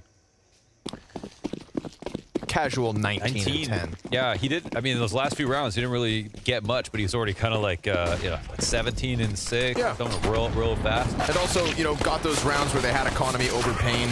Made it easier for the others. Shox and OC trying to fight here in the middle. Shox is pinned into the corner, gets the frag back. Knife on. Quick gush. He knows what he wants. He wants the CT kill, dude. He's going to chase him to the end of the world. He goes fast. To the mountains of Mordor. Dr. Frodo. Damn it. Well, you know what? You never know who has PhDs. PF. Why can't you speak right now? PF Elemento Ps. Sound like Timmy right now. WX. ZZZ. Yeah. Dr. Frodo. Come on, dude. What would it be, an ortho? Or what's a foot doctor called? Orthopedic. Yeah, orthopedic. Yeah. That'd be an ortho. Yeah. But that might be like, never trust a barber who's bald kind of thing. Oh, okay, right, He's got feet like that. I mean, I don't know. Yeah. Wouldn't want him fixing mine. This is fast. Ooh, neck is P250. Wait, just glocks. OC with the FAMAS. Just glocks. No, it's P250s, bro. Oh, they asked. Okay, yeah, that first P250 was the one that really just quick uppercut to the front of the CT setup. Deep grenade comes in. Nekis continues to try to press close, but down he goes. And I mean, hell, if you can get 3 kills in a bomb plant, that's something. paiN have no business even being competitive. And Hardzao, he's got both these players looking at him right now. The flank starts to hit. Oh, they steal it. The bait. They stole it. No way. They had how many P250s? They had a couple of Glocks? No way they just lost like that. A B rush with no utility. They have a single flash there. PKL actually blinded too. Okay, the golden flash. Those 2 P250 kills from Nekis. That is absurd. Yep. Shox ain't having a fun one. 5 and 15. Oh, that makes things interesting. paiN gonna steal away that early bit of momentum. Listen, you give this T-side a chance to build economy. Uh-oh. We could be looking at a tied game, and a 2-0 over Liquid. That is problematic, because again, when I see them lose on Vertigo, I just get flashes of the EG overpass matchup where I'm like, okay, specialty pick, well-prepared team. How many asterisks can we put next to Team Liquid? How many outs do we need to give them? An advantage in the 4v3, and paiN gonna continue to take their time. Not only did they rush B, they won by elimination before the bomb even got planted. Don't laugh at them. I'm laughing on behalf of paiN. Ah. It's insane. This is a curious one. We've got 2 players on a super fast, super long flank. So they're making up a little bit of ground. They're surfing. Armored 5-7, armored MP9, and Alicia's scout inside sight. They're throwing grenades, and Nitro is pressing up closely. Guns down the FAMAS, goes for the next one. Nekis gonna turn that around. They're starting to fumble on top of each other, and they still have no idea about Shox. They have him, yeah. No, they're watching it from mid. Big Uzera fight. I wasn't sure if they saw it, but I suppose he could have seen both. I thought maybe there was an element of surprise. I don't think they saw him, but he was just holding. He was just holding for the second alert. Aware. Yeah. Nice try, but even better here for paiN. Only 8 rounds, man. I mean, you got to hold your breath for T-side. It can be really hard. For sure. But I mean, but yeah, they broke the economy of Liquid. And it's funny because they used that same B rush that Liquid used to them at the end of the first half, with even less to work with, like a 1 good flash and a ton of passion.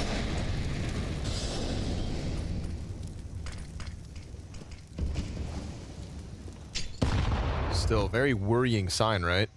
Oh, yeah. I mean, this is, dude. Oh, my God. Yeah. For those just joining us, this is an elimination match. In fact, every match of the Showdown is an elimination match. Which means, as you can see at the top, Liquid are already down a map.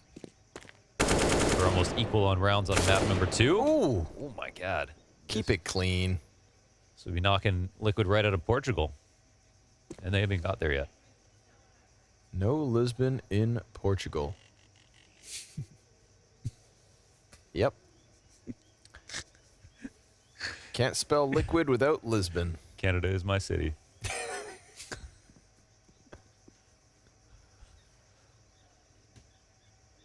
No complexity either. We'd be looking at Freya, Godsent, MIBR, and paiN. Maybe that's for the best. Goddamn. Who do you even cheer for at that point? All of them. All of them. All of them. But only 2 make it through. Only 1. Oh yeah, that's only just NA? Oh my goodness. 2 make it to the finals of NA. That's crazy. That would guarantee a Portuguese-speaking team in Lisbon. Yeah. Hell yeah. Hell yeah. But at what cost? At what cost? At what cost?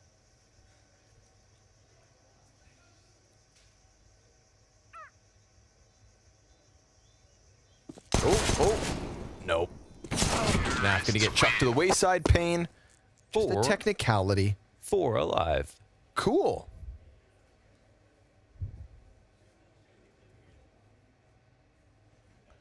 Elige sits up straight. It is time to focus. They've got the easy side. Again, technically they've already done their heavy lifting. Okay. It's one thing to lose on Vertigo. Yes. I'll huff my cope. Well, hey, look. Liquid, no op on OC. And actually, pretty low grenades. There's been a few rough buys here from Liquid. This already doesn't look convincing. They'll hunt hard for this opening kill.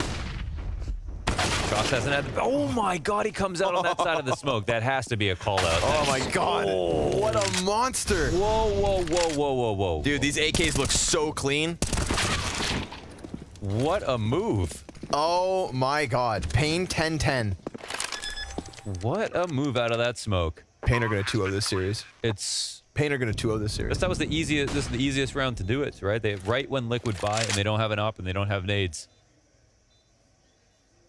That has to be a demo kill, right? Do they always path that way through the smoke, or they're just breaking out now? Either way, Elige is going to be tilted. Maybe I'm overreacting. Maybe I'm a drama queen. We already knew that. But I think paiN win this game 2-0. Yeah, I mean, it's just they look sharp. They look so sharp. Yeah, they look super sharp. CT's hoping to not get swept away. There's still a chance PKL takes Nitro, but nope, he's good. Just tuck. Woo! Oh my god! Brother! Black bars, brother. I don't know if he was black bars, but 4-3, whatever, not native screen. Yeah. Well, he didn't really have time to see. It was like over top of the second box, right? I mean, Hey man, got to keep your eyes on the side of your head. Yeah. Like a fish. Uh-huh. You think fish would be good at CS?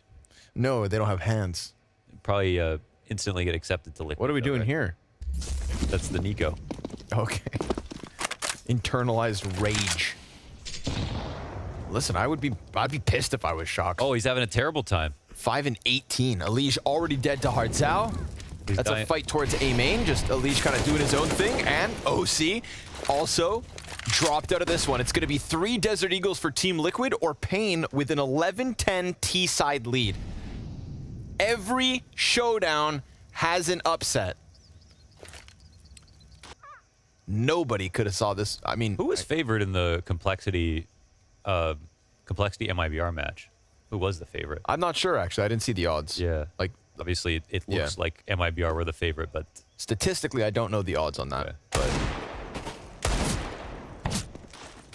honestly, MIBR's RMR performance was pretty convincing.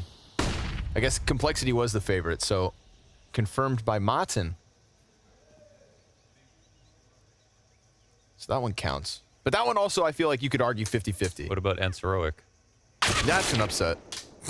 So that's 2 today. Well, in French, we say jamais 203. Which means we need to get the 3rd one. And also, this would be the biggest upset? And hang on to this for as long as you want. Listen, bombs planted. This round still little life left on it. Yeah. Nithon, not gonna hear Naf. Oh, Naf turns. Naf turns. He had an inkling as to what was going on. AK tries to push out. Shox gets caught on the doorway. Looks to come at this bomb from the side of it. Taps it. 10 seconds. Stick. Awkward position. Hardzao not gonna bite down. Swings out and will find paiN's 11th. Man, that's two kills in the round for Shox, but no round, unfortunately. And Hardzao will die to the bomb. At least the one gun carried over here is for Liquid. Is that 5 straight now? What's crazy is Liquid won the pistol. And then they lost to P250's 1 flash and some blocks. And paiN haven't looked back from there. And you know what? They've only had to really win 1 rifle round in this process. Money's been so awkward for Liquid. And this will be the... So this will be the 3rd round they have rifles, but the 1st round they lost to was just the Glocks and P250, so... Whoa. Well, good start. That helps. No, you're dead on. Haven't seen enough of a sample size in the gun rounds to really give it paiN. Oh, but OC turns his back, tries to run away. Good wall bang. Gotta give it up. Oh man, Shox just leaves his post so quickly, and Big Zero knows he can just reclaim all this space. Shox happy to spot. And the smoke. The op is recoverable. Whoa, that's scary. Oh my god, a jump back and forth. Madman. Naf gets away with it. Alicia at the bottom of mid.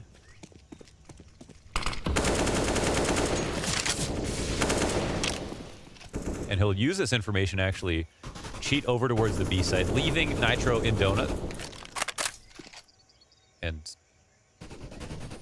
clock's starting to reset a little bit. Smoke, Molotov, 4 flashbangs, paiN on fire, and looking to hang on to that. But this site is stacked. Oh, Naf goes down first. Nithon very wounded. PKL blind, but Shox. No, he doesn't clear it. Man, the flash.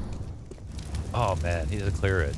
Alige can't find an angle to stop the bomb plant. Hardzao gonna punch in the numbers.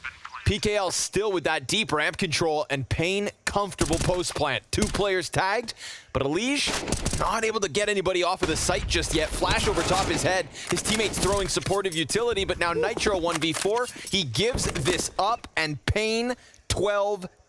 They're fragging. Look at that. 1 kill for every single player who are alive on paiN. They win a little bit in mid, stealing OC back as he falls out. And, I mean, OC's 26 and 12, but as soon as he gets an op, he only gets 1 kill, instantly punished. Shox is having a really rough game here. I mean, this one is kind of hard to justify because, you know, that clear is free. If he does clear it, it's his. He's going to win that duel for sure. There's obviously odds that there can be someone on banana somewhere, even if they're behind the box, especially when the B split is coming on from cave. And just doesn't even consider it, and is also just super concerned about the door and somebody turning corner on the box. Really well done in this post plant from paiN. Good flashes, just the right risks, and that, you know, 1 super solid rifle round before this, but not even one where OC had an op. Now they had an op, they still win. Liquid are using their first timeout. I guess that's such a strong T side, you know. Never needed Didn't want to bother with it. Nope. Felt like at the swapping of the sides, everything was good to go. Then they win pistol still. You know, like you said, that was the first kind of real gun round prior to an easier one. Time now. Talk it over. Do not let this one slip too much further. The money has been managed, and OC will be back on the AWP.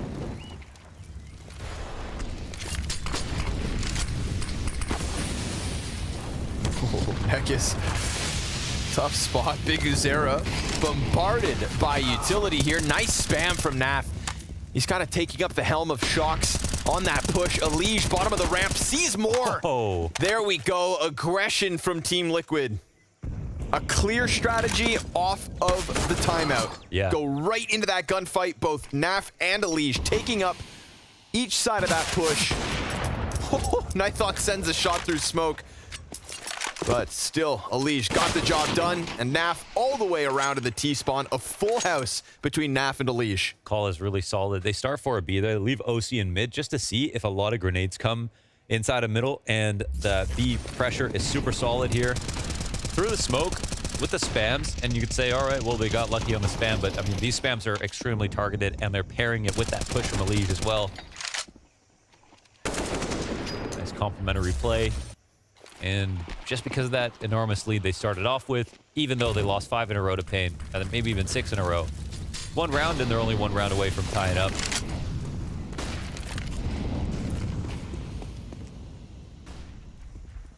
Pretty cool they managed to get 2 ops 2 rounds in a row with 2 rifles, despite losing. Flashbangs popping every second, and Shock is in the middle. Oh my god, what just happened? They had nothing. There was no... There could have been someone peeking. There was no one pushing elbow. There was no nade on elbow. There was no smoke on elbow. And Shox is escaping a smoke into mid, spamming guys on banana who are looking at him. Tapped inside of the cave. Good 2K from him, but PKL still finding Elige over the shoulder. 3 versus 3. paiN had that 5v4. paiN decided to squeeze into the B site. Naf, he's going to push forward as Nekiz has smoke in hand, and Hardzao is tucked down on this box. Naf, he doesn't. Oh, yes, he will. Look down just in time. Still T side, able to get up ramp. Yeah, they run by. They'll need a heroic round here from Nithon. Bomb on Nekiz. They'll suss out some of the positions. They're looking to push, and Naf cuts him off. 4 frags, 21 and 14, continuing on from an amazing Vertigo as well. Yep, slower start here on Ancient than he had on Vertigo, but still now putting in those numbers. And a crucial transition, throwing him into the front of the caves in back-to-back rounds. This time they're drawn into him. He goes, makes his play in the mid-round moment, as opposed to right out of the gate, and comes in with the final 2 kills as well. Solid round from Naf in caves to tie the game at 12. This is becoming mental for Shox, man. He's, nothing's working. Now the sprays are missing. He's making weird, awkward moves. This is the kind of game you want to change your crosshair, maybe. Do something silly. Get your head back in the right place. Because he's a bit of a liability here on CT even. Oh my god. Oh, Hardzao gets bit. Oh, that's Naf. Yeah, that's Naf out. Now Shock really needs to give us something, and he finds one. Nekiz through the smoke. Elige here to work with him. OC and Nitro on the back lane. Everybody from paiN in sight. Shox so close to another kill, but PKL gonna go ahead, throw that M4 over. Man, this is really good from them. They're taking so much map control to the back lanes. This is how you win post plants these days. AK-47 pressed close. Flash on Hardzao here. Incendiary starts to go forward. It's all about his timing, all about his crispness. 2 kills because he continues that spray into OC.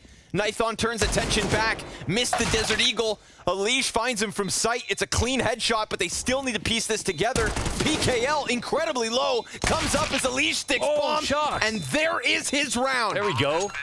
4 frags from Shox. A little life left in him. Shoots right up to 11 frags. Really nuts there in the retake. Every single kill was pivotal. That was do or die.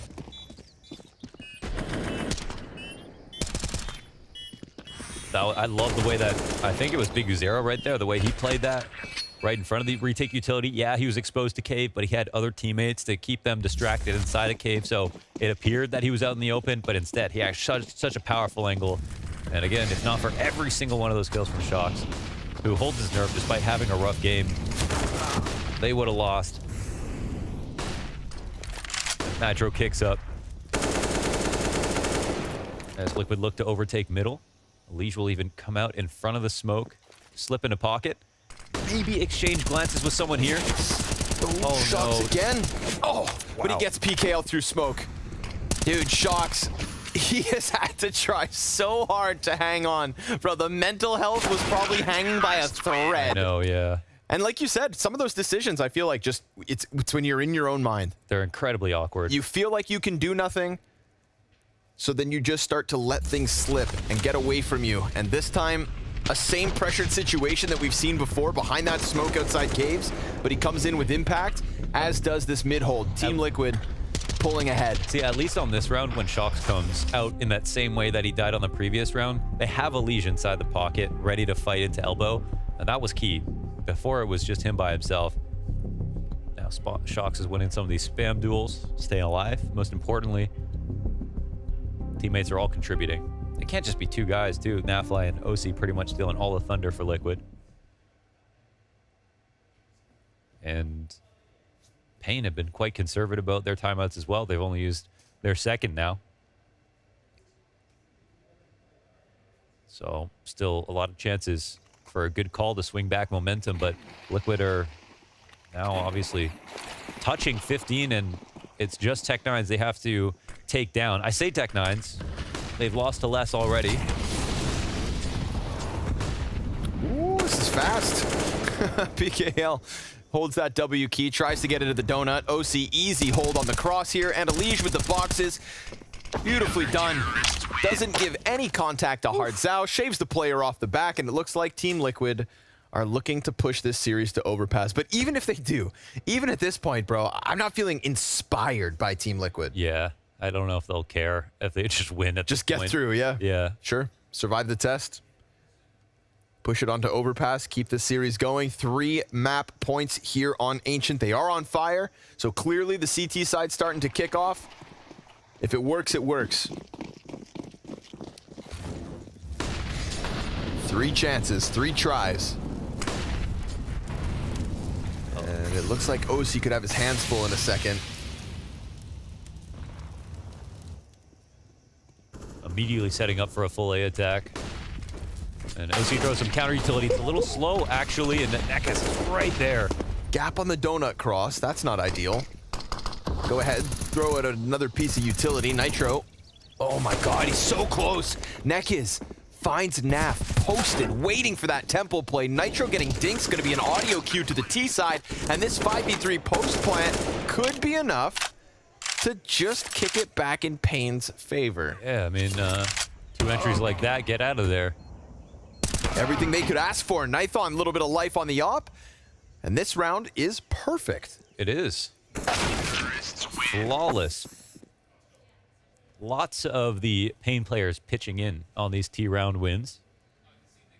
3 different players fragging on that one. We saw one with 4. But this is the kill that it's all about, right? OC with the op, the only one on A site. Man, so many rounds from both teams where it's just been one guy on a site. And that guy's not got a kill. Whoa, nice shot from Nithon. And the round was lost from there, a forced save call, or in this case, you know, maybe players that could have saved. We'll see if that matters. Still enough money for Liquid. OC move from A to mid. Flash is flying at him. Neckes back to the front line on this A play. Remember last time it's OC just takes an AK to the face. Now a Liege. Hoping for the boost. That simple walkout. And I watch people play A site properly, and it looks so unfun. He's got to check 2 sides of a box. He's open a donut, but he has a teammate here. It's still not, you know, that solid of an angle. Of course, he can punish the jump up. They're walking this boost and trying to hunt him down, but Elige doing a very good job of just minimizing himself, showing no skin.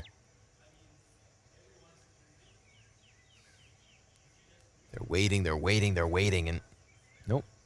Despite his little movements here, oh, he starts to play out. Oh, he finally decides to take that extra little bit of a step, and it could be costly. Damn, that's brutal. The patience there. Okay, Nitro's still alive.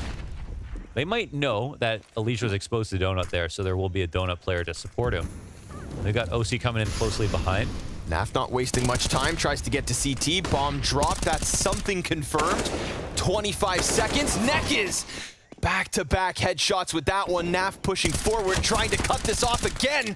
He's got PKL so low. Nithon's op. Looking to come in from donut. Naf backs up, and we've got Shox on a long flank. Yeah, looks like Nafly is just trying to reload. Maybe catch the mid lurker if there is one. Shox could be instrumental. Opper gonna see him, spot him, and not get the kill. Now we're talking that 3 HP on PKL, and Big Uzero with 83 flashbangs. A donut presence, but a player just stranded on site right now. And he's on the other side of the box, so Shox, his flank won't be able to unroot this one. He's holding it. Naf peeks it perfectly. Big Uzera, no, also goes down. And we've got this retake in from Team Liquid. They survived the challenge here on Ancient. Wow, an incredible amount of patience on that retake. And honestly, same can be said for all of paiN on that T side, and even that last round. Love how they played that. I mean, they waited so long. Elite tried to play it perfectly. Yeah, and I think you can't have too much patience on T side Ancient. So we saw some good stuff there, both on CT and T side from paiN, and already a great Vertigo. And despite Liquid winning, paiN are fighting. I mean, gotta believe that they can maybe pull this out on Overpass. This could absolutely go either way. 100%. paiN are playing great CS right now. And of course, recent wounds for Liquid here on this very same map. So there's a chance that the Underdogs pull it off. Third upset on the day? Maybe. We'll find out. We've got the analyst desk after the break. We'll see you guys soon. One final map here between Liquid and paiN.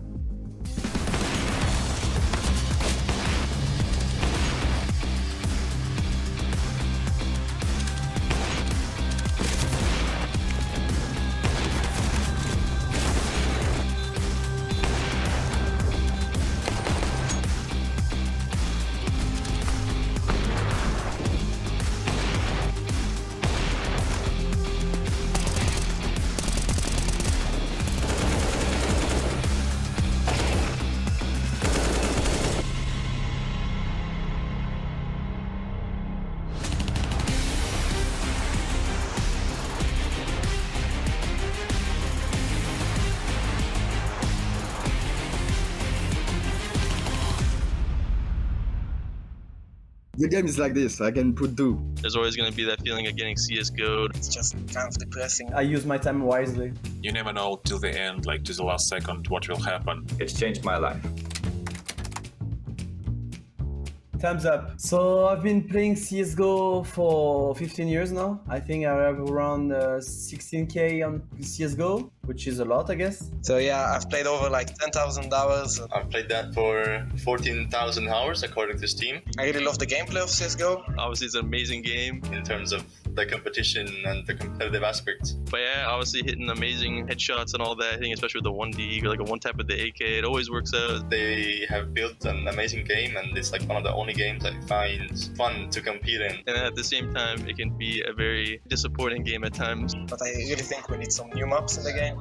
I guess the developer could really be more active sometimes, but I think it's all good where we are now. There's always going to be that feeling of getting CSGO'd or like a smoke going through the floor, so... Nowadays my CS is different than before. I used to play a lot. Now I don't play a lot because I feel bugs are way too bad. At times the game's a 10 out of 10, at times the game's a 1 out of 10. So for that, thumbs up, I guess. But yeah, a thumbs up. Could be seeing some improvement though. I would definitely give it a thumbs up based on the amount of hours I've played already. So I just focus on the team, that's it. I use my time wisely. I've spent 11,000 of CS already.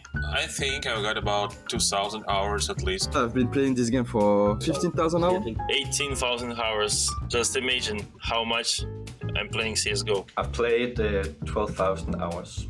I gave you a thumbs up. CSGO is a great game. I really love playing it. Because of everything, of strategy, because it's fun to play with friends also. You know, of course I give the 5 stars to CSGO because it's my favorite game. I love this game. I spent countless hours on it. You know, half time of my life is CS. This game is my life for more than 5 years. It kind of reminds a chess.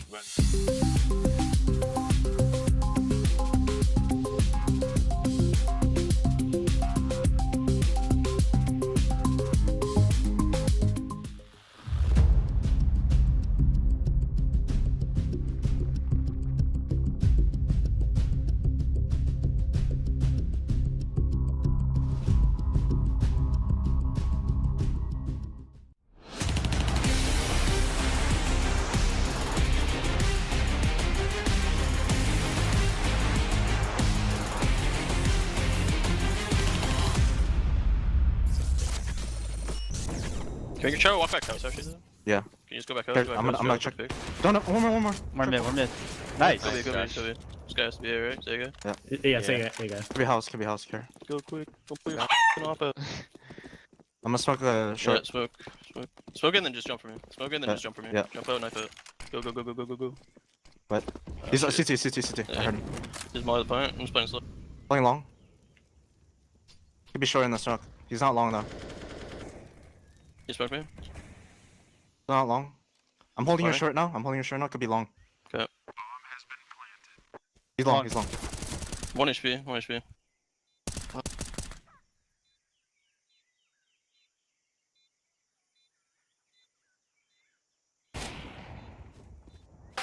Nice round, Josh. Thanks. Holy. He's back. You always get kills in that same exact situation. Red flags for Team Liquid, but they managed to turn the tides. They close this one out. They bring this series to 1 map apiece. But Noah, it did come closer than perhaps we would have expected on Ancient. It did indeed. I still didn't get to see too much of Nithon. However, one thing that I love so much about the way that paiN is playing right now is that it seems like they are just moving as a unit. However, it didn't matter because OC showed up this time. Yeah, we talked about OC, right? He had a rough showing on Vertigo. Couldn't get anything done with the AWP. Coming into Engine, though, he had a monstrous of a first half. And second half as well, he found some impact. Good to see OC play well. And as I said, I don't want to point fingers and say it was OC's fault they lost Vertigo, because it wasn't at all. No. But it was mainly his fault that they were winning this map, right? He was having so much impact coming into Engine right here. And without him... Wow, the red flags for Liquid, they were definitely visible. And I love this clip as well because he's in. This is the 2v5, and he gets an ace here.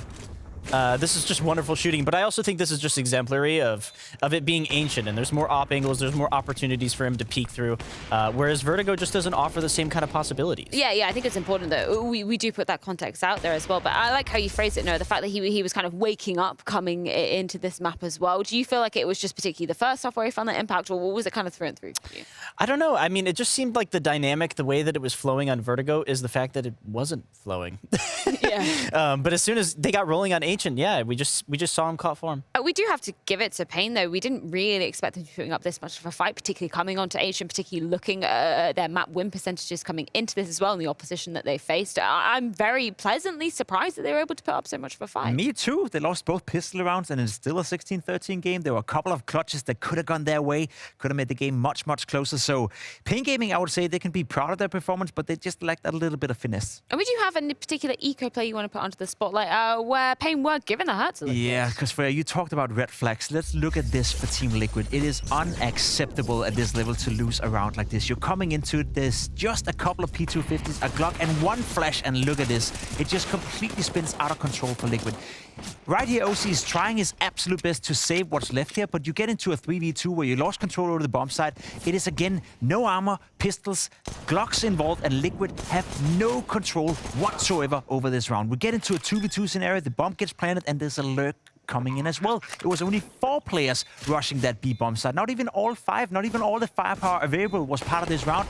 Glock comes in from behind. They've sold us the round, and Liquid loses a round that at that point could have cost them the game. Because guess what? After that, they were down 12-10, and that's what we see right here. They took a timeout 22 rounds into the game. It took them 22 rounds. It took them to lose 6 rounds in a row before they actually got themselves together, took a timeout, they then turned it around, but it felt like they were not trying. Why don't you take a timeout, Adrian? You're the coach of this team. I want to pick up on something that you said coming off the back of Vertigo as well, the fact that you said Liquid kind of looked a bit uninspiring throughout that map. Do you feel like there was improvements coming into region, or do you feel like there's still more in the tank that Liquid could be giving? There's more in the tank. Liquid are supposed to beat these guys relatively easy, right? They played during the RMR, they won 16-1. It wasn't even a fight, and during the RMR qualifier, Liquid well aware that that is a massive tournament. That's one they have to win. So it feels like to me, Liquid is a bit uninspired right now, and I don't want to point fingers necessarily at Adrian. All I'm questioning here, right, is that you're down 12-10. You're about to go out of the tournament, and you take your first timeout 22 rounds into the game. It feels like you're not even trying. But then again, maybe some of the players felt they had it under control. Maybe Adrian didn't know what to say, but just from the outside perspective, it seems weird. No, I think it's a really good point that you brought up, and it's the fact that it's almost like a replicable of Team Liquid not maybe taking this as seriously as maybe we would have hoped them to. No, they must be. Yeah, I don't even want to throw that out there, No? you know. But it just does seem like there's some mixed energy in the team as well, because you can see on the face cams that like Shox, I mean, he's obviously having a little bit of a tough time, even in this series. I mean, not even just overall in his time for Liquid so far. He's been having some tough times adjusting, but you can see on the face cams that he's face palming, he's throwing his head back. This is just, I mean, he's always been an emotional character with inside CS, but we're seeing some real frustration out of him, and it's weird because then you've got 2 or 3 of his teammates who are smiling, even on rounds that they lose, which is very interesting. Yeah, I mean, it's even harder the fact that they're not in that boot camp facility together. Obviously, they're kind of split up all over North America at the moment. I do want to bring up that Bet Whales coming into the third and final deciding map of the series. It will be Overpass, heavily favouring Team Liquid coming into this one. Do you think that is correct? Are you heavily favouring Liquid so much coming into this third map? I am, given the quality they have on the server. I think Nafla is a fantastic Counter-Strike player. I think Elise is a fantastic Counter-Strike player. Nitro is slowly but surely finding his form again. We just saw what OC could do. And yeah, Shox have had a couple of rough tournaments and a couple of rough games today. But overall, I just look at the players pound for pound, and you weigh them up against paiN Gaming, and you think to yourself, there should be no way that Liquid is losing this game. I'm very impressed by paiN so far. They came very close taking this series 2-0. They deserve all the credit in the world. But at some point, reality must restore itself. And I think Liquid, and I hope Liquid will make a statement right here, because if they can't beat paiN Gaming without any problems here on Overpass, there's no way they qualify for this one. I love that you bring up Shox, particularly coming onto this map of Overpass, because I just think back to that Vitality days when he was back on that team. His lurking ability, particularly around the bathrooms area, was just so impactful for that squad. Is there anybody else that you're kind of looking at coming into this map? Well, I mean, I would always give attention to Nitro as well, because I always think that he did a great job calling this map. I mean, Liquid has always been the best NA lineup on Overpass, alongside NRG/EG lineup over the past. But Liquid's always been that top tier team on this map, so especially from our region. So yeah, I would give a lot of eyesight into Nitro and just focus on his calling on the T side and how they organize themselves. But Naf is always going to be that freak of a guy who shows up and he just gets insane kills in clutch rounds. Well, we're going to see if Nitro can get freaky as we head on into the third and final decider map. It is going to be Overpass. Both teams' lifelines here at the Spring Showdown on a knife's edge. One of them will be cut, and it's coming up after this.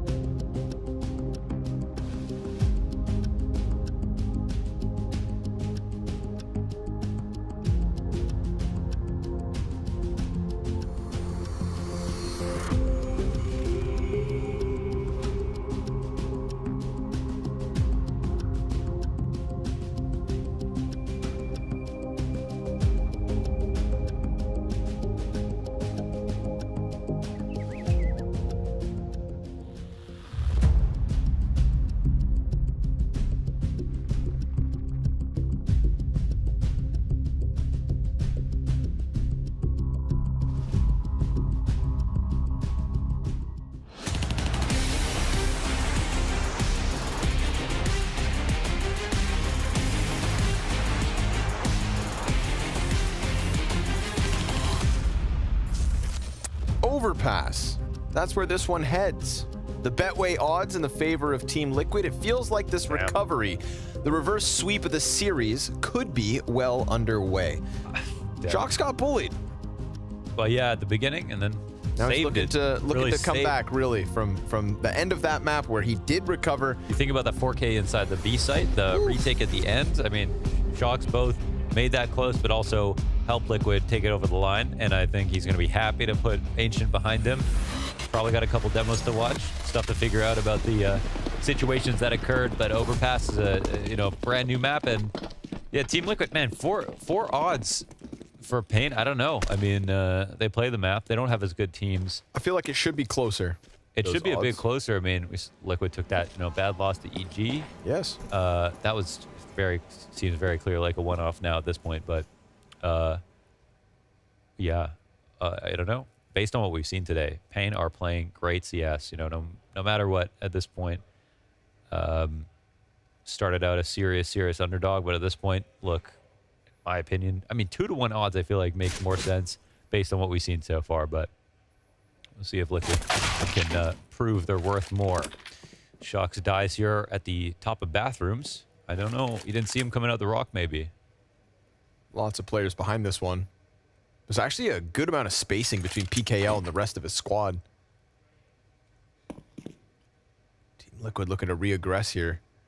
Oh, very interesting, because even if they find him, even if they kill him, it's just one player, and well, you also got to kill him, I guess. Oh, he goes with the insta headshot onto OC. A little bit labored from Elige, but he gets there. Nitro, clean one. That's that clean one that Team Liquid were hoping for. Connector push, Naf. Oh, he gets Nekis, the third player in his face. He gets the first, he gets the third, and Big Uzera with a second. Chance at this, 1v2, Molotov down in front of Graffiti. Both the CTs stuck behind that. He's more concerned about somebody inside sight, but there is, in fact, no one here. Plant for Big Uzera. He's going to be given that amount of space. Now it's all about those headshots. They're pushing up close, and they'll get him. Team Liquid take CT pistol. Yeah, they'll quickly defuse that.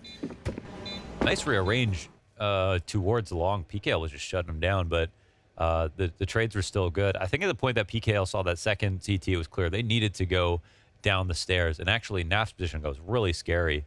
Insane couple of frags from him. And a cool little bit of movement as he jumped up onto the lip at the top of the stairs and put himself in a good position to make that exchange awkward. I feel like once you're on that shelf, it becomes way harder for the T side to peek into you. Yeah. Because you're that much more to the side, so then it really does kind of turn into these 1v1s. They're not looking down at you either. Yeah, if you're halfway up the stairs, then I feel like you can get peeked from both sides of the doorway. There's just a little more room for the Ts. So, Naf, quick adjustment, quick couple of kills, and a quick start for Liquid's defense. What a nade. What a nade. After FD. seeing 2 cross. Nekis is already low. No early incendiaries out from the CT side. And that same adjustment we saw in the first round. 2 CTs going out towards long with one way back. I mean, they can feel the round coming. They're setting up just to fight this, basically. Shox, man. He's about to get a handful. Oh, man. He is going a little bit farther. Oh, but finds one staring at his feet. He's lining up a smoke. Flash to the side. Oh, Shox empty-handed, but we've got Naf here. Nekis, he finds OC, so suddenly that A site, it's getting split from both sides. They need the rotates, which are way too late, and you have paiN cracking heads on A to win with the force. I mean, Elige, he just runs right at that dumpster. He's going to try to fight this one as badly as he can. Nitro, oh, the fire. Burns him down to 47, 1 versus 2. Okay, he still has a smoke.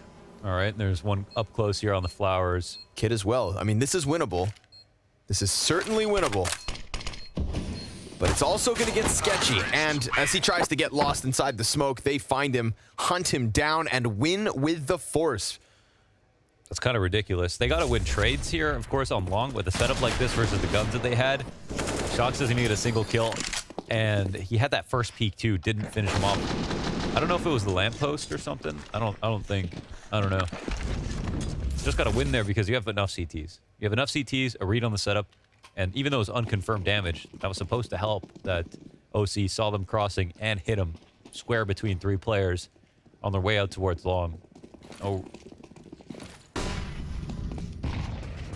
No real sympathy for them on that one. That was some nice trades from paiN. And another failed conversion for Liquid in this series.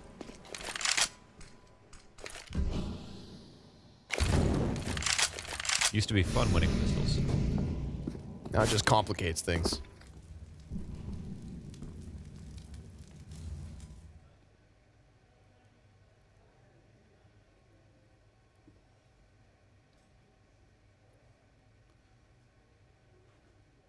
Shox is surrounded. Long not an issue just yet. Naf rattles the scout shot off. Ooh, nice deeg from Shox. Point blank on piece. Oh, hold on. OC's going to do one as well. Ooh, but OC should be found out here. Yeah, Nithon. Just going to slowly hone in on it. 45 seconds. There's timing here for Big Uzera. Him versus Nitro inside of the B site could serve as that trigger for the bomb to come running in. Nitro already 29 points of health. Got double Molotovs, a smoke as well, but already a bit of contact shown. And because Elige gives up the angle, they don't know how many players are here. Soon to be a third from paiN. Everybody fighting their way out through Monster. 5-7 of Nitro still pressed close up. Nice clean first one. Elige holds off a little bit longer. That gives room inside sight. And Elige decides to go running through, but he hasn't been able to stop that plan. Now they know he's here. A1S is going to double back and get him. Bomb plant still comes through with just enough time. And while Hardzao finds damage against him, CT's job's not done. They back up these terrorists. They get off the site. Oh, scout shot could be the end of it. T-side find another. And Hardzao now down. It needs to be Nithon. Shox, he doesn't have the kit. He's not quite sure where to look, and a wrap around from short could be the end of Shoxy. paiN squeezed inside B, but Liquid give this up. Shox not even gonna go back on that bomb. He just offers it to paiN, and they close it out despite all dying. Yeah, I guess the best he can expect there, you know, if he's, giving the other team respect, is that they're gonna eventually peek him, so he doesn't even bother. Wow, he actually could have pulled off, the full 10 seconds, not knowing what play was coming. A couple of deagle kills come in. Elige gets so far on the site in this position. I mean, look at this spot. Nitro actually goes 1 for 1. I love the way that Nitro played it, by the way. He could have fallen back to pit in that situation. Instead, he exposed himself to short and said, I'm going to gamble on this. If they're coming all out Monster, I'll be in a close range engagement. They might not clear. And he does get a kill from that position. And then Elige lingers up into the site. But the two CTs don't push with him. And he gets so far across that if they had, there probably would have been trade potential. A little disjointed.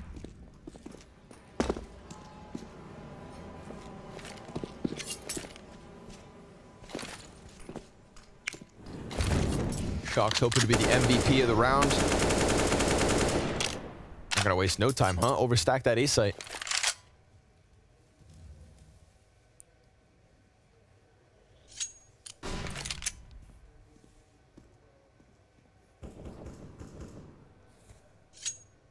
See what this hero AK can do.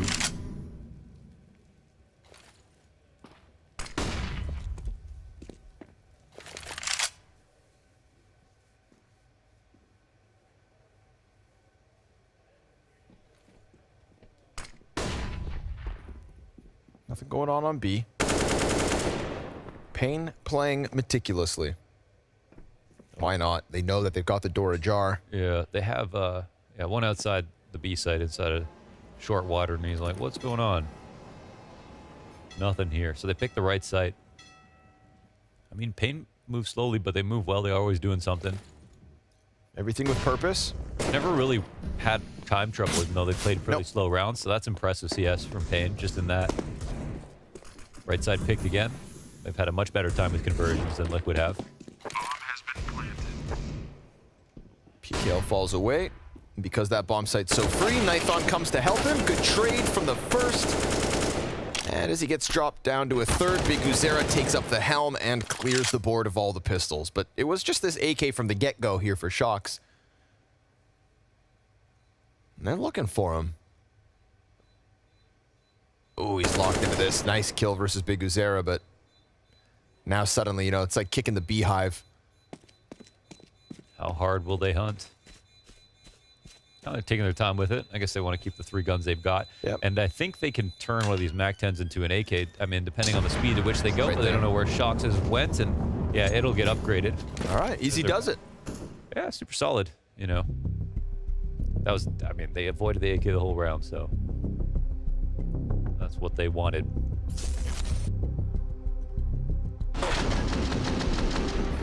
Quick reaction there from PKL. And again, in recent maps, in terms of frequency, they both put in the same amount of reps. paiN have played a lot more Brazilian teams, and Liquid have had some harder competition, but also struggles versus competition they should have beaten.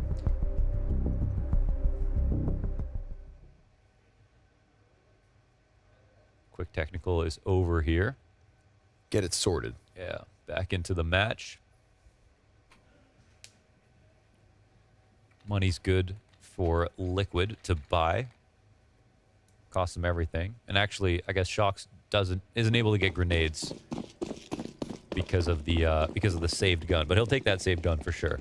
Rather have that AK.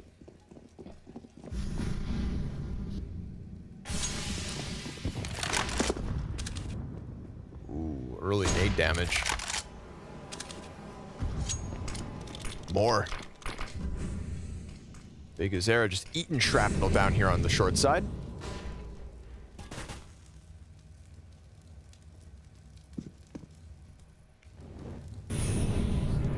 He was a beast over on Ancient. Locking it down inside the cave. You're talking about Shox, right?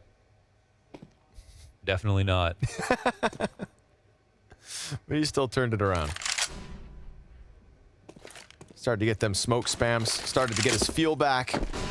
Right now, you know Team Liquid can feel this B squeeze. Utility over. And it feels like that first fight turned backwards for at least the moment. 45 seconds to spare here. paiN, they got the nades to try and overtake. Elige locked into the barrels. Nitro pressed on close. Liquid's setup is very vulnerable to, you know, a molly exec, especially if they're going to play barrels. They'll get Nitro over to the right side of the site. And Shox is collecting so much data. I mean, there is one inside the bathrooms, and they could be there. Left. He's clearing out all their nade lineup positions. So now the stack will come into B, and time trouble will be real here for paiN as another smoke freshly plumes in front of them in Monster. I mean, are they going to go? They know that they're being 15. read right now, but yeah, I think they really are going to.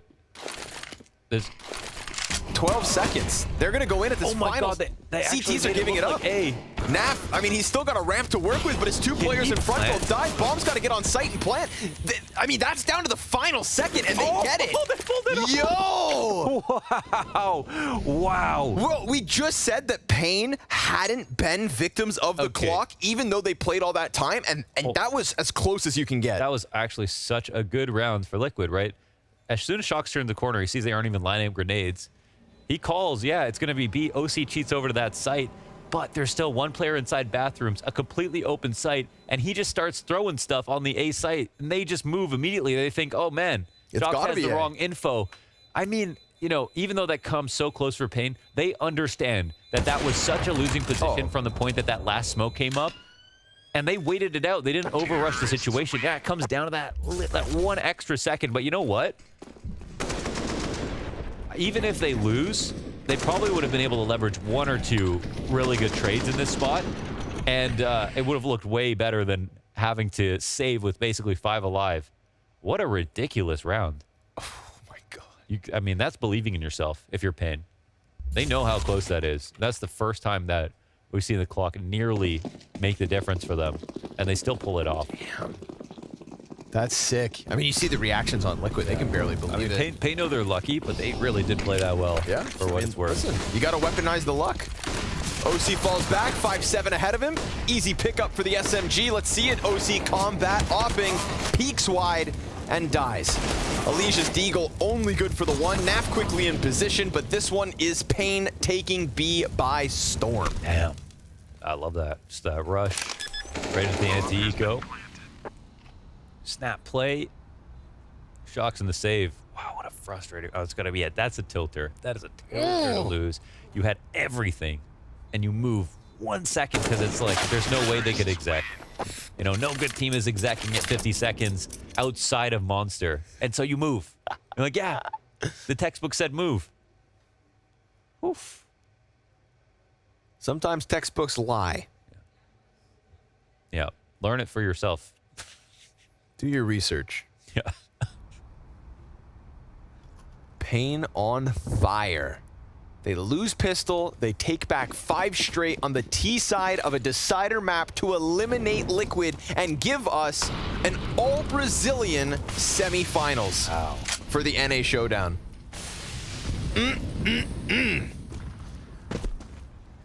But it's not done yet.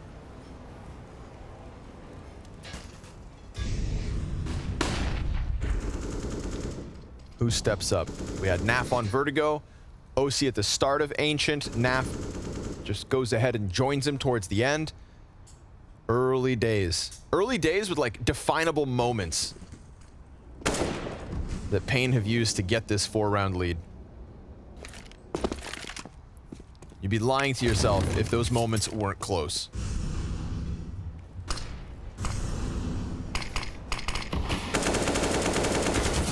My goodness, that was close. Okay, actually, Nitro wins. Sigh of relief here for Liquid. Something small, but when it counts. Still not out of the woods. paiN are teeming with confidence at the moment. Oh, let's see, Nithon wanted to punch that specific spot for the peak when he saw the flash. He saw the hands. Position. Oh, the jump spot comes in, but I think he was, yeah, he was spotted there outside bathrooms. OC will post. Similar to the last one. It's a flash on Shocks being set up. Ooh, goes ahead, takes the gun back out, gets an assist with Naf, and this time it comes crumbling to an end for paiN. Nithon can't even escape. Naf is there in time, and Team Liquid not gonna let such shenanigans happen twice. Nice fallback shot from OC to get into bank with that up, and he gets mollied back dice as well in those last couple of seconds. There's a lot of pressure. A really great kill from Nitro to kick things off. Shut down the B-lurk.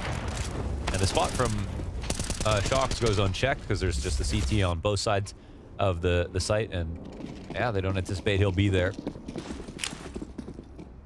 they try to work that split out, but 5v4 conversion for Liquid.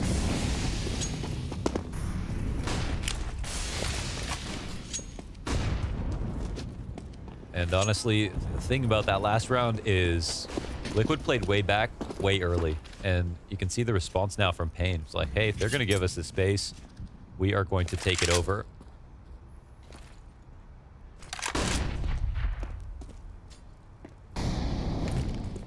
I mean, wow, this is crazy. I mean, they're playing just Shocks inside of A jump spotting. Rotations are going to be super late, but they're really concerned about losing to B. Wow, Nade gets blows the door open. Some mollies make it awkward for Hard Out. Somehow he survives all that without losing any health. OC push forward here ahead of Shocks, so a more similar setup to what we had last round now that Shocks has been given a little bit of time. And we saw nothing down on B site. So OC can just snap it downwards. Nice clean kill versus Nekiz. Zero potential for the trade frag there. paiN fighting man disadvantage, but Shock will push up. Gets on close to this. Meanwhile, we get this little bit of a lean towards the B site. Bomb now starting to work its way downwards. Liquid look pretty comfortable here. Yeah, they should be, right? This deep monster push of the 2 players. Incendiary thrown on short. And, oh, no time. They're just going to give up. We gave them praise, but now it's starting to become an issue. The clock is literally changing against them. Yeah. And then this one that looked a little bit more nervous. You know what was crazy is the way they started out actually made perfect sense, right? They went fast A. There was no one on the A site, no one around bathrooms, but they almost couldn't believe how much... It's was like they couldn't believe that their read was correct. And when they got outside bathrooms, they started to pause a little bit. Yeah, got nervous as that round went on. They gave OC a free shot, even though they could have set up for smokes. They wanted to. Didn't necessarily need to. But around this 50-second mark, still in the 5v5 and limited grenades used, they could have put a ton of pressure on A. wanted to clear out bathrooms maybe first, but probably shouldn't have been shy about using utility. And whoa, that's actually super awkward. Look at the utility here for paiN, because even though they saved 4 guns, they used most of their grenades coming into the final moments of that round. I have a feeling this round is going to look silly no matter who wins it. Okay. If paiN somehow win this, it's going to look very silly for Liquid because they basically have 0 utility. And if Liquid win, it's probably because OC is just going to farm them because they don't even have flashes. So, well, yeah, it's going to take a little bit more than ingenuity. Maybe they try to lurk hard, go for boosts. Do they have anything? Oh, they get some. They get some. Okay. Bit of a stretch by me. They've still got a little money left over. 4 smokes on the play. Okay, what's the idea? Put out the molly. Shox is going to press against it. Dude, he is on his own. Holy hell.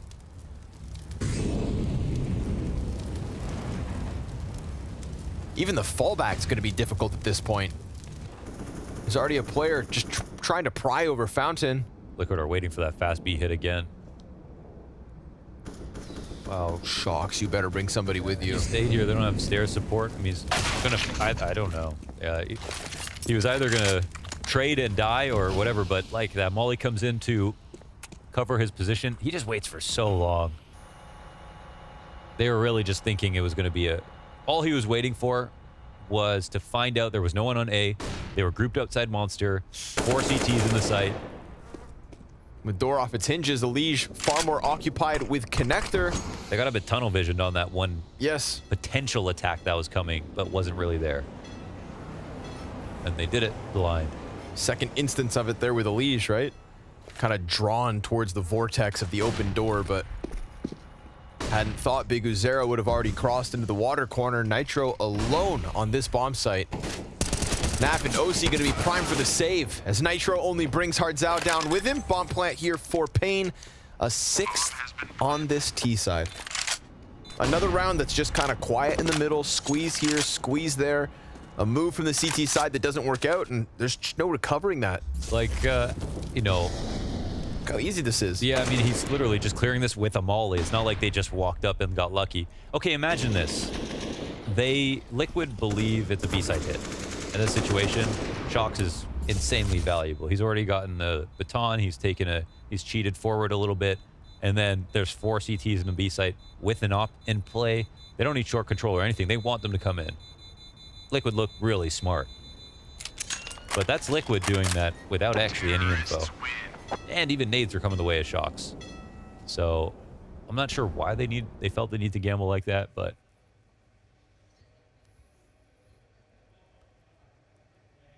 I think it's good to have reads, but you got to have reactions as well. So that one looks a little tone deaf. Got stuck on his island. Double up setup for Shox now. Him and OC going to be swinging big greens. Both of them going for this A site. Clearly looking to just use this sniper as a jackknife for man advantage. So many angles to fall back from. You know, definitely go to that midway point. Oh, Elise doesn't realize he got spotted. Ate that flash, tucked. And then knocked down. The rotations are actually kind of complicated here because they had 2 ops on the A site. They'll leave Shox to hang out. I don't know. What's he, Maybe there's some escar god on the floor. Oh. Des escargots gratinés? Yeah.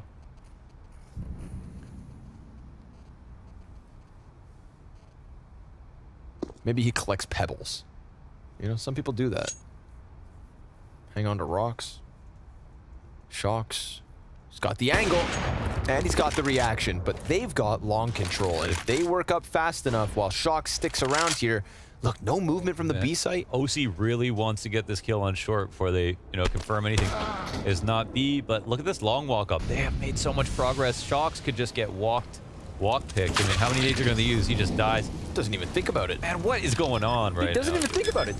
Doesn't even turn around. Those grenades were popping behind them. They had to have been thrown by Long. Where else were those grenades coming from? This is why I think the rotations got a little complicated, because if they left OC on the A side, he's not going to die like that. But he was also the player that could more easily rotate off a position they maybe didn't need to hold.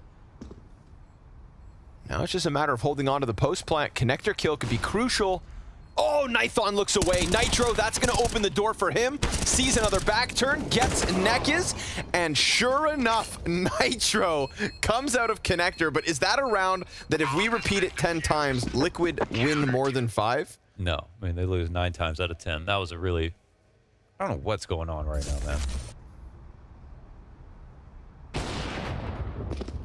They look really lost. Look at that. Grenades all over the place. I guess they hadn't hit the ground yet, so Shox was going to react then, but still, just felt so slow. Yeah, but I mean, like, Long was open for that amount of time. There was even the chance of one player who had just walked the whole way. He never actually himself had any vision on Long. OC left from like 40 seconds ago. And even on the B site, I mean, that looks strange. They were peering into short, didn't see anybody, waiting for a lurker, presumably. They were missing a lot of info on T's. I don't know what their suspicions were once again. It feels like there's just been a breakdown in communication for Liquid this game. And for paiN, we saw a couple of rounds where they looked a little nervous. Sure. So I think that's adding up to a very awkward map of CS, but also a very important one with tons of pressure. Oh, 100%. Pressure probably creating that nervousness. They've got Liquid in a pretty rough spot, but gotta finish it here. And Shox point blank with that off on B site. All right. Hardzao down. The hands of Nitro. Good smoke spam. Ooh, dangerous. Is he staying on that lane of damage, and Naf gets boosted over the top. 4v2 from that. Team Liquid looking to keep this lead as close as can be. Incendiary in front of Monster keeps Nithon at bay. He just can't take the damage, essentially, so he's going to try to flash Nekis into the site, and if Nekis gets something going, then you bring the bomb. Nekis also now dinked, so very unlikely that paiN find anything further. And with the quick sweep away from Naf, that is Team Liquid's 5th. It's kind of nice to see someone just take the horns here and just win around confidently. Just do it. Few good moves, opening kill.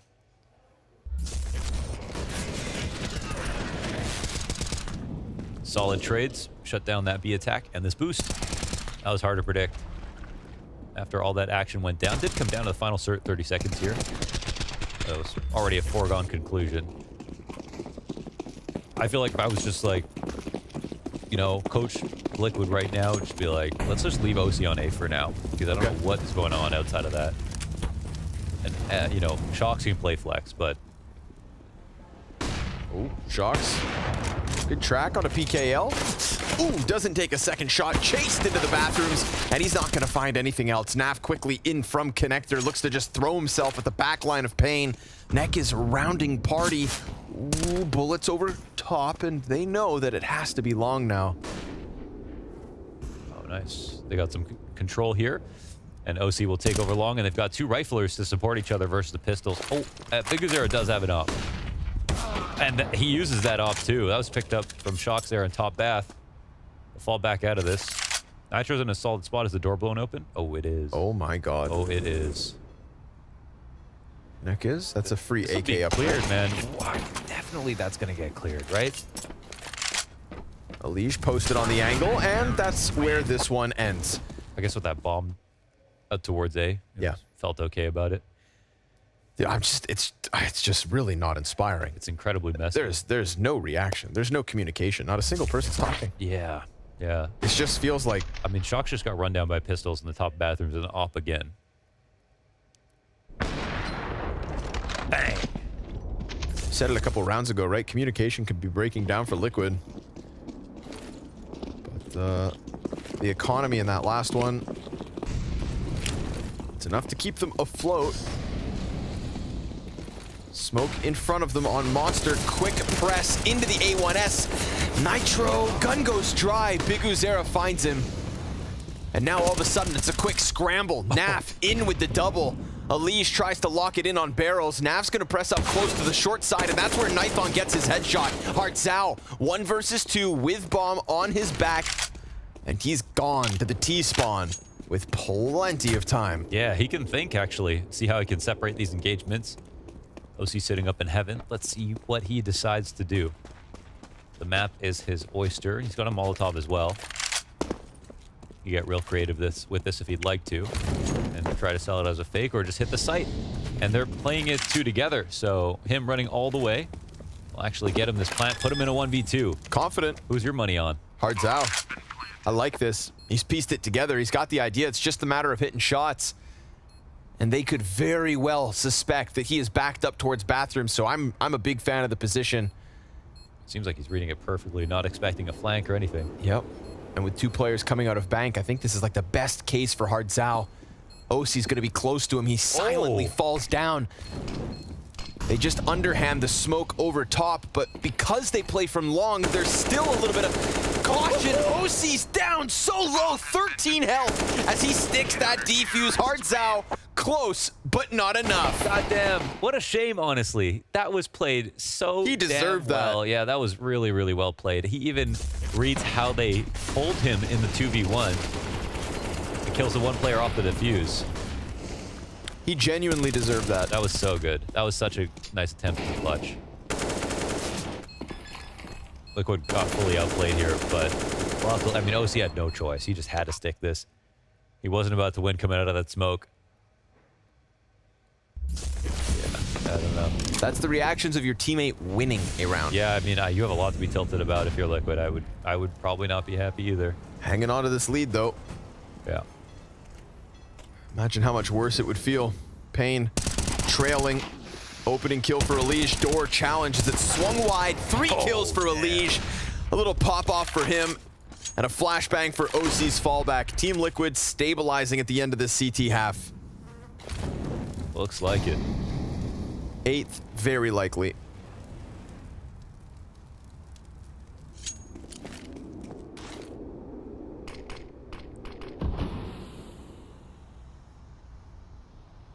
They'll squeeze it for everything it's worth. They have brought back some pretty dire situations. But this will be the most unlikely.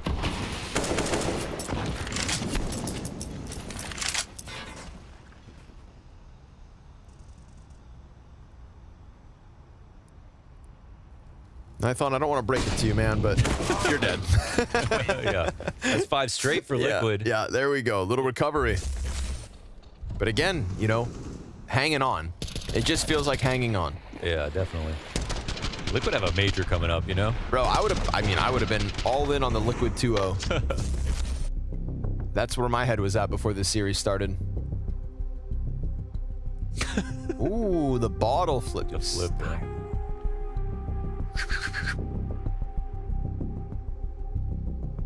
Spins it like a revolver. Whether paiN realizes it or not, they have an opportunity. I don't know if they feel like geniuses or they think Liquid are terrified of them, but Liquid are just playing weird. But because they're still so good, of course, coming out ahead in rounds. Last one of the half. Let's see it. In a game like this, every little bit counts. So paiN no op here, but 4 guns. Don't know if, yeah, Big Azer's going to go for the Deagle. Plenty of utility. I've seen a few full B tactics. Always something you can try. But certainly enough utility to still pull off the default. Fast short control. A nade greets them.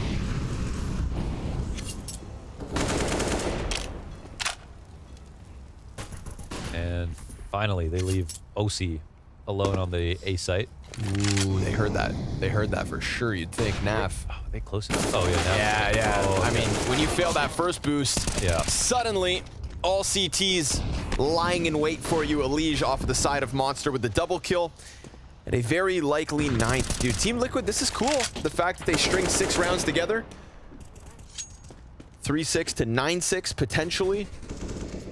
But I mean, you can even tell just by themselves, it's not like this is the most inspiring of CT sides. It's enough. The numbers go up.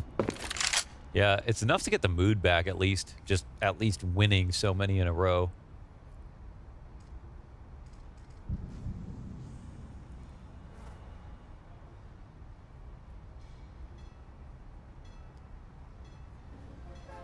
It's a real Hail Mary from paiN. Bomb going all the way back up through bathrooms.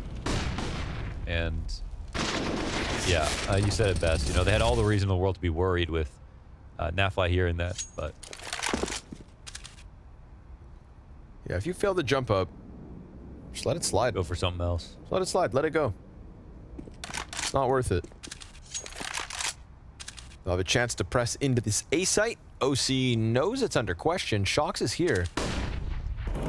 Players push past, and OC locks this one in. Little bomb plant for Big Zera. That's so smart. Gets it off on the side, but OC right there, breathing down his neck as Team Liquid rack up a multitude of rounds at the end of this CT side. The smiles are starting to come back. It's a better mood than when this one started, but paiN will still have a chance to close. Map 3, final half after the break.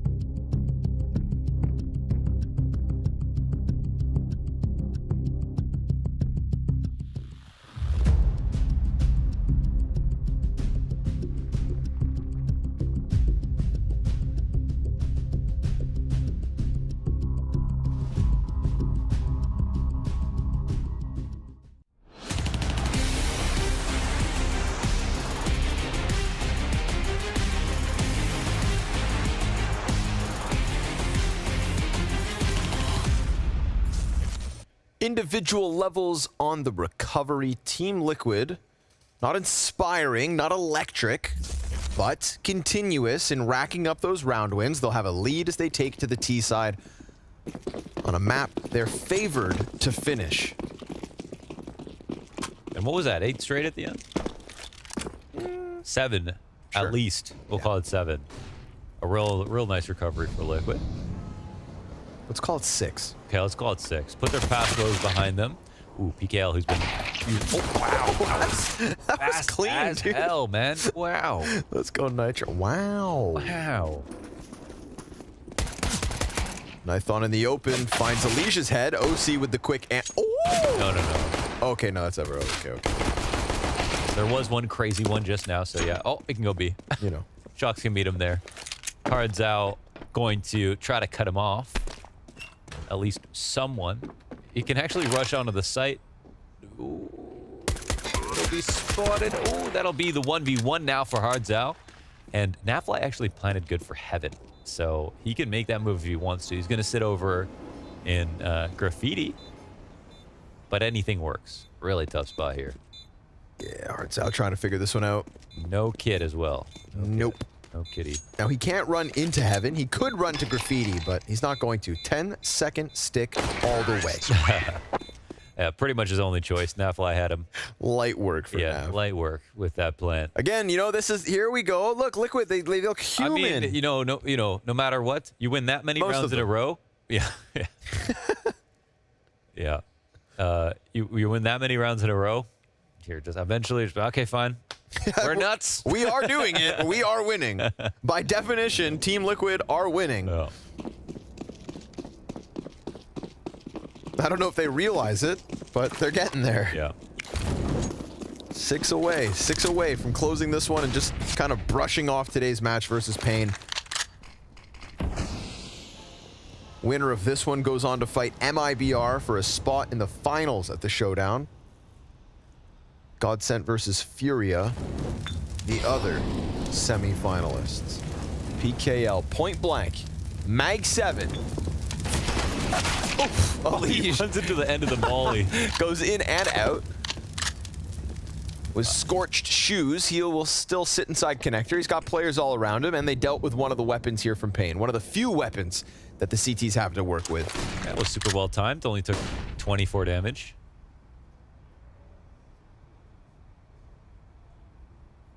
Liquid hunt for more clues.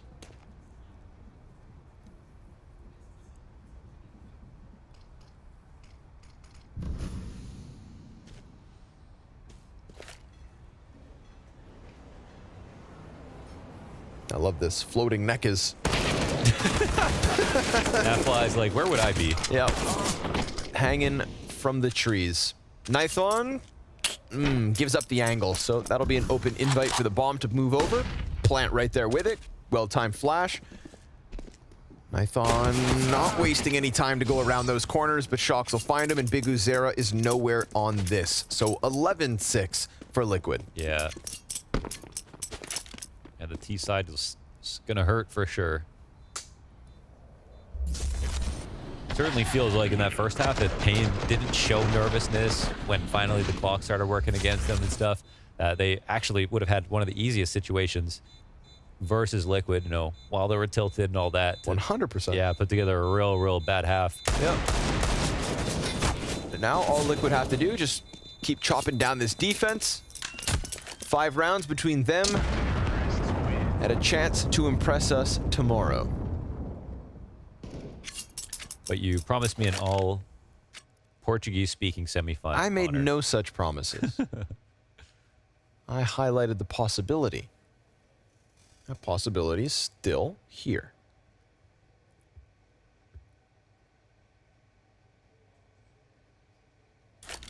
Elish tilted out of his mind. Bro, he is so pissed. I just want to give him a hug. Yeah. It's almost over, brother. For better or for worse. Your misery with a win or a loss will be over soon. Frag goes deep. Big Uzera will be chipped. But he's still all right. There's so little to work with here for paiN. It's been so long since they've been winning rounds that, it's got to be draining. Yeah. They've been zapped. Naf finds Hardzao. Shox, neck is back turned. 2 instant executions. Naf just needs to hide now. Try to keep that Galil up. Let the rest of his teammates finish off the job here in round 18. Gotta say it, Liquid's T-side defaults look very thorough, very well organized. And even if they lose a round here or there, you can definitely see they're playing A1. From the perspective of covering things and so on. Yeah, long wrap's going to be the end of this Bathrooms player. Miguzera tries to run back, and a little boost here found by Shocks. Ugh, poor guy. You know, just give him the second one. But you know what? Lights are off, full focus. Look at that picture. That looks really good in the dark. Yeah. Damn. Look at that. That's sick. Wow.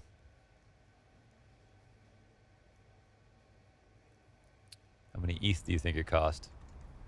Like 6. Wow. How much money is that? That's a lot of money. A lot of money? Yes, a ton of money. Damn. How much do you think it is? I don't know. 18 grand. 18,000? Oh, wait, no, sorry. It'll be 2 times that. 36. For internet dots? What the hell? Oh, you said you liked it. And I also like 36,000. Okay. Well. Hey, who knows? You could sell it for more. Yeah, that's what they all say. That's literally what they all say. Hey, this is the Shocks ang. See if Biguzera has a marked improvement on it. Last time Shocks here, he just waited and died. And OC, well, he's not actually coming around for the Fountain Peak, so this time it does work. They don't molly him. paiN man advantage. Ooh, OC with the electric slide. Sharp trade. Down goes Biguzera, 4v4. I think we can safely say that's just as risky for him as it was for Shocks. Decided to skip the molly. Go for the hard clear. 1-for-1 position. Not too shabby for a Team Liquid. They are set up almost fully outside B. And Shocks is making them hold position, calcify on the A site, make them believe where they are is the right spot. But look where the attack is actually going. Defense goes 2-2, up. Not here on the B site. Oh, Naf thinks he can run it around. Hard Zhao finds the angle. Damage there from Elige. Good reaction. But Hard Zhao comes in with another critical kill. OC's head popped. Shocks plants bomb.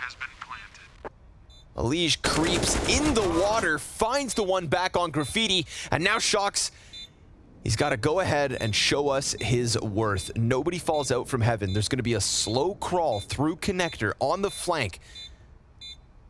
And the other player's walking up Graffiti. Oh, he safely dropped silently. Shocks hasn't even looked at short yet. Goes for the fight first, finds it there, but then Nithon quick trade in time for the defuse. 10-second stick for 7. Yeah, who was that? Hard Zhao on the back of the site. He was the one to watch there. That was really good. I mean, the site attack was solid from Team Liquid. They picked the right one. They had Shocks put some pressure on A. They had 2 players set up there. So all of Monster was open. No one on the wood wall, no one on the right side. These are the important markers for the T side to feel comfortable about the attack. And then from this spot, Hard Zhao gets more than he's supposed to. Really nice rifle work from him. And the 2v1 retake. It goes in so slowly. It's hard to decide where he believes those last 2 players are going to be. And somehow paiN's buy still is not insane. They've got PKL on just an MP9. Biguzera uses his only grenade. Oh, what the hell? Oh, he's blind. Oh, did they throw the... They threw the deep molly. He smoked it and we played need in a front of it? replay. So they threw the deep molly, which the guy on the bottom of that boost throws the smoke. I don't know if Naflight immediately smoked it and jumped through, but that could be a good counter. Recently highlighted by Copenhagen Flames at the RMR, Nithon. Wow. This one is alive. This guy's scary. Shocks has gotten past the bathrooms. A missed shot here from Nithon. Shocks has now been found and nearly killed. He'll sit on 30. I think they want to take it B. They've got 2 spotted on the A site. Shocks, but can he leave? And Biguzera will try to punish, but he doesn't get the kill. Aubrey's going to come hunt him. There goes Shocks. Oh, they are still coming back towards A site, actually. Nafly. This is interesting because they're starting to rotate out, thinking it might be the B site, and Nithon's here spotting. He didn't see this close press from Nitro. Still, Oh, there it is. Yeah, there. Okay, nice. Insta headshot, dude. Nithon, dude. Oh, let's go. Oh, the ace. Nithon. He is all over them, swarming it on the peaks. Look how hyperactive that was. Seriously, Nithon the Python. Dude, when he's playing back on bank, jumping over the truck, it's like, come get it. Come get some. That Perfect timing on Shocks right before he turns around. Easy does it with the ace. That one was special. That quietly became an incredible sequence. I just thought it was going to be the 3 kills on an island. No, sir. And at what point do we talk about paiN being alive? Liquid trying to fight them off 9, but not a single rifle. Smoke at the front of Bath. Nithon, easy pickup. Good grenade damage. And Team Liquid still with plenty of grenades for themselves. If they can just get a little bit closer on bathrooms, then we can still see an exec and maybe something to come from it. They've got what they need to win, but Big Uzera not gonna have any of it. 3 kills. Simplified outside of the bathrooms. Last one his for the taking. Ooh, but PKL comes in, lends him a helping hand, and keeps the CT side going. Yeah, it's rolling. I guess, hey, stay focused. We don't see him react too much. We don't see him even talk that much. But they've clearly done a lot of prep work. At the I don't know if anybody's having fun. In the whole server, yeah. I don't know if anybody's having fun. It's super serious. It is super serious. Sometimes it's good to not to go too high and too low. It doesn't appear paiN are in any way tilted like Liquid are, so there's that at least.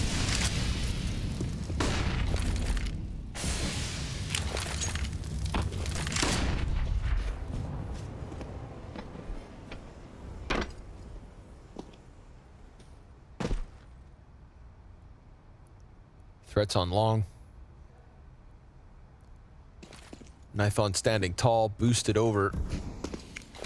They're all just magnets to Python. Yeah, he would pay for somebody to peek around that corner, but instead they're gonna press into the bathrooms. The more open of these avenues on A. Oh, this is kind of cool. They're skipping it, so as soon as they don't see the op on divider, they don't see it here, they know they can actually take the rest of the space. PKL, they're calling out the setup hard right now. I mean, ball control is here, so it might need to be smoke. Nithon goes down. Ooh, nothing.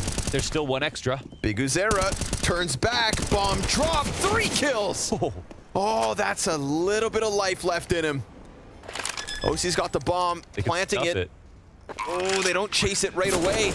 Oh, and Hardzao takes one to the face.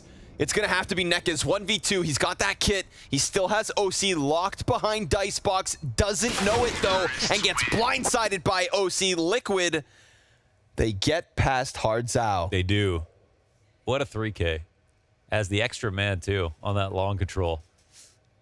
Nithon gets outgunned just with a rifle at the top of bathrooms as he was trying to clear things out. Any of these, any little bit of extra help for Big Uzera in this spot, and you've got a round. What a sick hold. Even better played by Liquid though overall. You know, they did take a risk, so they took a risk purposefully. You could see them get opt in that position, but they decided to go no grenades, walk up bathroom, just in case Nithon decides to start long, and it's such a good call.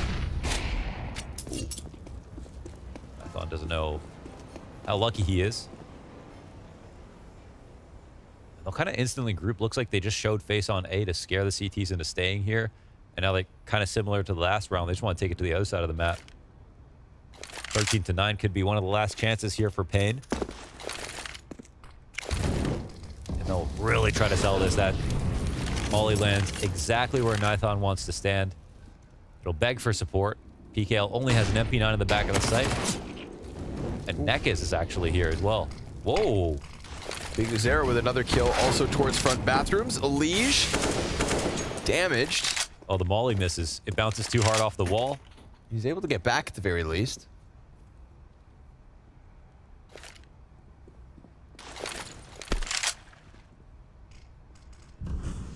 Smoke thrown up into heaven. Nekis, you want to take that peek? He's got BKL to help him. Ali's gonna walk right into it. That's another easy victim on this B site. paiN shooting for that 10th in a comfortable 5v2, 30 seconds to the clock. Another fight starts to unfold on short, but this time it is NAF to take it. And they're gonna concede this. That is 10 for paiN. Yeah, a little too expensive. Money's gonna be really weird after this for Liquid. MP9 close on barrels, and then Nekis with the angle just over top of the ramp. So once they came outwards, they tried to push forward towards barrels, and that A1S just chopped them down. Nekis, 2 critical kills from 10 to 12. From 9 to 10, paiN within 3. Yeah, once again, felt like the attack, the idea, you know, the intent there, it was decent. It made sense. But good support from the backlines once again. Flash didn't do much, and BigZera had a free lurk kill here on Nitro. This is all after they got Nithon back to the A site again. You know, Nithon was shooting so hot, they've done a good job of making sure he doesn't get shots in anymore. But they've got further problems. Still some strong riflers behind Nithon. First timeout called. That one's kind of surprised. Yeah, not quite like that first half of Ancient. Yeah. Yeah, surprised they didn't use any timeouts in that first half here.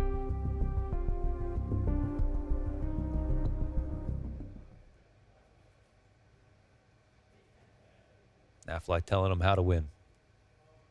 Is that a dog or a cat back there? I missed it. Oh, I think that might be that one. Oh, that's a panther, right? There's a cat. Oh, okay. Fluffy. More cat cams.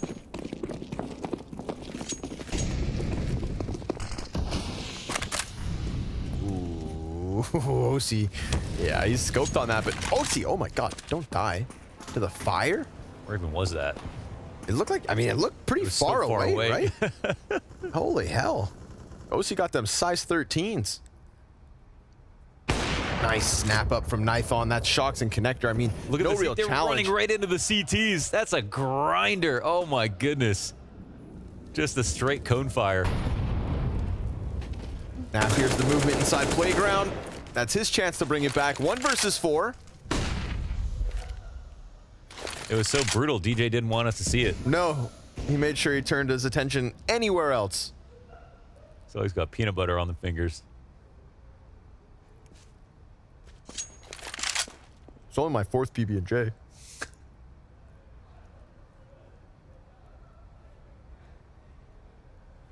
There's time still to win this, but based on the minimap, that was a sick round. Yeah, yeah. You could see it coming. Let's see if our other observers could catch it. You know?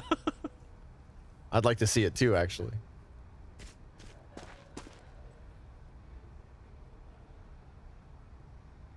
Naf.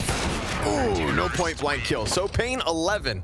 I like how close we're keeping this. As Nithon walking down the stairs, 2 CTs up on balloons. Maybe one at long here. Okay, this is the first one. And then they just start running. They're like, let's chase him down.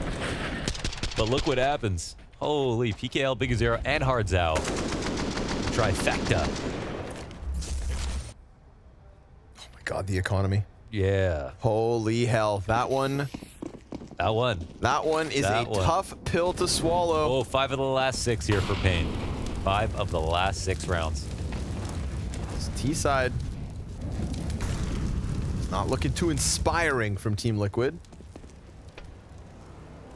Nithon. Nithon is. 22 and 14.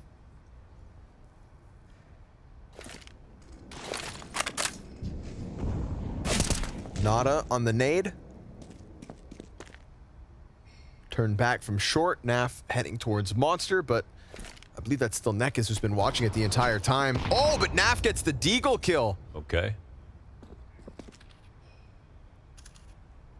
Interesting way to start. Indeed. PKs will move forward. This will be heard. Oh, dude, this patience from Liquid. There's a rifle back on site as well, which is perfect for this push, but look at this angle from Elige. Oh, he has a chance, but BigZera does not go too far. What the hell was... Oh my goodness gracious. OC, he sends a message. However, message in a bottle glass breaks. So the impact is lost at sea. 1v3. Shocks blinded. I think if I was on Liquid's team and I lost this map, I would just leave TeamSpeak so fast. He's gone. He's gone. Would you like... We'll talk about it tomorrow. Just, you wouldn't even send him like a follow-up message? No good night? I would just pull my own Ethernet cord after the game and just, we'll, discuss it tomorrow. I thought you told me always to tell my homies good night. I said, always kiss your homies good night. Oh! Okay. It's different. Oh. One round the difference, folks. paiN. I thought with the way that Liquid kind of turned around the end of that first half, that, you know, we were here as a technicality, that this was going to be very mirrored to what Evil Geniuses were able to do. Win the first map, Liquid show resilience. You know, they're playing at home, online qualifiers. But this one's got a bit of more life on it. And paiN, well, they could have their hands full down here towards this B site. Lots of numbers and early at that for Liquid. However, check, already long A carved out. Already players falling off of that A site to come and bolster B. Yeah, they could have a stairs flank coming in. They've got, you know, 3 in the B site. It's just like kind of good enough. No one's pushing Nithon off, you know, in this spot.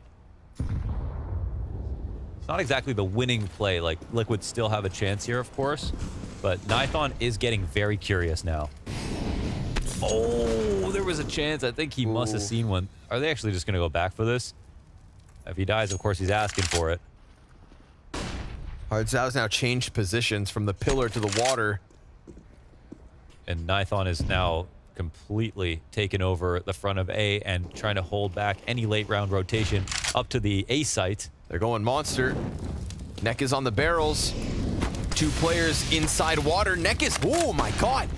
Smoke comes out, but it goes a little too far, and so he's nearly dead to just the Molotov. Frag shaves off another 13. 25 seconds on this clock. PKL caught in the open. This is a clash for a hard-fought 13th or 14th round. A Liege with the 2-piece, and Nithon comes in, gets that shot to Naf. Incendiary over the top, bomb planted, and a critical 1 versus 1. That nade. It's so hot. A Liege falls down to 13. AK swap. Nithon, he's got to clear it, but he won't! And a Liege, ice cold, the smallest of smirks for a Liege, as he shows a sign of life, and Liquid get 1 step closer. Beat that timing by a hair. By a hair. All right, great attack, Team Liquid. They almost held it off with all the CTs here, and that flank coming in at a really great time. A Liege clutches it out. Those Look at this. The retake nades were fantastic there from Nithon. Both nailed the Liege. If he didn't plant at that moment, he was going to die to him. Second timeout called immediately. Man, that little bit messy outside B. They knew B was coming. Now we see why the headshot position is so key, right? All those CTs, even though there's 4 of them, they're all just standing out in the open behind that railing on the back of the site. And as soon as that molly comes up on headshot, they jump over and start really encapsulating them and putting on too much pressure from too many wide angles. So even though paiN were fragging, they still just didn't have enough space. 24 frags, Big Uzera, 24 frags on Nithon. 2-man army here for paiN, 2-round deficit as well. Oh, they're putting it all in this round. OC down by a quarter. Oh, hard Zhao. Through the door? Must have been. Yep. The X is inside connector, and a missed shot from OC means 5v5 held onto. Fire on his feet. He falls back, and Naf instead goes forward. With a decoy just ahead of him, and the scope now in from OC. They're gambling towards B. They're stacking it up. Everybody's here on the CT side, and they're walking out monster, getting dinked in the process. Nithon just beckoning them in. Nekiz can't see much. Soon the smoke will fade. He's right there in it. 2 kills immediate here for Liquid. Man advantage back. Hard Zhao, 1 and done. A fake plant. Oh, Hard Zhao slides by. Finishes off Nitro. Dives down into the water. Shocks looking for his impact, looking for his value, and he kills Hartzao, gets dinged from heaven. Big Uzera makes the difference. paiN, keep going. That play from Hartzao. Oh, man, that's it. Stop the play, get that second. Support from Big Uzera, who has typically been within the B site, now fighting from heaven.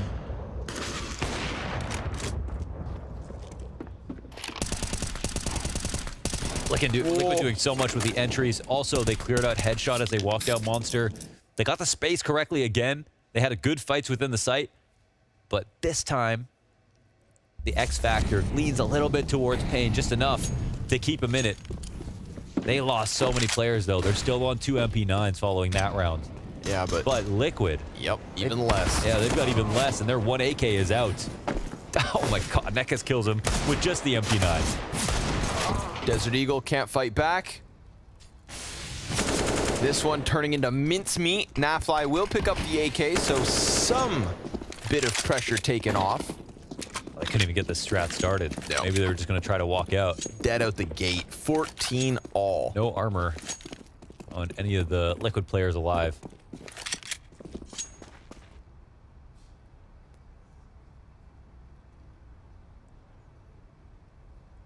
Leave it to Nitro. Yep, AK into smoke. OC just the Glock.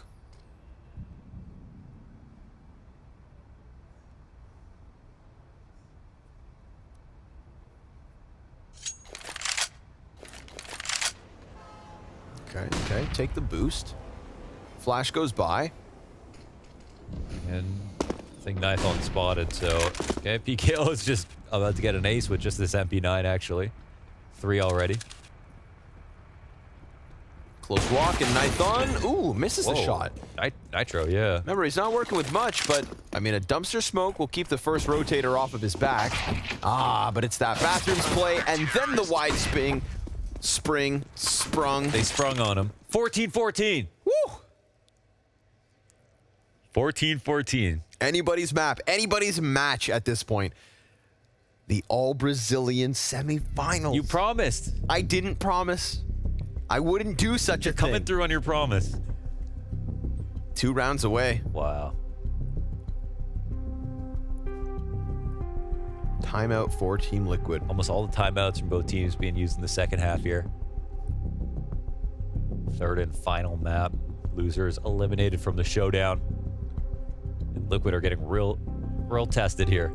They had a super solid recovery after a tilting beginning to the game into the second half, into a 13-9 lead. And now it's paiN in the power position, maybe at least mentally. All right, we're tied up. We've seen both teams show good stuff. OC's figuring out, I guess he can afford an AWP if he wants to, but he'll grab the AK instead. Shox had the hero AK last round, so now he's only got a Tech 9.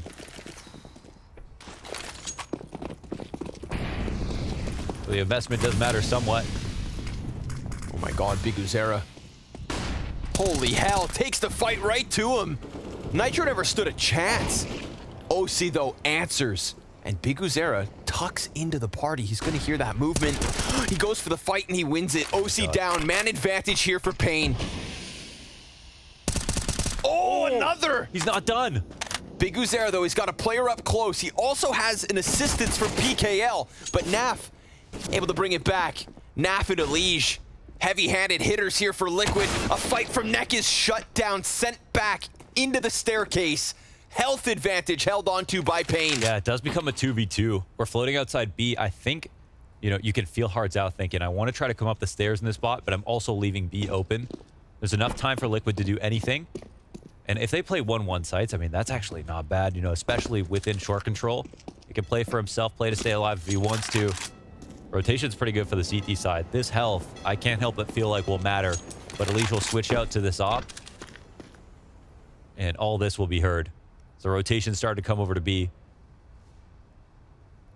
Might have heard a scope and the footsteps. 2 could be confirmed. 25 seconds and the molly's off the mark. Elige also with a full belt of utility starts to throw those nades outwards. Smoke will be problematic for the short player. Naf gonna throw himself in. Oh no, Hartzau! He doesn't even respect the smoke. Comes running out. Naf, AK up. Headshot for Hartzau. And PKL. Huge health advantage. He gets it. He gets it with a 15th round. paiN. Bottom out Team Liquid. No way Big Zero comes through that smoke. Dude, I mean. Oh my God, Alicia's so mad. Who the hell are you? Yeah, seriously. And the 2v2. Who are you? In that round? I can't believe he did that. That's insane.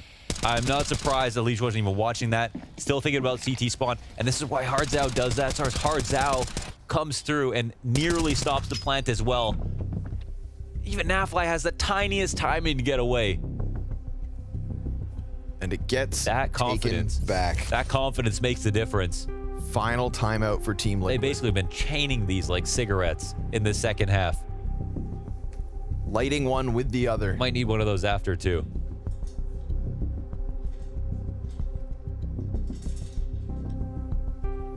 And it could be paiN smoking on that liquid pack tonight.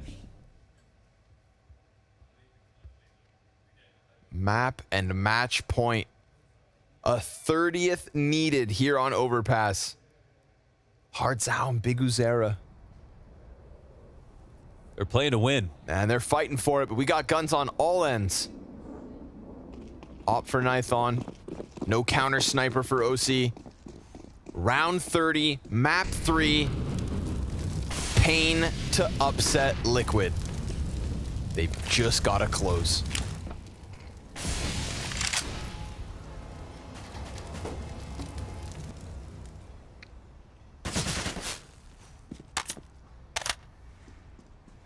Some good openers both ways. Quiet in this round. Shox will win. Stairs for free. That's something. It's a small gift. We haven't seen paiN play in here that often. Last time we saw Shox get opt in this position, so at least know it's not that setup. Doubled up in balloons. Flash goes off towards log. Some of this will be heard. Pressure on both sides. Nafly wins his. And Nekes can't cut off that rotation. Lurk smoke comes out. There'll be a gap. Missed nade. That gap almost utilized against him, but man advantage here for Liquid. They got a lifeline. They've just got to hold on with both hands. 45 seconds. Whoa. Bomb starts to rock back towards the B site. Okay. There's Nitro coming back through bathrooms. 2 players here. 2 in the B site. The bomb's coming back to A. Oh, Nithon misses a shot. Rightfully up front. He's got tucked in. Alicia's really low. Big Uzero might have a free kill on his hands. There it is. Headshot's his. A dink versus OC. Nithon's falling back. He connects it into Shox from 4v5 to 4v3, but Nitro starts to round that corner. Low health on the op. He gets it. He gets it. Another lifeline. It's Nitro on the A site. And 3 players low as Nekes rotates upwards. Overtime for Liquid. So likely. Nekes wastes no time. Flash over top. And as he runs into that bomb site, Liquid just need to hold on. OC's dead. There's no kit, there's no smoke, there's no flash. He has to just frag. He's just got to swing it and hit it. Stick the landing. As both these players are pressed up close, there's one. Oh, he's spotted. And Nitro's at a distance. Flash comes through, he has to run for it. Oh, he's got it. Team Liquid to OT. Jesus Christ.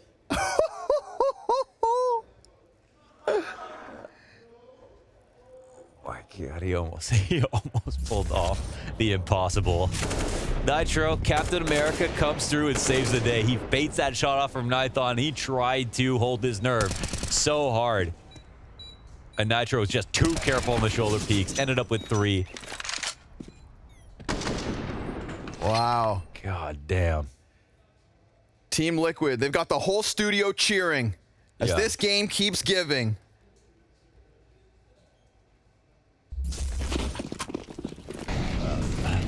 That's the first Elise smile in a while, and I can't even tell you that. If you don't laugh, you'll cry. Yeah, this is what it's coming down to. Frag onto OC, not going to stop him for a second. Neck is the first casualty of this one. Then, however, Big Uzera peeks over that fire. 4v4, right back. Oh, they're readying this B attack. Looking to leverage the space. Flash comes out. That initiates the spray, actually. The CTs, can they do anything about it? Shox goes down.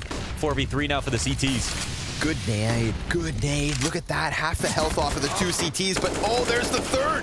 Biguzera comes in, helps out from heaven. Nitro again looking for the impact.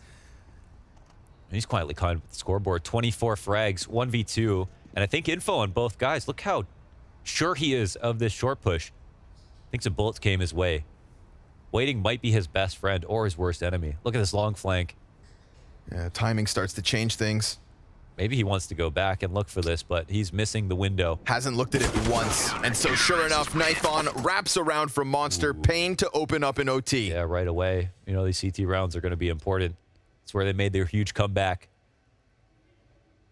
First half was not too convincing after their initial lead. This is a 4v5 situation they win it from as well. Biguzera consistently fragging. Insanely impressive.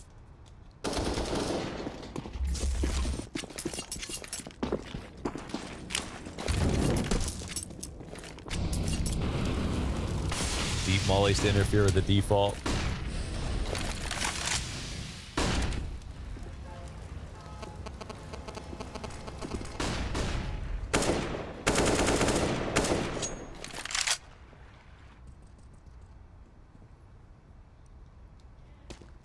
Handshake agreement so far at the beginning of some of these rounds to give up the middle of the map from the CT side. Let the Opper and Rifler pair work together. They've been working magic. ENCE gets hit a little bit. Oh, a reboost. Well, that's an interesting move. Will the Opper OT appear? Oh my god! Just the tip of a hat from OC and it's gone. It sticks over top of the rock. That's the player to get an opening kill last round. Now the victim of it. Gets smashed.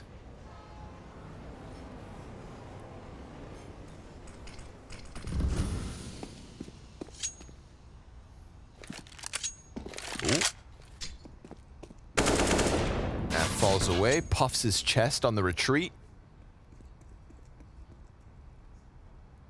CTs have done well in these spots, and Biguzera's here. He's been a star.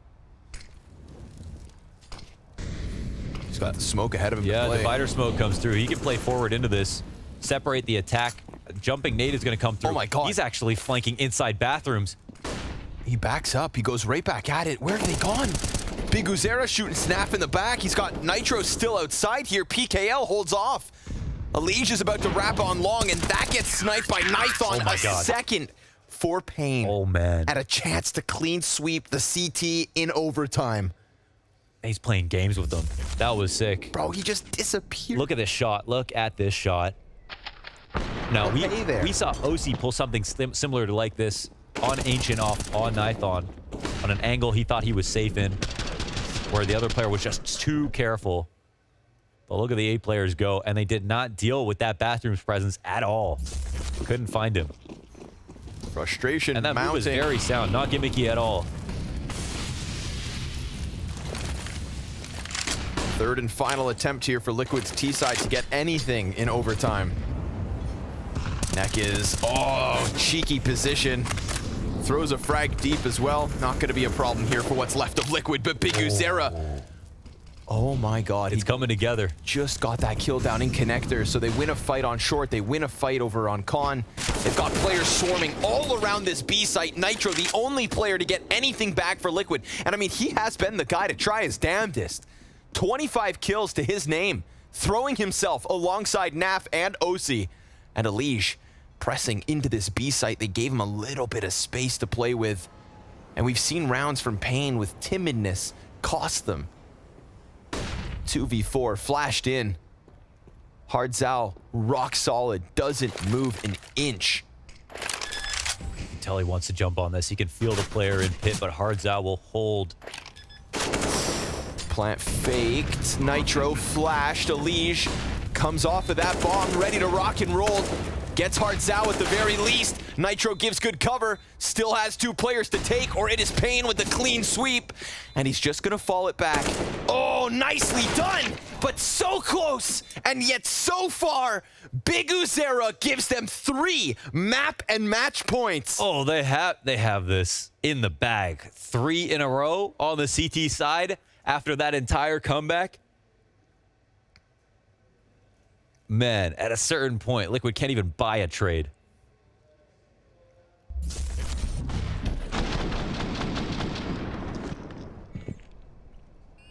Honestly, incredible that it got this close in the first place. paiN started off 5v3 before they had barely got out of spawn, and Nitro nearly wins his 1v2, but all that matters is that paiN are just 1 away now from knocking Liquid out of the showdown. Oh my god. Potentially the hardest team, right, that they have to play. They'll have MIBR waiting for this one.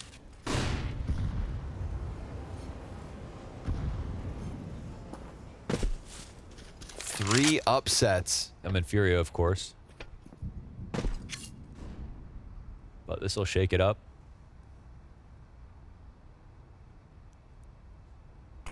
ENCE over Heroic, MIBR over Complexity, and a very possible paiN victory to end this grueling day of Counter-Strike.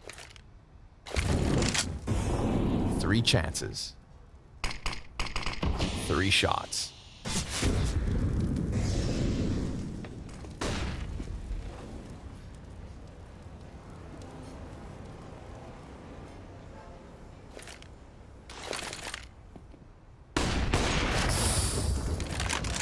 Ooh, OC dives back. Quick hops. Oh, God. Uh-oh. That's on Monster. 5v4 for paiN. They're going to use this probably. Oh, they don't get in front of the smoke. Re-smoke comes in very quick. Smart from Liquid. Oh, but that's temporary cover. Yeah, paiN want to jump on anything. They're still grouped outside B. Now they're just worried about where Liquid maybe take back space, and Shox would be that guy. Yep. He's had some awkward situations over on the A site. That smoke, no permanent solution. Hard Zao. Oh, 2 kills from Naf. A swing and a 3rd as Monster gets cracked open. Naf just trying to fumble guns. He's got a 5-7. And there's the heaven hold from OC. Counter pick missed as the flash hits the eyes of Nython. No scope connects. This is chaos. And yet it's Liquid's. They'll hold on for 1. Man, they got to be praying to their Naf lies. They have 30 kills with that round. Puts down the molly, mows him down in it, has him blind as well. It's a convincing hold for sure. And Shox was just about to join the fray, coming out of stairs. And there was no one else there for him to even kill. Super solid stuff.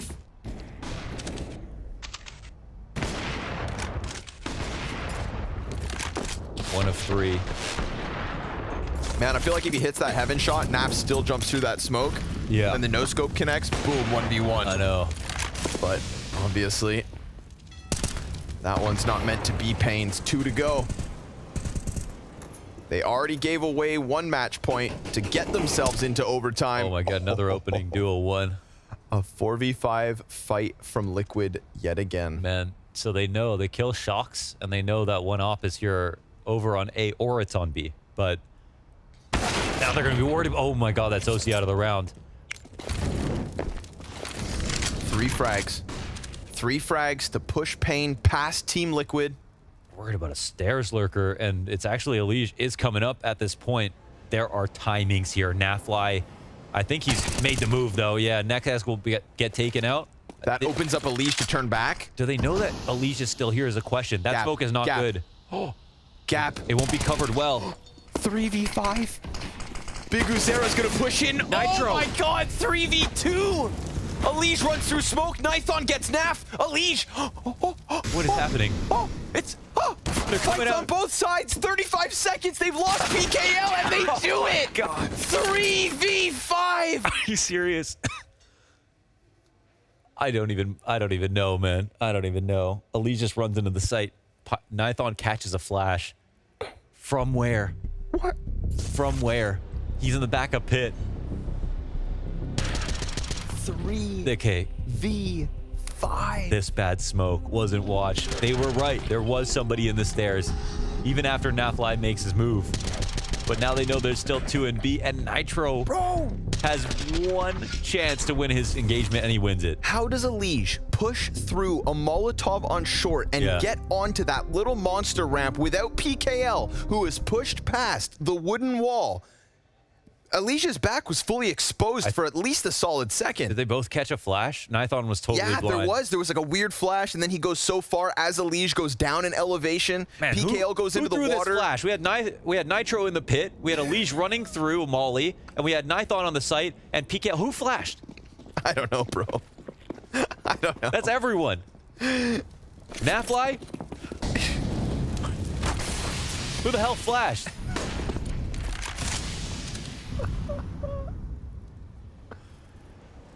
They couldn't close in regulation. 2 additional attempts here in OT number 1, and now if paiN let this one go, that is 4 match points that they weren't able to win with. So what they did at the major last time around, they looked incredibly good, and they got incredibly nervous and lost. Even though they had a solid team, solid players, solid defaults and everything, they got palpably nervous, and they clearly haven't solved that. They hit all the markers this game, but then started dropping T rounds when it really would have made a difference.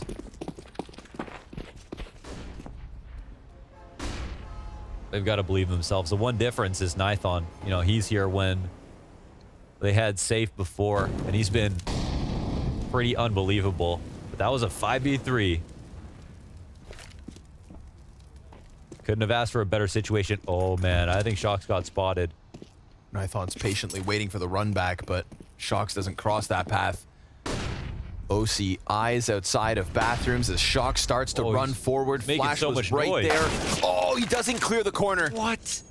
25 seconds. Every round of this CT side from Liquid in overtime is off of the back foot, and a missed op shot as the pressure starts to get cranked. Naf runs out onto the truck. He goes down at the hands of PKL.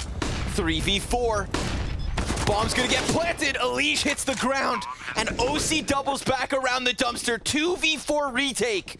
Nitro runs up from the B site. All these players lock it in. 4th time is the charm. Nitro, they await you. And this is it. Team Liquid eliminated from the showdown, an all-Brazilian semi-final. What an absolute war. 4 chances to close this 3rd map, and it takes them that final attempt. Yeah, that's right, Nekis. Get hyped. A well-earned victory. I honestly lost faith. That Liquid in shambles. Yeah, that was an insanely tilting match, I gotta say, from Liquid's perspective. paiN, they were the underdogs. They were playing free. They were playing well. They brought it to overpass. 4-1 odds for them on that last map, and paiN pulled it together. 3v5. 3v5. 4v5 the round before it. Always off the back foot, but give paiN enough chances and they'll close. Team Liquid out of the showdown. A day of upsets here for the BLAST Showdown. We'll throw this one back over to Freya at the desk. What do you guys make of that? Man, the underdogs, they have bite. paiN managed to submit the hurt to Liquid. They are down and out of the Spring Showdown, not managing to win a single series. We say the showdown is savage. Team Liquid are eliminated, one of the biggest upsets of the tournament thus far. They didn't deserve to win. They weren't the better team. They lost to a better team in paiN Gaming right here. Very disappointing in Team Liquid. Let's be honest. It's a disappointment to go out of the tournament not winning a series, and the fashion they did it in as well. They gave us a good fight, obviously, but they weren't good enough. They played some subpar Counter-Strike and got punished for it. It felt like for a moment, there was almost ages ago now, that during the first half, Elige was going to make it so that we were going to see Liquid win. He was getting 2Ks, 3Ks consistently, and then all of a sudden nothing, but paiN played it very well. I think we have to give a big ups to Biggie Zera and Nithon. Yeah, just shy of dropping a 40 bomb on that last map. I mean, everybody across the board with paiN Gaming, we were just saying, you know, coming off of the first map of Vertigo, going into Ancient as well, it's really been like a solid team performance from them all through and through. Haven't necessarily been relying on those individuals. Of course, Biggie Zera stepping up in that 3rd and final deciding map. But it's just in terms of that team chemistry, right? You were talking about Liquid looking just inspiring and kind of across that last map. Really, it wasn't the Liquid that we formerly known and loved. No, and a little bit disappointing given that we have the major coming up relatively soon, right? They have a couple of weeks to prepare for that now, and this is probably going to be the last result we're going to see them play in an official game leading up to the major. So not looking too good for Team Liquid, but on the other hand, we got to give a lot of credit to paiN Gaming, as you guys said. Big Zero playing well, Nathan playing well, and I feel like we've talked about it a couple of times already on the disc. Judging by how their body language was, how animated they were, it seemed like they wanted it more, right? They wanted it more than Team Liquid, and they got it. Yeah, thoroughly deserved as well to be going through to that semi-final, as Scrawny put it. Of course, it's going to be a Brazilian derby going into the Americas portion of the semi-finals. All 4 Brazilian teams have gone through to the semi-finals. Brazilian Showdown. Yeah, we should rename it. This is the Brazilian Showdown. Brazilian Showdown. Yeah. Let's scratch all those the graphics. South American Showdown. Let's make some new ones. Of course, we do need to recap our MIBR MVP as well for the Americas division of the tournament. We've got 5 players in contention of taking home the title at the end of the tournament.